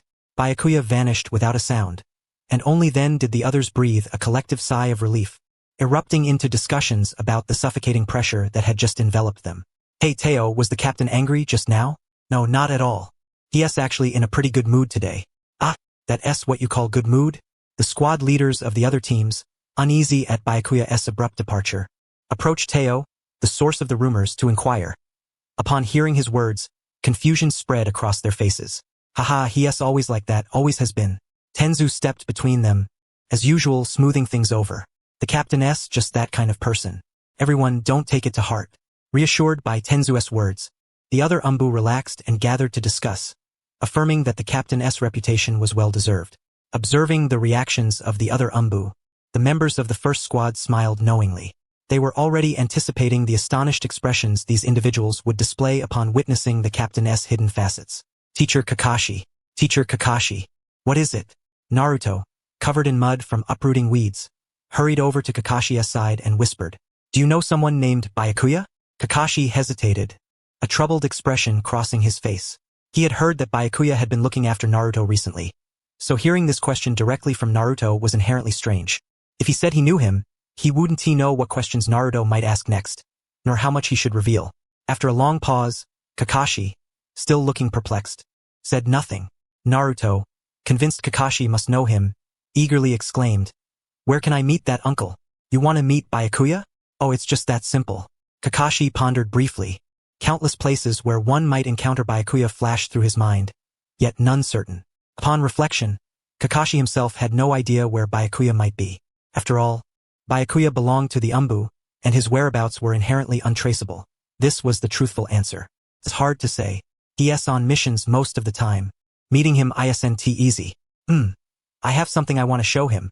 By the way, what exactly does that uncle do? I can't casually discuss his affairs. Umbu information must remain confidential. Kakashi answered with this mindset, yet Naruto completely misunderstood. So he is a super important figure, even more powerful than teacher Kakashi. Naruto's eyes sparkled with certainty. Then give me a hint. At least a hint. Naruto, stop slacking off and come help. What have you been doing all this time? Sakura, her hands covered in mud, glared at Naruto and shouted. Startled by Sakura's reprimand, Naruto panicked and gestured to Kakashi for at least a clue, but Kakashi struggled to find a suitable response. Hints that would reveal him as the Umbu captain. Could such things be shared with Naruto? Kakashi looked at Naruto helplessly and shook his head. If he hasn't told you himself, it means he doesn't want you to know. Hey Naruto, come over here quickly. Okay. Naruto's disappointed tone was quickly overridden by Sakura's more furious shout, and he hurried over to her side. Doesn't he want me to know? What does that mean? Naruto pondered Kakashi's final words, tilting his head. Isn't having such a high position something to be proud of? Could there be some other hidden reason? Naruto racked his brains for an answer but found none. Even after the weeding task ended and Kakashi left, he remained troubled by the question, sighing deeply. What have you been doing all day? Honestly, Sakura dusted off the dirt on her clothes, giving Naruto a puzzled look as he remained lost in thought, when suddenly she noticed a grand caravan passing through the center of the street and stopped in her tracks. The caravan? Gazing at the impressively adorned palanquin moving through the street's center, Sakura's expression was one of curiosity. How strange. Such a large scale, yet not a single guard in sight. Sasuke, who had also halted, looked toward the palanquin surrounded by a crowd yet lacking even one escort, his gaze lingering momentarily. It wasn't uncommon for caravans to travel without guards. However, the emblem on the palanquin belonged to a renowned large-scale trade consortium. With such a caravan, it would be no surprise if the entire street were lined with guards, which made the situation feel off. Sakura craned her neck through the parting crowd, trying to get a closer look at the procession, when suddenly she saw a man within the throng darting toward the palanquin. The man roared, pulling something from his bosom and hurling it with all his might. The man bellowed again, flinging the object with every ounce of strength. Was that a bomb? It was a spherical explosive device, plastered with ignition tags. If such a colossal bomb were to detonate, the multitude of pedestrians on the street would be imperiled. Sakura was so startled that she froze completely, unable to take any action, for she could clearly see the bomb that had already been hurled near the palanquin, its fuse rapidly shortening. Danger! Everyone, get out of the way! Just as Sakura shouted towards that direction, she suddenly came to an abrupt halt. For a ninja had appeared before the flying bomb, slowly drawing his sword. The man clad in ninja attire regarded the approaching bomb with an unchanging expression, formed hand seals, and swung his blade forward.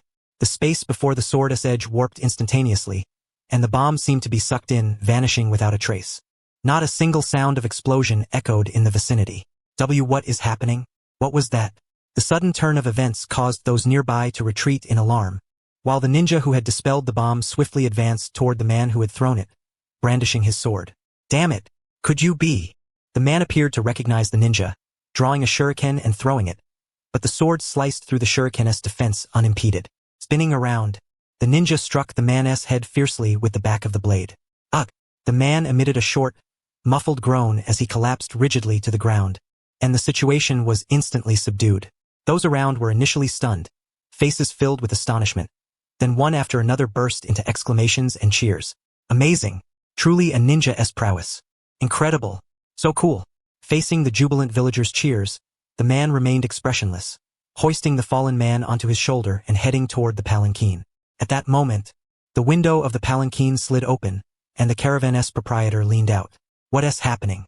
Everyone seems to be cheering. Nothing at all. Is that so? Well, with Lord Byakuya here, nothing could possibly go wrong. Then, before we reach the inn, I entrust you to take good care of things. The palanquin's window closed with a creak, and the ninja called Byakuya silently strode alongside it. Wow, that was incredible. Did you all see that? Sakura looked at Byakuya, who had dealt with the situation decisively, her face brimming with admiration. She turned to Naruto and Sasuke, but their expressions were inexplicably odd. Naruto's eyes were wide with surprise as he murmured, "Found him," while Sasuke frowned, his gaze fixed unwaveringly on the retreating ninja, never once shifting. What's going on with those two? Only Sakura, ignorant of everything, watched them with a perplexed expression. Naruto, what exactly did you find? I found him, Sakura. I found him. Now's not the time to be marveling. We must catch up immediately. That guy. Isn't he the one from the rumors? Naruto was about to dash after the departing palanquin when his steps suddenly faltered. Sakura and Sasuke's attention was drawn by the loud murmurs from nearby. Two men who appeared to be ninjas were scornfully staring at the celebrated Byakuya. Yes, that's the very one from the rumors, the disgrace of the ninja. Didn't he expect him to still be alive? Hearing these resentful remarks, Naruto's face registered shock. The disdain and contempt in those two ninjas' eyes as they looked toward the palanquin were all too familiar to Naruto. What on earth is with that look? And the disgrace of the ninja? Even if that gaze wasn't directed at him, Naruto couldn't suppress his fury and wanted to confront them, but what he heard next rooted him to the spot. A killer who massacred civilians still openly serves as a ninja. Unbelievable, breaking the ninja code and yet so brazenly justified. The voices seemed to grow distant in Naruto's ears. The words massacred civilians hammered into his mind like nails, refusing to be shaken off. That uncle killed ordinary people? And broke the ninja code? Naruto mulled over those words repeatedly, his head drooping weakly. Could it really be true? Did he truly commit such an act? Why? Ninjas are absolutely forbidden from killing civilians. Naruto stared in shock at Byakuya's figure disappearing into the procession. Suddenly, he recalled the words Byakuya had once said to him. A person you will come to hate someday. Even if you come to despise me, even hate me, it's all right. Even if it comes to that, it's absolutely not your fault, Naruto. It's entirely mine. At that time, Naruto had no understanding of those words' meaning. But now, it seemed he finally comprehended. Perhaps Uncle had known all along. He knew well what the people around him thought of him, that everyone despised him. He must have anticipated that if Naruto learned of these things, he would hate him too. Could that be why he deliberately said those things? Perhaps that was the reason he never approached directly, only silently guarding from afar. Because he believed that associating with someone despised by all would bring Naruto no good whatsoever. If he himself never tells you, that means he doesn't want you to know. Kakashi-sensei had said the very same thing. As Naruto thought how everything fit perfectly, he tightly closed his trembling eyes, shaken by unease. Fool! There's no way he'd do such a thing. How could I ever hate Uncle? That's impossible. Naruto whispered, lifting his head in a hurry to search for Byakuya's figure. But he was nowhere to be seen on the street. I must catch up. Naruto gazed ahead with anxious eyes, biting his lip firmly. I must catch up quickly and see Uncle. I must tell him I don't hate him at all. No matter what Uncle has done to others or what he has done, I don't care. I have always been grateful for everything he has done for me. Thinking this, Naruto suddenly pushed off the ground and dashed forward. Hey wait, Naruto, where are you going? What's going on? Sakura, flustered as she watched Naruto vanish into the crowd, turned to find Sasuke, only to discover he too had long disappeared.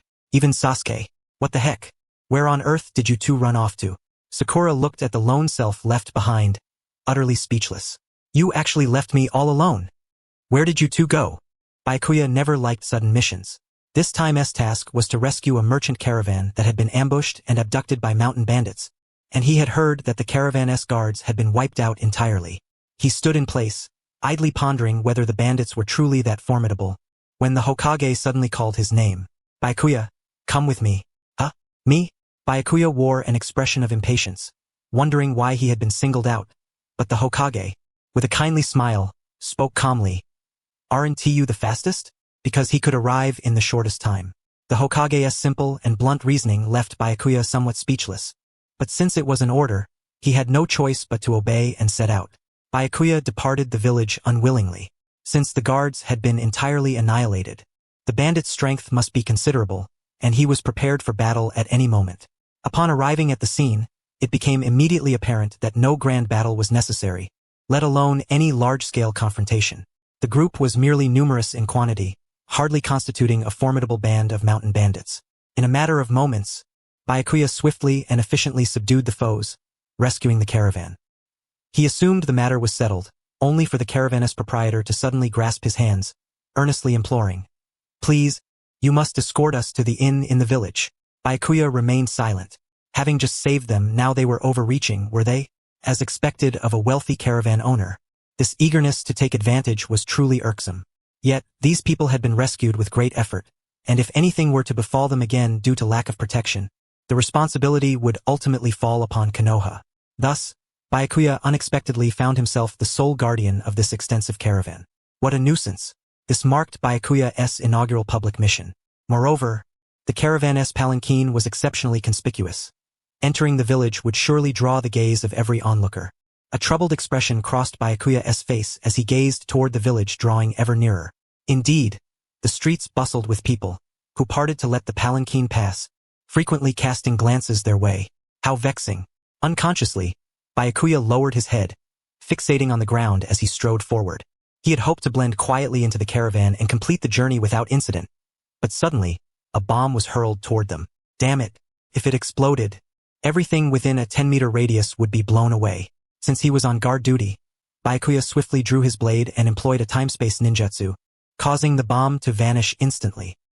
He believed he had resolved the matter silently, but an eruption of cheers around him left him somewhat embarrassed. Clearly, this kind of work was ill-suited to him. Byakuya had intended to remain inconspicuous, yet the plan was utterly foiled. As he pondered this, he safely escorted the caravan owner to the inn, then, weary, prepared to turn away. At that moment, the caravan owner stepped out of the palanquin to bid him farewell. "I am truly grateful to you. When the escort was wiped out and I was captured by bandits, I thought I was doomed. Were it not for you, Lord Byakuya, the consequences would have been unimaginable. Once matters settle, I shall personally visit the Hokage to express my gratitude and offer a reward." "No thanks are necessary. I am merely fulfilling my duty," Byakuya replied. "Duty is one thing, but you saved my life. I am sincerely thankful." Watching the caravan owner express his gratitude before returning inside the inn, Byakuya found the man's stubbornness remarkable. Despite saying no thanks were needed, he insisted on expressing his appreciation, as if he had done a great deed, an attitude that left Byakuya feeling irritable. Just as he was thinking to promptly return to his peaceful life, another troublesome figure blocked his path, calling out, "Wait." There was no need to confirm whose voice it was. Apart from Sasuke Uchiha, who else would address him with such insolent tone? "I have not forgotten what happened that day for a moment. I have been seeking you out. You are the strongest in the village now, right?" Byakuya's face registered confusion. He had no idea what Sasuke was talking about. Perhaps it was because he had never attempted to comprehend the delusions of a Chinibu worldview. Growing impatient, Byakuya grasped the sword and its sheath from his back. "And you must be stronger than that guy, right? After all, you are his leader." With a swift motion, Sasuke's eyes transformed into Sharingan. Simultaneously, he drew shuriken and hurled them directly at Byakuya. Sasuke's hand movements were far too conspicuous. Byakuya had long anticipated this and brandished the sword he already held, casually deflecting the incoming shuriken. The metallic clangs echoed as the shuriken struck the sword sheath and clattered to the ground. "What exactly do you want?" "To avenge the one who slaughtered my entire clan. For that, I must become stronger than he is." While speaking, Sasuke produced a windmill shuriken. What the hell is this guy up to? Such a pain, Byakuya thought, his expression uneasy as he observed Sasuke's reckless behavior. He extended his sword forward. I must become stronger quickly. Didn't you say you sympathized with me? Then use that sympathy to help me.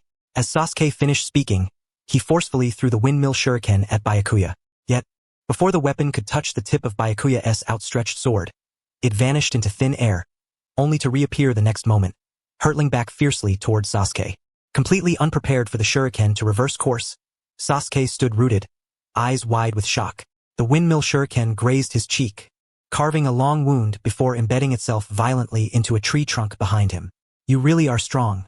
Stronger than Itachi Uchiha, Byakuya remarked with a troubled expression, already finding Sasuke a bothersome opponent. As he contemplated that it might be time to leave, he suddenly caught sight of another figure running toward them from behind Sasuke. Naruto.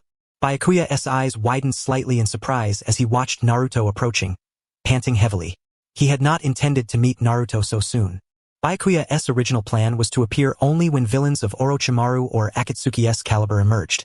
Moments later, his mind, which had been debating whether to flee, refocused on Sasuke before him. Perhaps it's a good opportunity after all. Since Sasuke is right here, I might as well make use of him. With that thought, Byakuya firmly gripped the hilt of his sword along with the sheath. You seem to have misunderstood something. What? Byakuya spoke for the first time, his gaze locking precisely onto Sasuke. Simultaneously, the air around them seemed to freeze, and Sasuke's movements came to a complete halt. He was utterly immobilized. Sasuke lowered his eyes slightly, watching his trembling hands. He was incapable even of breathing. Facing those eyes, which seemed to embody death itself, he was rooted to the spot, cold sweat streaming down his cheeks. Killing intent? Could I really be paralyzed by mere killing intent?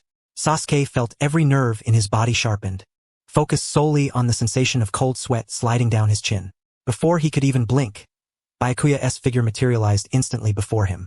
Unable to react at all, Sasuke's pupils contracted sharply in terror, his body seized by fear, utterly immobile. In that instant, Byakuya struck his chin fiercely with the sword sheath. Ugh! Sasuke was sent flying into the air, crashing heavily onto the ground. Byakuya then raised his foot and planted it firmly upon him. Sasuke! Naruto had arrived nearby, staring at Sasuke sprawled on the ground and Byakuya slowly drawing his sword behind him. No! Naruto's trembling hands betrayed his panic, unable to fully comprehend the situation before him. At this rate, Sasuke would die. But he was his uncle, how could he do such a thing? No.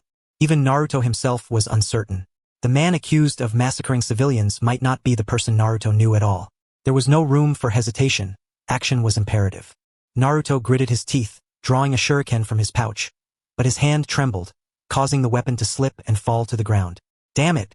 Pull yourself together. He summoned another shuriken, his trembling hand casting it toward Byakuya. That shuriken posed no real threat whatsoever. Yet, as Naruto watched the shuriken hurtling toward him, Byakuya's gaze remained utterly unflinching, as if he had never entertained the thought of evading it. Why wasn't he dodging? Startled, Naruto was about to rush forward when suddenly someone leapt in front of Byakuya and deftly knocked the shuriken aside. Naruto, stop. It was Kakashi-sensei. Naruto's entire body went limp, and he halted in place. Kakashi's arrival instantly eased the tension that had gripped him. Though he still couldn't fully comprehend the situation, the presence of Kakashi-sensei assured him that matters would surely be resolved. Kakashi. Kakashi was swiftly sorting through the scene when a cold voice came from behind him. Byakuya's voice. His heart tightened, and he turned his head slightly. Why are you so worked up again? Kakashi looked at Byakuya, who was fixated on him with a sharp glare, and revealed a troubled expression. The method of education is flawed. It's all about power that can't be shown publicly, Byakuya said, his words almost evasive as his gaze swept over Sasuke and Naruto, accompanied by a dissatisfied tut. I apologize on behalf of the children for their insolence. But you laying hands on them, that's going too far. You should count yourself lucky I didn't kill him. Of course, Byakuya had never truly intended to kill Sasuke. Kakashi helped Sasuke, who had collapsed to the ground, to his feet, then glanced back at Naruto. Naruto's eyes trembled, fixated on Byakuya with unwavering intensity. He had longed to see him so desperately, yet now he couldn't even move. Kakashi thought to himself, perhaps all of this was deliberate on Byakuya's part. Was it intentional? Because of Naruto? Byakuya paused at Kakashi's words. Kakashi narrowed his eyes, observing Byakuya before him.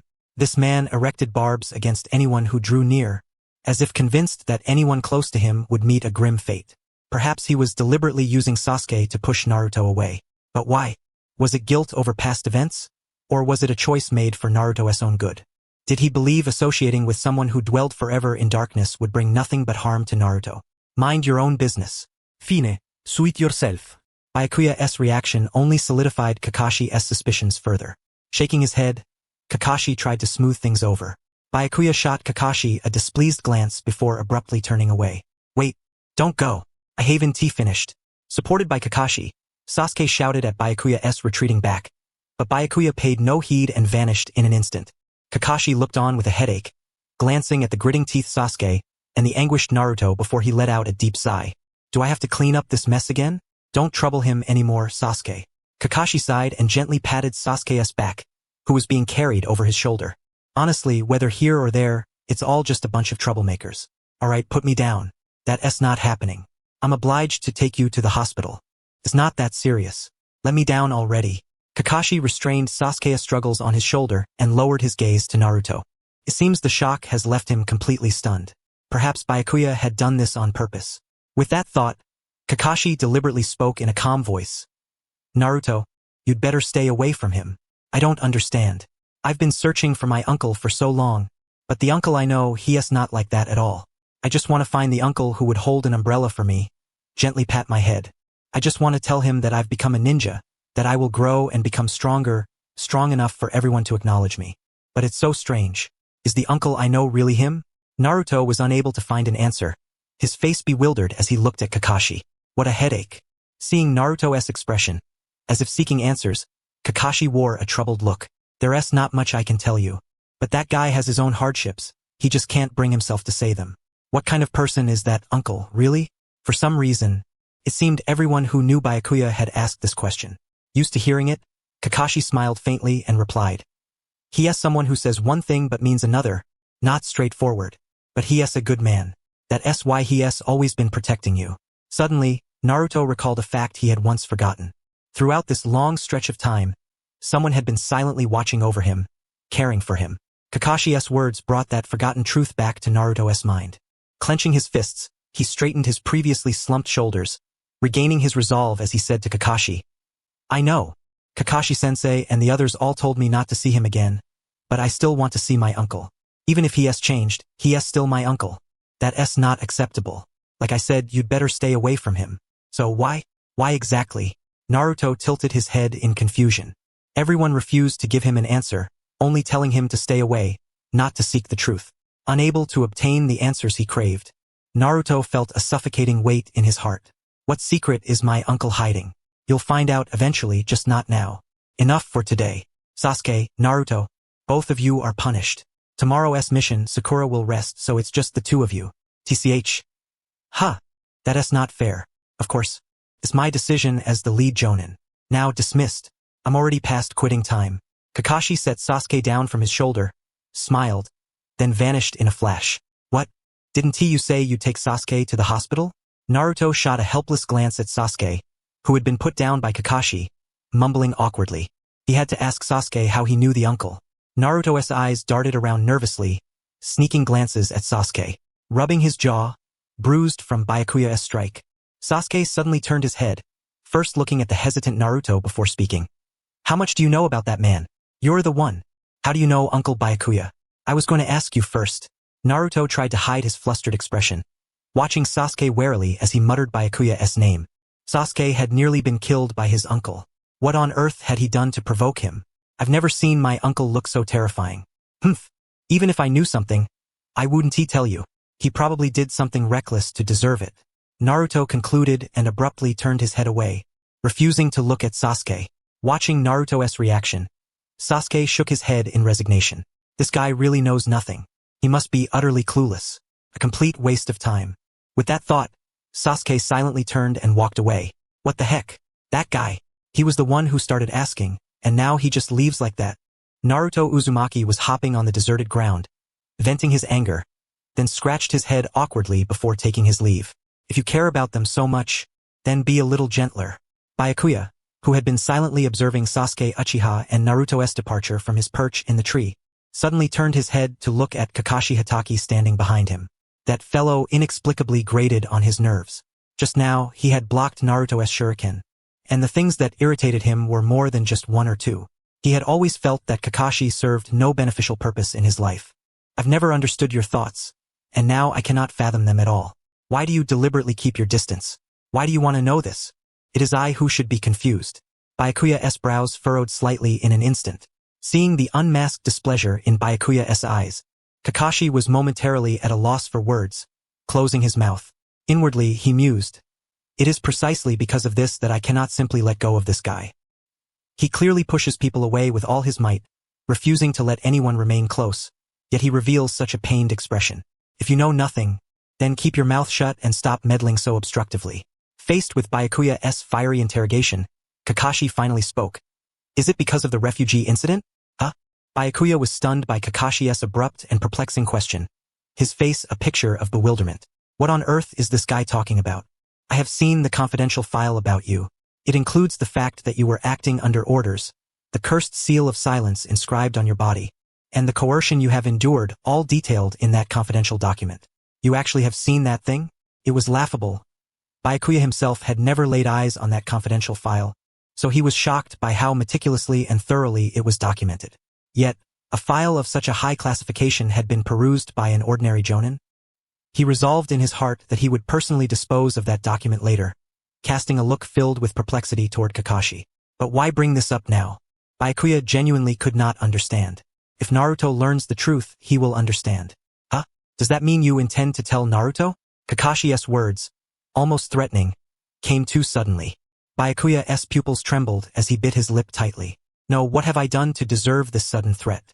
What is going on here? I chose to do it myself. That was done under orders and coercion. It is not your fault. What the hell? This madman. Byakuya's long-maintained poker face instantly collapsed. He glared at Kakashi with chaotic eyes and clenched his fists. This guy was now forcing him to comply in an almost threatening manner. What on earth did he want by saying he would tell Naruto about that incident? I did it willingly. There was no order or coercion at all. Oh? Then stick out your tongue and let me see. If there is no cursed seal of silence on it, then whatever is written in that confidential document must be false. Kakashi met Byakuya's trembling gaze calmly. He merely wished to convey to this fellow that there was no need to shoulder everything alone, pretending it was entirely his choice and unjustly bearing the grievance. But Byakuya suddenly raised his hand to grasp Kakashi's shoulder, his voice nearly squeezed out, almost pleading, "Don't tell Naruto." Instead, Kakashi was the one taken aback by Byakuya's words. He glanced at the hand resting on his shoulder and asked, "Why? Why would you go to such lengths? Naruto absolutely must not know. In fact, not even you should know. Third Hokage, how on earth did you manage the confidential files?" Byakuya recalled the third Hokage with a heart full of grievance, tightening his grip on Kakashi's shoulder.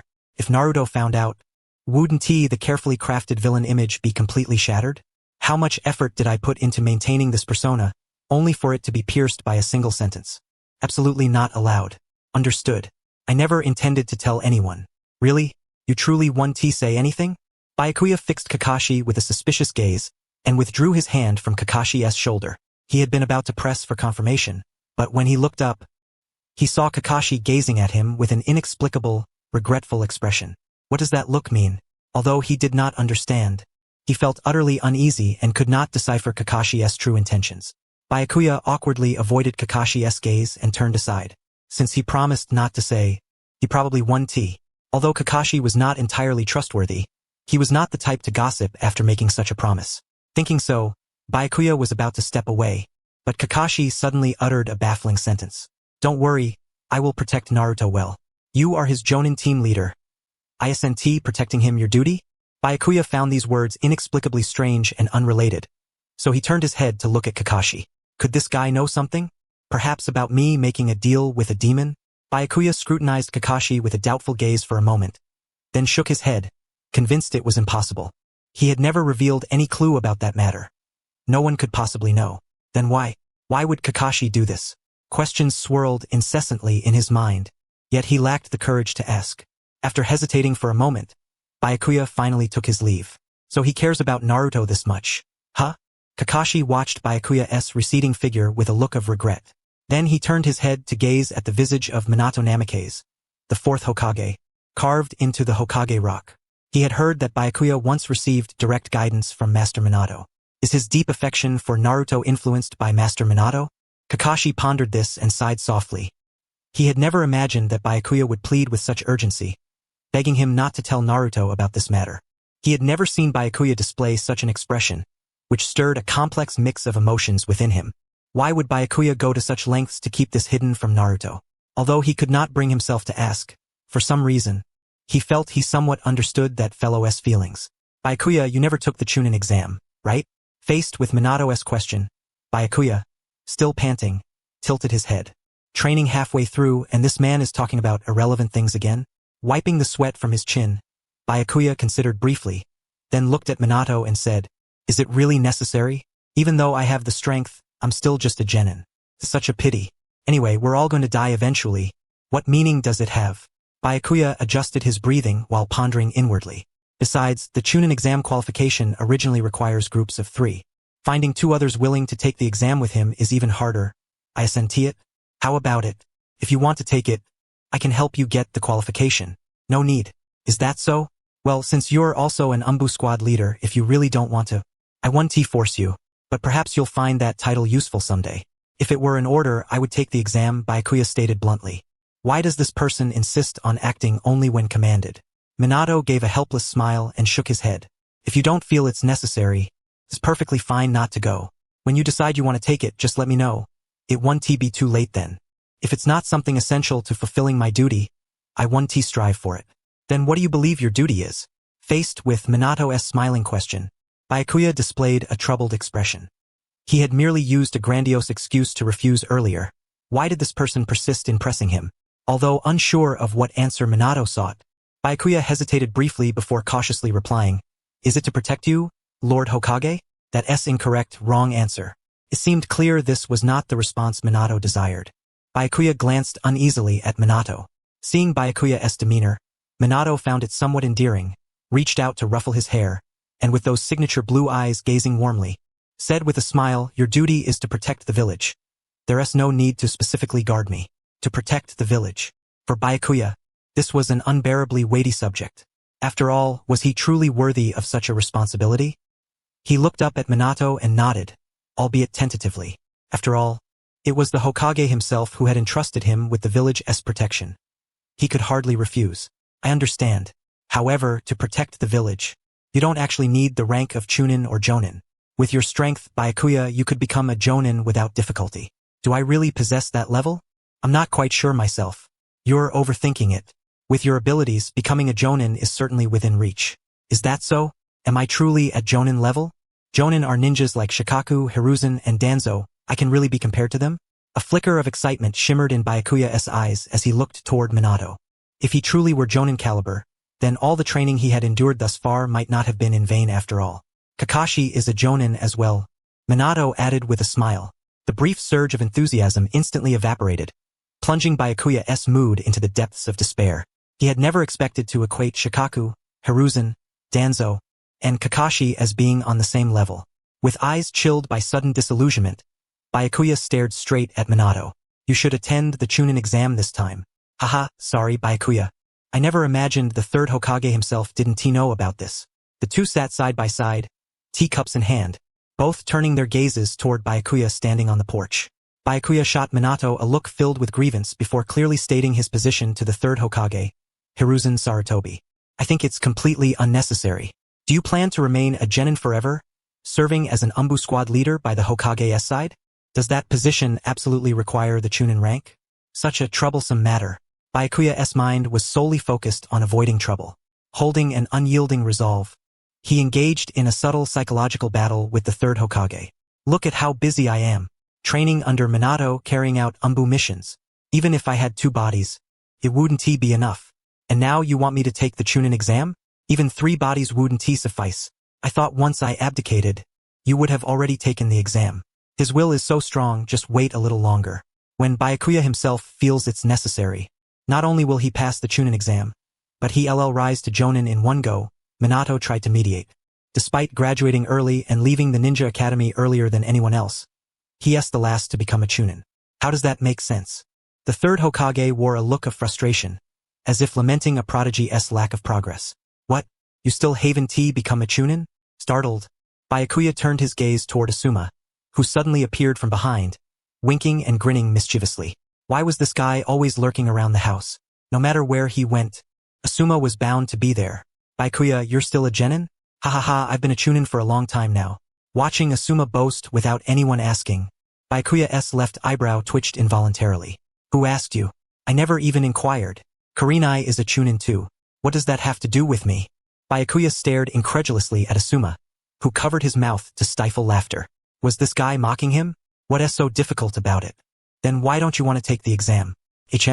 Trapped. Only when Byakuya noticed the satisfied expressions on the third and fourth Hokage's faces did he realize he had been completely outwitted. Irritated, Byakuya glared at the two before grudgingly saying, fine, I'll take the exam. But the chunin exam requires teams of 3, and I don't have a fixed squad. This time there was no way out. Where could he find 2 teammates to form a team? Just as Byakuya thought this and relaxed slightly, Minato, as if prepared long ago, pulled 2 documents from his bosom. Actually, just in case, I prepared these early on. No way. Could these 3 have conspired beforehand just to force me into the chunin exam? Byakuya took the files from Minato with a speechless expression. Marino Ibiki, 13 years old. Mitarashi Kurenai, 10 years old. How could it be these 2? Byakuya slowly set down the papers and looked up at Minato. Those choices are too strange. This doesn't seem right. Then I won't take the exam after all. I believe in you, Byakuya. You'll be fine. Right, Lord Hokage. Suddenly, Asuma lunged forward, throwing his arm around Byakuya's neck and giving a thumbs up with a big grin. Don't. Let go of me. Byakuya, feeling utterly wronged, glanced once more at the documents before covering his face with one hand. Their first meeting left a profoundly terrible impression. Eager to break the awkward silence, Byakuya looked around for someone to speak. Everyone's here. That's great. Late as usual, Minato approached, almost glowing with energy. Byakuya turned to Minato like seeing a savior, hoping he could resolve the current predicament. Alright, don't be so stiff. Let us start with introductions, beginning with Ibiki. Marino Ibiki. He spat out the words stiffly to Kurenai and Byakuya, ending his introduction abruptly. Minato, thrown off by the overly brief introduction, smiled awkwardly and hastened to fill in the gaps. Ibiki's teammate was injured and can no longer perform ninja duties. As a result, the required 3-member team for the chunin exam couldn't be formed, so he came here. Okay, now Kurenai. Well, I'm Mitarashi Kurenai. I'm 10 years old. I love sweets. The person I respect most is Lord Orochimaru, one of the legendary Sannin. My dream is to become a ninja just like Lord Orochimaru someday. Such vitality is truly wonderful. Kurenai had just graduated from the Ninja Academy in May and was currently assisting Lord Orochimaru. Although she had her own squad, she was eager to take the exam even alone, since her other 2 teammates had no plans to participate, and the team of 3 could not be formed. She came here as well. This was indeed a rather unusual situation. Gazing at these chaotic teammates who, without Minato's explanation, would be utterly incapable of understanding each other's true nature, Byakuya cast a weary glance toward Minato. Am I really here to take this exam? Is this team truly acceptable? Filled with doubts, Byakuya looked at Minato, who simply smiled at him with an expression that seemed to say, why haven't you introduced yourself yet? This didn't seem quite right. Byakuya sighed helplessly and reluctantly began his self-introduction. Byakuya Kurojo. The thing I dislike most is self-introductions. His lethargic introduction, which sapped the listener's enthusiasm, evoked varied expressions among those present. The most troubled was Minato, who sighed briefly, about to add some explanation but found no fitting words to introduce Byakuya, hesitating for a moment. Perhaps it was best to omit the fact that he was the captain of the Umbu squad. How should I introduce Byakuya? The most unusual circumstance here is definitely him. Byakuya simply had no desire to participate in the chunin exam and had therefore never taken it. Huh? What kind of introduction is that? Akadama glared at Byakuya as if he were some kind of alien. Is it really okay to take the chunin exam with someone like this? Even if there's nothing much to say, this introduction is just bizarre. Byakuya shot Minato a glance, shaking his head repeatedly. It's true that he didn't take the exam because he didn't want to, but who introduces someone like that? Meeting Byakuya's gaze, Minato smiled awkwardly and quickly spoke to smooth things over. Alright, since everyone's here, there should be no problems with the upcoming chunin exam. Since we're gathered today, let us discuss tactics and cooperation, and get to know each other a bit. I'll take my leave now. With that, Minato casually exited after stirring up a major disturbance, plunging the room into silence once again. Akadama looked at the two boys standing there dumbfounded, her shoulders sagging in defeat. I actually have to take the exam with such boring people? At this point, saying I don't want to take the exam sounds ridiculous, but looking at these teammates, I really don't have any confidence. Ibutsuki shared the same sentiment. He had no faith in passing the exam alongside this group. Yet, since this was a team personally arranged by the Hokage, he refrained from complaining and finally spoke first. Let us each say what ninjutsu we know and what roles we're good at, so we can decide how to divide the team's tasks. Oh, Ibutsuki has a good idea. I can summon snakes and am also skilled in fire-style jutsu. My specialty is throwing shuriken. My accuracy is quite high, Akadama said. I'm good at binding techniques and summoning barriers that can trap enemies. My basic taijutsu is decent, and I'm also suited to strategizing. How about you? Two pairs of eyes turned to Byakuya, who pointed to the sword on his back. A sword, a few ninjutsu, and cooking. Cooking? I'm quite good at cooking. I learned from Mr. Akimichi Denza. Seeing the rare confident expression on Byakuya's face, Ibutsuki finally lost his poker face. He had hoped that since this was a team arranged by the Hokage, he wouldn't complain, but having to take the Chunin exam alongside a 10-year-old kid who had just graduated from the Ninja Academy and another seemingly unreliable fellow made him feel the future was bleak. Ibutsuki was certain they would most likely fail this Chunin exam. Byakuya's mood was quite low. Perhaps it was because he had to face a group of people with whom he simply did not get along. It had been a long time since this team had come together. After the third Hokage's approving words, a woman's hearty laughter filled the entire office. Indeed, even though we're all from the same village, why is it like this? Ha ha ha. By the way, why do you two look so glum? Is there some family trouble? Akadama's gaze shifted to the two expressionless men beside her. These two were like wooden stumps, completely uninteresting. She really couldn't understand how she ended up taking the Chunin exam with such dull individuals. Muttering almost in complaint, Akadama suddenly raised her hand and gave Byakuya a sharp slap on the back, shouting, "Cheer up!" The slap was rather forceful. Byakuya rubbed his aching back and glared impatiently at the Hokage, asking, I know the Chunin exam is about to begin, but why exactly was I called here?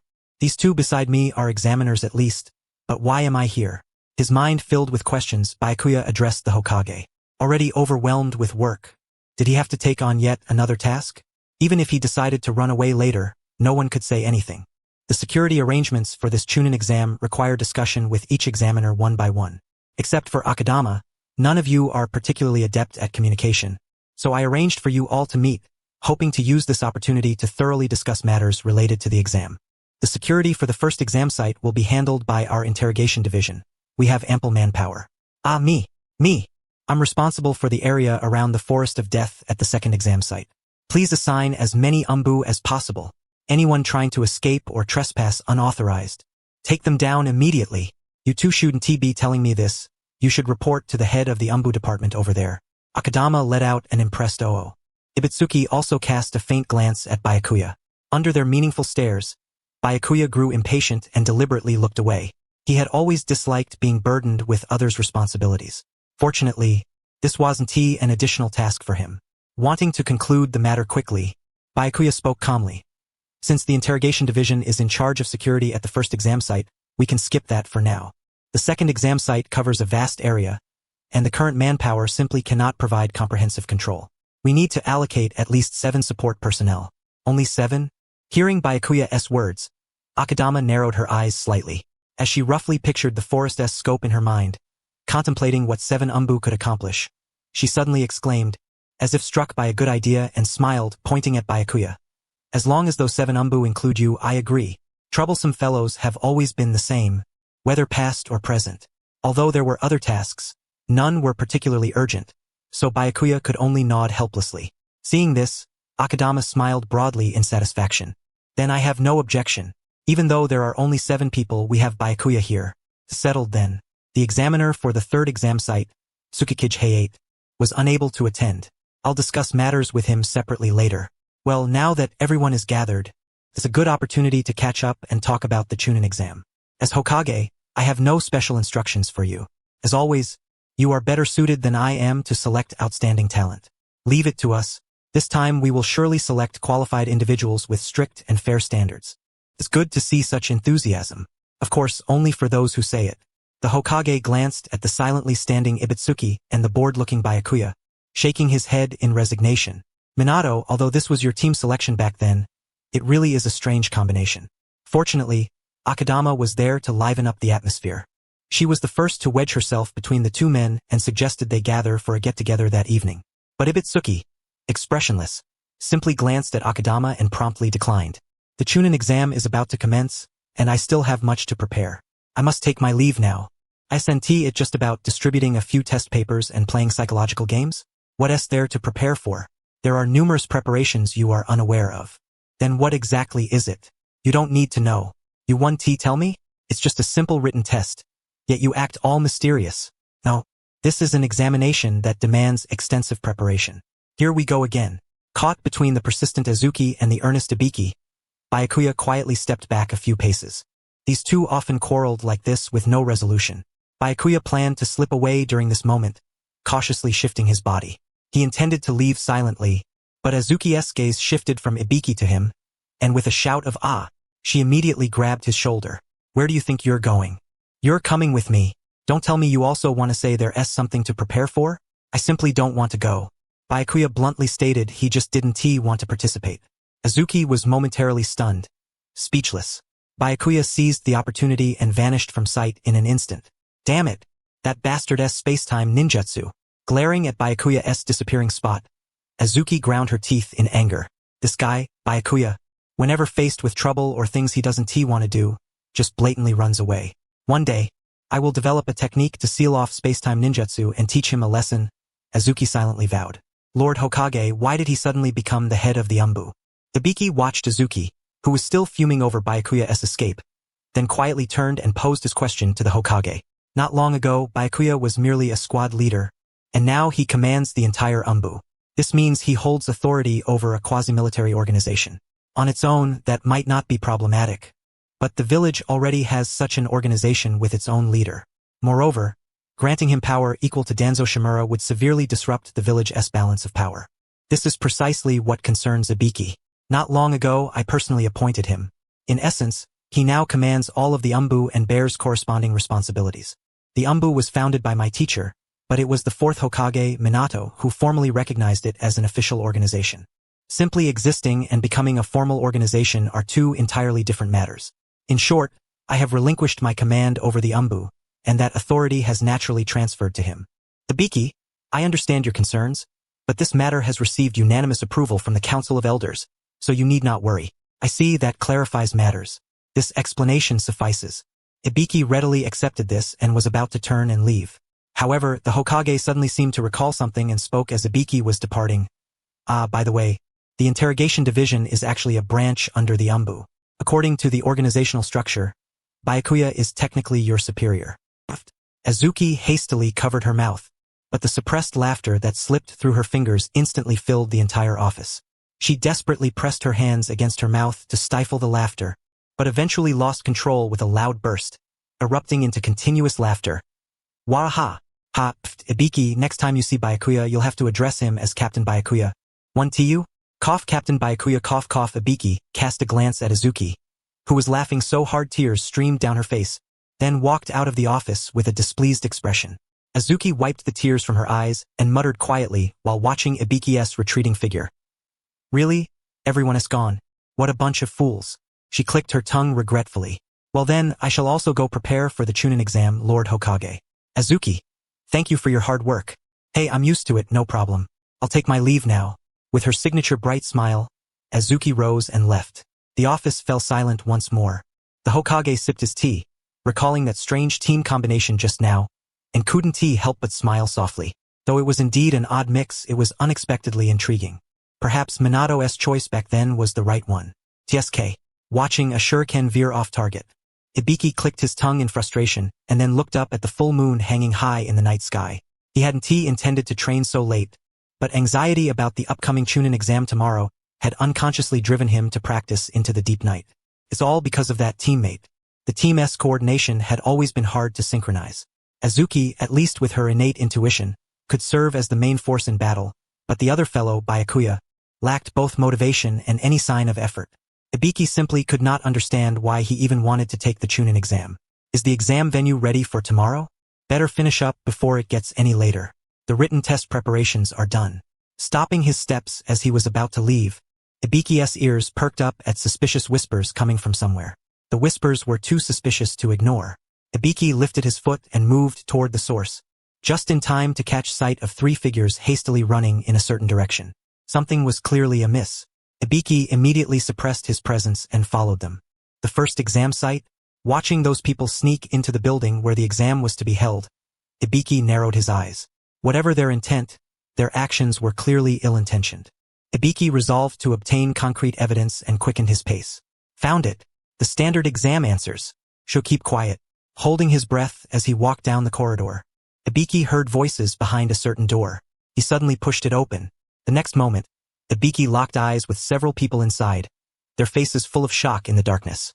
They held paper-like items in their hands, and seeing this, Ibiki was certain of their guilt and immediately began forming hand seals to summon a cage. This ends now. A sudden snap, the hand forming the seal was grabbed from behind. Ibiki shuddered instinctively and whipped around. Umbu! Looking up at the bird-shaped mask towering above him, Ibiki heard screams from ahead. He quickly shifted his gaze forward to see the 3 who held the papers already subdued and bound by other Umbu members. The Umbu who had captured the 3 suspicious individuals each inspected the papers, then nodded. Yes, these are the standard answers for tomorrow's Chunin exam. All 4 were tied up and taken to the interrogation room. 4? Startled by the Umbu's words, Ibiki looked at the approaching Umbu and hurriedly protested. Wait a moment. I just happened to notice these suspicious individuals and followed them. I'm not one of them. The eyes beneath the mask were cold, devoid of any warmth. Ibiki realized his protest was futile and frantically searched for a way to convince the Umbu. He could feel sweat forming in his palms. As he met the Umbu's gaze with trembling eyes, the image of the 4th Hokage suddenly flashed through his mind. Lord Hokage, please take me to see Lord Hokage. I have been wrongfully accused. You insolent brat, Lord Hokage is not someone you can just see whenever you please. Lord Hokage is far too busy for that. I truly have been wronged. If it were Lord Hokage himself, he would surely know I would never do such a thing. Ibiki was deeply convinced of this. No, more precisely, he desperately hoped it to be true. Take him along. The squad leader is also with Lord Hokage. Without the squad leader's permission, we cannot make any decisions, an Umbu member walking by advised. In the end, the lead Umbu nodded, bound Ibiki, and turned toward the Hokage's residence with him. Fortunately, the Hokage's office was still illuminated late into the night, and Minato alongside another Umbu was present. Ibiki breathed a sigh of relief as he watched the Umbu who brought him explain the situation before the Hokage. We caught someone stealing the standardized answers in the first exam hall. Among them was a kid claiming he was wrongfully accused. He said he followed some suspicious individuals heading toward the exam hall because he insisted on seeing Lord Hokage first. So we brought him here. All right, I understand the situation. You may withdraw for now. Understood. After confirming, the Umbu bowed to Minato and left. Ibiki quickly spoke up. I was merely training in the woods when I happened to spot those suspicious people. I followed them, that's all. I don't even know them. I know. If it's you, Ibiki, I believe you wouldn't do something like this. But the situation is quite serious. After all, you did enter the exam hall in pursuit of them, didn't you? That statement left Ibiki speechless, his voice faltering. Even if he had no ill intent at all, the undeniable fact remained that he had secretly infiltrated the exam hall where the test was about to be held. That alone was enough to convict him. According to the Chunin exam regulations, teams consist of 3 members. If even one member sneaks into the exam hall the day before the test, the entire team loses eligibility. I really didn't do it, Ibiki protested, feeling extremely wrong despite having no grounds to refute the Hokage's words. What a pity. I had high hopes for your team. To be honest, I don't want to disqualify you either. Don't you agree, Byakuya? Being disqualified under these circumstances must feel unfair to you as well. Upon hearing that name, Ibiki looked at Minato with a puzzled expression. Minato's gaze rested on the Umbu standing behind him. The Umbu rolled his eyes, showing a troubled look, then sighed softly and removed his mask. It doesn't matter. I wasn't too keen on taking this exam anyway. The Umbu who removed his mask was someone Ibiki knew very well. It was the very Byakuya Kuroshiro, the fellow who had agreed to take the Chunin exam together. Ibiki was utterly bewildered by this sudden turn of events, staring at Byakuya in astonishment. Why was he here? And why was he dressed in Umbu uniform? There was no need to ask. The answer was already apparent. What shocked Ibiki even more was that the Umbu who brought him had said Lord Hokage and the squad leader were here. Could it be that Ibiki's eyes widened further as he stared in disbelief at the troubled expression on Byakuya's face. Already irritated from working late into the night, Byakuya was now furious that his so-called teammate had secretly infiltrated the exam hall and gotten caught. And what made him even more upset was yet to come. What do you want to do about this, Byakuya? It's so unfair to be disqualified under these circumstances. I senti it? Byakuya cautiously shifted his awkward gaze toward Minato. He was just an umbu. How could he possibly guess what the Supreme Hokage was thinking? Since the truth was out, Byakuya decided to tease the flustered Ibiki a little. Removing his mask, he said, "It doesn't matter. I wasn't that eager to take this exam anyway. Why you here?" Ibiki stammered, eyes wide with shock. A wave of satisfaction rose within Byakuya as he looked at the astonished Ibiki. He had wanted to say, "Tada! Surprise success." But new trouble was imminent and could not indulge in joy. As expected, the trouble began to unfold in the very direction Byakuya feared most. "Looks like I have to introduce you again," Minato said with a gentle smile to the stunned Ibiki, beginning the explanation anew. "This is Byakuya Kuroshiro, currently the Umbu squad leader who has served by my side. During the war, he was on the front lines. After the war, he transitioned directly into the Umbu without even a break to take the Chunin exam. He has been dedicated to his duties ever since. Additionally, he was a disciple of the third Hokage and myself." "Lord Hokage, I don't think it's necessary to tell him something like that," Ibiki said, still too stunned to speak properly. Though it was amusing to see Ibiki so flustered, Minato's unnecessary remarks only left Byakuya more perplexed, his face etched with discomfort. Byakuya could not fathom what Minato's intentions were in saying those words. "Now, let me explain the situation. As you know, tomorrow's Chunin exam is the first to be held since the war ended. All the participating genin have no experience in war, just like Ibiki and Kurenai here." Minato continued his explanation while turning to look at Ibiki. "I can no longer expect these genin to possess the same level of skill as before. After all, they are not from the generation that experienced the war. The third Hokage and I both believe that more genin should be given new opportunities, and at the same time, stricter standards should be established. That is why we planned a Chunin exam unlike any previous one. My greatest concern is that, Byakuya, you might steal chances from the other capable genin." To be honest, Byakuya had never imagined the Hokages would invest so much thought into the Chunin exam. He had assumed it would be a formality quickly concluded. But indeed, if he participated normally, the teams he faced would essentially be eliminated. "I originally planned to ask you to go easy before the exam, but now that things have come to this, Ibiki, I hope you will cooperate as well." "What do you mean?" Ibiki's eyes darted rapidly, nervously glancing between Byakuya and Minato, struggling to make sense of the situation. "I will not disqualify you for cheating, but as a substitute, I am going to impose a penalty on your team, which is this tantalizing cliffhanger made Byakuya's palms sweat unconsciously. "Byakuya, you are forbidden from using chakra." What? Ibiki exclaimed in disbelief, sharing Byakuya's stunned state. Though Ibiki was the one who cheated, it was Byakuya who was being punished, a ridiculous situation Byakuya could hardly accept. "It means exactly what it says. No ninjutsu or jinjutsu. You may only use taijutsu to participate in the exam." I thought the third Hokage said my taijutsu was only at genin level." Byakuya's sudden realization left him frozen. Mouth agape. So now he was taking the Chunin exam as a genin? What you say is not wrong, but is this really something to be happy about? Certainly, just as the fourth Hokage desired, participating with the physical skills of a genin would prevent other formidable teams from being eliminated. But is this situation truly just? Wouldn't that make the exam far fairer?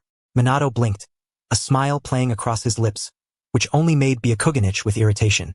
Although Minato's words seemed reasonable, Byakugan felt inexplicably stifled inside. "Snt this basically saying that the mess Ibiki caused now falls on me to clean up?" With a speechless expression, Byakugan turned to Ibiki, his eyes clearly conveying, "It's all your fault. What have I done to deserve this? Relying solely on taijutsu to become Hokage?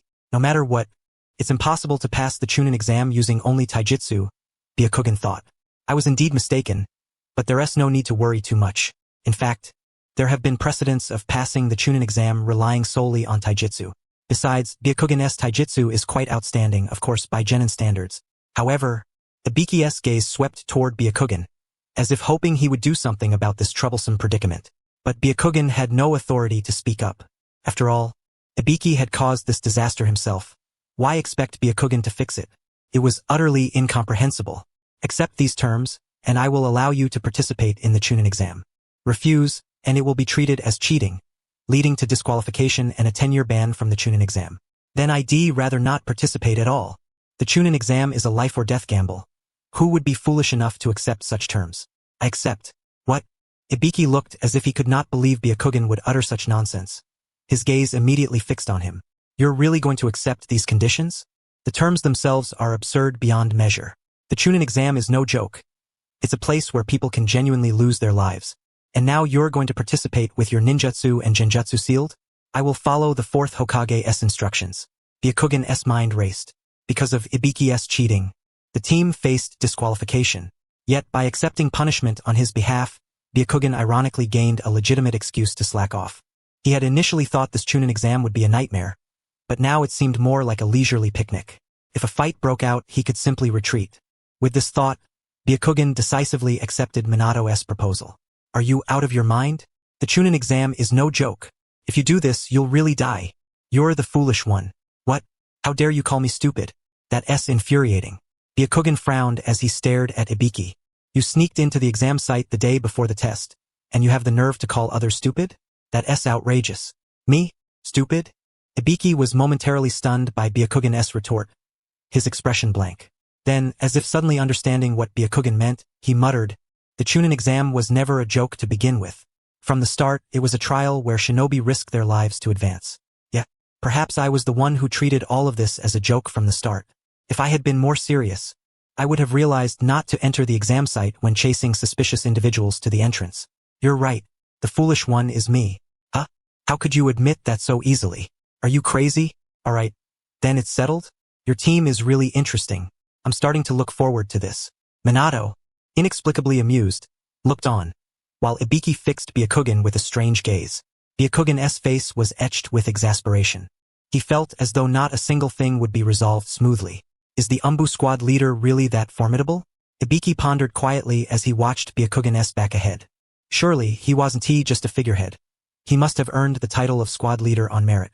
That meant he was the leader of the Umbu who had subdued him earlier in the exam, so his skills were unquestionably superior. But now all of that was irrelevant. In the end, only taijutsu could be relied upon.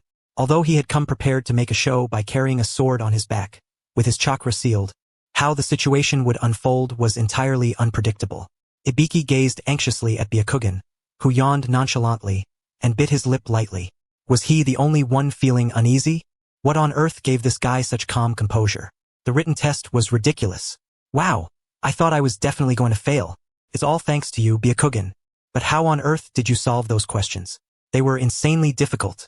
That level of question is simply basic. Ugh, so boring. Just knew you'd act all impressive. Azuki clenched her fists in displeasure, thinking, I really want to punch him. Is not acting impressive. Those are all just fundamental concepts. Humph. Even if I don't understand those, I can easily become a legend. Byakugan looked at Azuki, who walked ahead with an expression of disdain, and showed a trace of impatience. He had never cared much about the concept of a 3-person team before, but now he realized it was far more troublesome and complicated than he had imagined. He couldn't help but wonder if this girl might cause them to fail the exam. With a foreboding feeling, Byakugan kept an eye on Azuki's movements.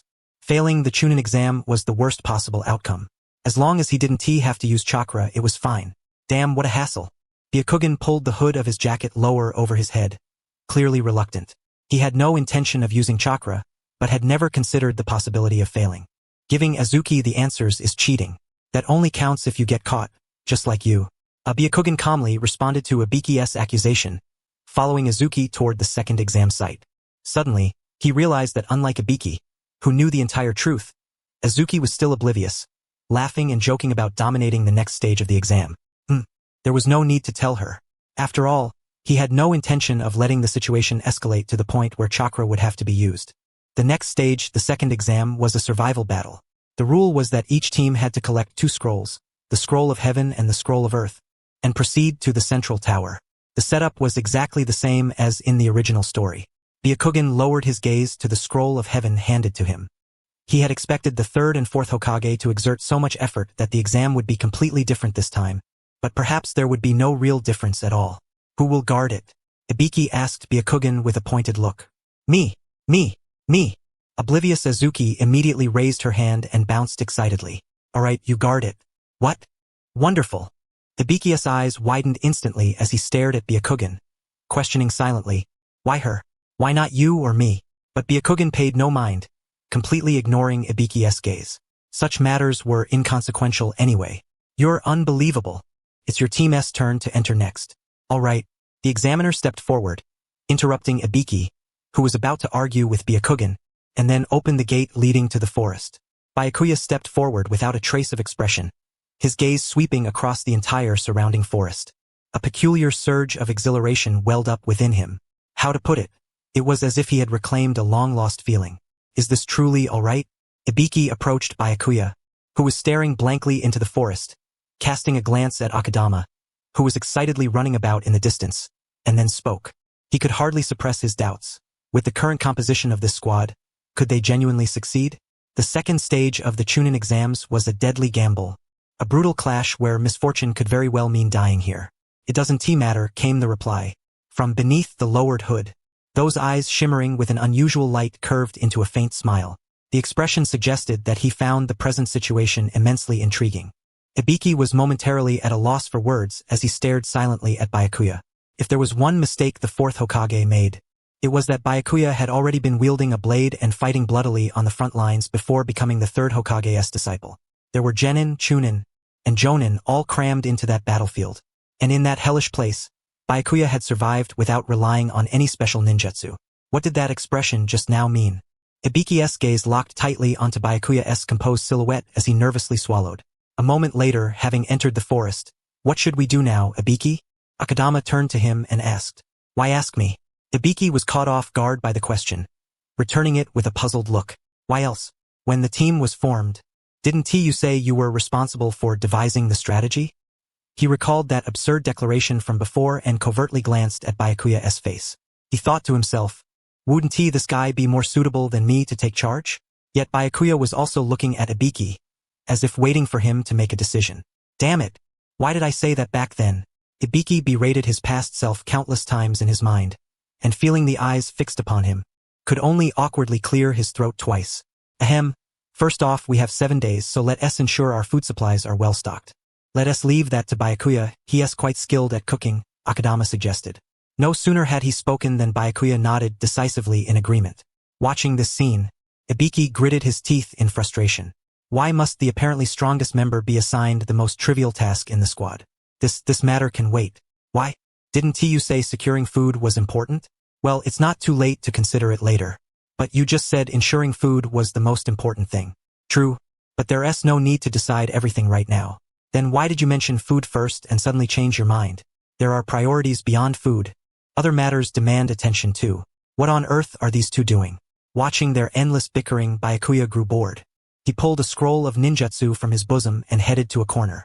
Though he had initially adopted a relaxed mindset, as if on a picnic, the pervasive smell of burning, the piercing screams, the ceaseless clash of blades, and the sharp metallic scent invading his nostrils were inescapable. Byakuya couldn't help but feel a sense of déjà vu. It was as though he were standing at the very heart of a battlefield. Restlessness gripped him as he nervously rubbed the hilt of his sword at his waist. Though he had not planned to take things seriously, his mind brimmed with thoughts of delivering a tremendous surprise to Asuma, who had mocked him. With a snap, Byakuya closed the ninjutsu scroll and casually tossed it aside, then strode directly between the quarreling Akadama and Ibiki, pushing them apart with a shove. Ugh! Wah! Clang! A heavy blow struck the very spot where the two had been standing, the clash of blades producing a harsh, grating sound. Akadama and Ibiki rolled on the ground, coming to their senses and seeing an enemy standing where they had just been, their faces filled with astonishment as they drew their weapons. Akadama, go help on the left. Ah, okay. Startled by Ibiki's shout, Akadama trembled all over. After a moment's hesitation, she moved a few steps toward the left side where Byakuya faced the enemy, then charged forward. At that moment, Byakuya turned to look at the rushing Akadama and lifted his foot, delivering a powerful kick that sent her flying far away. Ugh! What are you doing? Akadama's eyes widened as she noticed the explosive tags stuck to the ground where she had just been about to run. She had been completely unaware of the trap and nearly became a liability. Realizing this, she no longer had the courage to rise and advance toward the enemy, instead sinking to the ground in a daze, watching Byakuya clash blades with their foes. For a 10-year-old girl who had never experienced war, this was all she could do. There are too many restrictions. First forbidden from using chakra, now forced to take along 2 dead weights for the exam. Byakuya sighed helplessly, grasped the collar of the enemy who faced him in combat, and slammed him fiercely to the ground. With a muffled grunt, the man collapsed limply, motionless. Is it over? Akadama managed to squeeze out the question in a trembling voice, but received no response. Byakuya's gaze did not fall on the fallen enemy, but was fixed intently on a tree not far away. Seeing this, Ibiki's face grew tense as he followed the direction of Byakuya's eyes and looked up at the tree. 2 remaining, Ibiki realized immediately, spotting 2 enemies glaring down at them. They were comrades of the man on the ground. What now? Ibiki cast a hesitant look at the foes perched in the tree. At that moment, the sound of metal scraping filled the air. He turned to see Byakuya already aiming his sword at the enemies and hurling it. Clang! The blade flew straight but was blocked by an enemy. As the 2 sneered, curling their lips, another blade followed swiftly, flying toward them as well. The enemy who was about to block the second blade suddenly noticed the explosive tag tied to the hilt and gasped sharply. Damn it! A tremendous explosion thundered forth, the shockwave violently shaking everything around. The 2 enemies leapt down from the tree, hastily regaining their footing and gripping their weapons tightly. Before they could react further, one was grabbed by the scruff of the neck and slammed into the ground, losing consciousness once more. The remaining enemy inhaled sharply in fear, screamed, and hastily formed hand seals. Water style, water wave. He spat out a torrent of water, rushing fiercely toward Byakuya. But the force of the water was insignificant. Byakuya swung his sword, cleaving through the water and closed the distance in a few strides. With a flick of his wrist, he flipped his blade and struck down hard with the back of the sword. Are they really this weak, or is it just that this group is so poor?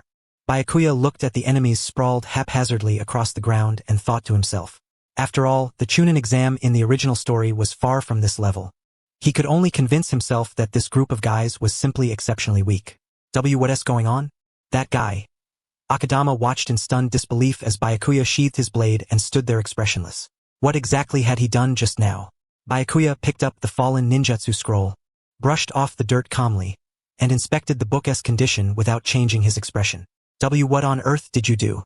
Akadama's eyes flickered violently as she gazed at the 3 fallen enemies lying on the ground. It really happened in an instant. She hadn't even recovered her senses, nor had she had time to think about what to do next before it was all over. Was that really the level of a genin? She had never witnessed such a scene in her life. Who exactly was this guy? Byakuya resumed his previous lazy demeanor, picking up the scroll and reading it to himself, completely ignoring Akadama's side, his face filled with utter boredom. Looking at him like this, there was no sign of the swift and decisive manner in which he had just dispatched 3 foes.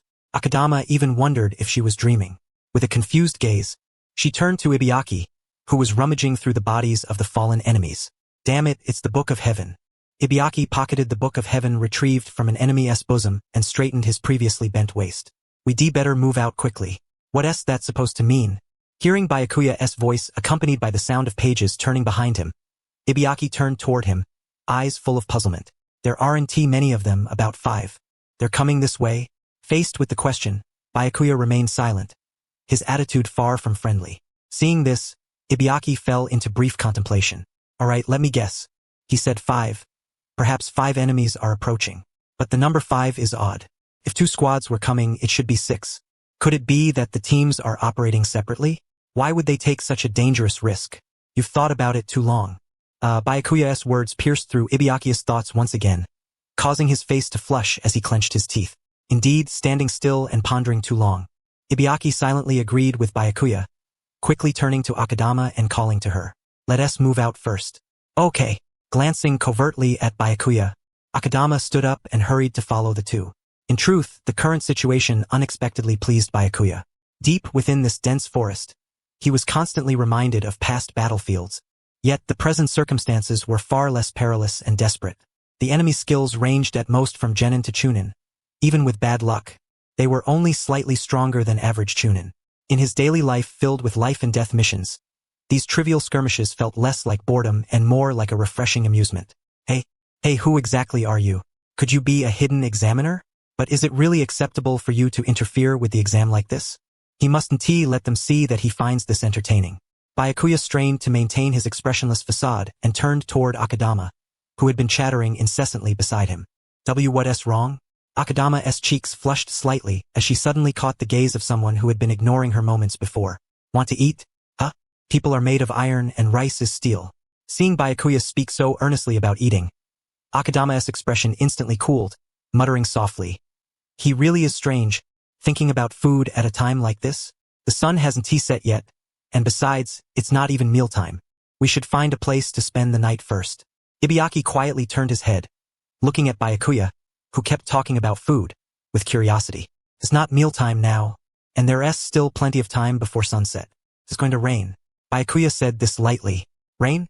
At the mention of rain, Akadama and Ibiaki both looked up toward the sky. The weather was clear without the slightest hint of anomaly. There was no conceivable chance of rain. The two exchanged perplexed glances at Byakuya. Yet Byakuya offered no explanation, merely scanning the surroundings for a suitable place to spend the night. Let us just listen to him. With such fine weather, how could it possibly rain?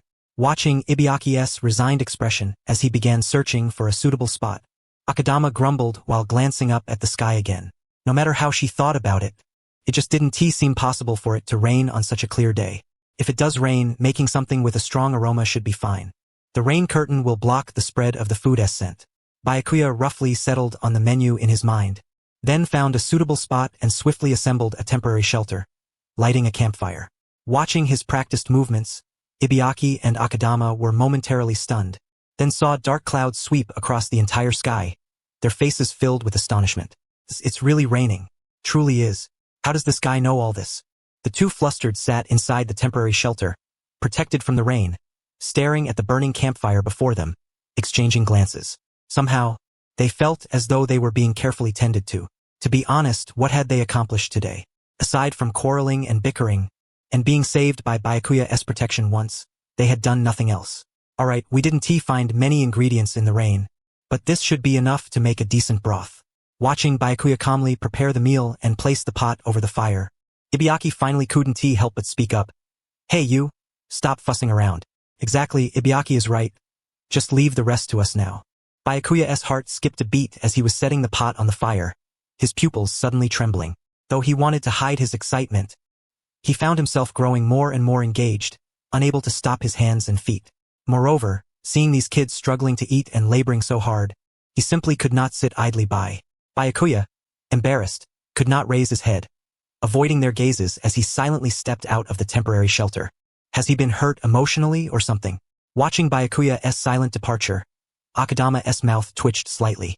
No way, just because we told him to stop fussing, he got upset and ran out? Ha! Gazing at the steady rain pouring down, Byakuya sighed deeply, sinking into brief contemplation. He was, by nature, extremely averse to exertion. Yet now something inexplicably stirred his interest, especially those 5 who had relentlessly pursued them here, inexplicably adding a great deal of amusement to the situation. They left no trace. Could they have followed the scent of the food? Byakuya had initially thought that rain would inhibit the spread of scents, but on reflection, during wartime, on rainy days they relied on ration pills for all meals. He had feared being mocked for being picky, so he had silently gnawed on ration pills.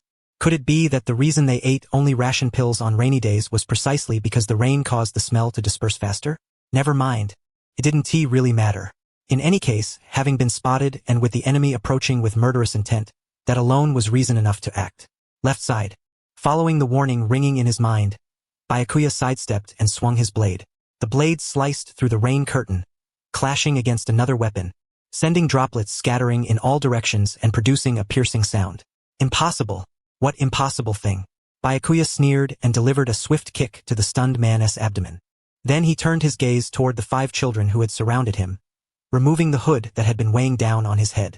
You all seem rather close. The Chunin exam teams were originally composed of 3 members each. 5 of you moving together means you've formed an alliance. Observing this somewhat intriguing group, Byakuya silently curled the corners of his mouth into a faint smile. Hand over the scroll and we'll let you go. Exactly. We never intended to fight to the death anyway. Byakuya nodded inwardly. True, there's no need for bloodshed in this matter. If I surrender the scroll, these innocent children might just leave unharmed. But wouldn't that be far too dull? I refuse. Byakuya replied firmly. What? Watch out. This guy took down 3 people by himself earlier. The others immediately tensed, gripping their weapons tightly. Byakuya carefully scrutinized their movements, suddenly feeling raindrops wet the corner of his eye. Just as he instinctively raised his hand to wipe it away, two individuals flanking him suddenly charged forward. In that split second, a cold gleam flashed in Byakuya's eyes as he wiped the corner of his eye. The next moment, his figure vanished from the spot as if a flame had been extinguished. He is gone. Watch out. Behind you. Without warning, Byakuya appeared behind them, one hand clutching the neck of one of the children, pressing a blade against his throat. Witnessing this hostage-like scenario, the remaining four children froze instantly, their teeth clenched tight. TCH. Despicable. Taking hostages. 5 of them ganging up on him alone, and yet they have the nerve to call him despicable. Byakuya couldn't help but wear an exasperated expression before casting a sleep genjutsu on the child in his grasp. The child's body went limp, collapsing onto the muddy ground, slipping into an unresponsive slumber. Murder. Murder. Huh? Byakuya truly couldn't fathom how these kids could perceive him as some heinous villain to jump to such a conclusion. The others stared in horror at their fallen companion, mouths agape in shock, weapons dropping to the ground. Seeing their reaction, Byakuya involuntarily revealed a look of disappointment, tentatively asking, "Not going to fight anymore?" No. If we don't fight, we'll die. Damn it. Did he really kill him? There's no movement at all. I didn't kill him. Facing the group who had firmly concluded that he was a killer, Byakuya hesitated, unsure whether to strike immediately or wait and see. Should we just give him the scroll?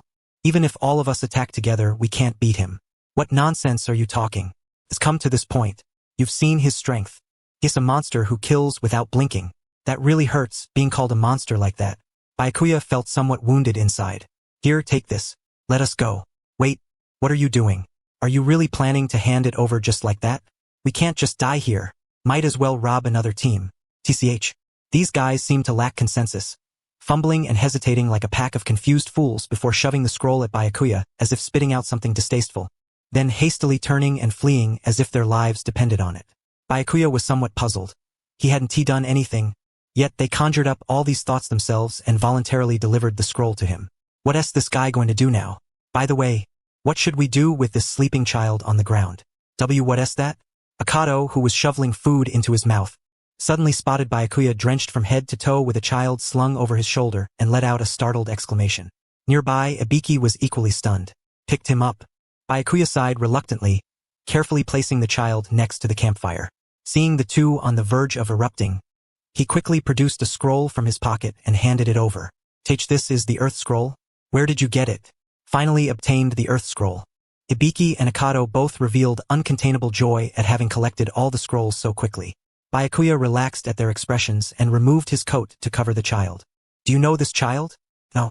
Although it was the first time seeing him, Byakuya seemed to guess why Akado asked, his cheeks faintly flushing as he abruptly turned his head away. I just thought the little guy, soaked through and lying there, might catch a cold. By the way, did he faint? He seems to be sleeping quite deeply. No, it's sleep. Huh? What did you say? Damn it. Byakuya had meant to casually say sleep genjutsu but quickly sealed his lips. Using genjutsu still consumes chakra. At least in this intense second exam, he could not let Ibiki know he had used chakra. After all, the 4th Hokage had entrusted this upright, principled man with supervision. If Ibiki discovered he used chakra, he would surely advise him to forfeit and voluntarily withdraw from the exam. He just fainted. Oh, you seem to want to say something just now, but swallowed it back.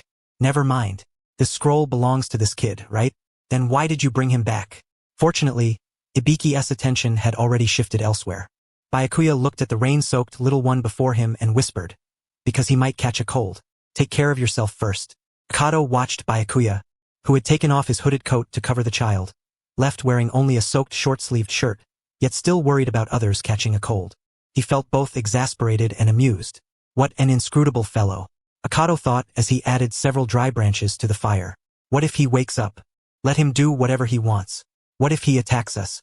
Then tie him up, Ibiki said, pulling a rope from his pocket and binding the child's arms in front of him. Though this hardly guaranteed safety, having Byakuya, a walking cheat, by their side eased their minds somewhat. Who's taking the first watch? Byakuya, you don't need to stand guard. Really? Byakuya's face lit up with genuine happiness as he looked at Akado. We two already agreed on that before you went out. Hearing this, Byakuya nodded. With their roles settled, everyone felt the night descend and lay down. After all, tomorrow they would immediately set off for the high tower, promising a busy day ahead. Ah! A piercing scream shattered the silence of the deep night, stabbing through the ears of those who had just closed their eyes. Was that crying? Byakuya, filled with shock, abruptly sat up and saw the boy with his hands tied wailing loudly. Wah! Sobi sobi. What to do with this kid? He crying way too hard. Red, on watch, covered his ears, helplessly watching the sobbing boy. Seeing this, Byakuya rubbed his sleepy eyes. It was still the tranquil pre-dawn hours. The rain clouds had already dispersed, and through the slit of the tent, one could see the dense mist outside, heavy with moisture. White Knight, who could clearly afford to sleep a little longer, thought to himself and cast an impatient glance at the boy who was sobbing incessantly, his cries giving everyone a headache. Just knock him out, White Knight muttered. That's hardly a solution. Annoying as he is, should we just kill him to silence him? White Knight grasped his dagger and looked toward Red Bean. Red Bean hurriedly shook his head and bent down to soothe the crying boy. Don't cry, we're not bad people except for those two. Wah! Instead of calming him, this only made the boy cry louder. Ibiki sighed deeply. The boy's large eyes brimmed with tears that fell drop by drop, tugging painfully at one's heartstrings. Yet, more unbearable than this was the ear-piercing wail that made it impossible to focus. Want to see a little snake? It's super cute. Come on No, I don't want to. Seeing Red Bean pull a white snake out from his sleeve, the boy's face turned even paler, his bound hands flailing wildly. What a hassle. Red Bean withdrew the snake back into his sleeve and stepped back. How on earth can we stop him from crying? How old is this child anyway? Looks pretty young. Sobbing and sniffing, the boy kept rubbing his eyes, tears flowing uncontrollably. White Knight finally lost his patience and stepped forward. He slowly approached the weeping boy, pressed a hand on his shoulder, and in a low voice said softly, "Stop crying." The boy instantly stifled his sobs, raising trembling eyes to look up at White Knight. He leaned toward Ibiki and whispered, "This isn't comforting at all. It's clearly scaring him." "Isn't it?" Ibiki silently nodded in full agreement. Who went away. That scary person from yesterday. I'm all alone now. The boy who had just been crying looked at the expressionless man gently holding his shoulder. His eyes filled with terror. He squeezed his eyelids shut, trying desperately to hold back the tears. But the tears he had held back for so long disobeyed his will and trickled down his cheeks drop by drop. Sniffle. I'm sorry, I won't cry anymore. I really tried to hold it in. The boy covered his eyes with his bound hands, yet silent tears kept streaming down. Too many tears. Red Bean observed behind him, shaking his head helplessly. Of course, if this child had passed out because of something White Knight did yesterday, his fear was understandable. After all, White Knight's eyes looked like those of a different person during fights. Forget it. Forget it. More than that, I'm starving. I've already used up all my energy early this morning. Red Bean clutched his stomach and shouted loudly, "I'm hungry." Then it's my turn. White Knight abandoned the still crying child, stood up, and stepped out of the tent. Red Bean watched his retreating figure, covered her mouth to stifle a laugh, then leaned over to the boy who was still sneaking glances at White Knight's departing direction and asked, "What's your name?" Red Bean don't meddle. Though he said so, it was necessary to know the name. Even in the Chunin exam, everyone came from the same village. Ibiki disapproved of Red Bean's behavior and abruptly turned his head away, looking as if he no longer wanted to get involved. Seeing this, Red Bean chuckled quietly again and leaned closer to the boy with red-rimmed eyes, asking once more, "What's your name? Which squad are you in?" "I am called Mayonnaise." Seeing Mayonnaise's flustered and anxious demeanor, Red Bean blinked and asked, "How old are you then?" Upon hearing this, Mayonnaise hesitated and held up 9 fingers. 9 years old? So young. Red Bean looked at Mayonnaise, who was even younger than she had expected, and found him particularly adorable. She then inquired about the whereabouts of his teammates. "I don't know. Didn't you hear what happened yesterday?" Red Bean pressed on. "Don't these two know either?" Mayonnaise hesitated again, his lips fumbling. He simply could not bring himself to say that yesterday he had joined forces with another squad, 5 of them attacking the opposing side. Seeing Mayonnaise like this, Red Bean's eyes softened with sympathy. White Knight must have done something terrible. Could he have killed his 2 teammates? But he didn't seem like the type to do such a thing. "Food's here." "Wow, fish." Red Bean was waiting for Mayonnaise's answer but caught sight of White Knight entering the tent holding a fish. She immediately hopped over excitedly. "The cleaning is so neat. It must taste delicious." White Knight had already cleaned the fish, skewered them, and stuck the skewers at an angle by the campfire.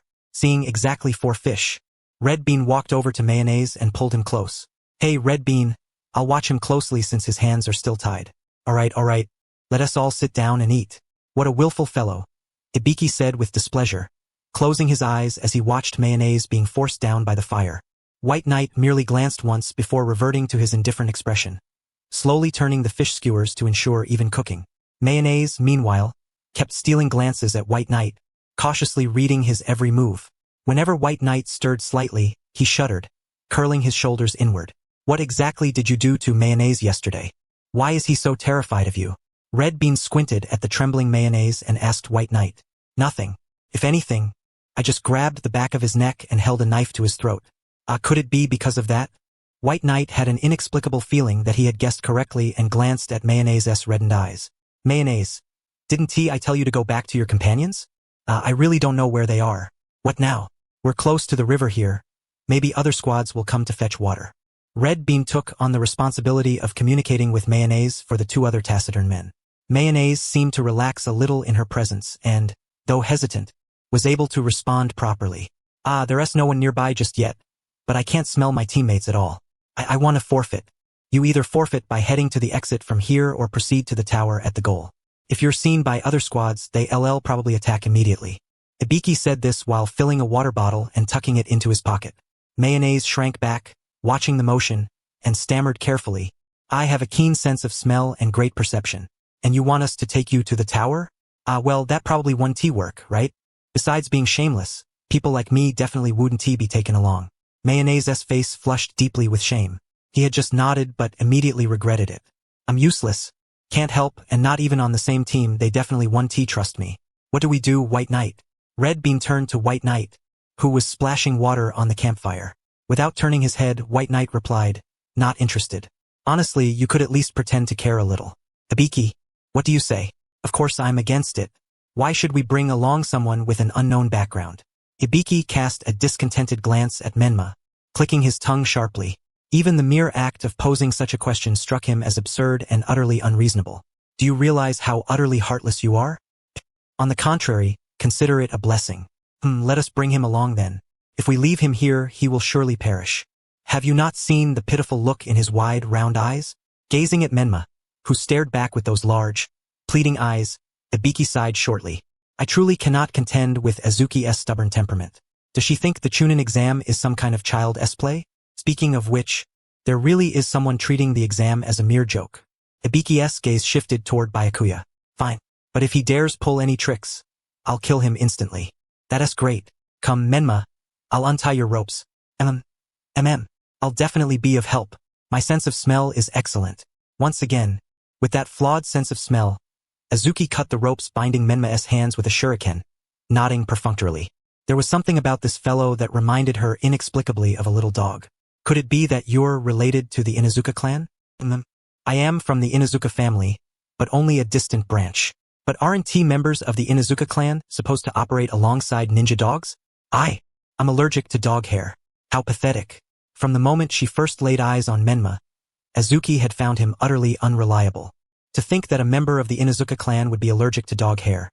This absurdity was too much, and she couldn't help but laugh, rolling on the ground. Cough, it's serious. Really? Ha. Stop laughing. I know I'm weird. Enough laughing, it's time to move. We must reach the tower quickly. Ibiki covered the corner of his mouth, which almost betrayed a smile, and forced a serious tone before turning around. Ugh, I knew I'd be mocked. I've been laughed at ever since this happened. Tears welled up once more in Menma's eyes, and hastily wiping them away, he quickened his pace to follow the others. Yet even so, he had no choice but to cling to them, moving together toward the tower. After all, from the moment he signed up for the exam, Menma knew he could achieve nothing alone. You all are truly amazing. So amazing. Menma murmured quietly, his eyes sparkling. During these 3 days with the group, one thing was clear to him. They were overwhelmingly powerful, especially Byakuya. His eyes gleamed as he stole glances at the hooded figure. By the way, what's his background, exactly? Menma whispered to Azuki, lowering his voice. He's incredibly strong. Usually indifferent, but the moment an enemy appears, he immediately moves to eliminate them. In just a few days, the 3 of them have acquired 6 scrolls. It's less strong and more terrifying. Indeed, my initial impression that he was a formidable character was accurate. Who knows? I'm not sure either. How can we team up without knowing the full story? It's complicated. Hard to explain. Azuki's vague reply left Menma tilting his head, recalling the scenes of Byakuya he had observed over the past 3 days. Complicated. Maybe that's exactly the case. After all, in 3 days, Menma had spoken perhaps 5 sentences to Byakuya. Most of the time, he was too frightened to respond properly. Yet he knew Byakuya was not a bad person. There's a scent. Someone coming? Menma suddenly twitched his nose toward the air. Hearing Ibiki's question, he nodded. But from the opposite direction came other scents, one group ahead, another behind. Byakuya, who had been silent until now, finally spoke. Watching Byakuya's perception surpass even his own, Menma sagged his shoulders in discouragement. I have to help somehow or they won't leave me behind. Truth be told, he had sensed the enemy's presence almost simultaneously with Byakuya. If this continued, would they abandon him? Menma observed the others' expressions cautiously and meekly. Enemies both ahead and behind? Ibiki's expression flickered with surprise as he halted. Should we let these two groups collide, or attack directly? Foreseeing the chaos that would ensue, Ibiki opted to hide first. The best choice now is to wait for them to fight, weaken each other, then leave separately. Everyone agreed with Ibiki's judgment and concealed themselves nearby. They already had enough scrolls. Engaging these people was unnecessary. With a clatter as expected, the two groups discovered each other and immediately clashed. We'll deal with them after they're done, Ibiki murmured, his eyes fixed on the combatants.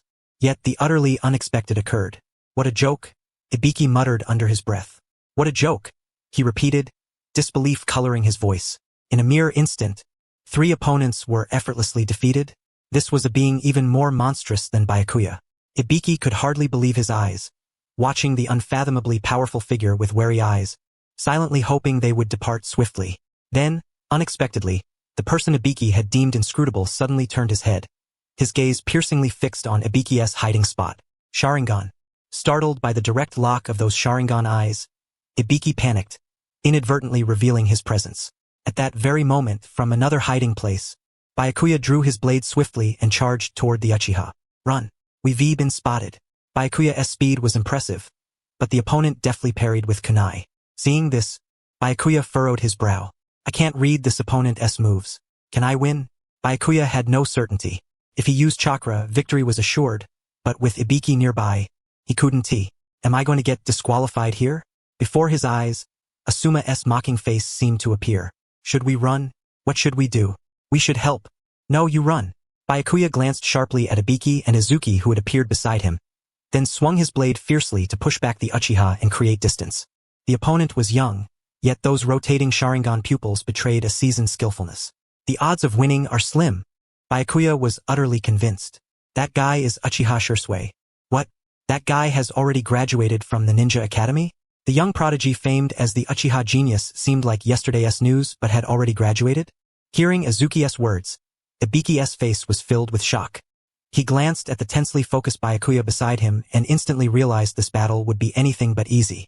This was the first time he had seen Byakuya so unsettled. You two go capture the remaining 2 as hostages. I'll keep this Uchiha occupied. Understood. The opponent was still too young. His Sharingan had only 2 tomo. Whether in terms of combat experience or proficiency in the use of the Sharingan, it was still far from sufficient.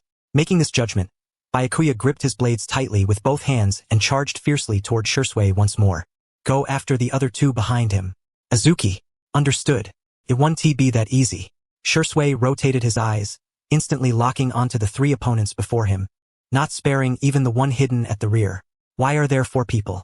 A flicker of doubt crossed Shursui's mind. But this was not the most pressing matter at hand. The most important thing was the person before him. Too strong.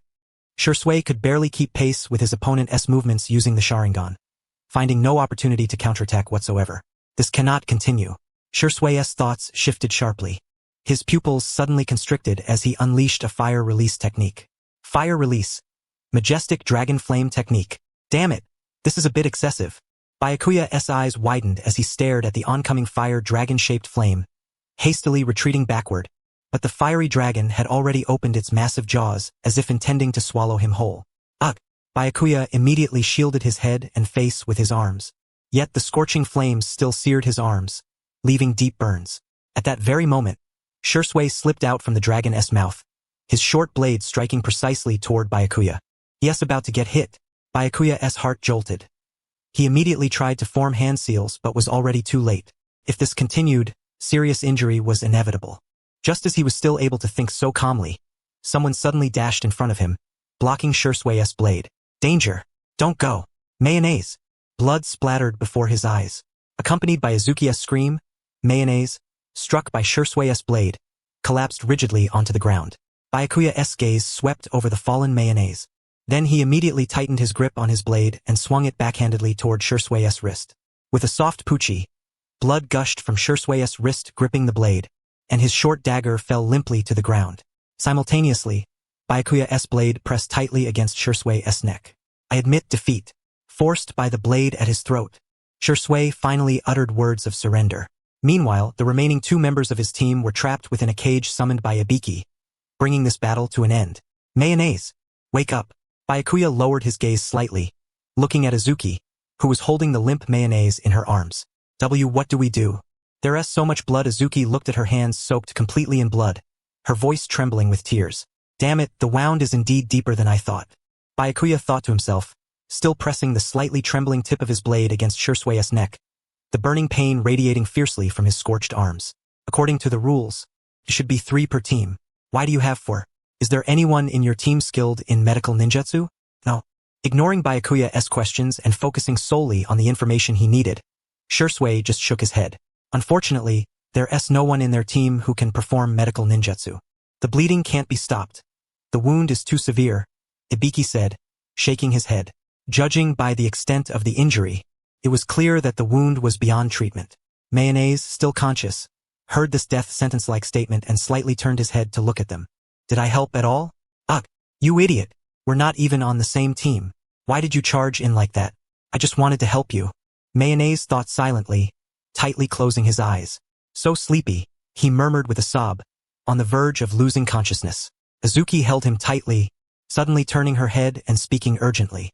We have to take him to the tower right away. There must be skilled medical ninjas there. Hearing Azuki's words, Byakuya clicked his tongue shortly, lowered the blade from Shusui's neck, and said, I'll go. I'm the fastest. Shusui watched Byakuya's action, eyes wide with astonishment. Don't go. Even if you do, it'll be too late. What are you talking about? How will we know if we don't try? Azuki shouted. Ibiki's thoughts were pragmatic. Mayonnaise had already lost too much blood, and his breathing was growing faint. From here to the tower of the endpoint, even running at full speed, it would take at least 2 days to arrive. No matter how fast Byakuya was, it was absolutely impossible to make it in time. Yet Azuki wiped her tears, holding Mayonnaise tightly, determined to try. Stay awake. If Byakuya goes to the tower, then only the 2 of us will be left to reach the endpoint. If we get attacked by other teams, then we could die. But sigh. Byakuya pressed his forehead tiredly, sheathing his blade, watching Azuki's incessant sobbing. Only 3 days together, and feelings have already formed? Save him. You must have a way, right? Byakuya, only you can. Azuki pleaded with hollow eyes. Azuki. Seeing her completely losing reason, Ibiki quickly spoke up to stop her. But Azuki didn't even glance at him, only persistently begging Byakuya. What a hassle. Byakuya looked at the 2 of them and let out a short sigh. Regardless, the fact that this guy charged forward to save him must be acknowledged, no matter how unwilling he was. Understood. Hey, what do you mean? Even if I go, it doesn't mean he will survive. Byakuya said, picking up Mayonnaise and slinging him onto his back. Drip, drip, the unstoppable blood soaked the ground continuously. Then, Byakuya slightly turned his head, looking back at Shusui. Since I've lost, I will hand over the scroll to you. But could you please release my comrades from that cage? Hand over the scroll first. Here. Shusui took out a pouch containing the scroll from his bosom and tossed it to Ibiki. Ibiki caught it, opened the pouch to verify, and nodded slightly. See you at the tower. They should be able to handle the rest themselves. Thinking thus, Byakuya, carrying Mayonnaise on his back, rushed out swiftly. Byakuya had planned to stop the bleeding by wrapping Mayonnaise with bandages, but the blood just wouldn't stop flowing out. He can't be saved. A sharp warning sounded in his mind. This was a truth Byakuya had grasped after witnessing countless deaths. There was a clear boundary between those who could be saved and those who could not. And Mayonnaise had obviously crossed that line. Why did it have to be Uchiha Shusui? Had I known someone from the Uchiha clan would participate in the Chunin exams, I would never have accepted the chakra restrictions. Byakuya sighed briefly and gazed toward the towering summit of the distant tower. If luck was on their side, making it there would be fortunate enough. But no matter how he thought about it, Mayonnaise would not last that long. Presence. Byakuya initially thought Mayonnaise had lost consciousness. But hearing him whisper in a nearly fading voice, Byakuya stopped in his tracks and scanned the entire forest. An aura he had never sensed before lay directly ahead. If even he couldn't detect it, then the vast majority certainly wouldn't either. At least, in the Chunin exams at the Jonin level, there was someone of this kind participating. Following Shursui Uchiha, the second formidable obstacle emerged. Since the adversary lay directly along the path to the tower's summit, continuing onward would inevitably lead to an encounter sooner or later. As Byakuya wavered, contemplating whether to take a detour, the hands supporting Mei's legs had already been thoroughly soaked by the warm blood. A direct confrontation, Byakuya murmured softly, whether to himself or to another, he could not say before quickening his pace. Upon reaching the source of that presence, he realized the other party had no intention of initiating combat. Despite sensing the approach of his aura, there was not the slightest movement. Who was this individual to remain so composed and unhurried? Byakuya turned around and discerned the face of this extraordinary person. Orochimaru, a familiar visage. Clad in the uniform of a jonin, Orochimaru was flawlessly concealing his chakra. Why was he here? The question barely formed in Byakuya's mind before his steps abruptly halted. The warmth emanating from behind him was gradually dissipating. Were it not for the faint, nearly extinguished heartbeat pressed against his own back, he might have believed Mei to be dead. Damn it! Byakuya cursed under his breath, leaping down to stand before Orochimaru, who remained hidden below. Unexpectedly, someone had perceived his presence and had taken the initiative to approach. Orochimaru, who had initially regarded the passing chakra as unworthy of attention, was about to turn away when he saw Byakuya appear before him. He extended his long, repulsive tongue and viciously licked his lips. His nauseating tongue unsettled Byakuya, yet he understood all too well that few options remained for him now. Are you here seeking the test subject, Mr. Orochimaru? A surge of murderous intent clenched Byakuya's heart instantly. It seemed his words had greatly displeased Orochimaru, whose dilated eyes curved like serpents, exuding a chilling ruthlessness. Interesting. Orochimaru's curiosity was piqued. Byakuya knew full well the gamble had commenced and there was no turning back. He gently laid Mei down on the ground behind him. I have no interest in your possessions. Neither your hobbies, your experiments, nor the principles you uphold hold any appeal for me. Then why have you come before me to utter such words? Orochimaru's eyes gleamed with fascination, and the murderous aura swirling around him seemed poised to tear Byakuya apart at any moment. Encased in this bone-chilling cold, Byakuya clenched his teeth and cast a swift glance at Mei lying on the ground. Besides you, no one else can save this child. Can they? Only then did Orochimaru shift his gaze from Byakuya to Mei. Observing the blood pooling on the ground, nearly dragging one into the abyss of death, Orochimaru raised a finger to stroke his chin thoughtfully and said, Why should I save this child? If you save him, I will turn a blind eye to your deeds. Laughable. I see no reason to trust you. The laughable one here is you. Byakuya's mind was clear. His current strength was no match for Orochimaru's. Should Orochimaru choose to strike, he could kill him at will. Yet, the fact that Orochimaru spoke in such a probing tone indicated not only interest but some other motive as well. For a being like Orochimaru to speak of trust here and now, it was absurd. And why should I grant you trust? You want to save this child, correct? Indeed, I can easily revive him. But equally, I could annihilate everyone here, including you. Then just kill us. Dare to do so. If you want to act, why waste breath on empty words? Afraid to kill, aren't you? Byakuya scoffed, finding the situation utterly ridiculous. From his pocket, he retrieved the kunai given to him by Minato Namikaze and casually tossed it at Orochimaru's feet. The fourth Hokage's kunai, engraved with the Flying Thunder God technique seal bestowed by the fourth Hokage. Orochimaru immediately recognized the kunai and fixed his gaze on it, sinking into deep contemplation. How could such a brat possess this relic? Having confirmed Orochimaru's recognition, Byakuya regained his composure and issued a near-threatening statement. You'd best save this child. You should consider yourself fortunate that I am aware of all your schemes yet choose to remain silent. It's truly aggravating.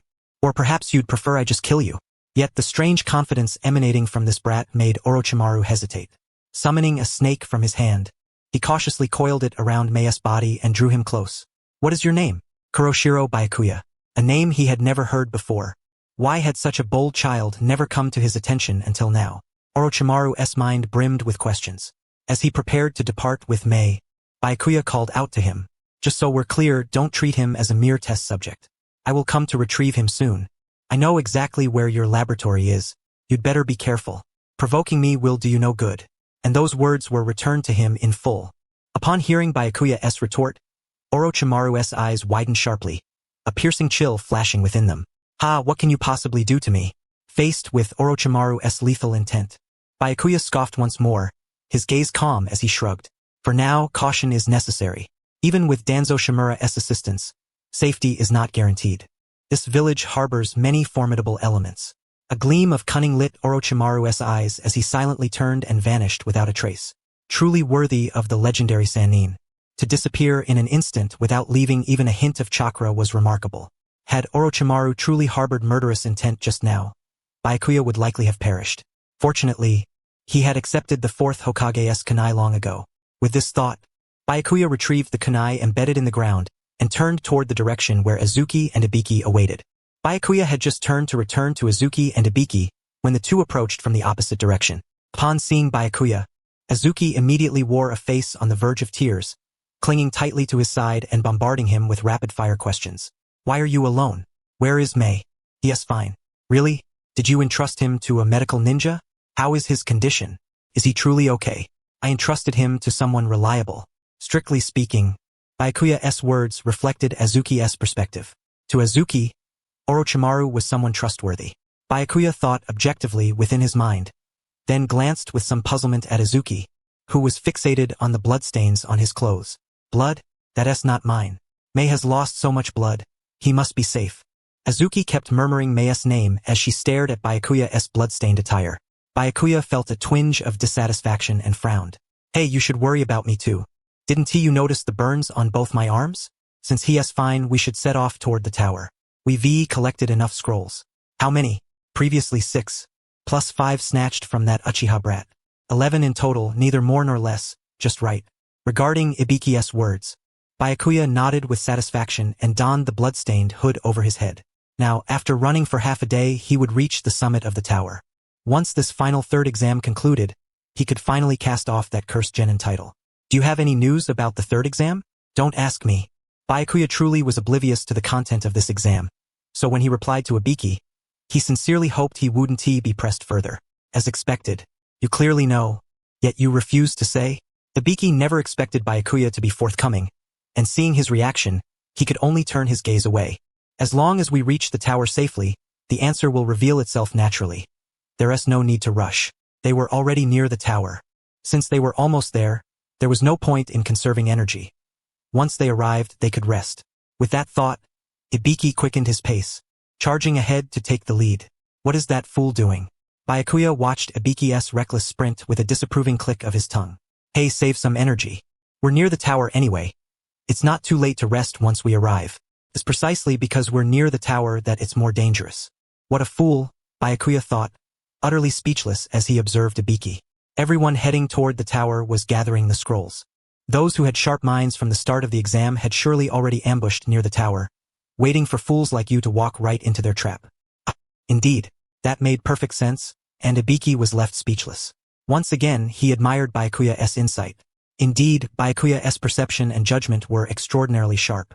To think he could foresee such a step, no wonder he became the captain of the Umbu. He had previously assumed Byakuya was merely powerful, but in another sense, he was a monster. Moreover, Ibiki seemed to understand why the Hokage had strictly forbidden him from using chakra. In the end, only 7 teams successfully passed the second exam. Minato's gaze swept over the children with regret, then settled on Byakuya. What exactly did you do, Byakuya? Seeing Byakuya drenched in blood, his entire body almost soaked through, Minato wore a troubled smile. Please tell me it wasn't a massacre. In his heart, Minato prayed it was not so. He stepped forward to face the gathered 7 teams, wearing a gentle smile as he spoke. All right, everyone, you've all worked hard. Judging by your appearances, you've endured considerable hardship along the way. But I must say this first. This is only the first step of your journey as shinobi. When you step onto the battlefield, you will come to understand what true hardship means. Such a tedious speech. Byakuya yawned with utter boredom. Ibiki nudged him with his elbow, urging him to pay attention, but Byakuya ignored the gesture, turning his gaze to the left. Nearby, Shursui, with his handsome face, listened intently to Minato's words. This kid, despite having only half a day left before the exam ended and having his scroll stolen, somehow managed to gather them again from elsewhere and stood so composed in the second exam clearing. It was enough to make one's stomach ache from frustration. TSK. Genius is really something else. By now, everyone must have noticed. 7 days have passed since the written test directly into the second survival exam. The reason we summoned those who passed the second exam here immediately is to commence the third exam elimination round without delay. What? Starting right now? The crowd was stunned, murmuring in disbelief after hearing the fourth Hokage Minato Namikaze's announcement. After all, less than an hour had passed since the conclusion of the second survival exam. That's correct. I understand some of you were injured in the second exam. Some severely depleted your chakra, and some have not even had time to rest and recover. You may feel this is unfair, but this too is a test of your shinobi abilities. You must understand that, on the battlefield, no matter what happens, stamina management is paramount.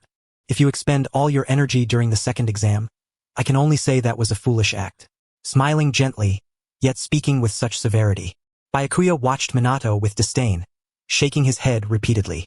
The matchups will be decided by drawing lots. No one will know their opponent in advance. Also, there is no need to worry about death. All Jonin present will closely monitor your movements and injuries and will intervene immediately if the match exceeds safe limits. No wonder they called so many people here. Byakuya glanced around, his expression darkening at the sight of several familiar faces. Why are these guys wearing Jonin uniforms, looking so nonchalant as spectators? Even if the squad captain isn't present, the Umbu must have duties to perform, right? Watching Ryufi over there shouting go, "Squad captain!" With a grin, Byakuya clicked his tongue in irritation and turned his head away. Look over there. Lord Orochimaru is watching us. Lord Orochimaru. Opposite them, Orochimaru stood as well. Sensing that inexplicable gaze cast toward their side, Azuki waved excitedly at Orochimaru. Orochimaru responded with a harmless smile and a slight raise of his hand. All right, everyone, come forward one by one to draw lots. After the draw, we will shuffle the match order randomly and begin immediately. The third Hokage was present, and the police force had also arrived. The audience was far larger than expected. This is troublesome. They couldn't afford to be too conspicuous here. Best to just deal with 2 or 3 opponents casually, demonstrate a bit of strength, and then forfeit. With that thought, Byakuya prayed to draw an easy opponent and stepped to the drawing box, pulling out a slip of paper. All right, give me the slip you drew. A Jonin holding the drawing box extended his hand toward Byakuya. Byakuya stared fixedly at the paper he had just unfolded, shaking his head with disgust. I don't want to. What? Just give it to me quickly. Damn it, I really don't want to fight the person on this slip. Byakuya watched as the slip was gently taken from his hand, covering his face with one hand. Uchiha Shursui, step forward. You two are opponents. Uchiha Shursui emerged, spotless and without a single injury. Truly a monster. And I have to fight such a monster again without being able to use chakra? Byakuya looked toward Minato with a wronged expression, silently conveying, are you really going to keep forbidding me from using chakra? Must I remain restricted? But Minato was completely oblivious, engrossed in conversation with Uchiha Fugaku, the Uchiha clan leader, standing beside him. Watching this, Byakuya's face contorted in despair alone. Though he felt sorry for the boy, he had clearly chosen the wrong opponent. What do you mean by that? Minato turned toward Fugaku, who stood nearby with crossed arms, and tilted his head in confusion. Uchiha Shursui is the most outstanding child of our clan, a genuine prodigy. Though young, his strength already surpasses Jonin. Well, that's quite a coincidence. Byakuya is also a prodigy. Minato responded calmly, as if to counter Fugaku's statement. Hearing Minato's words, Fugaku shook his head, feeling that Minato was utterly unaware of the true situation. No, that child can no longer be described as a prodigy. He is a monster. How coincidental that Byakugan is also a monster. A true monster. Look at him, drenched in blood. There surely isn't a drop of his own within it. Minato was so certain, shaking his head with a look of helplessness. Yet Fugaku's thoughts were entirely different. Unlike the unscathed, pristine Shursui, the child called Byakugan was soaked in blood, both arms wrapped in bandages, clearly having endured a fierce battle and sustained injuries. To be so severely wounded during the Chunin exams, this child simply could not possibly defeat an unblemished Shursui. Although younger, Shursui already possessed strength far beyond his years. Both of you, cease your quarrel, came the voice of the third Hokage. The third, approaching with a leisurely gait like a kindly neighbor taking a stroll, chuckled softly as he stood beside Minato and Fugaku. You'll find out soon enough. No need to be so anxious. After all, they are already opponents in this match, aren't they? You speak truly. It is bound to be a very interesting contest. Indeed, it will certainly be a remarkably thrilling match. Listening to the exchange between the third and fourth Hokages, Fugaku slowly closed his eyes. Will it truly be a thrilling match? As long as it isn't a one-sided massacre, that alone would be a blessing. The match order was decided by random draw, yet the result was terribly unfortunate. They were slated for the first battle. Damn it. Byakugan wore an expression as if to say, are we really going to fight like this? As he glanced at Shursui, he had yet to receive permission from the fourth Hokage and therefore could not use chakra. Never expecting that the other side would actually want to engage him, Uchiha, in combat like this. This cold-blooded fellow was even more malevolent than the third, who once locked him in a chamber devoid of a single drop of water and forced him to flood the entire room with water style. Fourth Hokage, I will never forget. I once thought you were a good man, but now I take it all back. Byakugan's mind raced swiftly. Purely in terms of physique, he had the advantage. His weapon was longer. As for combat experience, his opponent was far behind. The application of the Sharingan? Having only fought once, it was impossible to judge. At least Shursui's ninjutsu was rated A-class in difficulty, yet narrow in scope and short in duration. With only that one encounter as reference, Byakugan rapidly assessed Uchiha Shursui. From this moment forward, this was no longer an exam. It was a fight to the death. To speak frankly, he was already prepared to go all out to kill his opponent. As soon as he revealed his intent to kill and launched a fierce assault on Shursui, the surrounding Jonin would surely intervene to stop him, stepping in front. In that way, the match would conclude more swiftly. You'd better pray. What did you say? Glaring back at the questioning Shursui, Byakugan slowly drew the blade sheathed on his back. You'd better pray they are faster than I am. From this moment on, I will give my all to kill you. The unspoken subtext hung heavily in the air as Byakugan met Shursui's bewildered gaze and slowly closed his eyes. Now, the first match was officially underway. Everyone, let the match begin. The referee's hand slammed down on the ground, and at that instant, Byakugan's eyes snapped open, radiating a terrifying aura as he lunged directly at Shursui with his long blade. Ugh, my wrist strength is indeed at a disadvantage. Shursui barely deflected Byakugan's slash with a kunai, hastily activating his Sharingan as he retreated. Clang! The blade swung after him from behind, causing Shursui to flinch in alarm. He hurriedly parried the long sword with his kunai, retreating step by step while exhaling a tense breath. This child's speed is quite remarkable. You seemed startled just now, didn't you? Just a little surprised, that's all. Fugaku, watching Shursui retreat first, could not hide his astonishment but feigned calm as he spoke. When Minato smiled and asked if he had been startled, Fugaku could no longer maintain the pretense and vaguely replied that he was merely admiring before returning his gaze to the arena. Byakugan leapt into the air and swung his long blade at Shursui, who could only dodge and struggle to block. Even with the Sharingan activated, he couldn't keep up. Too fast.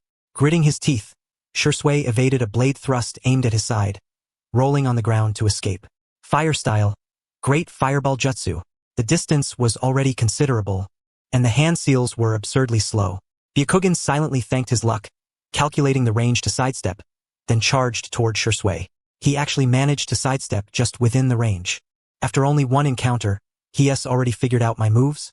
Could it be that everything has been seen through? Shursui gritted his teeth and hurled a shuriken at the charging Byakugan.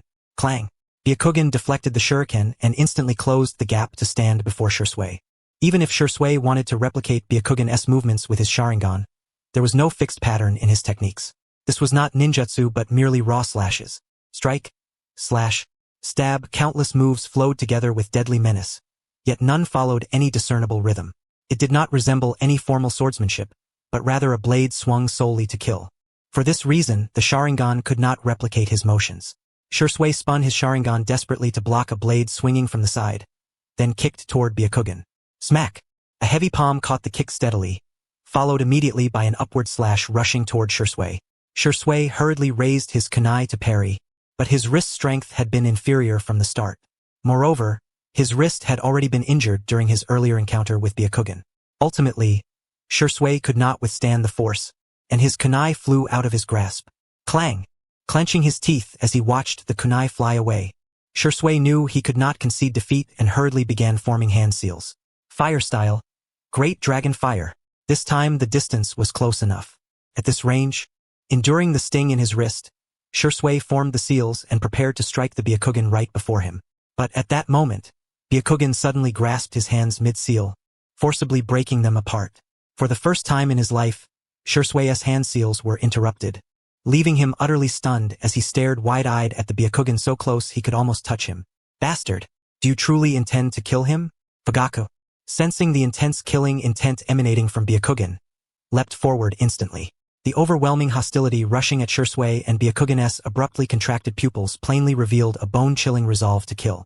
Byakugan gripped Shusui's hands tightly, the long blade aimed at his neck, eyes void of hesitation, filled only with pure ruthlessness intent on ending his life. Stop, Byakugan. Fugaku stepped before Shusui as if to shield him. At the same time, Minato appeared beside Byakugan in an instant, gripping his wrist that held the blade. Behind Byakugan, Ryuhei, clad in Jonin attire, placed a hand on his shoulder, while other Umbu members nearby wore grim expressions, encircling Byakugan tightly.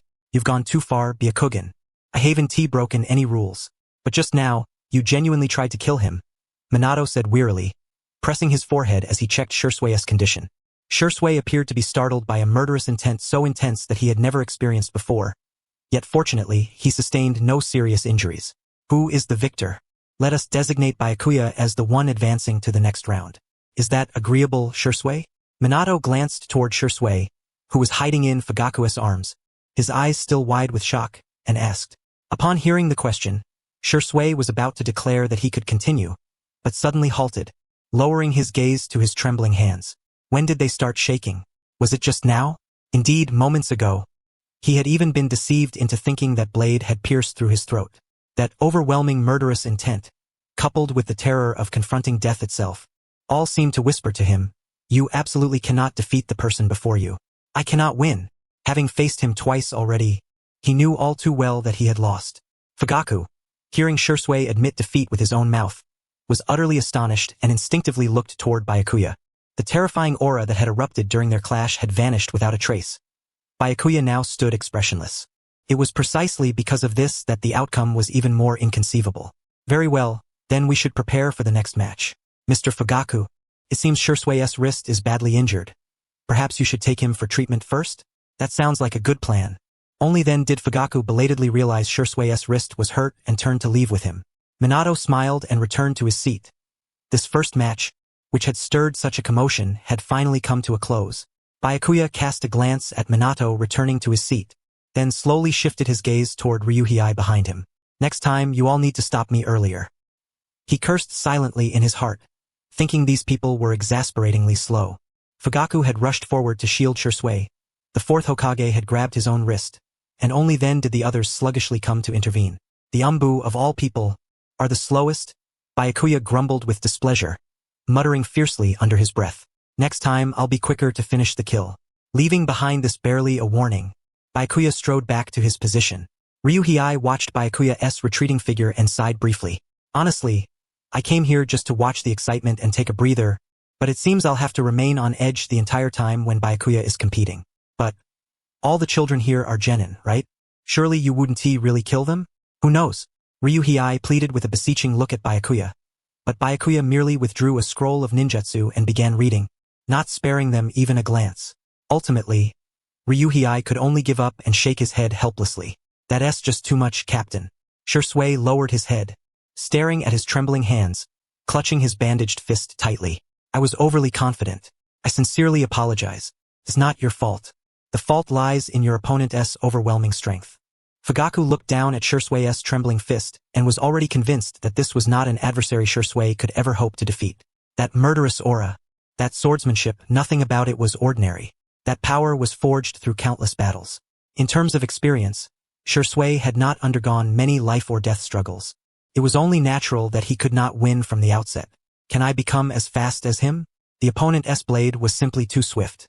If it weren't for my Sharingan, I would have been cut long ago. I wouldn't be in the infirmary but in emergency care instead. As long as you train without slackening, you can become faster than him. Thank you, clan head. But I still feel uncertain.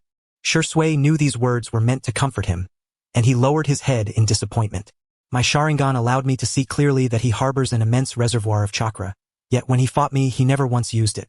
He was holding back from the start because he could defeat me without using any chakra. Fugaku had certainly noticed this as well. That boy, clearly possessing a vast amount of chakra, could have unleashed ninjutsu, yet he defeated Shursui using only taijutsu. But you possess something he absolutely does not, the Sharingan, unique to the Uchiha clan. If you refine it diligently, you will eventually reach that level. Hold your head high and never slack in your training.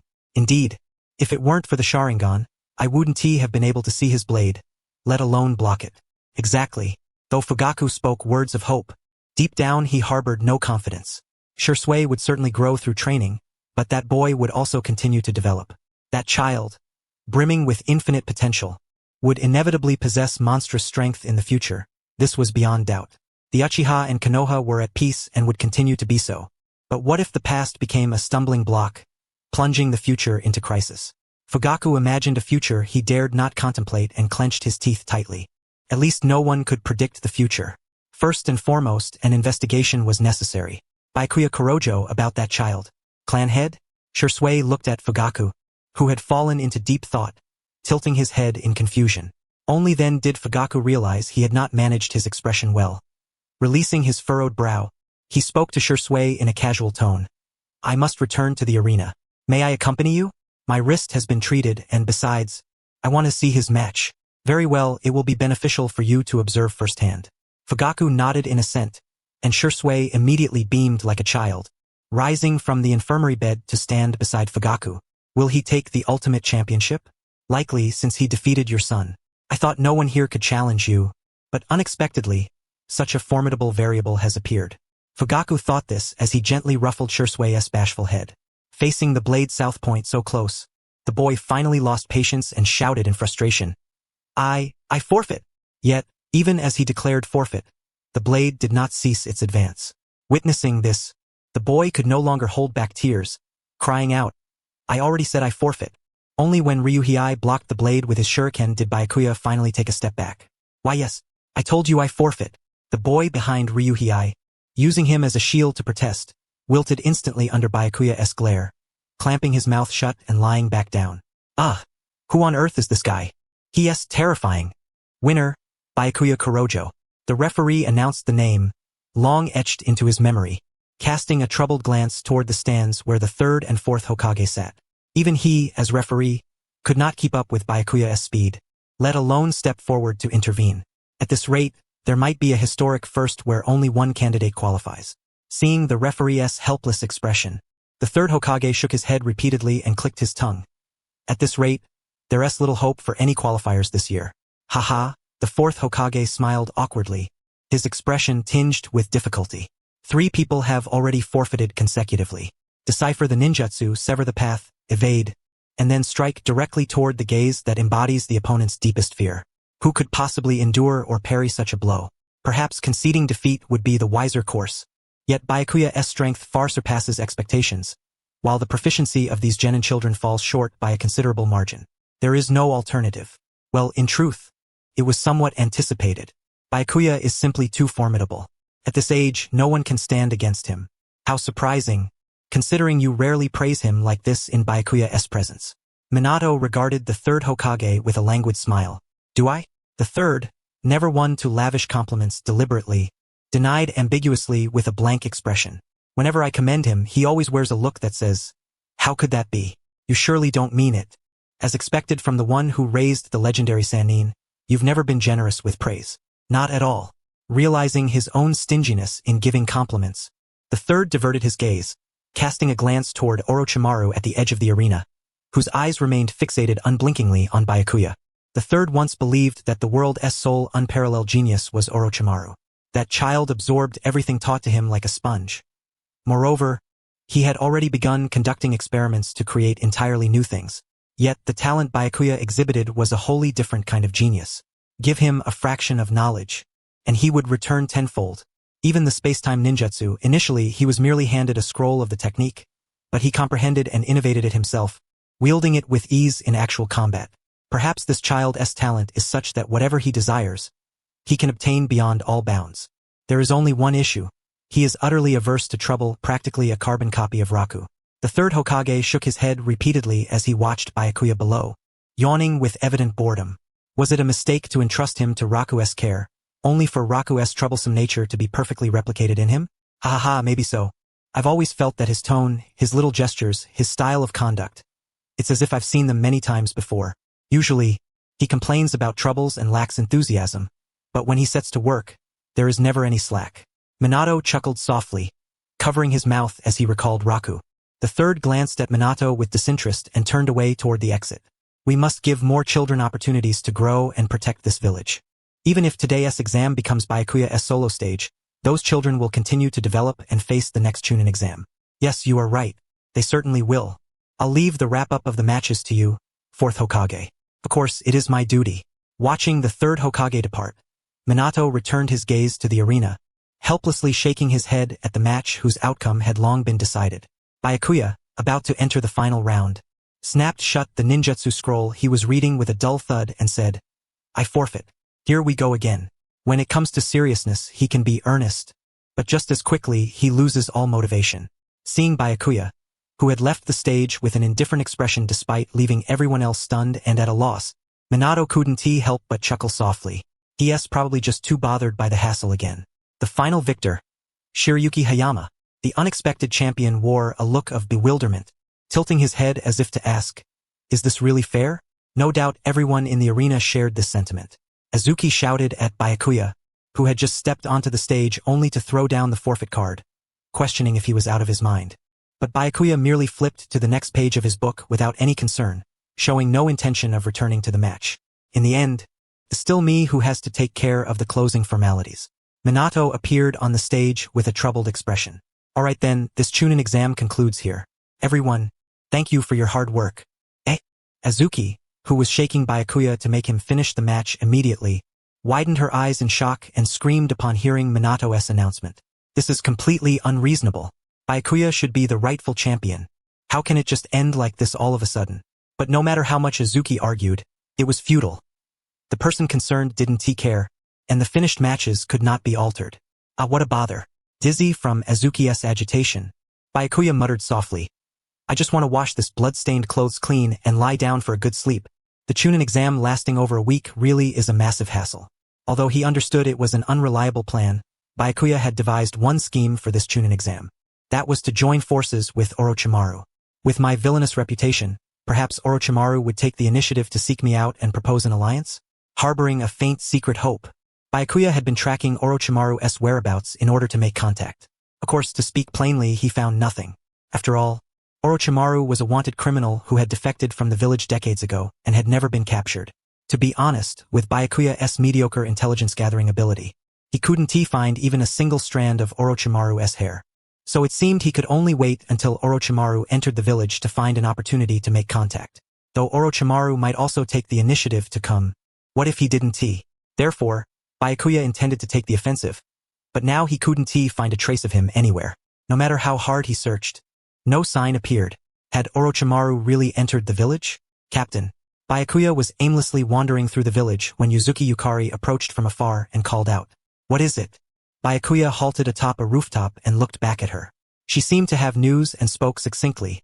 No suspicious activity has been detected inside the village so far. However, the ANBU stationed outside reported traces near the village's outer wall that suggest someone has attempted summoning techniques. It appears preparations for an assault on the village are underway. In other words, someone must have already infiltrated the village. Then why can't we find them? Do not report this to the Hokage just yet. Understood. No need to concern ourselves with matters outside the village. If they were truly plotting something, they would have already blended in long ago, considering it's only now that such traces have been discovered. I sincerely hope we can locate Orochimaru's trail soon. Byakuya turned gently and resumed walking. Orochimaru is surely hiding somewhere within the village. Scheming.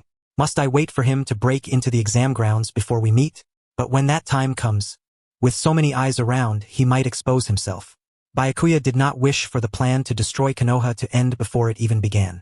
In the end, he could only exhaust himself, running tirelessly in search of the elusive Orochimaru, patrolling the entire village alone every night. Yuzuki Yukari watched Byakuya's retreating figure, a bitter smile touching her lips. She had not seen the captain's presence for days, only recently learning that he had been patrolling back and forth throughout the village. He never made a show of it, quietly fulfilling his duties. That demeanor inspired genuine admiration in her heart. Yukari also knew that although the captain feigned indifference, he bore many burdens alone in secret. If the captain is working so hard, How can we afford to stand idly by? She thought to herself that tonight would be equally demanding, and thus she quickened her pace to fulfill her duties. Orochimaru, cloaked in another's guise, seemed somewhat uncomfortable, raising a hand to pinch the flesh on his face. Suddenly, sensing movement behind him, he turned his gaze slightly. How far along is the preparation? The village's defenses were exceptionally stringent. The summoning jutsu on the village's outer walls had long been primed, yet the intruders persistently failed to penetrate the inner sanctum. Yakushi Kabuto, who came to report, clearly understood the root of the problem, his face betraying a troubled expression. Is it really that fellow? Black City Byakuya. Yes, precisely. As expected, it's that bothersome individual who has been a thorn in our side since long ago. The man known as the Konoha prodigy, who always acted in a uniquely unorthodox manner. Orochimaru recalled past events, notably that unforgettable Chunin exam. He always felt that it was from that moment on that this man began to vex him. The third and fourth Hokage taught him well, didn't they? Intriguing. What shall we do next? To be honest, he's likely already sensed something amiss. He patrols the entire village alone late at night, and the other Umbu guards are equally vigilant. Moreover, he has been relentlessly investigating Lord Orochimaru's whereabouts. Proceed with the original plan, but a peculiar gleam flickered in Orochimaru's serpentine eyes. That gaze, as if locking onto prey, brimmed with unabashed interest. I shall deal with the third Hokage and Black City Byakuya. Do you intend to use that unfinished jutsu? Understood. Then I shall proceed as planned. Absolutely avoid approaching Black City Byakuya. That fellow will devour anything entering his domain. Understood. Is he truly that formidable? Kabuto adjusted his glasses with one hand, lowered his head, and turned to leave. The name Black City Byakuya was one Kabuto had heard for the first time from Lord Orochimaru himself. Information about this man, his dossier, intelligence, combat prowess was unattainable by any means. What kind of ninjutsu did he employ? What secret techniques was he skilled in? What chakra nature did he possess? Kabuto couldn't uncover a single detail. Despite his long-standing role within the Umbu, it was exceedingly rare for a ninja's information to remain so tightly sealed. Perhaps he was the legendary Invisible Sword, a most renowned figure within Konoha's assassination tactics special forces. It was said he always wore a mask concealing his features, bore an ordinary physique, and had no discernible traits. Unless one faced him head-on, his presence was imperceptible. Black City Byakuya was a disciple of the fourth Hokage, known as the Yellow Flash, and might have even inherited spacetime ninjutsu. Yet, even so, intelligence regarding the Invisible Sword remained scant. The only scraps available were rumors concerning his combat capabilities. Kabuto retrieved a ninja registration card from his pocket and inscribed the name Black City Byakuya upon it using chakra. Aside from the name, all other information fields were blank. Still, Kabuto reasoned that infiltrating the village's Umbu might yield the intelligence he sought. He stared at the empty card for a moment before tucking it back into his pocket, hastening toward the direction of Konoha village. Meticulous pre-planning was natural for the thoughtful Kabuto before commencing any operation. Despite the stern warning never to approach Black City Byakuya, Kabuto intended to first disguise himself as an Umbu to infiltrate the village, uncover the defense system, and extract core intelligence. After all, everyone wore masks. He was confident his true identity would remain undiscovered. Hey, are you bringing one too? Amid the crowd of Umbu, Kabuto looked toward the man who had spoken to him. Since those around did not use Umbu code names but simply called him Teo, Kabuto surmised that was his name. Of course, from those two words, Kabuto instantly realized this was standard Umbu banter and promptly responded to Teo. Seemingly pleased with the reply, Teo smiled and handed Kabuto a photograph. I made sure to develop a few extra copies. Looking at the photo presented before him, Black City Byakuya's image, Kabuto's face registered astonishment. What on earth was going on? Before he could fully process this, everyone around hastily pocketed their photographs and moved forward briskly. Still dazed, Kabuto quickly stuffed the photo into his pocket and followed the group. The captain's mood hasn't been good lately. Keep reports from each sector brief. Teo, addressing the gathered comrades, issued this reminder. Kabuto's expression tightened, vaguely guessing their destination was precisely where the Umbu commander, Black City Byakuya, resided. He had not expected to see the man so soon and involuntarily tensed, overwhelmed by an uncontrollable surge of nervousness. Captain, report. This was Kabuto's first time beholding Byakuya with his own eyes. His gaze was fixed unwaveringly on the figure with his back turned. Apparently accustomed to such terse commands, Teo stepped forward to report first. The minor disturbances caused by the outsider ninja in various locations have been handled by the sensory unit. Reports followed one after another, yet Byakuya's eyes remained firmly locked on the bustling village below. His mask was lifted atop his head, allowing Kabuto a close look at his face, a visage utterly devoid of emotional fluctuation, prompting Kabuto to exhale a tense breath unconsciously. No abnormalities. Same as above. Same as above. Same as above. Blending in with the Umbu, Kabuto offered the briefest report as Teo had advised, echoing the words of the others. Byakuya said nothing further. Silence fell over the surroundings.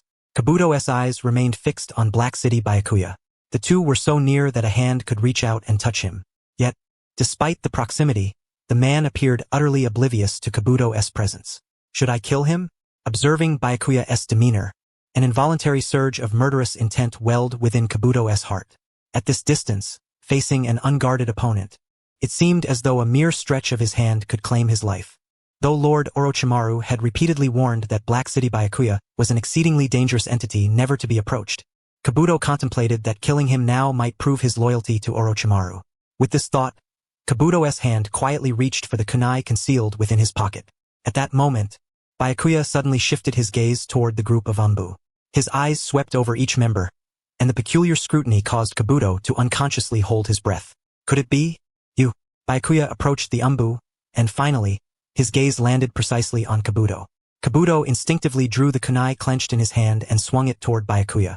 Yet Byakuya seemed to have anticipated this, gripping Kabuto's wrist with a cold, sharp gaze fixed upon him, while his other hand reached directly toward Kabuto. Absolutely do not approach Black City Byakuya. That fellow will consume anything that enters his range. I am about to be consumed. Seeing the hand stretching out toward him, Kabuto abruptly leapt backward with a large stride. Though this was an utterly compromising situation, Byakuya stood before him as if it were natural, pinpointing Kabuto with unerring accuracy. Kabuto was utterly bewildered, unable to comprehend the events unfolding before his eyes, staring wide-eyed and stunned at Byakuya. Did Orochimaru send you? You even noticed this? No wonder he suddenly began gathering intelligence on Lord Orochimaru earlier, so that's how it is. Could it be that he has known everything from the very beginning? Kabuto clenched his teeth, forcing himself to remain composed as he lowered the hand gripping his kunai. As expected, you are just as formidable as the rumors suggest. Kabuto desperately feigned calmness, yet his tense hand trembled ever so slightly. He cast a sidelong glance at the surrounding Umbu who had closed in, then looked toward Byakuya, who stood there without even drawing his weapon. Now I finally understand why that lord warned me to be wary of you. Where is he? I have matters to discuss with him. There is no need for you to wait deliberately. You will see him soon enough. Since the plan has already been exposed, we must hasten our actions. Kabuto swiftly scanned his surroundings, quickly formed hand seals, and immediately withdrew. He had long prepared an escape method just in case. I must hurry and inform Lord Orochimaru that he is far more dangerous than we imagined. Kabuto sprinted toward Orochimaru's south hiding place, glancing down at his palm, damp with sweat. To think that merely confronting someone who hadn't even drawn his weapon would make me so nervous? At this moment, Kabuto truly understood why Orochimaru repeatedly instructed him to be cautious of this man.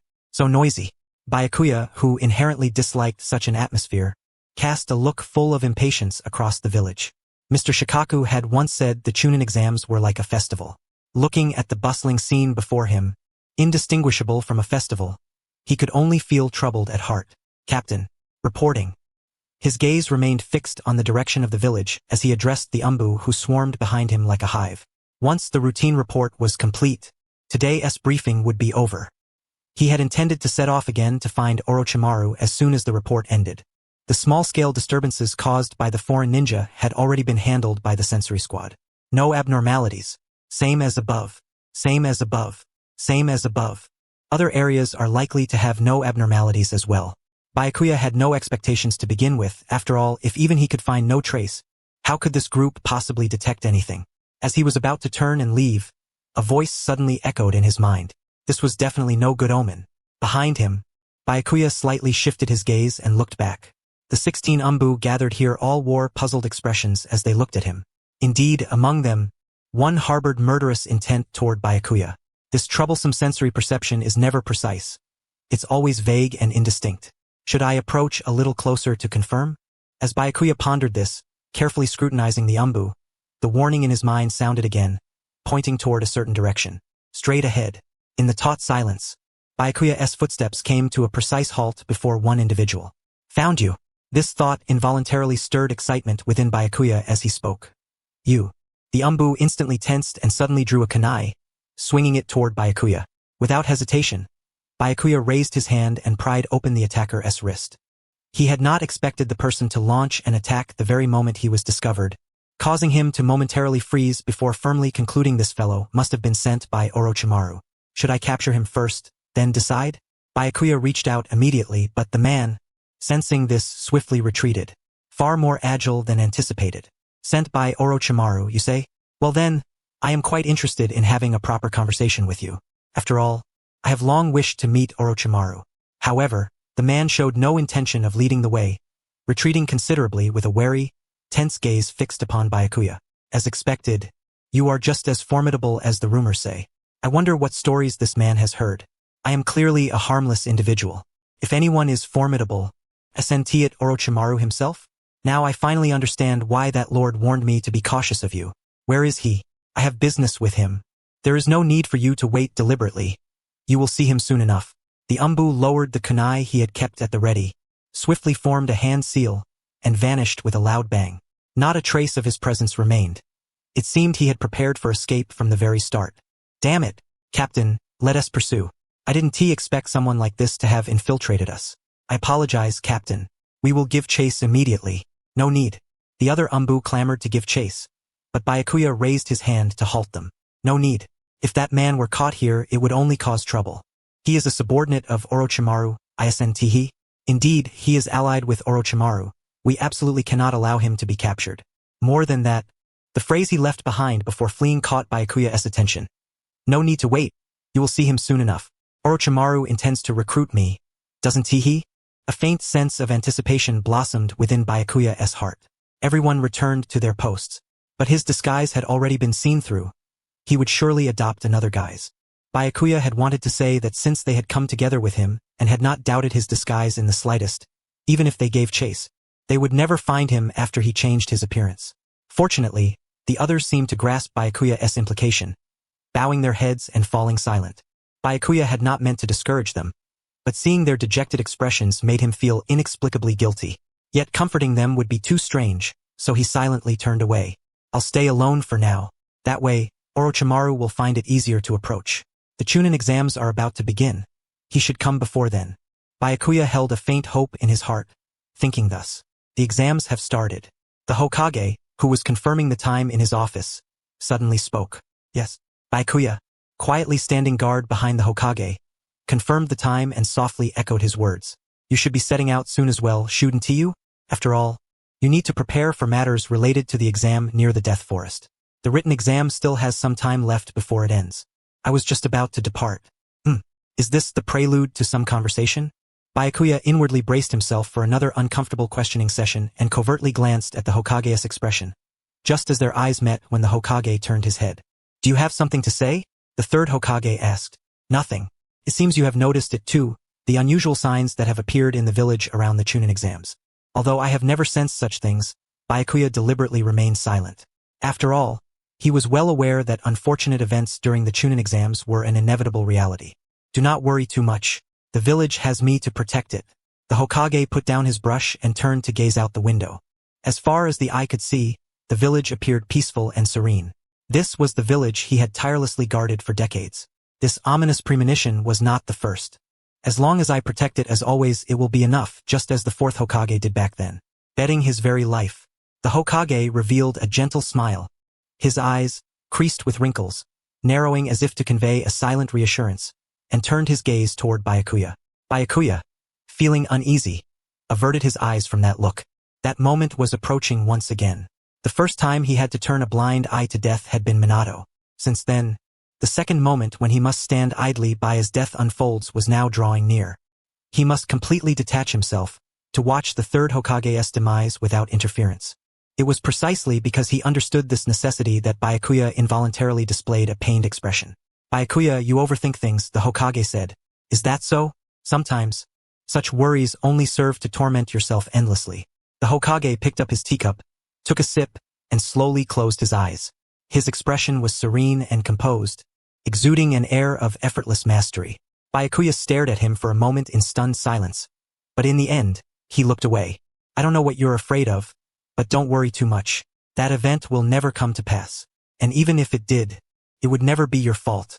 Those words, as if piercing straight through Byakuya's heart, made him startle and suddenly look at the Hokage. That old man always managed to astonish him with ease. Byakuya could not help but wonder if the Hokage had long since seen through everything, merely pretending ignorance all along.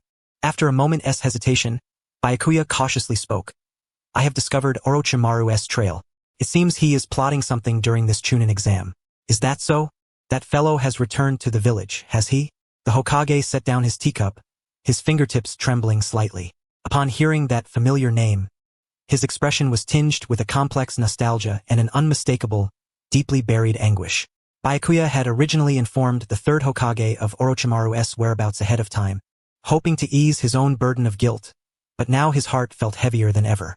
The days to atone for years of mistakes are not far off. Mistakes? Hearing that word, Byakuya frowned. Orochimaru's matter was in no way the third Hokage's fault. Yet the third always believed that it was his flawed guidance that had turned Orochimaru into what he had become. That fellow was abnormal from the very beginning. Wasn't he? Byakuya, if anything happens to me, I entrust the village to you. How can you say such things? Byakuya met the Hokage's eyes uneasily. Having already borne too many responsibilities, he now feared the prospect of new ones. His pupils quivered slightly as he clenched his teeth tightly. Please don't say that.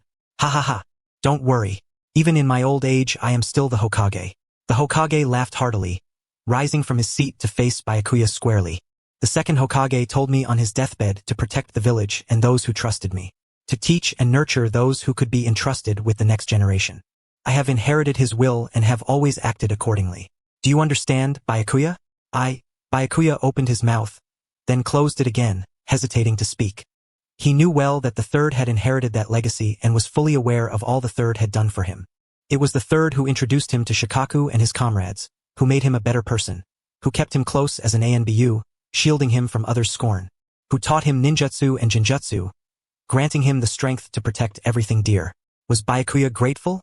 Naturally, he was. Byakuya knew better than anyone how much the third Hokage had sacrificed for him. To protect the village. To protect those I have fought with all my might to safeguard I will.